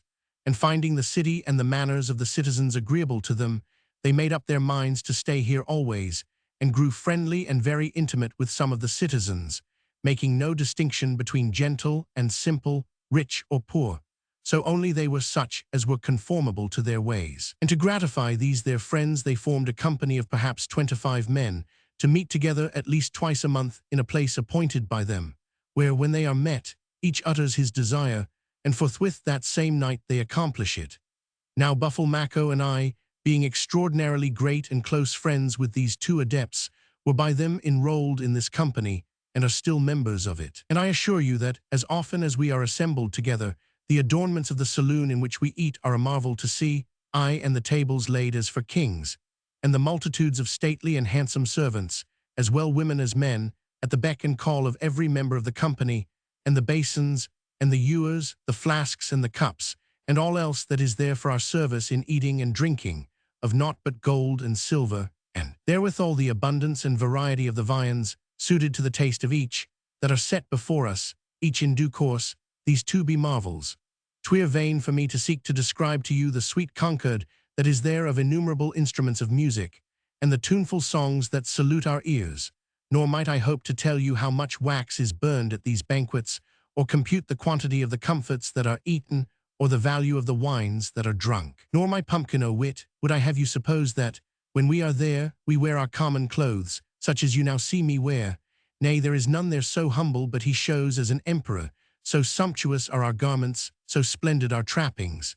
But among all the delights of the place, none may compare with the fair ladies, who, so one do but wish, are brought thither from every part of the world. Why, you might see there my lady of the Barbaniches, the queen of the Basques, the consort of the Soldan, the empress of Auspech, the Scientianfura of Nornieca, the Semistant of Berlinzone, and the Scalpedra of Narcia. But why seek to enumerate them all? They include all the queens in the world, aye, even to the Skinchimera of Prester John, who has the horns sprouting out of her nether end. So there's for you. Now when these ladies have done with the wine and the comforts, they tread a measure or 2, each with the man at whose behest she is come, and then all go with their gallants to their chambers. And know that each of these chambers shows as a very paradise. So fair is it, aye, and no less fragrant than the cases of aromatics in your shop when you are pounding the cummin. And therein are beds that you would find more goodly than that of the Doge of Venice, and teas in them we take our rest.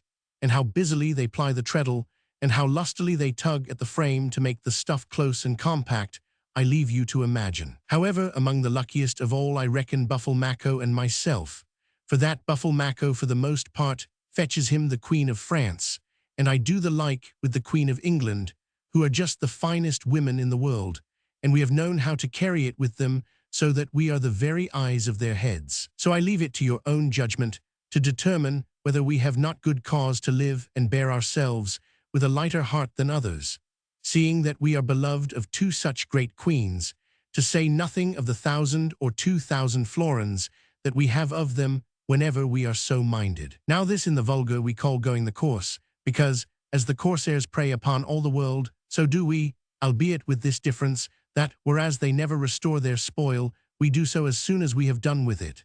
So now, my worthy master, you understand what we mean by going the course. But how close it behoves you to keep such a secret, you may see for yourself, so I spare you any further exhortations. The master, whose skill did not reach, perhaps, beyond the treatment of children for the scurf, took all that Bruno said for gospel, and burned with so vehement a desire to be admitted into this company, that he could not have longed for the summum bonum itself with more ardor. So after telling Bruno that indeed 'twas no wonder they bore them light-heartedly, he could scarce refrain from asking him there, and then to have him enrolled, albeit he deemed it more prudent to defer his suit, until by lavishing honor upon him, he had gained a right to urge it with more confidence. He therefore made more and more of him, had him to breakfast and sup with him, and treated him with extraordinary respect.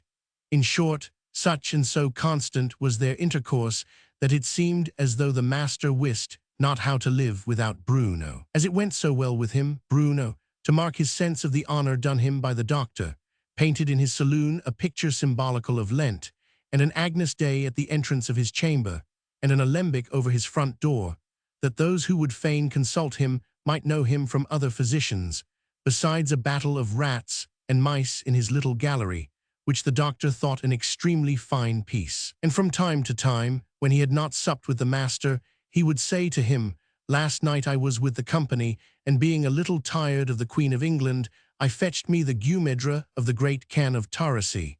"Guemedra," quoth the master, "what is she? I know not the meaning of these words." "Thereat, master," replied Bruno, "I marvel not, for I have heard tell that neither Porcagrasso nor Vanacena say aught thereof." "Thou wouldst say Ipocrasso and Avicenna," returned the master. "I faith I know not," quoth Bruno. "I as ill know the meaning of your words as you of mine. But Guemedra in the speech of the great can signifies the same as empress in ours. Ah, a fine woman you would find her, and plenty of her. I warrant she would make you forget your drugs and prescriptions and plasters." And so Bruno from time to time whetting the master's appetite, and the master at length thinking that by his honorable entreatment of him he had fairly made a conquest of Bruno, it befell that one evening, while he held the light for Bruno, who was at work on the battle of rats and mice, he determined to discover to him his desire. And as they were alone, thus he spoke: "God knows, Bruno, that there lives not the man for whom I would do as much as for thee. Why, if thou wast to bid me go all the way from here to Peretola, I almost think I would do so. Wherefore I trust thou wilt not deem it strange if I talk to thee as an intimate friend and in confidence.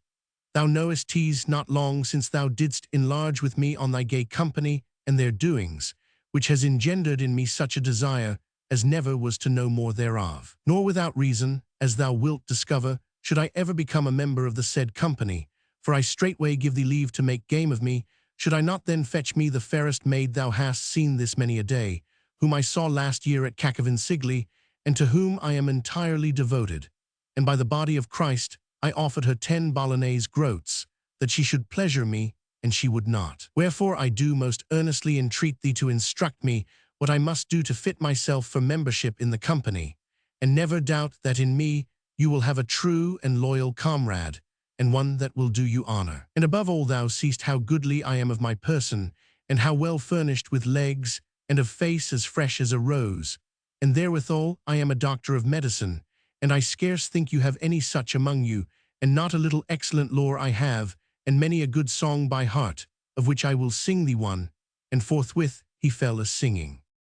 Bruno had such a mind to laugh that he could scarce contain himself, but still he kept a grave countenance, and when the master had ended his song and said, "How likes it thee?" he answered, "Verily no lyre of straw could vie with you, so argutically you refine your strain." "I warrant thee," returned the master, "thou hadst never believed it, hadst thou not heard me." "Aye, indeed, sooth sayst thou," quoth Bruno. "And I have other songs to boot," said the master, "but enough of this at present. Thou must know that I, such as thou seest me, am a gentleman's son, albeit my father lived in the Contado, and on my mother's side I come of the Vallecchio family, and as thou mayst have observed, I have quite the finest library and wardrobe of all the physicians in Florence. God's faith, I have a robe that cost, all told, close upon £100 in bagatines more than 10 years ago. Wherefore I make most instant suit to thee that thou get me enrolled, which if thou do, God's faith, Be thou never so ill, thou shalt pay me not a stiver for my tendance of thee.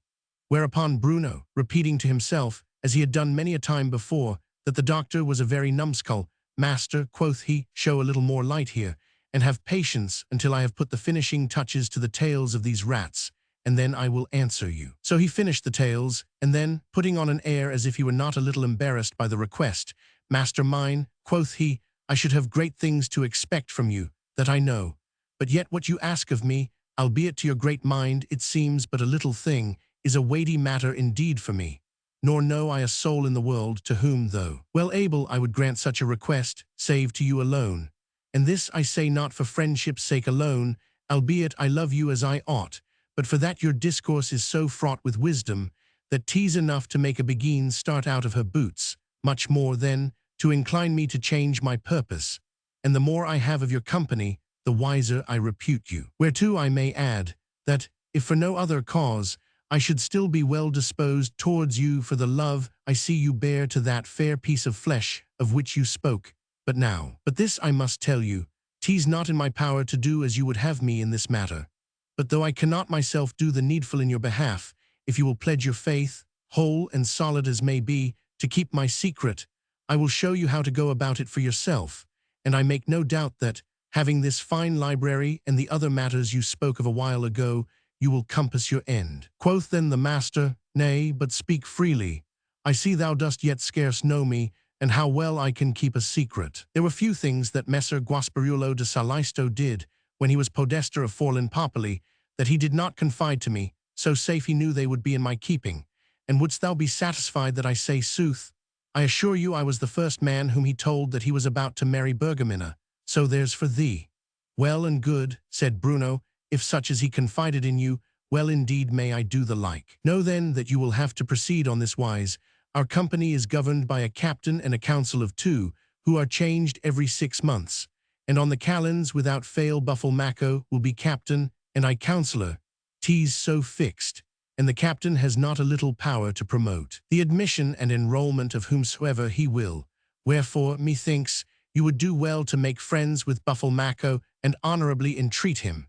He is one that, marking your great wisdom, will take a mighty liking to you forthwith, and when you have just a little dazzled him with your wisdom and these fine things of yours, you may make your request to him, and he will not know how to say no. I have already talked with him of you, and he is as well disposed to you as may bend. Having so done, you will leave the rest to me. Whereupon, thy words are to me for an exceeding great joy, quoth the master, and if he be one that loves to converse with sages, he has but to exchange a word or two with me, and I will answer for it that he will be ever coming to see me.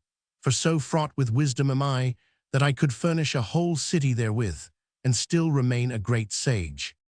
Having thus set matters in train, Bruno related the whole affair, point by point, to Buffalmacco, to whom it seemed 1,000 years, till he should be able to give Master Noodle that of which he was in quest. The doctor, now all agog to go the course, lost no time, and found no difficulty in making friends with Buffalmacco, and fell to entertaining him, and Bruno likewise, at breakfast and supper in most magnificent style, while they fooled him to the top of his bent, for, being gentlemen that appreciated excellent wines and fat capons, besides other good cheer in plenty, they were inclined to be very neighbourly, and needed no second bidding, but always letting him understand that there was none other whose company they relished so much, kept ever with him.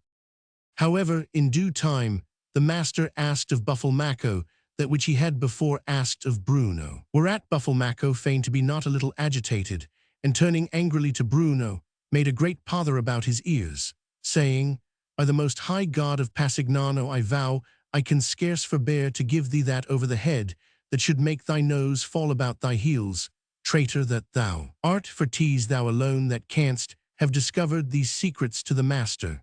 Whereupon the master interposed with no little vigour, averring with oaths that 'twas from another source that he had gotten his knowledge, and Buffalmacco at length allowed himself to be pacified by the sage's words. So turning to him, Master, quoth he, 'tis evident indeed that you have been at Bologna, and have come back hither with a mouth that blabs not, and that 'twas on no pippin, as many a dolt does, but on the good long pumpkin that you learned your ABC.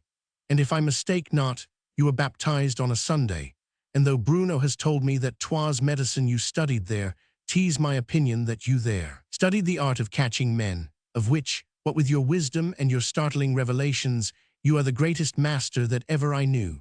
He would have said more, but the doctor, turning to Bruno, broke in with, "Ah, what it is to consort and converse with the wise! Who but this worthy man would thus have read my mind through and through? Less quick by far to rate me at my true worth wast thou. But what said I when thou toldst me that Buffalmacco delighted to converse with sages? Confess now, have I not kept my word?" "Verily," quoth Bruno, "you have more than kept it." Then addressing Buffalmacco, "Ah," cried the master, "what hadst thou said, hadst thou seen me at Bologna, where there was none, great or small, doctor or scholar, but was devoted to me, so well wist I how to entertain them with my words of wisdom. Nay more, let me tell thee that there was never a word I spoke, but set every one a-laughing, so great was the pleasure it gave them. And at my departure they all deplored it most bitterly, and would have had me remain, and by way of inducement went so far as to propose that I should be sole lecturer to all the students in medicine that were there, which offer I declined, for that I was minded to return hither, having vast estates here that have ever belonged to my family, which accordingly I 999. Quoth then Bruno to Buffalmacco, "How shows it now, man? Thou didst not believe me when I told thee what he was. By the Gospels, there is never a physician in this city that has the lore of asses' urine by heart as he has. Verily, thou wouldst not find his like between here and the gates of Paris. Now see if thou canst help doing as he would have thee." "'Tis even as Bruno says," observed the doctor, "but I am not understood here. You Florentines are somewhat slow of wit. Would you could see me in my proper element, among a company of doctors." Whereupon, "Of a truth, master," quoth Buffalmacco, "your lore far exceeds any I should ever have imputed to you. Wherefore, addressing you as 'tis meet to address a man of your wisdom, I give you disjointedly to understand that without fail I will procure your enrollment in our company." After this promise, the honors lavished by the doctor upon the two men grew and multiplied, in return for which they diverted themselves by setting him a-prancing upon every wildest chimera in the world, and promised, among other matters, to give him by way of mistress, the Countess of Civillari, whom they averred to be the goodliest creature to be found in all the Netherlands of the human race. And the doctor asking who this countess might be, "Mature my gherkin," quoth Buffalmacco, "she is indeed a very great lady, and few houses are there in the world in which she has not some jurisdiction. Nay, the very friars minors, to say naught of other folk, pay her tribute to the sound of the kettle-drum. And I may tell you that, when she goes abroad, she makes her presence very sensibly felt, albeit for the most part she keeps herself close. However, 'tis no great while since she passed by your door one night on her way to the Arno to bathe her feet and get a breath of air. But most of her time she abides at Laterina. Surgeons has she not a few that go their rounds at short intervals, bearing, one and all, the rod and the bucket in token of her sovereignty, and barons in plenty in all parts, as Tamagnino della Porta, Don Metta, Manico di Scopa, Squacquera, and others, with whom I doubt not you are intimately acquainted, though you may not just now bear them in mind. Such, then, is the great lady, in whose soft arms we, if we delude not ourselves, will certainly place you, in which case you may well dispense with her of Cacavin Sigli."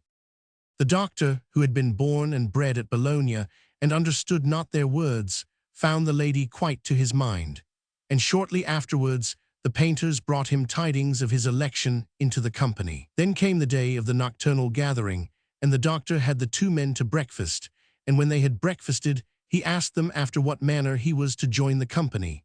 Whereupon, "Lo now, master," quoth Buffalmacco, "you have need of a stout heart, otherwise you may meet with some let, to our most grievous hurt, and for what cause you have need of this stout heart you shall hear. You must contrive to be tonight about the hour of first sleep on one of the raised tombs that have been lately placed outside of Santa Maria Novella, and mind that you wear one of your best gowns, that your first appearance may impress the company with a proper sense of your dignity, and also because, as we are informed, for we were not present at the time, the Countess, by reason that you are a gentleman, is minded to make you a knight of the Bath at her own charges. So you will wait there until one whom we shall send come for you, who, that you may know exactly what you have to expect, will be a beast black and horned of no great size, and he will go snorting and bounding amen about the piazza in front of you with intent to terrify you. But when he perceives that you are not afraid, he will draw nigh you quietly, and when he is close by you, then get you down from the tomb, fearing nothing, and minding you neither of God nor of the saints. Mount him, and when you are well set on his back, then fold your arms upon your breast, as in submission, and touch him no more. Then going gently, he will bear you to us. But once mind you of God or the saints, or give way to fear, and I warn you, he might give you a fall, or dash you against something that you would find scarce pleasant.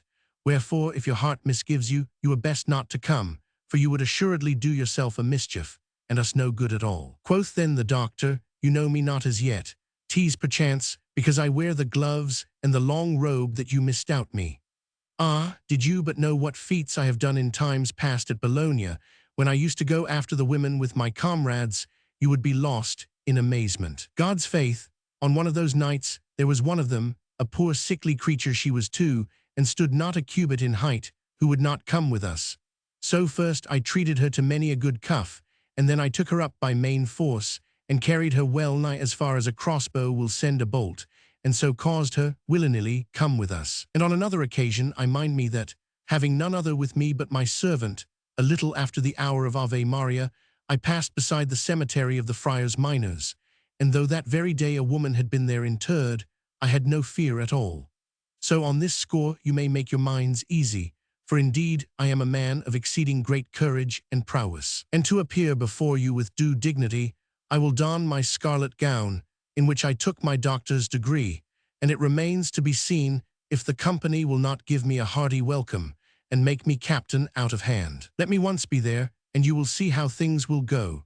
Else how is it that this countess, that has not yet seen me, is already so enamored of me that she is minded to make me a knight of the Bath?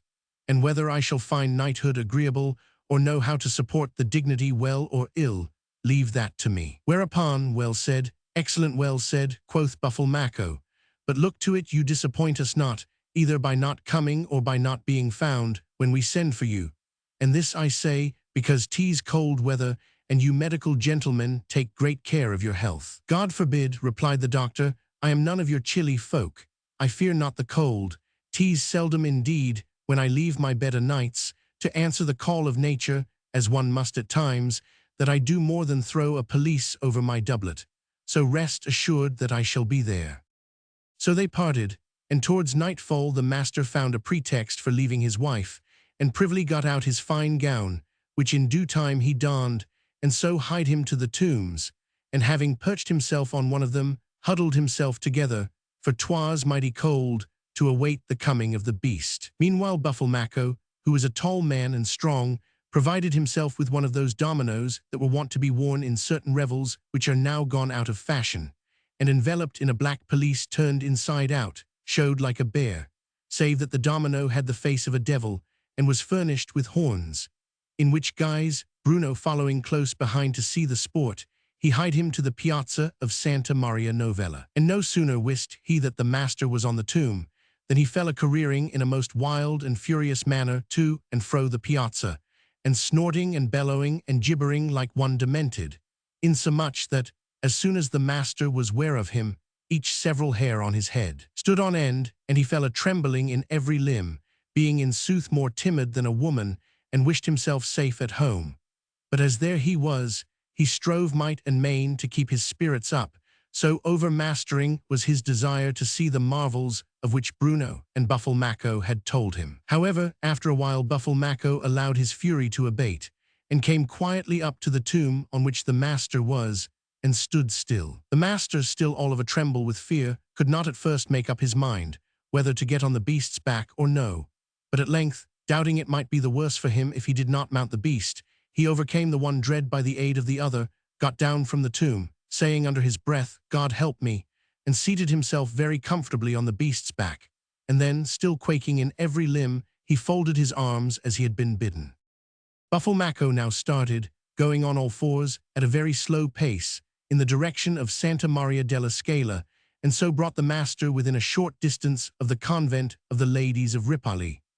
Now, in that quarter, there were divers trenches, into which the husbandmen of those parts were wont to discharge the Countess of Civillari, that she might afterwards serve them to manure their land. Of one of which trenches, As he came by, Buffle skirted the edge, and seizing his opportunity, raised a hand and caught the doctor by one of his feet, and threw him off his back and head foremost right into the trench, and then, making a terrific noise and frantic gestures, as before, went bounding off by Santa Maria della Scala towards the field of Ognissanti, where he found Bruno, who had betaken him thither that he might laugh at his ease.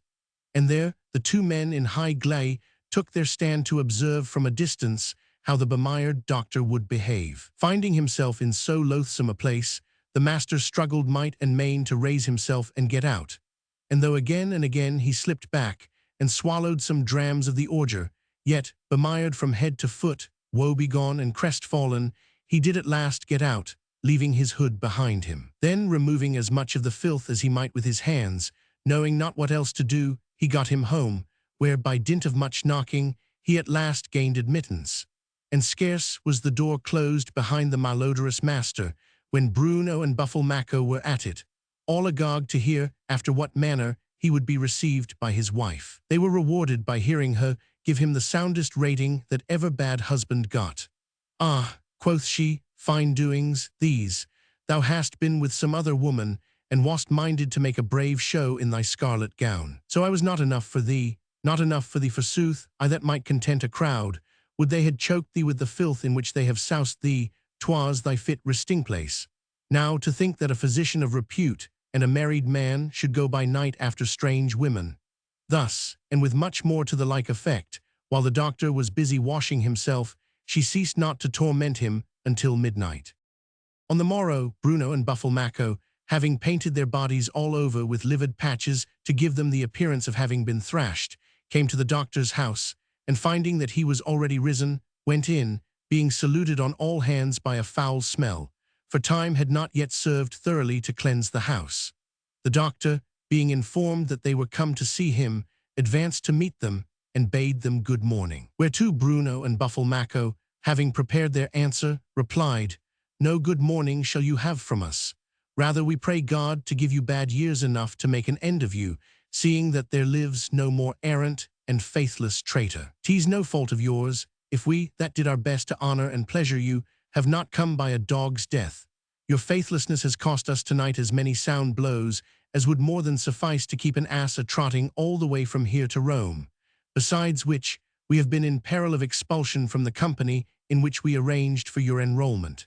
If you doubt our words, look but at our bodies, what a state they are in." And so, baring their breasts, they gave him a glimpse of the patches they had painted there, and forthwith covered them up again. The doctor would have made them his excuses and recounted his misfortunes and how he had been thrown into the trench. But Buffle broke in with, "Would he had thrown you from the bridge into the Arno? Why must you needs mind you of God and the saints? Did we not forewarn you?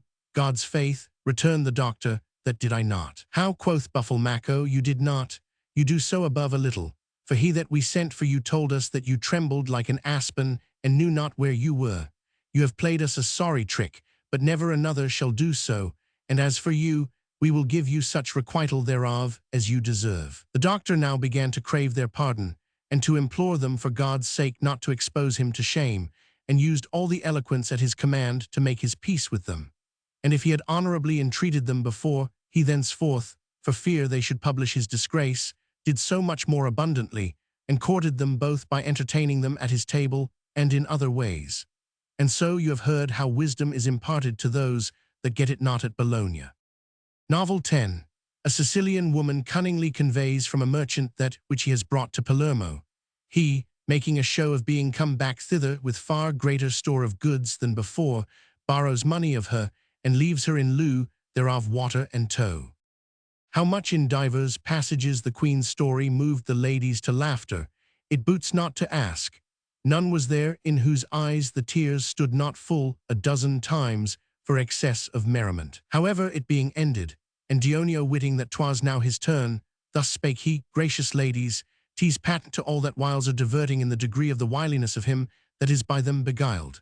Wherefore, albeit stories most goodly have been told by you all, I purpose to relate one which should afford you more pleasure than any that has been told, seeing that she that was beguiled was far more cunning in beguiling others than any of the beguiled of whom you have spoken.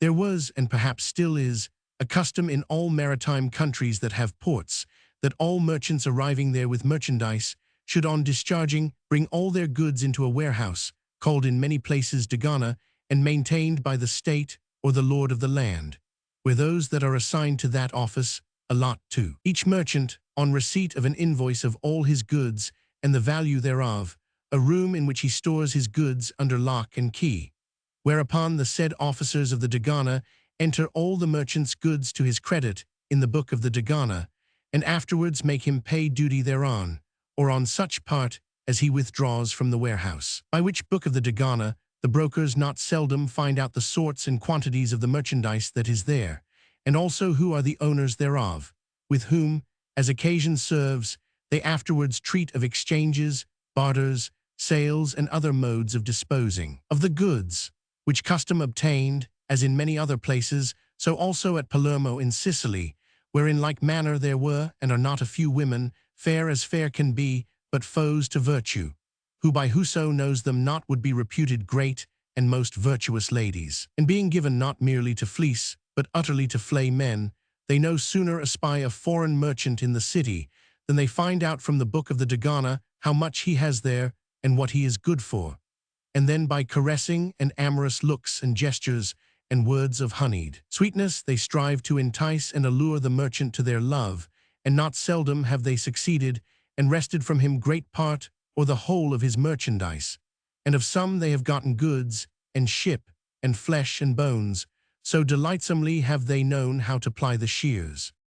Now 'tis not long since one of our young Florentines, Niccolo de Signano by name, albeit he was called Salabito, arrived there, being sent by his masters with all the woolen stuffs that he had not been able to dispose of at Salerno fair, which might perhaps be worth 500 florins of gold.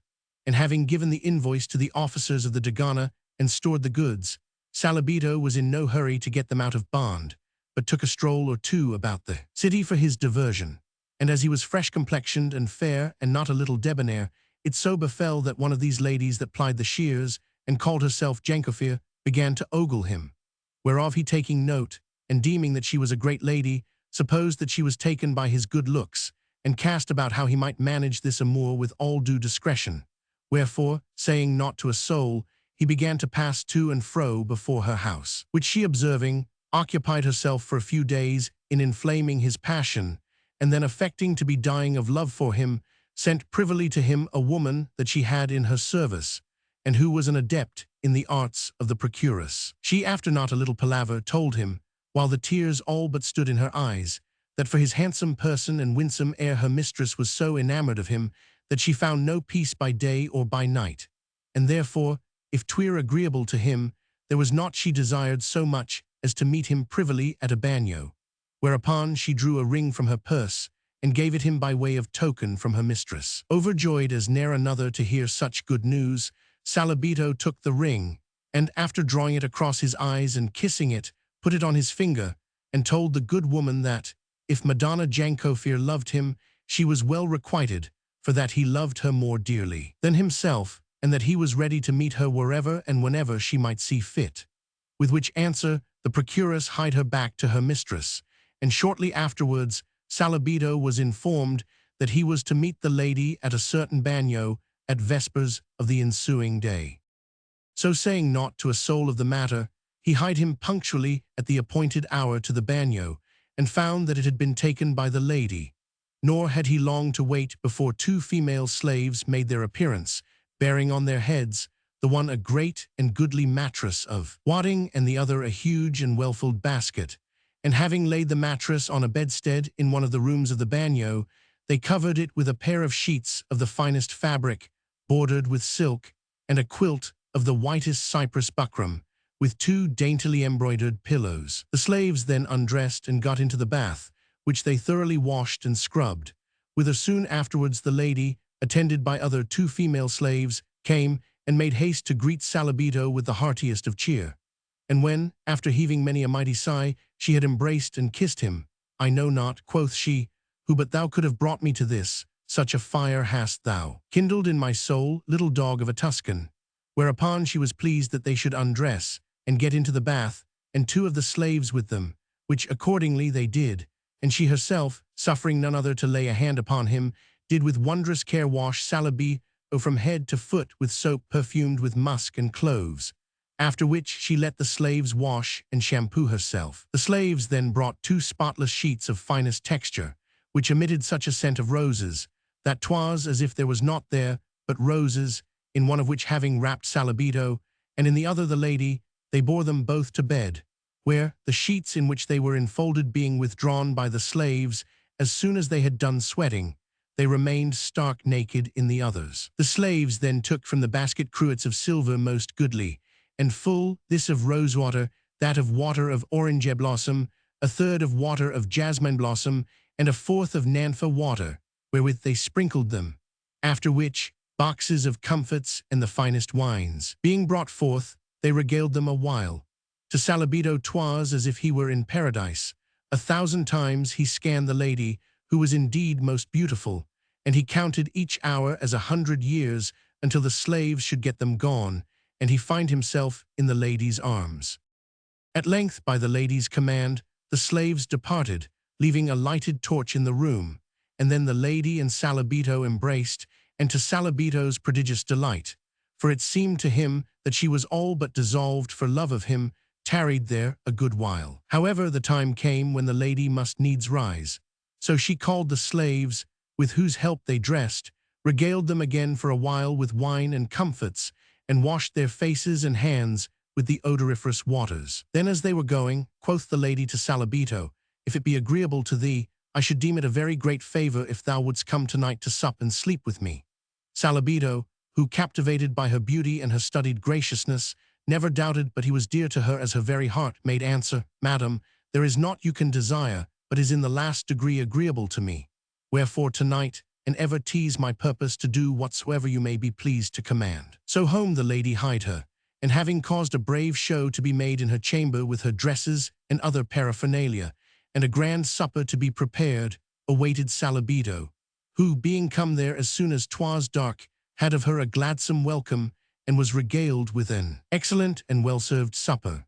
After which, they repaired to the chamber, where he was saluted by a wondrous sweet odor of aloe wood, and observed that the bed was profusely furnished with birds after the fashion of Cyprus, and that not a few fine dresses were hanging upon the pegs, which circumstances did, one and all, beget in him the belief that this must be a great and wealthy lady, and though he had heard a hint or two to the contrary touching her life, he would by no means credit them, nor, supposing that she had perchance taken another with guile, would he believe that the same thing might befall him. So to his exceeding great solace, he lay with her that night, and ever grew more afire for her. On the morrow, as she was investing him with a fair and dainty girdle of silver, with a goodly purse attached, "Sweet my Salabito," quoth she, "prithee forget me not. Even as my person, so is all that I have at thy pleasure, and all that I can at thy command." Salabito then embraced and kissed her, and so bade her adieu, and betook him to the place where the merchants were wont to congregate. And so it befell that he, continuing to consort with her from time to time, and being never a denier the poorer thereby, disposed of his merchandise for ready money, and at no small profit, whereof not by him, but by another the lady was forthwith advised. And Salabito being come to see her one evening, she greeted him gaily and gamesomely, and fell a-kissing and hugging him, and made as if she were so afire for love of him that she was like to die thereof in his arms, and offered to give him 2 most goodly silver cups that she had, which Salabito would not accept, having already had from her taking one time with another fully 30 florins of gold, while he had not been able to induce her to touch so much as a groat of his money. But when by this show of passion and generosity she had thoroughly kindled his flame, in came, as she had arranged, one of her slaves, and spoke to her, whereupon out of the room she went, and after a while came back in tears, and threw herself prone on the bed, and set up the most dolorous lamentation that ever woman made, whereat Salabito, wondering, took her in his arms, and mingled his tears with hers, and said, "Alas, heart of my body, what ails thee thus of a sudden? Wherefore art thou so distressed?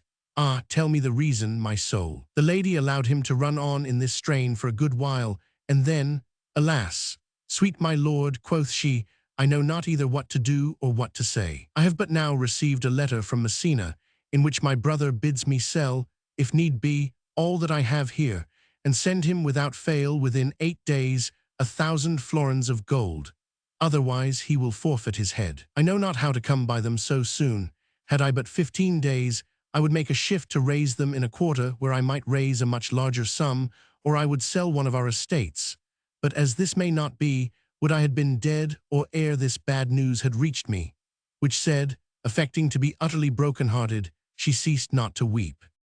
Saladino, the ardor of whose passion had in great measure deprived him of the sagacity which the circumstances demanded, supposed that the tears were genuine enough, and the words even more so. "Wherefore, madam," quoth he, "I could not furnish you with 1,000, but if 500 florins of gold would suffice, they are at your service, if you think you could repay them within 15 days, and you may deem yourself in luck's way, for 'twas only yesterday that I sold my woolens, which had I not done, I could not have lent." "You are groat." "Alas," returned the lady, "then thou hast been in straits for money.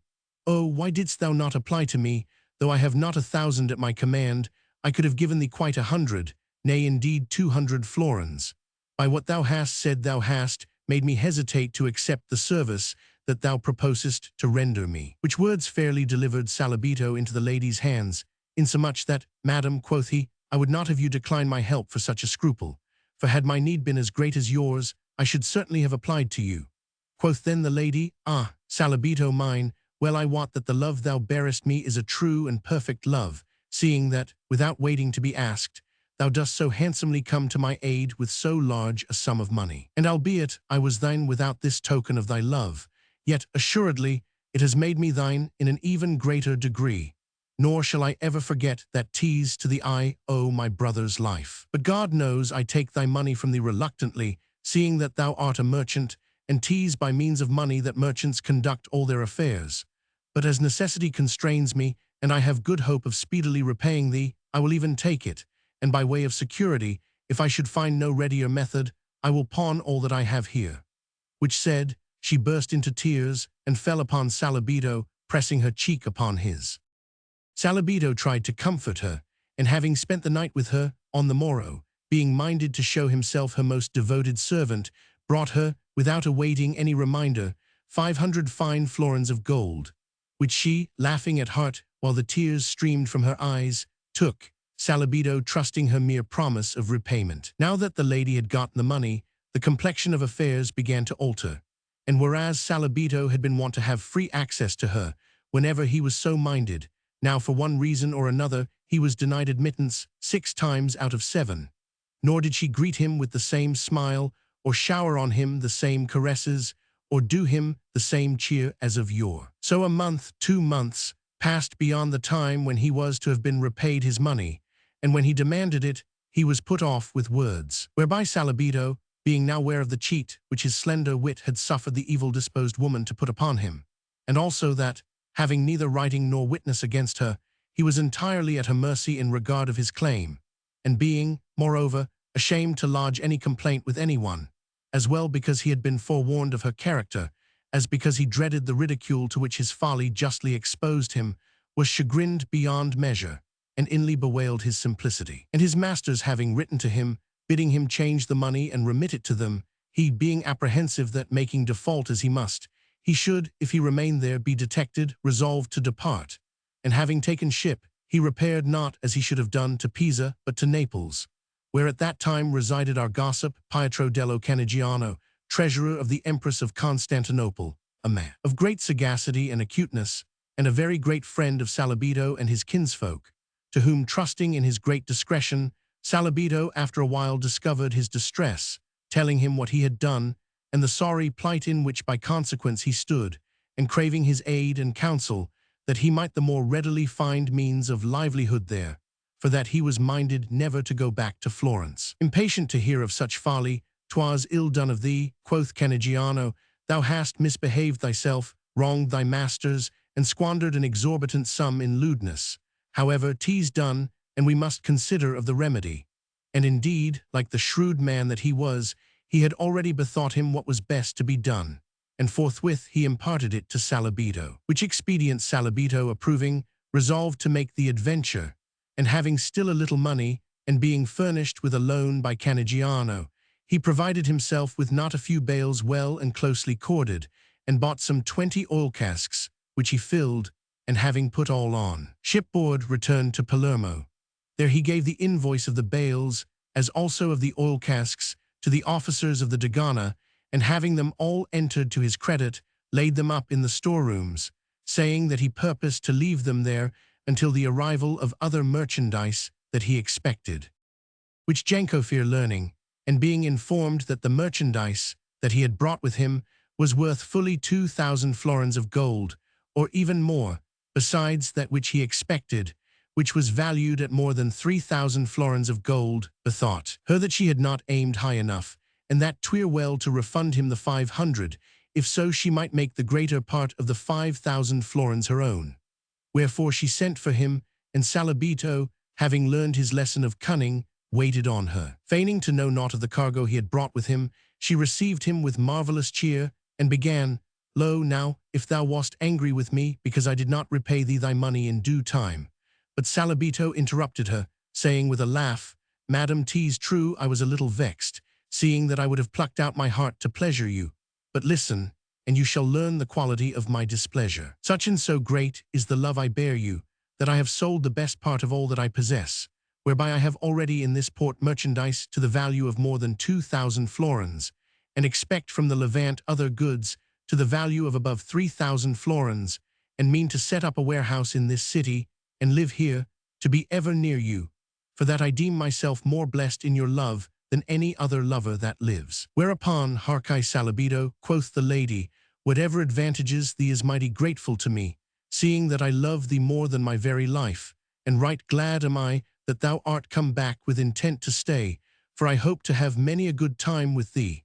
But something I must say to thee, by way of excuse for that, whilst thou wast thinking of taking thy departure, there were times when thou wast disappointed of seeing me, and others when thou hadst not as gladsome a welcome as thou wast wont to have, and therewithal I kept not the time promised for the repayment of thy money. Thou must know that I was then in exceeding great trouble and tribulation, and whoso is thus bested, love he another never so much, cannot greet him with as gladsome a mien, or be as attentive to him as he had lief. And thou must further know that 'tis by no means an easy matter for a lady to come by 1,000 florins of gold. Why, 'tis every day a fresh lie, and never a promise kept, and so we in our turn must needs lie to others. And 'twas for this cause, and not for any fault of mine, that I did not repay thee thy money. However, I had it but a little while after thy departure, and had I known whither to send it, be sure I would have remitted it to thee. But as that I wist not, I have kept it safe for thee. She then produced a purse, in which were the very same coins that he had brought her, and placed it in his hand, saying, Count and see if there are 500 there. 'Twas the happiest moment Salabito had yet known, as having told them out and found the sum exact, he made answer, Madam, I know that you say sooth, and what you have done abundantly proves it. Wherefore, and for the love I bear you, I warrant you there is no sum you might ask of me on any occasion of need, with which, if 'twere in my power, I would not accommodate you. Whereof, when I am settled here, you will be able to assure yourself. Having thus in words reinstated himself as her lover, he proceeded to treat her as his mistress, whereto she responded, doing all that was in her power to pleasure and honor him, and feigning to be in the last degree enamored of him. But Salabito, being minded to requite her guile with his own, went to her one evening, being bidden to sup and sleep with her, with an aspect so melancholy and dolorous, that he showed, as he had lief give up the ghost. Jancofer, as she embraced and kissed him, demanded of him the occasion of his melancholy. Whereto he, having let her be instant with him a good while, made answer, I am undone, for that the ship, having aboard her the goods that I expected, has been taken by the corsairs of Monaco, and held to ransom in 10,000 florins of gold, of which it falls to me to pay 1,000, and I have not a denier. For the 500 thou repaidst me, I sent forthwith to Naples to buy stuffs for this market, and were I to sell the merchandise I have here, as 'tis not now the right time to sell, I should scarce get half the value, nor am I as yet so well known here as to come by any to help me at this juncture, and so what to do or what to say I know not. But this I know that, if I send not the money without delay, my merchandise will be taken to Monaco, and I shall never touch aught of it. Again, whereat the lady was mightily annoyed, being apprehensive of losing all, and bethought her how she might prevent the goods going to Monaco. Wherefore, God knows, quoth she, that for the love I bear thee I am not a little sorry for thee, but what boots it idly to distress oneself? Had I the money, God knows I would lend it thee forthwith, but I have it not. One indeed there is that accommodated me a day or two ago with 500 florins that I stood in need of, but he requires a heavy usance, not less than 30 on the 100, and if thou shouldst have recourse to him, good security must be forthcoming. Now for my part, one, am ready, so I may serve thee, to pledge all these dresses, and my person to boot, for as much as he will tend thee thereon. But how wilt thou secure the balance? Saladino divined the motive that prompted her thus to accommodate him, and that she was to lend the money herself, which suiting his purpose well, he first of all thanked her, and then said that, being constrained by necessity, he would not stand out against exorbitant terms, adding that, as to the balance, he would secure it upon the merchandise that he had at the Dogana by causing it to be entered in the name of the lender, but that he must keep the key of the storerooms, as well that he might be able to show the goods, if requested, as to make sure that none of them should be tampered with or changed or exchanged. The lady said that this was reasonable, and that 'twas excellent security. So betimes on the morrow, the lady sent for a broker, in whom she reposed much trust, and having talked the matter over with him, gave him 1,000 florins of gold, which the broker took to Saladino, and thereupon had all that Saladino had at the Dogana entered in his name. They then had the script and counterscript made out, and the arrangement thus concluded, went about their respective affairs. Saladino lost no time in getting aboard a bark with his 500 florins of gold, and being come to Naples, sent thence a remittance which fully discharged his obligation to his masters that had entrusted him with the stuffs. He also paid all that he owed to Pietro dello Canigiano and all his other creditors, and made not a little merry with Canigiano over the trick he had played the Sicilian lady. He then departed from Naples, and being minded to have done with mercantile affairs, betook him to Ferrara. Jancofier, surprised at first by Saladino's disappearance from Palermo, waxed after a while suspicious, and when she had waited fully 2 months, seeing that he did not return, she caused the broker to break open the storerooms, and trying first of all the casks, she found them full of sea-water, save that in each there was perhaps a hogshead of oil floating on the surface. Then undoing the bales, she found them all, save 2 that contained stuffs, full of tow, and in short their whole contents put together were not worth more than 200 florins. Wherefore Jancofier, knowing herself to have been outdone, regretted long and bitterly the 500 florins of gold that she had refunded, and still more the 1,000 that she had lent, repeating many a time to herself, who with a Tuscan has to do, had need of eyesight quick and true. Thus, left with the loss and the laugh against her, she discovered that there were others as knowing as she. No sooner was Dionio's story ended, than Loretta, witting that therewith the end of her sovereignty was come, bestowed her meed of praise on Pietro Canigiano for his good counsel, and also on Saladino for the equal sagacity which he displayed in carrying it out, and then, taking off the laurel wreath, set it on the head of Emilia, saying graciously, "I know not, madam, how debonair a queen you may prove, but at least we shall have in you a fair one. Be it your care, then, that you exercise your authority in a manner answerable to your charms." Which said, she resumed her seat. Not so much to receive the crown, as to be thus commended to her face, and before the company for that which ladies are wont to covet the most, Emilia was a little shamefast. A tint like that of the nulliblown rose overspread her face, and a while she stood silent with downcast eyes.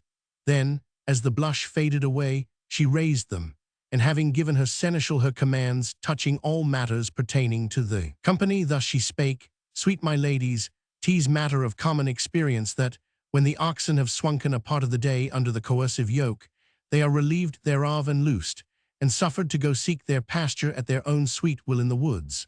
Nor can we fail to observe that gardens luxuriant with diversity of leafage are not less, but far more fair to see, than woods wherein is naught but oaks. Wherefore I deem that, as for so many days our discourse has been confined within the bounds of certain laws, 'twill be not only meet but profitable for us, being in need of relaxation, to roam a while, and so recruit our strength to undergo the yoke once more. And therefore I am minded that tomorrow the sweet tenor of your discourse be not confined to any particular theme, but that you be at liberty to discourse on such wise as to each may seem best. For well assured am I that thus to speak of divers matters will be no less pleasurable than to limit ourselves to one topic, and by reason of this enlargement my successor in the sovereignty will find you more vigorous, and be therefore all the more forward to reimpose upon you the wonted restraint of our laws. Having so said, she dismissed all the company until supper time.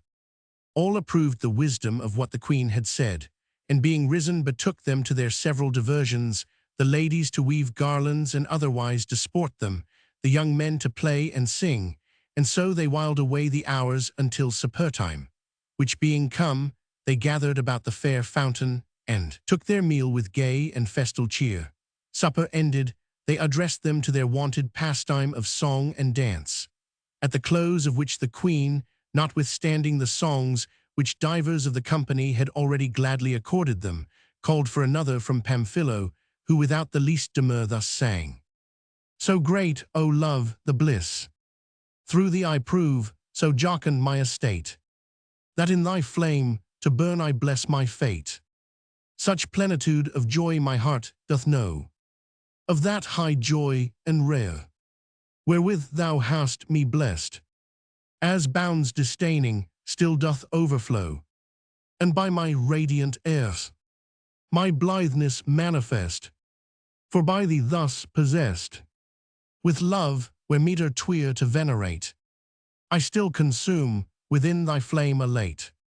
Well what I love no song may e'er reveal, nor any sign declare, what in my heart is pent, nay might they so, that were I best conceal, whereof were others ware, 'twould serve but to torment me whose is such content, that weak were words and all inadequate, a tittle of my bliss to adumbrate, who would have dreamed that ere in mine embrace her I should clip and fold, whom there I still do feel, or as gainst her face ere to lay my face, attain such grace untold, and unimagined weal, wherefore my bliss I seal, of mine own heart within the circuit strait, and still in thy sweet flame luxuriate.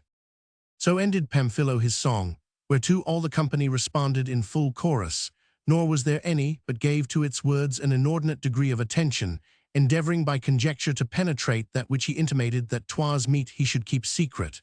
Divers were the interpretations hazarded, but all were wide of the mark. At length, however, the queen, seeing that ladies and men alike were fain of rest, bade all betake them to bed.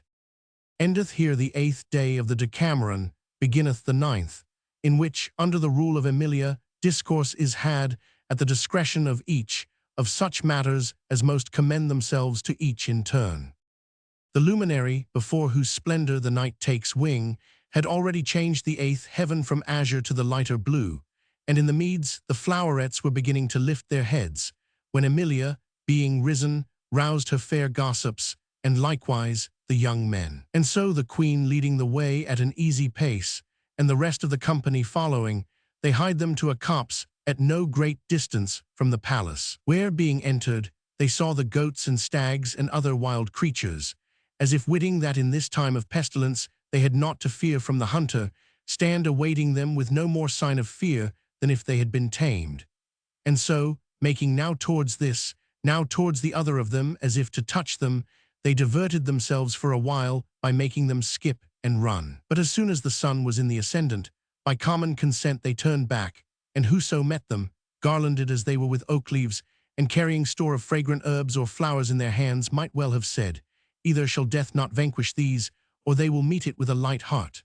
So slowly wended they their way, now singing, now bandying quips and merry jests, to the palace, where they found all things in order meet, and their servants in blithe and merry cheer. Awhile they rested, nor went they to table until 6 ditties, each gayer than that which went before, had been sung by the young men and the ladies, which done, they washed their hands, and all by the queen's command were ranged by the seneschal at the table, And the viands being served, they cheerily took their meal, wherefrom being risen, they trod some measures to the accompaniment of music, and then, by the queen's command, whoso would betook him to rest. However, the accustomed hour being come, they all gathered at the wonted spot for their discoursing, and the queen, bending her regard upon Philomela, bade her make a beginning of the day's storytelling, which she with a smile did on this wise. Novel 1. Madonna Francesca, having two lovers, the one Ranuccio, the other Alessandro, by name, and loving neither of them, induces the one to simulate a corpse in a tomb, and the other to enter the tomb to fetch him out, whereby, neither satisfying her demands, she artfully rids herself of both. Madam, since so it pleases you, well pleased am I that in this vast, this boundless field of discourse, which you, our Lady Bountiful, have furnished us withal, tease mine to run the first course, wherein if I do well, I doubt not that those, who shall follow me, will do not only well but better. Such, sweet my ladies, has been the tenor of our discourse, that times not a few the might of love, how great and singular it is, has been set forth, but yet I doubt the topic is not exhausted, nor would it be so, though we should continue to speak of naught else for the space of a full year. And as love not only leads lovers to debate with themselves whether they were not best to die, but also draws them into the houses of the dead in quest of the dead, I am minded in this regard to tell you a story, wherein you will not only discern the power of love, but will also learn how the ready wit of a worthy lady enabled her to disembarrass herself of two lovers, whose love was displeasing to her.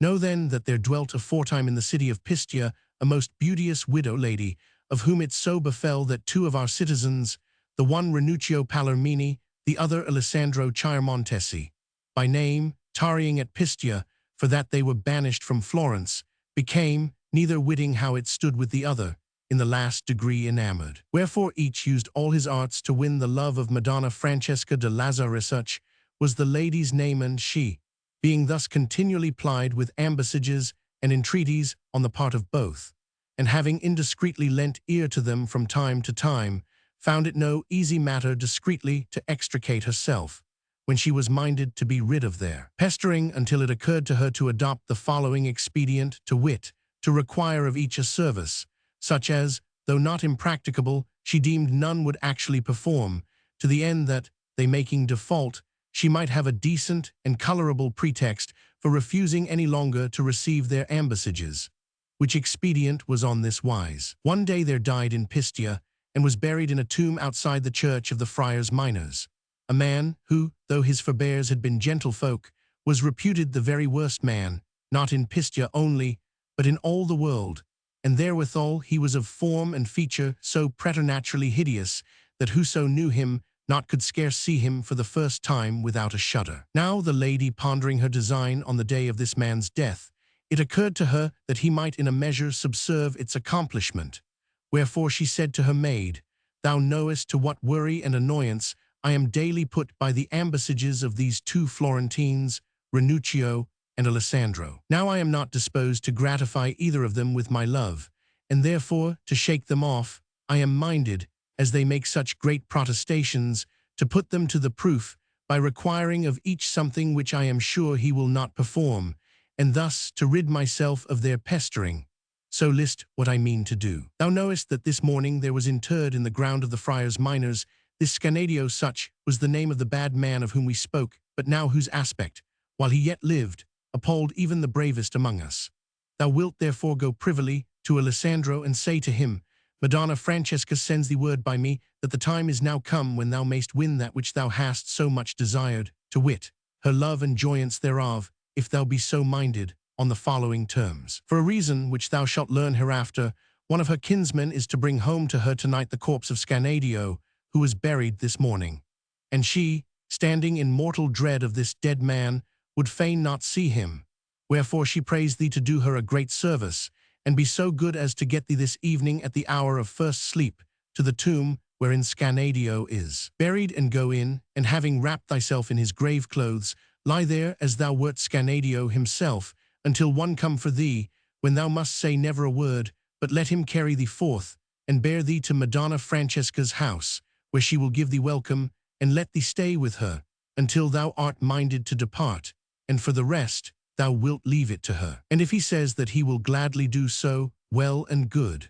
If not, then thou wilt tell him from me never more to show himself where I am, and, as he values his life, to have a care to send me no more ambassages. Which done, thou wilt go to Ranuccio Palermini, and wilt say to him, Madonna Francesca lets thee know that she is ready in all respects to comply with thy wishes, so thou wilt do her a great service, which is on this wise.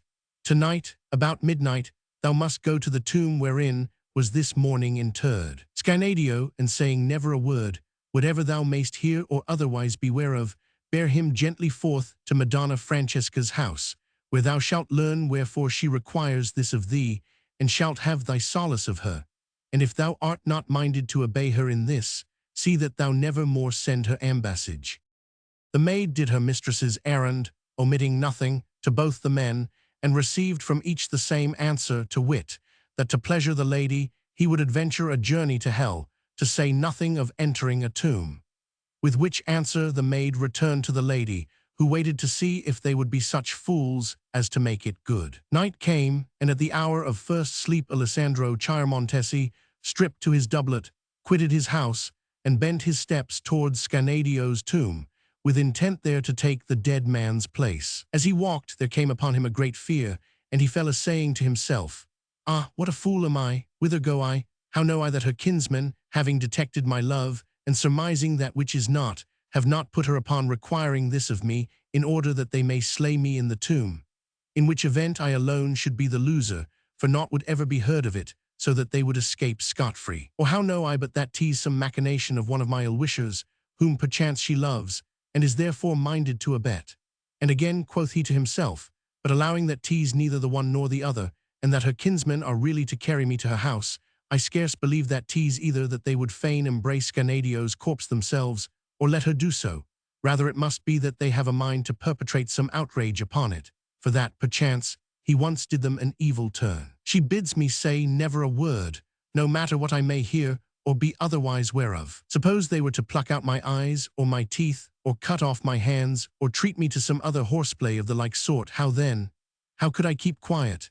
And if I open my mouth, they will either recognize me, and perchance do me a mischief, or if they spare me, I shall have been at pains for naught, for they will not leave me with the lady, and she will say that I disobeyed her command, and I shall never have aught of her favors.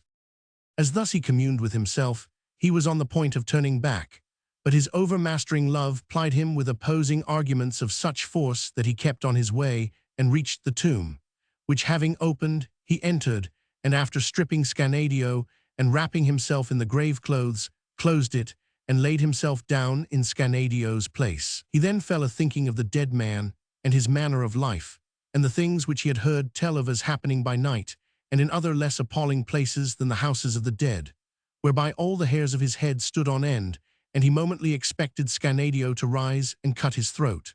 However, the ardor of his love so fortified him that he overcame these and all other timorous apprehensions, and lay as if he were dead, awaiting what should betide him.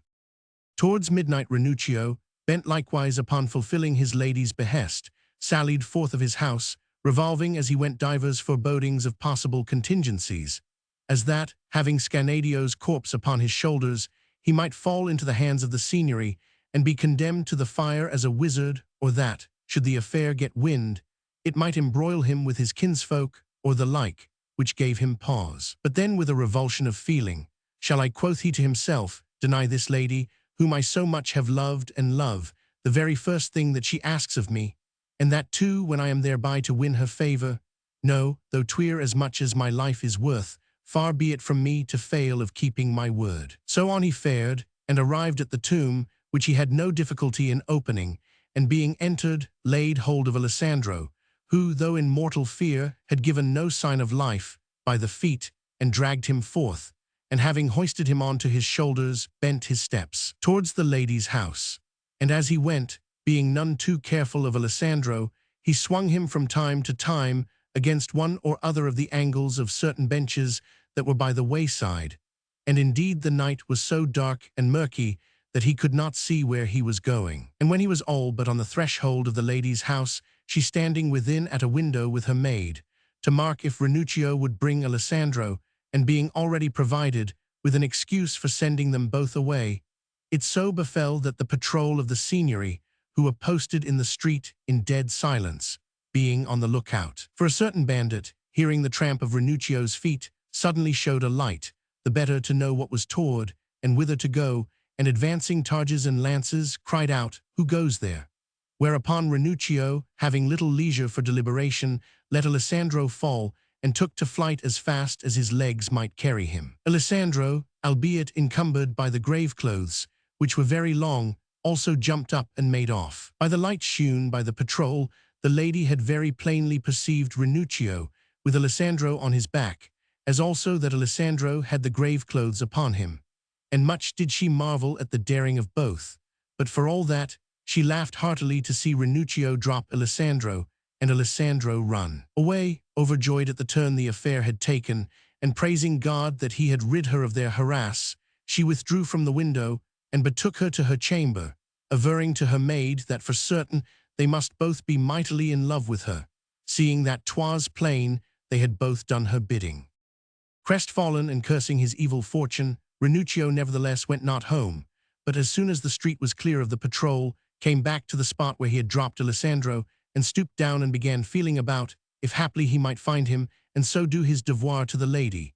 But as he found him not, he supposed the patrol must have borne him thence, and so at last home he went, as did also Alessandro, knowing not what else to do, and deploring his mishap. On the morrow, Scanadio's tomb being found open and empty, for Alessandro had thrown the corpse into the vault below, all Pistia debated of the matter, with no small diversity of opinion, the fools believing that Scanadio had been carried off by devils. Neither of the lovers, however, forbore to make suit to the lady for her favor and love, telling her what he had done and what had happened, and praying her to have him excused that he had not perfectly carried out her instructions. But she, feigning to believe neither of them, disposed of each with the same curt answer, to wit, that, as he had not done her bidding, she would never do aught for him. Novel 2. An abbess rises in haste and in the dark, with intent to surprise an accused nun abed with her lover. Thinking to put on her veil, she puts on instead the breeches of a priest that she has with her. The nun, espying her headgear, and doing her to wit thereof, is acquitted, and thenceforth finds it easier to forgather with her lover. So ended Philomela, and when all had commended the address shewn by the lady in ridding herself of the two lovers that she affected not, and contrariwise had censured the hardihood of the two lovers as not love but madness, the queen turned to Elissa, and with a charming air, "Now, Elissa, follow," quoth she. Whereupon Elissa began on this wise: "Dearest ladies, 'twas cleverly done of Madonna Francesca to disembarrass herself in the way we have heard. But I have to tell of a young nun, who by a happy retort, and the favor of fortune, delivered herself from imminent peril. And as you know that there are not a few most foolish folk, who, notwithstanding their folly, take upon themselves the governance and correction of others, so you may learn from my story that fortune at times justly puts them to shame, which befell the abbess, who was the superior of the nun of whom I am about to speak. You are to know, then, that in a convent in Lombardy, of very great repute for strict and holy living, there was, among other ladies that there wore the veil, a young woman of noble family and extraordinary beauty. Now Isabetta, for such was her name, having speech one day of one of her kinsmen at the grate, became enamored of a fine young gallant that was with him, who, seeing her to be very fair, and reading her passion in her eyes, was kindled with a like flame for her, which mutual and unsolaced love they bore a great, while not without great suffering to both. But at length, both being intent thereon, the gallant discovered a way by which he might with all secrecy visit his nun, and she approving, he paid her not one visit only, but many, to their no small mutual solace. But while thus they continued their intercourse, it so befell that one night one of the sisters observed him take his leave of Isabetta and depart, albeit neither he nor she was ware that they had thus been discovered. The sister imparted what she had seen to several others. At first they were minded to denounce her to the abbess, one Madonna Usimbalda, who was reputed by the nuns, and indeed by all that knew her, to be a good and holy woman, but on second thoughts they deemed it expedient that there might be no room for denial, to cause the abbess to take her and the gallant in the act. So they held their peace, and arranged between them to keep her in watch and close espial, that they might catch her unawares. Of which practice Isabetta recking, witting not, it so befell that one night, when she had her lover to see her, the sisters that were on the watch were soon ware of it, and at what they deemed the nick of time parted into two companies, of which one mounted guard at the threshold of Isabetta's cell, while the other hasted to the abbess's chamber, and knocking at the door, roused her, and as soon as they heard her voice, said, "Up, madam, without delay. We have discovered that Isabetta has a young man with her in her cell." Now that night the abbess had with her a priest, whom she used not seldom to have conveyed to her in a chest, and the report of the sisters making her apprehensive, lest for excess of zeal and hurry they should force the door open, she rose in a trice, and huddling on her clothes as best she might in the dark, instead of the veil that they wear, which they call the psalter, she caught up the priest's breeches, and having clapped them on her head, hied her forth, and locked the door behind her, saying, "Where is this woman accursed of God?" And so, guided by the sisters, also agog to catch Isabetta a-sinning that they perceived not what manner of headgear the abbess wore, she made her way to the cell, and with their aid broke open the door. And entering they found the two lovers abed in one another's arms, who, as it were, thunderstruck to be thus surprised, lay there, witting not what to do. The sisters took the young nun forthwith, and by command of the abbess brought her to the chapter house. The gallant, left behind in the cell, put on his clothes, and waited to see how the affair would end, being minded to make as many nuns as he might come at pay dearly for any despite that might be done his mistress, and to bring her off with him. The abbess, seated in the chapter house with all her nuns about her, and all eyes bent upon the culprit, began giving her the severest reprimand that ever woman got, for that by her disgraceful and abominable conduct, should it get wind, she had sullied the fair fame of the convent, whereto she added menaces most dire. Shamefast and timorous, the culprit essayed no defense, and her silence begat pity of her in the rest. But while the abbess waxed more and more voluble, it chanced that the girl raised her head and espied the abbess's headgear, and the points that hung down on this side and that, the significance whereof being by no means lost upon her, she quite plucked up heart, and "Madam," quoth she, "so help you God, tie up your coif, and then you may say what you will to me." Whereto the abbess, not understanding her, replied, "What coif, lewd woman, so thou hast the effrontery to jest? Think'st thou that what thou hast done is a matter meet for jests?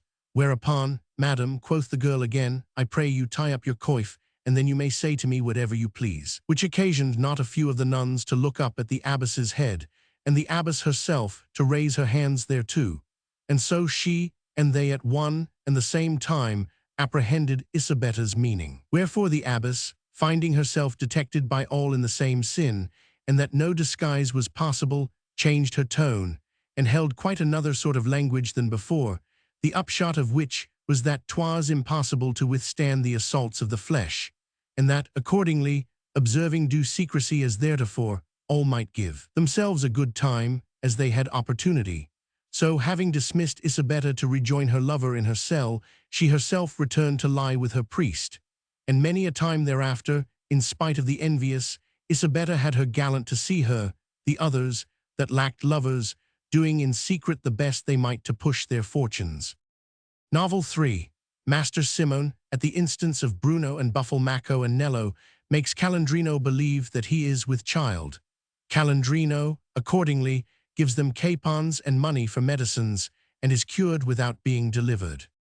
When Alyssa had ended her story, and all had given thanks to God that he had vouchsafed the young nun a happy escape from the fangs of her envious companions, the queen bade Philostrato follow suit, and without expecting a second command, thus Philostrato began, "Fairest my ladies, the uncouth judge from the marches, of whom I told you yesterday, took from the tip of my tongue a story of Calandrino, which I was on the point of narrating, and as naught can be said of him without mightily enhancing our jollity, albeit not a little has already been said touching him and his comrades, I will now give you the story which I had meant yesterday to give you. Who they were, this Calandrino and the others that I am to tell of in this story, has already been sufficiently explained. Wherefore, without more ado, I say that one of Calandrino's aunts having died, leaving him £200 in petty cash, Calandrino gave out that he was minded to purchase an estate, and as if he had had 10,000 florins of gold to invest, engaged every broker in Florence to treat for him, the negotiation always falling through as soon as the price was named. Bruno and Buffalmacco, knowing what was afoot, told him again and again that he had better give himself a jolly time with them than go about buying earth as if he must needs make pellets. But so far were they from effecting their purpose, that they could not even prevail upon him to give them a single meal. Whereat as one day they grumbled, being joined by a comrade of theirs, one Nello, also a painter, they all three took counsel how they might wet their whistle at Calandrino's expense. And their plan being soon concerted, the next morning Calandrino was scarce gone out, when Nello met him, saying, "Good day, Calandrino." Whereto Calandrino replied, "God give thee a good day and a good year." Nello then drew back a little and looked him steadily in the face, until, "What seest thou to stare at?" quoth Calandrino. "Hadst thou no pain in the night?" Returned Nello, "Thou seemest not thyself to me." Which Calandrino no sooner heard than he began to be disquieted, and "Alas, how sayst thou?" quoth he. "What taxed thou to be the matter with me?" "Why, as to that I have nothing to say," returned Nello, "but thou seemest to be quite changed. Perchance 'tis not what I suppose," and with that he left him. Calandrino, anxious, though he could not in the least have said why, went on, and soon Buffalmacco, who was not far off, and had observed him part from Nello, made up to him and greeted him, asking him if he was not in pain. "I cannot say," replied Calandrino. "'Twas but now that Nello told me that I looked quite changed. Can it be that there is aught the matter with me?" "Aught," quoth Buffalmacco, "I indeed there might be a trifle the matter with thee. Thou look'st to be half dead, man." Calandrino now began to think he must have a fever, and then up came Bruno, and the first thing he said was, "Why, Calandrino, how ill thou look'st! Thy appearance is that of a corpse. How dost thou feel?" To be thus accosted by all three left no doubt in Calandrino's mind that he was ill, and so, "What shall I do?"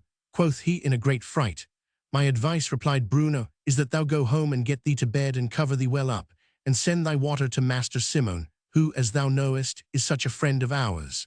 He will tell thee at once what thou must do, and we will come to see thee, and will do aught that may be needful." And Nello then joining them, they all three went home with Calandrino, who, now quite spent, went straight to his room, and said to his wife, "Come now, wrap me well up, I feel very 99. And so he laid himself on the bed, and sent a maid with his water to Master Simon, who had then his shop in the Mercato Vecchio at the sign of the Pumpkin.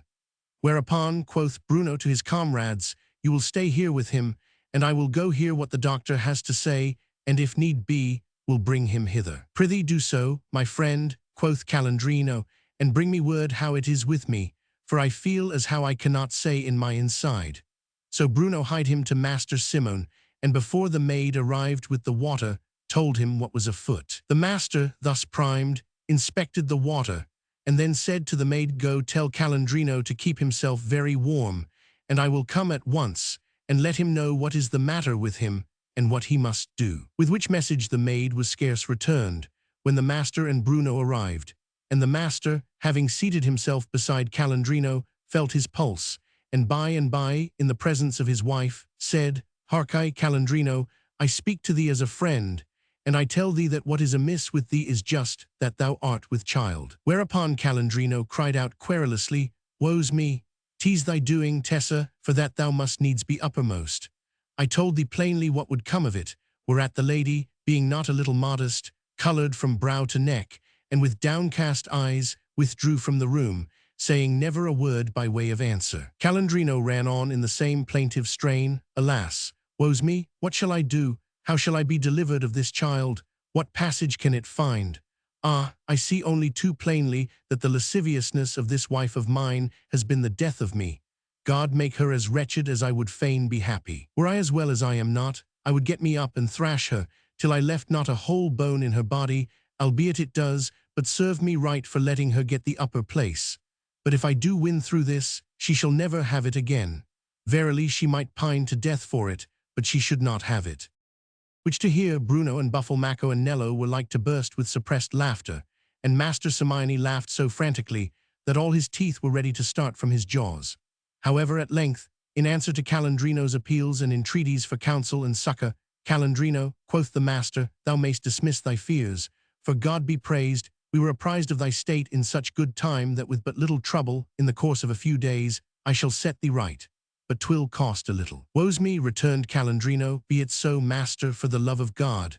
I have here 200 pounds, with which I had thoughts of buying an estate.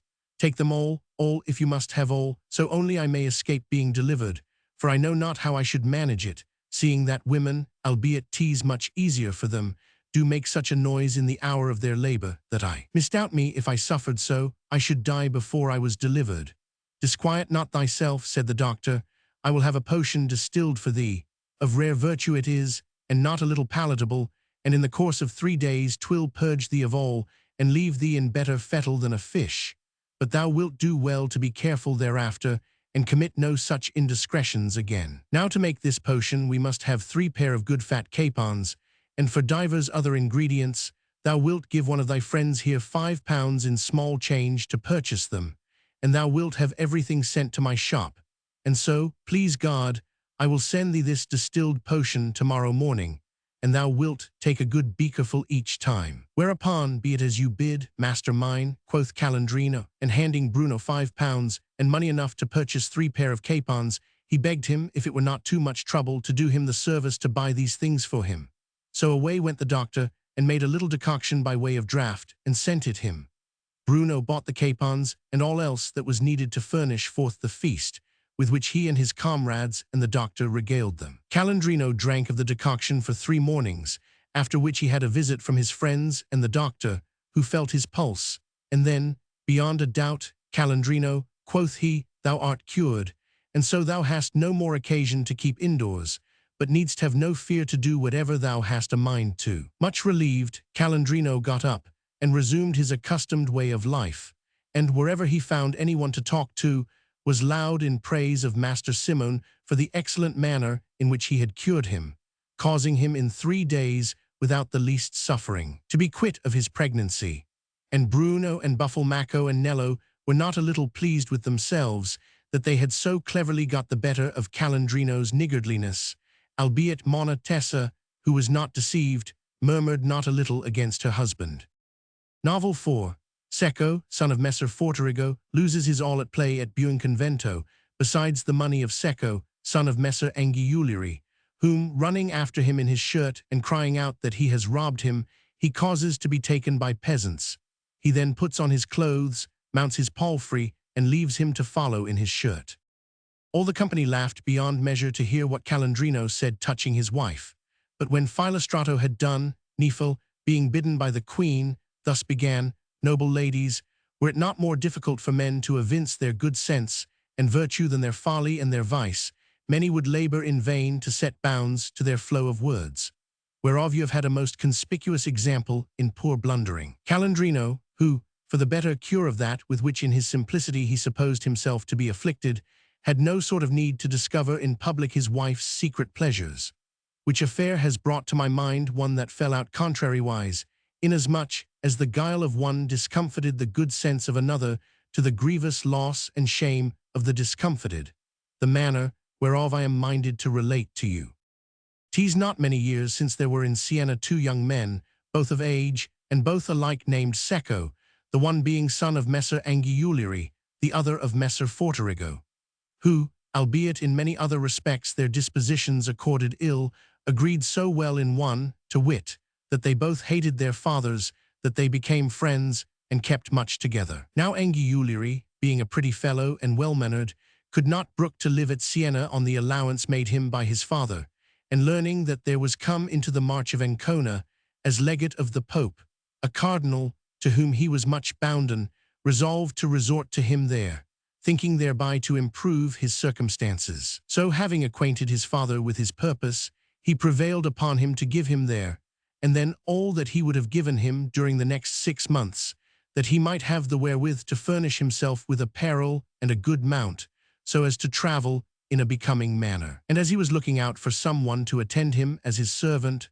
Forterigo, hearing of it, came presently to him and besought him with all earnestness to take him with him as his groom or servant or what he would, and he would be satisfied with his keep, without any salary whatsoever. Whereto Angiulieri made answer that he was not disposed to take him, not but that he well knew that he was competent for any service that might be required of him, but because he was given to play, and therewithal would at times get drunk. Forterigo assured him with many an oath that he would be on his guard to commit neither fault, and added thereto such instant entreaties that Angiulieri was, as it were, vanquished and consented.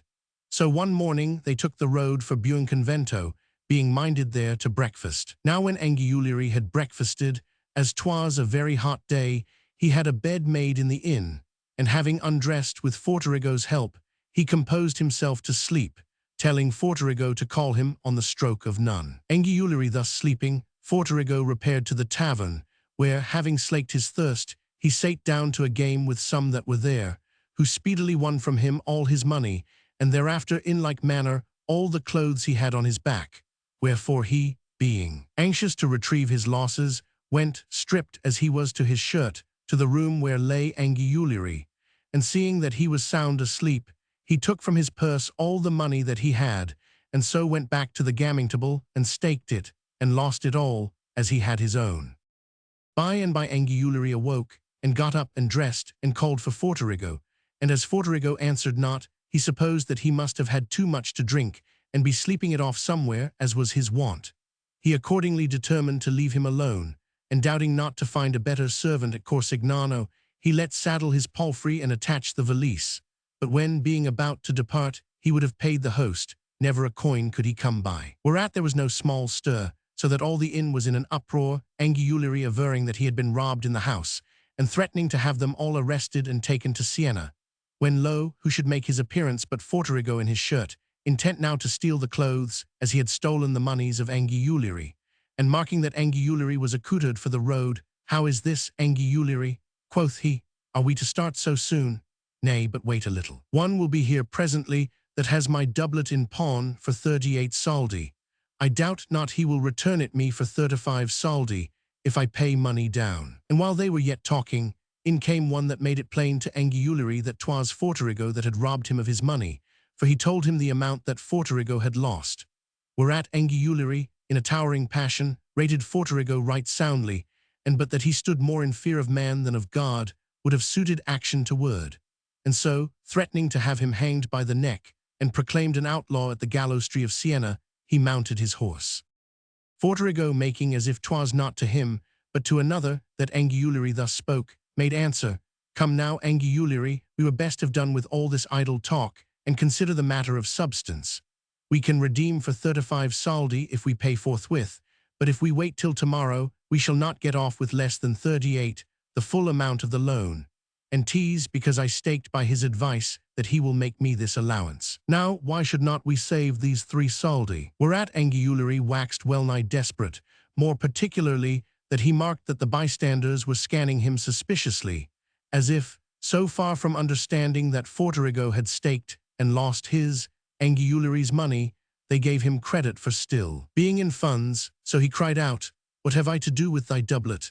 'Tis high time thou wast hanged by the neck, that not content with robbing me and gambling away my money, thou must needs also keep me in parley here and make mock of me, when I would fain be gone." Forterigo, however, still persisted in making believe that Angiolari did not mean this for him, and only said, "Nay, but why wilt not thou save me these 3 soldi?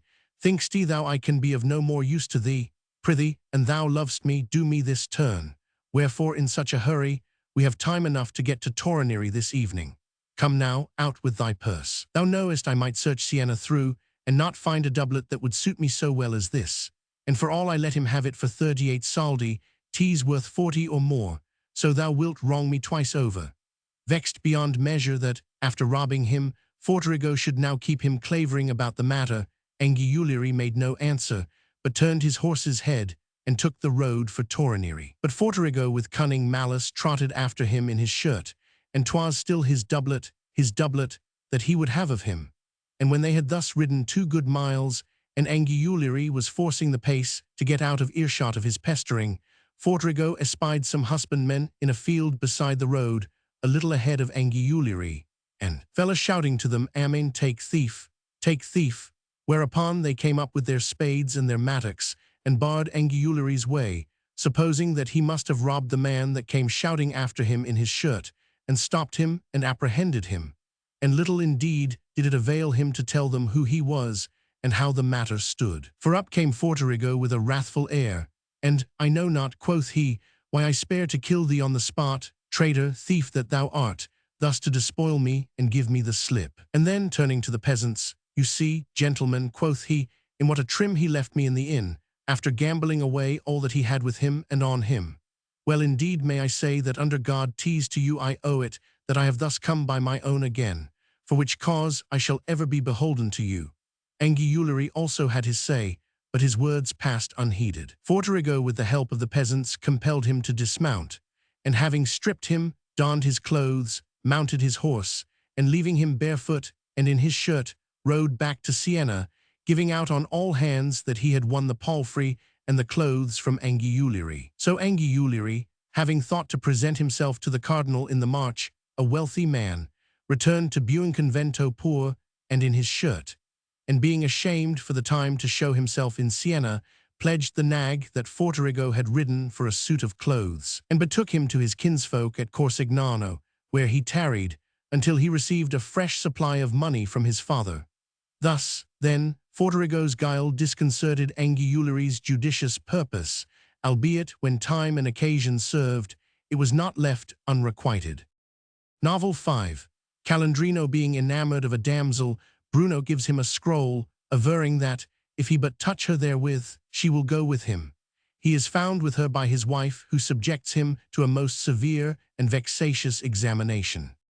So at no great length ended Nephil her story, which the company allowed to pass with none too much laughter or remark, whereupon the queen, turning to Fiammetta, bade her follow suit.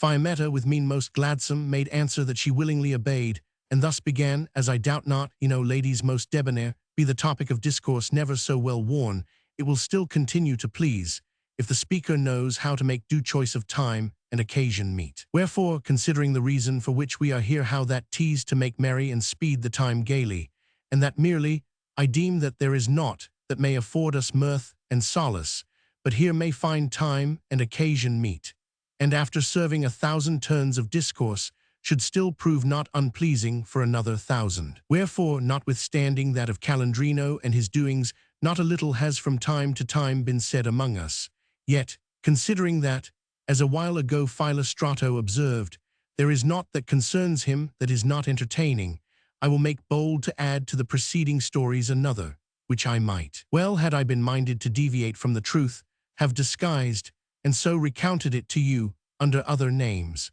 But as whoso in telling a story diverges from the truth does thereby in no small measure diminish the delight of his hearers, I purpose for the reason aforesaid to give you the narrative in proper form. Niccolo Cornicchini, one of our citizens and a man of wealth, had among other estates a fine one at Camerata, on which he had a grand house built, and engaged Bruno and Buffalmacco to paint it throughout, in which task, for that 'twas by no means light, they associated with them Nello and Calandrino, and so set to work. There were a few rooms in the house provided with beds and other furniture, and an old female servant lived there as caretaker, but otherwise the house was unoccupied, for which cause Niccolo's son, Filippo, being a young man and a bachelor, was wont sometimes to bring thither a woman for his pleasure, and after keeping her there for a few days to escort her thence again. Now on one of these occasions it befell that he brought thither one Nicolosa, whom a vile fellow named Mangione kept in a house at Camaldoli as a common prostitute. And a fine piece of flesh she was, and wore fine clothes, and for one of her sort, knew how to comport herself becomingly and talk agreeably. Now one day at high noon forth tripped the damsel from her chamber in a white gown, her locks braided about her head, to wash her hands and face at a well that was in the courtyard of the house, and while she was so engaged, it befell that Calandrino came there for water, and greeted her familiarly. Having returned his salutation, she, rather because Calandrino struck her as something out of the common, than for any other interest she felt in him, regarded him attentively. Calandrino did the like by her, and being smitten by her beauty, found reasons enough why he should not go back to his comrades with the water. But, as he knew not who she was, he made not bold to address her. She, upon whom his gaze was not lost, being minded to amuse herself at his expense, let her glance from time to time rest upon him, while she heaved a slight sigh or two, whereby Calandrino was forthwith captivated, and tarried in the courtyard, until Filippo called her back into the chamber. Returned to his work, Calandrino sighed like a furnace, which Bruno, who was ever regardful of his doings for the diversion they afforded him, failed not to mark, and by, what the devil is amiss with thee, comrade Calandrino? Quoth he, thou dost not but puff and blow. Comrade, replied Calandrino, I should be in luck, had I but one to help me. How so? Quoth Bruno. Why, returned Calandrino, 'tis not to go farther, but there is a damsel below, fairer than a lamia, and so mightily in love with me that 'twould astonish thee. I observed it but now, when I went to fetch the water. Nay, but Calandrino, make sure she be not Filippo's wife, quoth Bruno. I doubt 'tis even so, replied Calandrino, for he called her, and she joined him in the chamber. But what signifies it? I would circumvent Christ himself in such case, not to say Filippo. Of a truth, comrade, I tell thee she pleases me, I could not say how. Comrade, returned Bruno, I will find out for thee who she is, and if she be Filippo's wife, 2 words from me will make it all straight for thee, for she is much my friend. But how shall we prevent Buffalmacco knowing it? I can never have a word with her, but he is with me. As to Buffalmacco, replied Calandrino, I care not if he do know it, but let us make sure that it come not to Nello's ears, for he is of kin to Monna Tessa, and would spoil it all. Whereto thou art in the right, returned Bruno.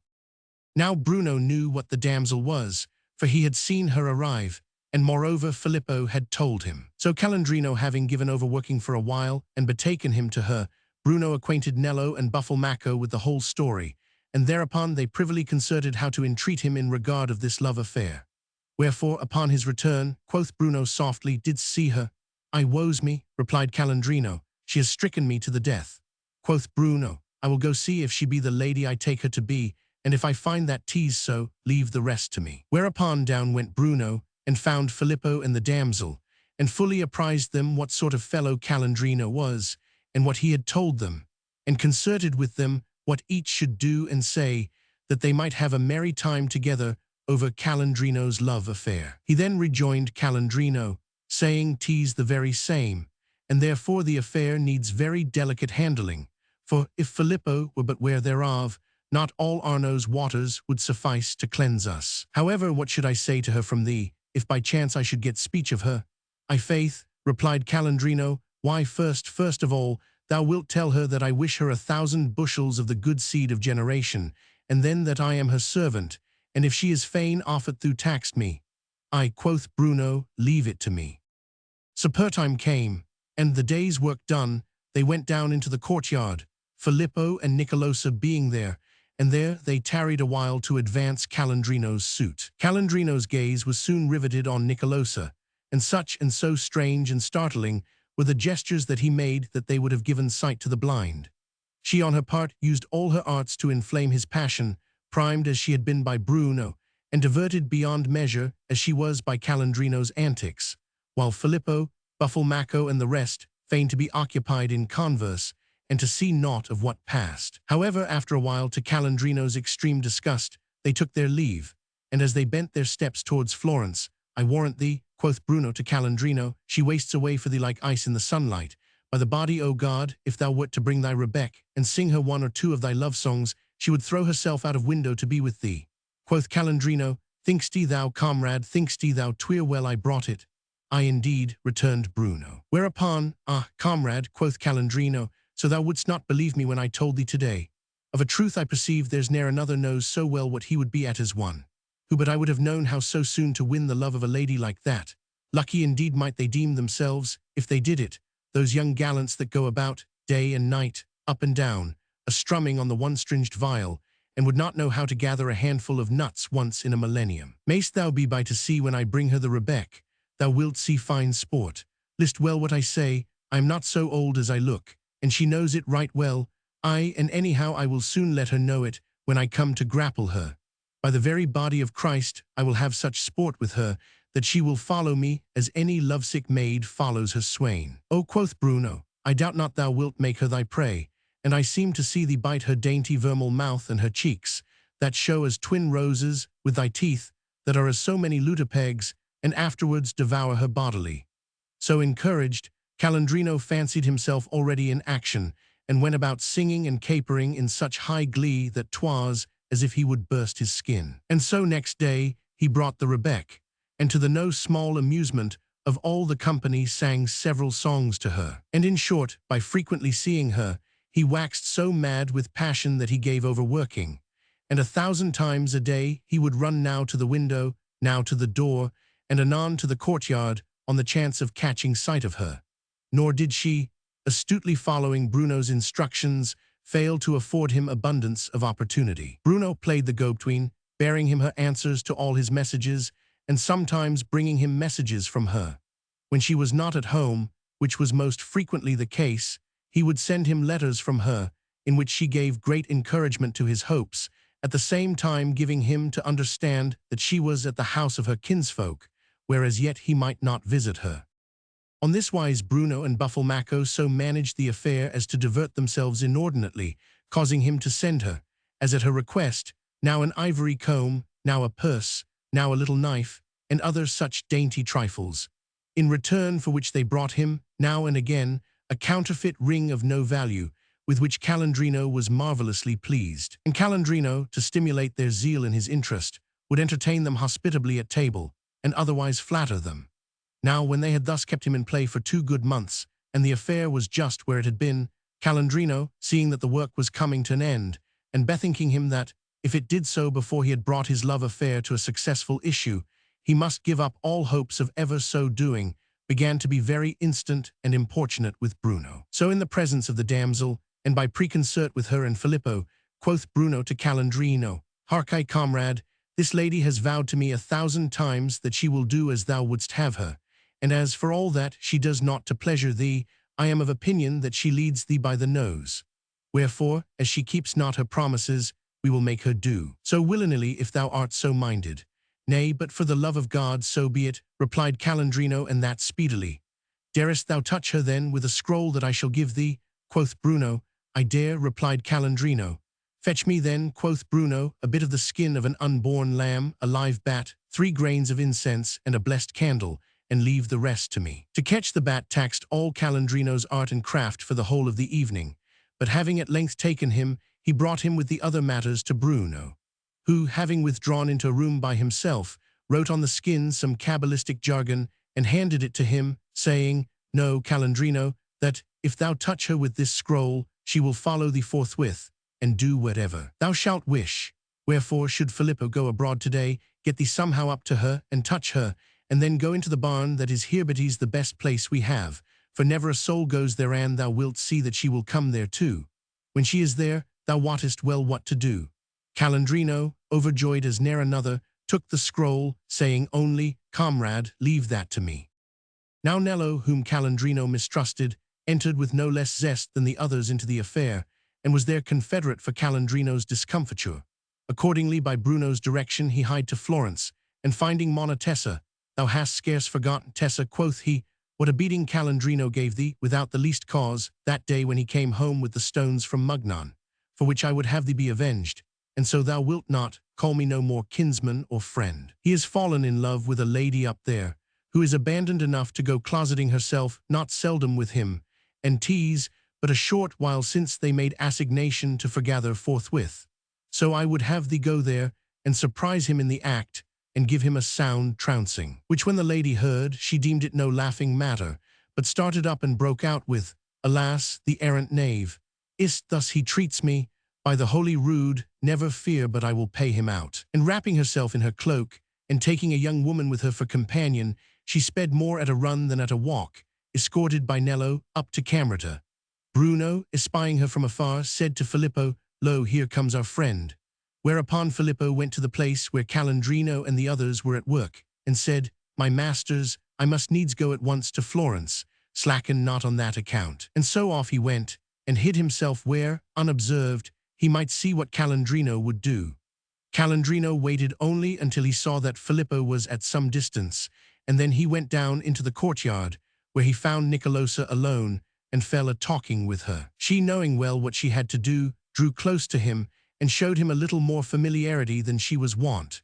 Whereupon Calandrino touched her with the scroll, and having so done, saying never a word, bent his steps towards the barn, whither Nicolosa followed him, and, being entered, shut the door, and forthwith embraced him, threw him down on the straw that lay there, and got astride of him, and holding him fast by the arms about the shoulders, suffered him not to approach his face to hers, but gazing upon him, as if he were the delight of her heart. "O Calandrino, sweet my Calandrino," quoth she, "heart of my body, my very soul, my bliss, my consolation, Ah, how long have I yearned to hold thee in my arms, and have thee all my own. Thy endearing ways have utterly disarmed me. Thou hast made prize of my heart with thy rebeck.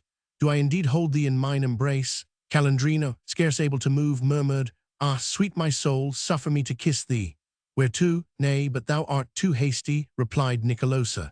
Let me first feast mine eyes on thee, let me but sate them with this sweet face of thine. Meanwhile Bruno and Buffalmacco had joined Filippo, so that what passed was seen and heard by all three.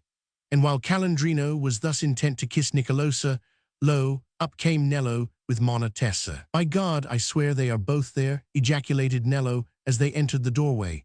But the lady, now fairly furious, laid hold of him and thrust him aside, and rushing in, espied Nicolosa astride of Calandrino. Nicolosa no sooner caught sight of the lady than up she jumped, and in a trice was beside Filippo. Monna Tessa fell upon Calandrino, who was still on the floor, planted her nails in his face, and scratched it all over. She then seized him by the hair, and hauling him to and fro about the barn, foul, pestilent cur, quoth she, Is this the way thou treatest me? Thou old fool, a murrain on the love I have borne thee. Hast thou not enough to do at home, that thou must needs go falling in love with strange women? And a fine lover thou wouldst make. Dost not know thyself, knave? Dost not know thyself, wretch? Thou from whose whole body 'twere not possible to wring enough sap for a sauce. God's faith, 'twas not Tessa that got thee with child. God's curse on her, whoever she was. Verily she must be a poor creature to be enamored of a jewel of thy rare quality. At sight of his wife, Calandrino, suspended, as it were, between life and death, ventured no defense. But his face torn to shreds, his hair and clothes all disordered, fumbled about for his capuch, which having found, up he got, and humbly besought his wife not to publish the matter, unless she were minded that he should be cut to pieces, for that she that was with him was the wife of the master of the house. Then God give her a bad year, replied the lady. Whereupon Bruno and Buffalmacco, who by this time had laughed their fill with Filippo and Nicolosa, came up as if attracted by the noise, and after not a little ado pacified the lady, and counselled Calandrino to go back to Florence, and stay there, lest Filippo should get wind of the affair, and do him a mischief. So Calandrino, crestfallen and woebegone, got him back to Florence with his face torn to shreds, where, daring not to show himself at Camerata again, he endured day and night the grievous torment of his wife's vituperation. Such was the issue, to which, after ministering not a little mirth to his comrades, as also to Nicolosa and Filippo, this ardent lover brought his amour. Novel 6. Two young men lodge at an inn, of whom the one lies with the host's daughter, his wife by inadvertence lying with the other. He that lay with the daughter afterwards gets into her father's bed and tells him all, taking him to be his comrade. They bandy words, whereupon the good woman, apprehending the circumstances, gets her to bed with her daughter, and by divers apt words re-establishes perfect accord. Calandrino, as on former occasions, so also on this, moved the company to laughter. However, when the ladies had done talking of his doings, the queen called for story from Pamphilo, who thus spoke, Worshipful ladies, this Nicolosa, that Calandrino loved, has brought to my mind a story of another Nicolosa, which I am minded to tell you, because 'twill show you how a good woman by her quick apprehension avoided a great scandal. In the plain of Mugnon, there was not long ago a good man that furnished travellers with meat and drink for money, and for that he was in poor circumstances, and had but a little house, gave not lodging to every comer, but only to a few that he knew, and if they were hard bested. Now the good man had to wife a very fine woman, and by her had 2 children, to wit, a pretty and winsome girl of some 15 or 16 summers, as yet unmarried, and a little boy, not yet 1 year old, whom the mother suckled at her own breast.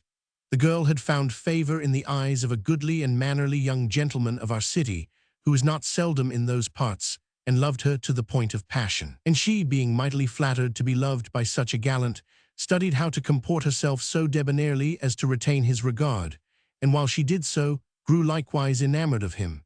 And divers times, by consent of both, their love had had its fruition, but that Pinucciasuch was the gallant's name shrank from the disgrace that 'twould bring upon the girl and himself alike. But as his passion daily waxed apace, Pinuccio, yearning to find himself abed with her, bethought him that he were best contrived to lodge with her father, deeming, from what he knew of her father's economy, that if he did so, he might effect his purpose, and never a soul be the wiser. which idea no sooner struck him than he set about carrying it into effect. So late one evening Pinocchio and a trusty comrade, Adriano by name, to whom he had confided his love, hired 2 nags, and having set upon them 2 valises filled with straw or such-like stuff, sallied forth of Florence, and rode by a circuitous route to the plain of Mugnon, which they reached after nightfall. And having fetched a compass, so that it might seem as if they were coming from Romagna, they rode up to the good man's house, and knocked at the door. The good man, knowing them both very well, opened to them forthwith. Whereupon, "Thou must even put us up tonight," quoth Pinocchio. "We thought to get into Florence, but for all the speed we could make, we are but arrived here, as thou seest, at this hour." "Pinocchio," replied the host, "thou well knowest that I can but make a sorry shift to lodge gentlemen like you. But yet, as night has overtaken you here, and time serves not to betake you elsewhere, I will gladly give you such accommodation as I may." The 2 gallants then dismounted and entered the inn, and having first looked to their horses, brought out some supper that they had carried with them, and supped with the host.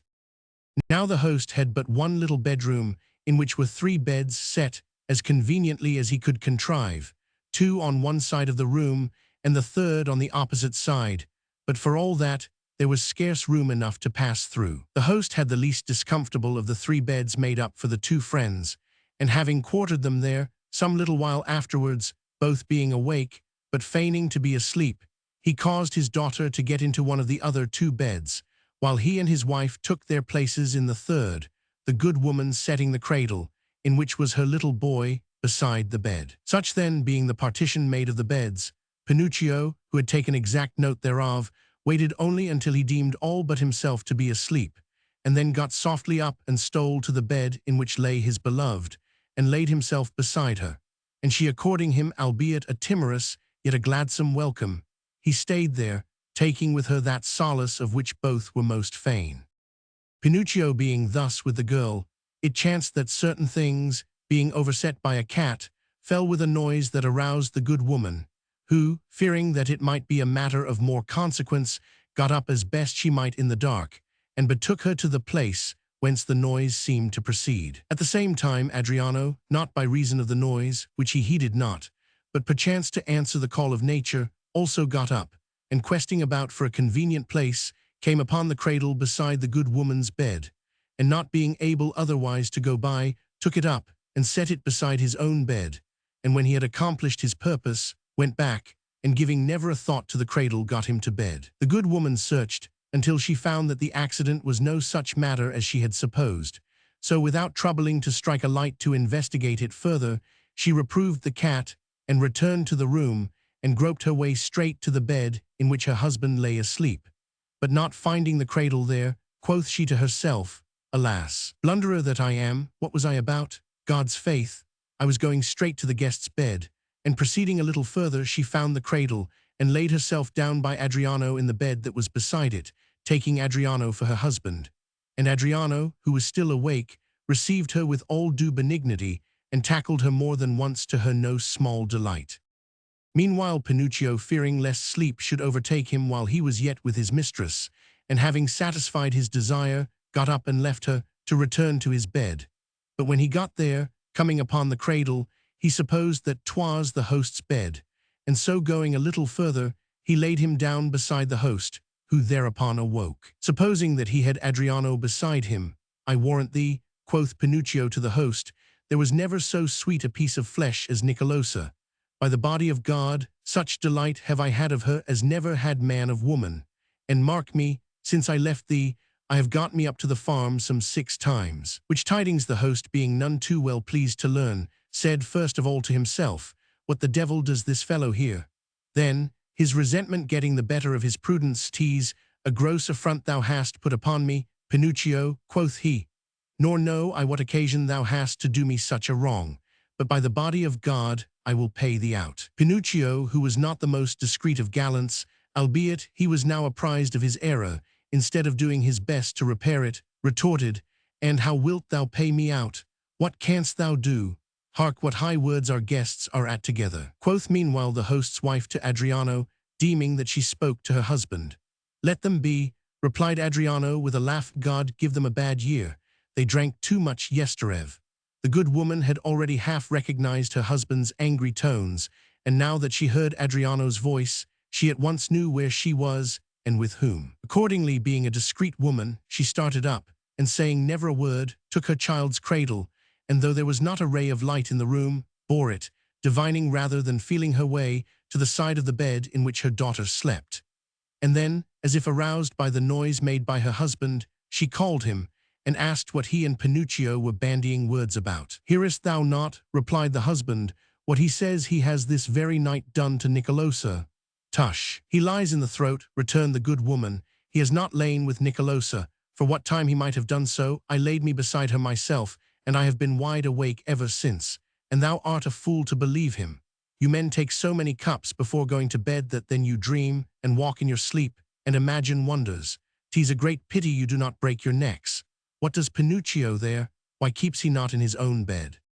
Whereupon Adriano, in his turn, seeing how adroitly the good woman cloaked her own and her daughter's shame, "Pinocchio," quoth he, "I have told thee 100 times that thou shouldst not walk about at night. For this, thy bad habit of getting up in thy dreams and relating thy dreams for truth will get thee into a scrape some time or another. Come back, and God send thee a bad night." Hearing Adriano thus confirm what his wife had said, the host began to think that Pinocchio must be really dreaming, so he took him by the shoulder and fell a-shaking him, and calling him by his name, saying, "Pinocchio, wake up and go back to thy bed." Pinocchio, taking his cue from what he had heard, began as a dreamer would be like to do, to talk wanderingly, whereat the host laughed amen. Then, feigning to be aroused by the shaking, Pinocchio uttered Adriano's name, saying, "Is't already day that thou callest me?" "I tease so," quoth Adriano, "come hither." Whereupon Pinocchio, making as if he were mighty drowsy, got him up from beside the host, and back to bed with Adriano. On the morrow, when they were risen, the host fell a-laughing, and making merry touching Pinocchio and his dreams. And so the jest passed from mouth to mouth, while the gallant's horses were groomed and saddled, and their valises adjusted. Which done, they drank with the host, mounted and rode to Florence, no less pleased with the manner than with the matter of the night's adventure. Nor afterwards did Pinocchio fail to find other means of meeting Nicolosa, who assured her mother that he had unquestionably dreamed. For which cause the good woman, calling to mind Adriano's embrace, accounted herself the only one that had watched. Novel 7. Talano di Moli's dreams that a wolf tears and rends all the neck and face of his wife. He gives her warning thereof, which she heeds not, and the dream comes true. When Pamphilo had brought his story to a close, and all had commended the good woman's quick perception, the queen bade Pampinea tell hers, and thus Pampinea began, "A while ago, debonair my ladies, we held discourse of the truths that dreams show forth, which not a few of us deride. For which cause, albeit the topic has been handled before, I shall not spare to tell you that which not long ago befell a neighbor of mine, for that she disbelieved a dream that her husband had. I wot not if you knew Talano di Molis, a man right worthy to be had in honor, who, having married a young wife Margarita by name fair as e'er another, but without her match for whimsical, fractious, and perverse humors, insomuch that there was naught she would do at the instance of another, either for his or her own good, found her behavior most grievous to bear, but was fain to endure what he might not cure. Now it so befell that Talano and Margarita being together at an estate that Talano had in the Contado, he, sleeping, saw in a dream a very beautiful wood that was on the estate at no great distance from the house, and his lady there walking. And as she went, there leapt forth upon her a huge and fierce wolf that griped her by the throat, and bore her down to the ground, and she shrieking the while for succor would have carried her off by main force.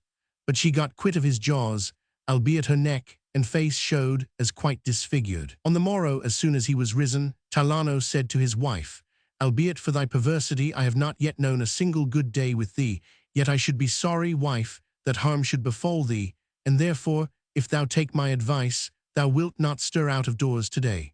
"Wherefore?" quoth the lady, and thereupon he recounted to her all his dream. The lady shook her head, saying, "Who means ill dreams 99.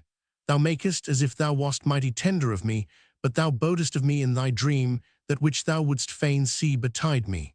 I warrant thee that today and all days I will have a care to avoid this or any other calamity that might gladden thy heart." Whereupon, "Well wist I," replied Talano, "that thou wouldst so say, for such is ever the requital of those that comb scurfy heads. But whatever thou mayst be pleased to believe, I for my part speak to thee for thy good, and again I advise thee to keep indoors today, or at least not to walk in the wood." "Good," returned the lady, "I will look to it." And then she began communing with herself on this wise: "Didst mark how artfully he thinks to have scared me from going into the wood today? Doubtless teased that he has an assignation there with some light o' love, with whom he had rather I did not find him. Ah, he would sup well with the blind, and what a fool were I to believe him! But I warrant he will be disappointed, and needs must I, though I stay there all day long, see what commerce it is that he will adventure in today." Having so said, she quitted the house on one side, while her husband did so on the other, and forthwith, shunning observation as best she might, she hied her to the wood, and hid her where 'twas most dense, and there waited on the alert, and glancing, now this way and now that, to see if any were coming. And while thus she stood, nor ever thought of a wolf crossed her mind, lo, forth of a close covert hard by came a wolf of monstrous size and appalling aspect, and scarce had she time to say, "God help me," before he sprang upon her and griped her by the throat so tightly that she might not utter a cry, but passive as any lambkin, was borne off by him, and had certainly been strangled, had he not encountered some shepherds, who with shouts compelled him to let her go. Shepherds recognized the poor hapless woman, and bore her home, where the physicians by dint of long and careful treatment cured her, howbeit the whole of her throat and part of her face remained so disfigured that, fair as she had been before, she was ever thereafter most foul and hideous to look upon. Wherefore, being ashamed to show her face, she did many a time bitterly deplore her perversity, in that, when it would have cost her nothing, she would nevertheless pay no heed to the true dream of her husband. Novel 8. Biondello gulls Sayako in the matter of a breakfast, for which prank. Sayako is cunningly avenged on Biondello, causing him to be shamefully beaten. All the company by common consent pronounced it no dream, but a vision that Talano had had in his sleep, so exactly, no circumstance lacking, had it fallen out according as he had seen it. However, as soon as all had done speaking, the queen bade Loretta follow suit, which Loretta did on this wise: "As most discreet my ladies, those that have preceded me today have almost all taken their cue from somewhat that has been said before. So, prompted by the stern vengeance taken by the scholar in Pampania's narrative of yesterday, I am minded to tell you of a vengeance that was indeed less savage, but for all that grievous enough to him on whom it was wreaked. Wherefore I say that there was once at Florence one that all folk called Sayako, a man second to none that ever lived for inordinate gluttony, who, lacking the means to support the expenditure which his gluttony demanded, and being, for the rest, well-mannered and well-furnished with excellent and merry jests, did, without turning exactly court jester, cultivate a somewhat biting wit, and loved to frequent the houses of the rich, and such as kept good tables, whither, bidden or unbidden, he not seldom resorted for breakfast or supper. There was also in those days at Florence one that was called Biondello, a man very short of stature, and not a little debonair, more trim than any fly, with his blonde locks surmounted by a coif, and never a hair out of place, and he and Sayako were two of a trade.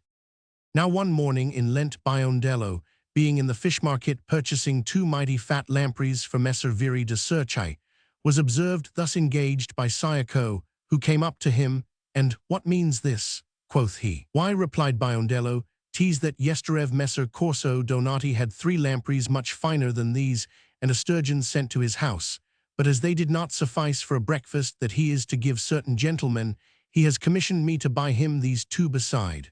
Wilt thou not be there?"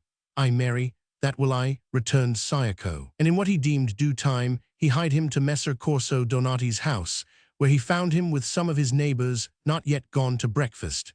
And being asked by Messer Corso with what intent he was come, he answered, "I am come, sir, to breakfast with you and your company." "And welcome art thou," returned Messer Corso, "go we then to breakfast, for 'tis now the time." So to table they went, where naught was set before them but peas and the inward part of the tunny salted, and afterwards the common fish of the Arno fried. Wherefore Sayako, not a little wroth at the trick that he perceived Biondello had played him, resolved to pay him out. And not many days after Biondello, who had meanwhile had many a laugh with his friends over Sayako's discomfiture, met him, and after greeting him, asked him with a laugh what Messer Corso's lampreys had been like. "That question," replied Sayako, thou wilt be able to answer much better than I before 8 days are gone by. And parting from Biondello upon the word, he went forthwith and hired a cozening rogue, and having thrust a glass bottle into his hand, brought him within sight of the Loggia de Cavixioli. And there, pointing to a knight, one Messer Filippo Argenti, a tall man and stout, and of a high courage, and haughty, choleric, and cross-grained as ne'er another, he said to him, Thou wilt go, flask in hand, to Messer Filippo, and wilt say to him, I am sent to you, sir, by Biondello, who entreats you to be pleased to colour this flask for him with some of your good red wine, for that he is minded to have a good time with his catamites. And of all things have a care that he lay not hands upon thee, for he would make thee rue the day, and would spoil my sport. Have I aught else to say? Inquired the rogue. Nothing more, returned Sayako, and now get thee gone, and when thou hast delivered the message, bring me back the flask, and I will pay thee.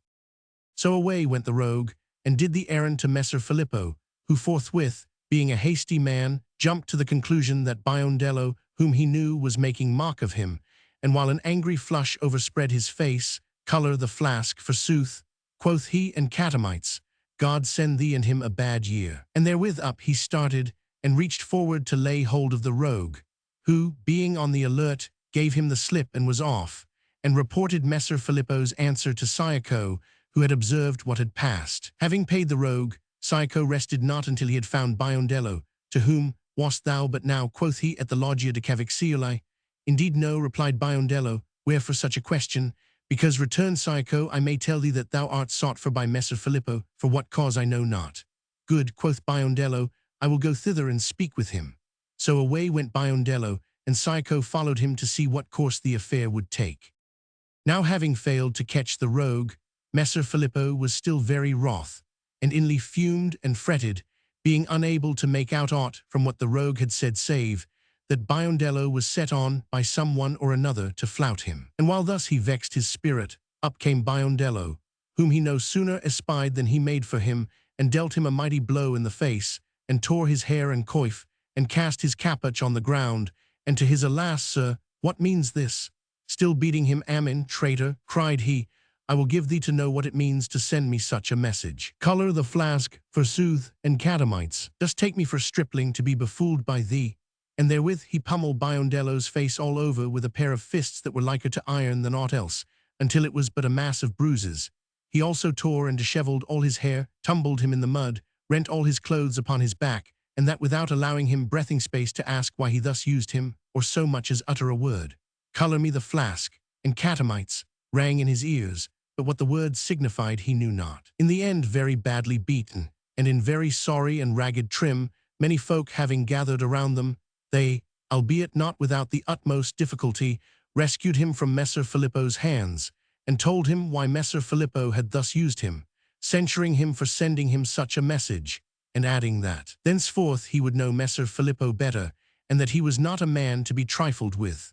Biondello told them in tearful exculpation that he had never sent for wine to Messer Filippo. Then, when they had put him in a little better trim, crestfallen and woebegone, he went home, imputing his misadventure to Sayako. And when, many days afterwards, the marks of his illusage being gone from his face, he began to go abroad again, it chanced that Sayako met him, and with a laugh, Biondello, quoth he, how didst thou relish Messer Filippo's wine? Why, as to that, replied Biondello, would thou hadst relished the lampreys of Messer Corso as much. So, returned Sayako, such meat as thou then gavest me, thou mayst henceforth give me, as often as thou art so minded, and I will give thee even such drink as I have given thee. So Biondello, witting that against Sayako his might was not equal to his spite, prayed God for his peace, and was careful never to flout him again. Novel 9. Two young men ask counsel of Solomon, the one, how he is to make himself beloved, the other, how he is to reduce an unruly wife to order. The king bids the one to love, and the other to go to the bridge of geese. None now remained to tell save the queen, unless she were minded to infringe Dionio's privilege. Wherefore, when the ladies had laughed their fill over the misfortunes of Biondello, thus gaily the queen began, Observe we, lovesome ladies, the order of things with a sound mind, and we shall readily perceive that we women are one, and all subjected by nature and custom and law unto man by him to be ruled and governed at his discretion. Wherefore she, that would fain enjoy quietude and solace and comfort with the man to whom she belongs, ought not only to be chaste, but lowly, patient, and obedient, the which is the discreet wife's chief and most precious possession. And if the laws, which in all matters have regard unto the common weal, and use and wont or custom call it what you will, a power very great and to be had in awe, should not suffice to school us thereto, yet abundantly clear is the witness of nature, which has fashioned our frames delicate and sensitive, and our spirits timorous and fearful, and has decreed that our bodily strength shall be slight, our voices tunable, and our movements graceful, which qualities do all avouch that we have need of others' governance. And whoso has need of succor and governance ought in all reason to be obedient and submissive and reverent towards his governor. And whom have we to govern and succor us save men? 'Tis then our bounden duty to give men all honor and submit ourselves unto them, from which rule, if any deviate, I deem her most deserving not only of grave censure, but of severe chastisement. Which reflections, albeit they are not new to me, I am now led to make by what but a little while ago Pampania told us touching the perverse wife of Talano, on whom God bestowed that chastisement which the husband had omitted. And accordingly it jumps with my judgment that all such women as deviate from the graciousness, kindliness, and compliance which nature and custom and law prescribe merit, as I said, stern and severe chastisement. Wherefore, as a salutary medicine for the healing of those of us who may be afflicted with this disease, I am minded to relate to you that which was once delivered by Solomon by way of counsel in such a case, which let none that stands not in need of such physic deem to be meant for her, albeit a proverb is current among men, to wit, good steed, bad steed, alike need the rowel's prick. Good wife, bad wife, alike demand the stick. Which whoso should construe as a merry conceit would find you all ready enough to acknowledge its truth. But even in its moral significance, I say that it ought to command assent. For women are all by nature apt to be swayed and to fall, and therefore, for the correction of the wrongdoing of such as transgress the bounds assigned to them, there is need of the stick punitive, and also for the maintenance of virtue in others, that they transgress not these appointed bounds, there is need of the stick auxiliary and deterrent.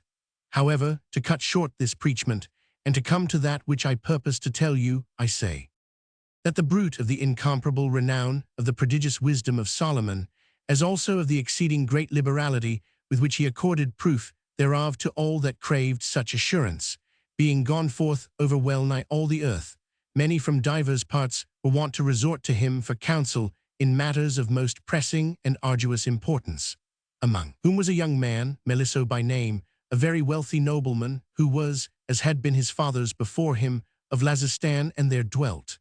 And as Melisso fared toward Jerusalem, on his departure from Antioch, he fell in with another young man, Giuseppe by name, who was going the same way, and with whom, after the manner of travelers, he entered into converse. Melisso, having learned from Giuseppe who and whence he was, asked him whither he went, and on what errand, whereupon Giuseppe made an answer that he was going to seek counsel of Solomon, how he should deal with his wife, who had not her match among women for unruliness and perversity, insomuch that neither entreaties nor blandishments nor aught else availed him to bring her to a better frame. And thereupon he in like manner asked Melisso whence he was, and whither he was bound, and on what errand. Whereto, of Lazistan, I replied Melisso, and like thyself in evil plight, for albeit I am wealthy and spend my substance freely and hospitably, entertaining and honorably entreating my fellow citizens, yet for all that, passing strange though it be to think upon, I find never a soul to love me, and therefore I am bound to the selfsame place as thou, to be advised how it may come to pass that I be beloved. So the two men fared on together, and being arrived at Jerusalem, were by the good offices of one of Solomon's barons ushered into his presence, and Melisso, having briefly laid his case before the king, was answered in one word, love, which said, Melisso was forthwith dismissed, and Giuseppe discovered the reason of his coming, to whom Solomon made no answer, but get thee to the bridge of geese. Whereupon Giuseppe was likewise promptly ushered out of the king's presence, and finding Melisso awaiting him, told him what manner of answer he had gotten. Which utterances of the king the two men pondered, but finding therein naught that was helpful or relevant to their need, they doubted the king had but mocked them, and set forth upon their homeward journey. Now when they had been some days on the road, they came to a river, which was spanned by a fine bridge, and a great caravan of sumpter mules and horses being about to cross, they must needs tarry until the caravan had passed by, the more part of which had done so, when it chanced that a mule turned sulky, as we know they will not seldom do, and stood stock still. Wherefore a muleteer took a stick, and fell a-beating the mule therewith, albeit at first with no great vigour, to urge the mule forward. The mule, however, swerving now to this, now to the other side of the bridge, and sometimes facing about, utterly refused to go forward. Whereat the muleteer, wroth beyond measure, fell a-belabouring him with the stick now on the head, now on the flanks, and anon on the croup, never so lustily, but all to no purpose. Which caused Melisso and Giuseppe oft-times to say to him, How now, caitiff, what is this thou doest? Wouldst kill the beast? Why not try if thou canst not manage him kindly and gently? He would start sooner so than for this cudgelling of thine. To whom, you know your horses, replied the muleteer, and I know my mule, leave me to deal with him. Which said, he resumed his cudgelling of the mule, and laid about him on this side, and on that to such purpose that he started him. And so, the honours of the day rested with the muleteer. Now, as the two young men were leaving the bridge behind them, Giuseppe asked a good man that sate at its head what the bridge was called, and was answered, Sir, 'tis called the Bridge of Geese. Which Giuseppe no sooner heard than he called to mind Solomon's words, and turning to Melisso, Now, comrade, I warrant thee I may yet find Solomon's counsel sound and good, for that I knew not how to beat my wife is abundantly clear to me, and this muleteer has shewn me what I have to do. Now some days afterwards they arrived at Antioch, where Giuseppe prevailed upon Melisso to tarry with him and rest a day or two, and meeting with but a sorry welcome on the part of his wife, he told her to take her orders as to supper from Melisso, who, seeing that such was Giuseppe's will, briefly gave her his instructions, which the lady, as had been her wont, not only did not obey, but contravened in almost every particular. Which Giuseppe marking, Wast thou not told, quoth he angrily, after what fashion thou wast to order the supper? Whereto so, replied the lady haughtily, What means this? If thou hast a mind to sup, why take not thy supper? No matter what I was told, 'tis thus I saw fit to order it. If it like thee, so be it.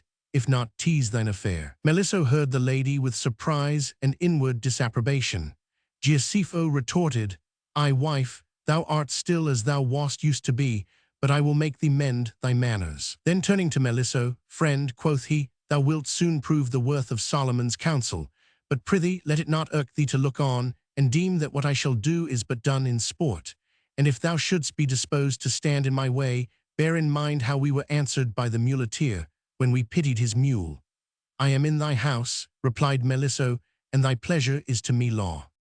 Thereupon Giuseppe took a stout cudgel cut from an oak sapling, and hied him into the room whither the lady had withdrawn from the table in high dudgeon, seized her by the hair, threw her on to the floor at his feet, and fell a-beating her amain with the cudgel. The lady at first uttered a shriek or two, from which she passed to threats, but seeing that, for all that, Giuseppe slackened not, by the time she was thoroughly well thrashed, she began to cry him mercy, imploring him not to kill her, and adding that henceforth his will should be to her for law. But still Giuseppe gave not over, but with ever fresh fury dealt her mighty swinging blows, now about the ribs, now on the haunches, now over the shoulders.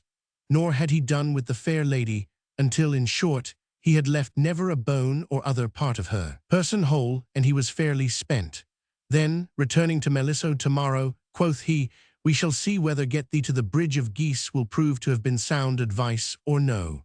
And so, having rested a while and then washed his hands, he supped with Melisso. With great pain the poor lady got upon her feet and laid herself on her bed, and having there taken such rest as she might, rose betimes on the morrow, and craved to know of Giuseppe what he was minded to have to breakfast. Giuseppe, laughing with Melisso over the message, gave her his directions, and when in due time they came to breakfast, they found everything excellently ordered according as it had been commanded, for which cause the council, which they had at first failed to understand, now received their highest commendation. Some few days later Melisso, having taken leave of Giuseppe, went home, and told a wise man the counsel he had gotten from Solomon. Whereupon, and no truer or sounder advice could he have given thee, quoth the sage, thou knowest that thou lovest never a soul, and that the honors thou payest and the services thou renderest to others are not prompted by love of them, but by love of display. Love then, as Solomon bade thee, and thou shalt be loved. On such wise was the unruly chastised, and the young man, learning to love, was beloved. Novel 10. Dom Gianni, at the instance of his gossip Pietro, uses an enchantment to transform Pietro's wife into a mare. But when he comes to attach the tale, gossip Pietro, by saying that he will have none of the tale, makes the enchantment of no effect. The Queen's story evoked some murmurs from the ladies and some laughter from the young men. However, when they were silent, Dionio thus began, dainty my ladies, a black crow among a flock of white doves enhances their beauty more than would a white swan. And so, when many sages are met together, their ripe wisdom not only shows the brighter and goodlier for the presence of one that is not so wise, but may even derive pleasure and diversion therefrom. Wherefore, as you, my ladies, are one and all most discreet and judicious, I who know myself to be somewhat scant of sense, should, for that by my demerit I make your merit show the more glorious, be more dear to you, than if by my greater merit I eclipsed yours, and by consequence should have more ample license to reveal myself to you as I am, and therefore have more patient sufferance on your part than would be due to me, were I more discreet, in the relation of the tale which I am about to tell you. 'Twill be, then, a story none too long, wherefrom you may gather with what exactitude it behoves folk to observe the injunctions of those that for any purpose use an enchantment, and how slight an error committed therein make bring to naught all the work of the enchanter. A year or so ago, there was at Barletta a priest named Dom Gianni di Barolo, who, to eke out the scanty pittance his church afforded him, set a pack-saddle upon his mare, and took to going the round of the fairs of Apulia, buying and selling merchandise. And so it befell that he clapped up a close acquaintance with one Pietro de Trecenti, who plied the same trade as he, albeit, instead of a mare he had but an ass, whom in token of friendship and good fellowship Dom Gianni, after the Apulian fashion, called ever gossip Pietro, and had him to his house and there lodged, and honorably entreated him as often as he came to Barletta. Gossip Pietro on his part, albeit he was very poor and had but a little cot at Trecenti, that scarce sufficed for himself, his fair young wife, and their ass, nevertheless, whenever Dom Gianni arrived at Trecenti, made him welcome, and did him the honors of his house as best he might, in requital of the hospitality which he received at Barletta. However, as gossip Pietro had but one little bed, in which he slept with his fair wife, 'twas not in his power to lodge Dom Gianni as comfortably as he would have liked. But the priest's mare being quartered beside the ass in a little stable, the priest himself must needs lie beside her on the straw. Many a time when the priest came, the wife, knowing how honorably he entreated her husband at Barletta, would fain have gone to sleep with a neighbor, one Zita Carprea di Giudice Leo, that the priest might share the bed with her husband, and many a time had she told the priest so, howbeit he would never agree to it. And on one occasion, gossip Giamata, quoth he, trouble not thyself about me, I am well lodged, for when I am so minded, I turn the mare into a fine lass and dally with her. And then when I would, I turn her back into a mare, wherefore I could ill brook to part from her. The young woman, wondering but believing, told her husband what the priest had said, adding, if he is even such a friend as thou sayst, why dost thou not get him to teach thee the enchantment, so that thou mayst turn me into a mare, and have both ass and mare for thine occasions? We should then make twice as much gain as we do, and thou couldst turn me back into a woman when we came home at night. Gossip Pietro, whose wit was somewhat blunt, believed that 'twas as she said, approved her counsel, and began adjuring Dom Gianni, as persuasively as he might, to teach him the incantation. Dom Gianni did his best to wean him of his folly, but as all was in vain, lo now, quoth he, as you are both bent on it, we will be up, as is our wont, before the sun tomorrow morning, and I will show you how 'tis done. The truth is that 'tis in the attachment of the tale that the great difficulty lies, as thou wilt see. Scarce a wink of sleep had either gossip Pietro or gossip Giamata that night, so great was their anxiety, and towards daybreak up they got, and called Dom Gianni, who, being risen, came in his shirt into gossip Pietro's little bedroom, and I know not, quoth he, that there is another soul in the world for whom I would do this, save you, my gossips. However, as you will have it so, I will do it, but it behoves you to do exactly as I bid you. if you would have the enchantment work. They promised obedience, and Dom Gianni thereupon took a light, which he handed to gossip Pietro, saying, "Let naught that I shall do or say escape thee, and have a care, so thou wouldst not ruin all, to say never a word, whatever thou mayst see or hear, and pray God that the tale may be securely attached." So gossip Pietro took the light, and again promised obedience. Dom Gianni caused gossip Giamata to strip herself stark naked, and stand on all fours like a mare, at the same time strictly charging her that, whatever might happen, she must utter no word. Then touching her head and face, "Be this a fine head of a mare," quoth he. In like manner touching her hair, he said, "Be this a fine mane of a mare." Touching her arms, "Be these fine legs and fine hooves of a mare." Then, as he touched her breast and felt its firm roundness, and there awoke and arose one that was not cold, and "Be this a fine breast of a mare," quoth he. And in like manner he dealt with her back, belly, croup, thighs, and legs. Last of all, the work being complete save for the tail, he lifted his shirt and took in his hand the tool with which he was used to plant men, and forthwith thrust it into the furrow made for it, saying, "And be this a fine tail of a mare." Whereat gossip Pietro, who had followed everything very heedfully to that point, disapproving that last particular, exclaimed, "No, Dom Gianni, I will have no tail, I will have no tail." The essential juice, by which all plants are propagated, was already discharged, when Dom Gianni withdrew the tool, saying, "Alas, gossip Pietro, what hast thou done? Did I not tell thee to say never a word, no matter what thou mightst see? The mare was all but made, but by speaking thou hast spoiled all, and 'tis not possible to repeat the enchantment." "Well and good," replied gossip Pietro, "I would have none of that tail. Why saidst thou not to me, make it thou?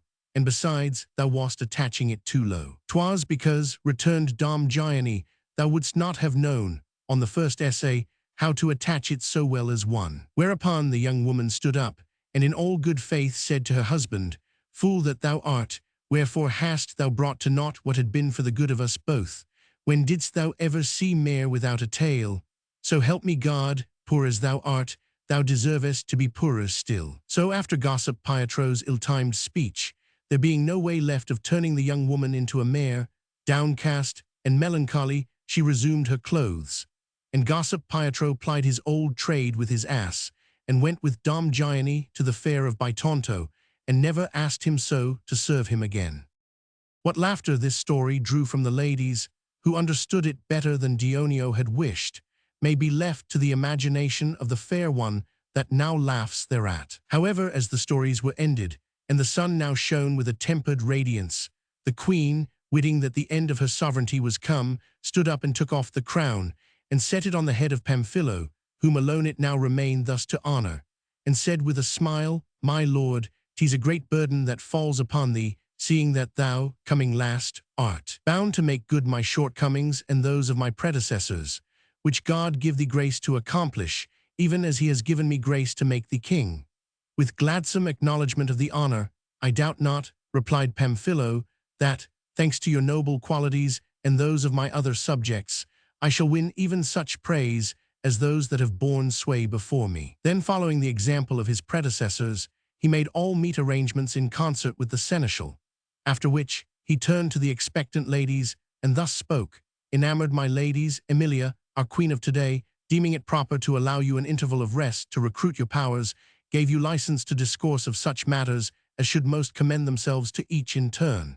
And as thereby you are now rested, I judge that 'tis meet to revert to our accustomed rule. Wherefore I ordain that, for tomorrow, you do each of you take thought how you may discourse of the ensuing theme, to wit, of such as in matters of love, or otherwise, have done something with liberality or magnificence. By the telling, and still more by the doing of such things, your spirits will assuredly be duly attuned and animated to emprise high and noble, whereby our life, which cannot but be brief, seeing that 'tis enshrined in a mortal body, fame shall perpetuate in glory, which whoso serves not the belly, as do the beasts, must not only covet, but with all zeal seek after and labor to attain. The gay company having, one and all, approved the theme, rose at a word from their new king, and betook them to their wonted pastimes, and so, according as they severally had most lief, diverted them, until they blithely reunited for supper, which being served with all due care and dispatched, they rose up to dance, as they were wont, and when they had sung, perhaps, 1,000 ditties, fitter to please by their words than by any excellence of musical art, the king bade Nephil sing one on her own account. And promptly and graciously, with voice clear and blithe, thus Nephil sang. In prime of maidenhood, and fair and feet, mid-spring's fresh foison, chant I merrily. Thanks be to love, and to my fancies sweet.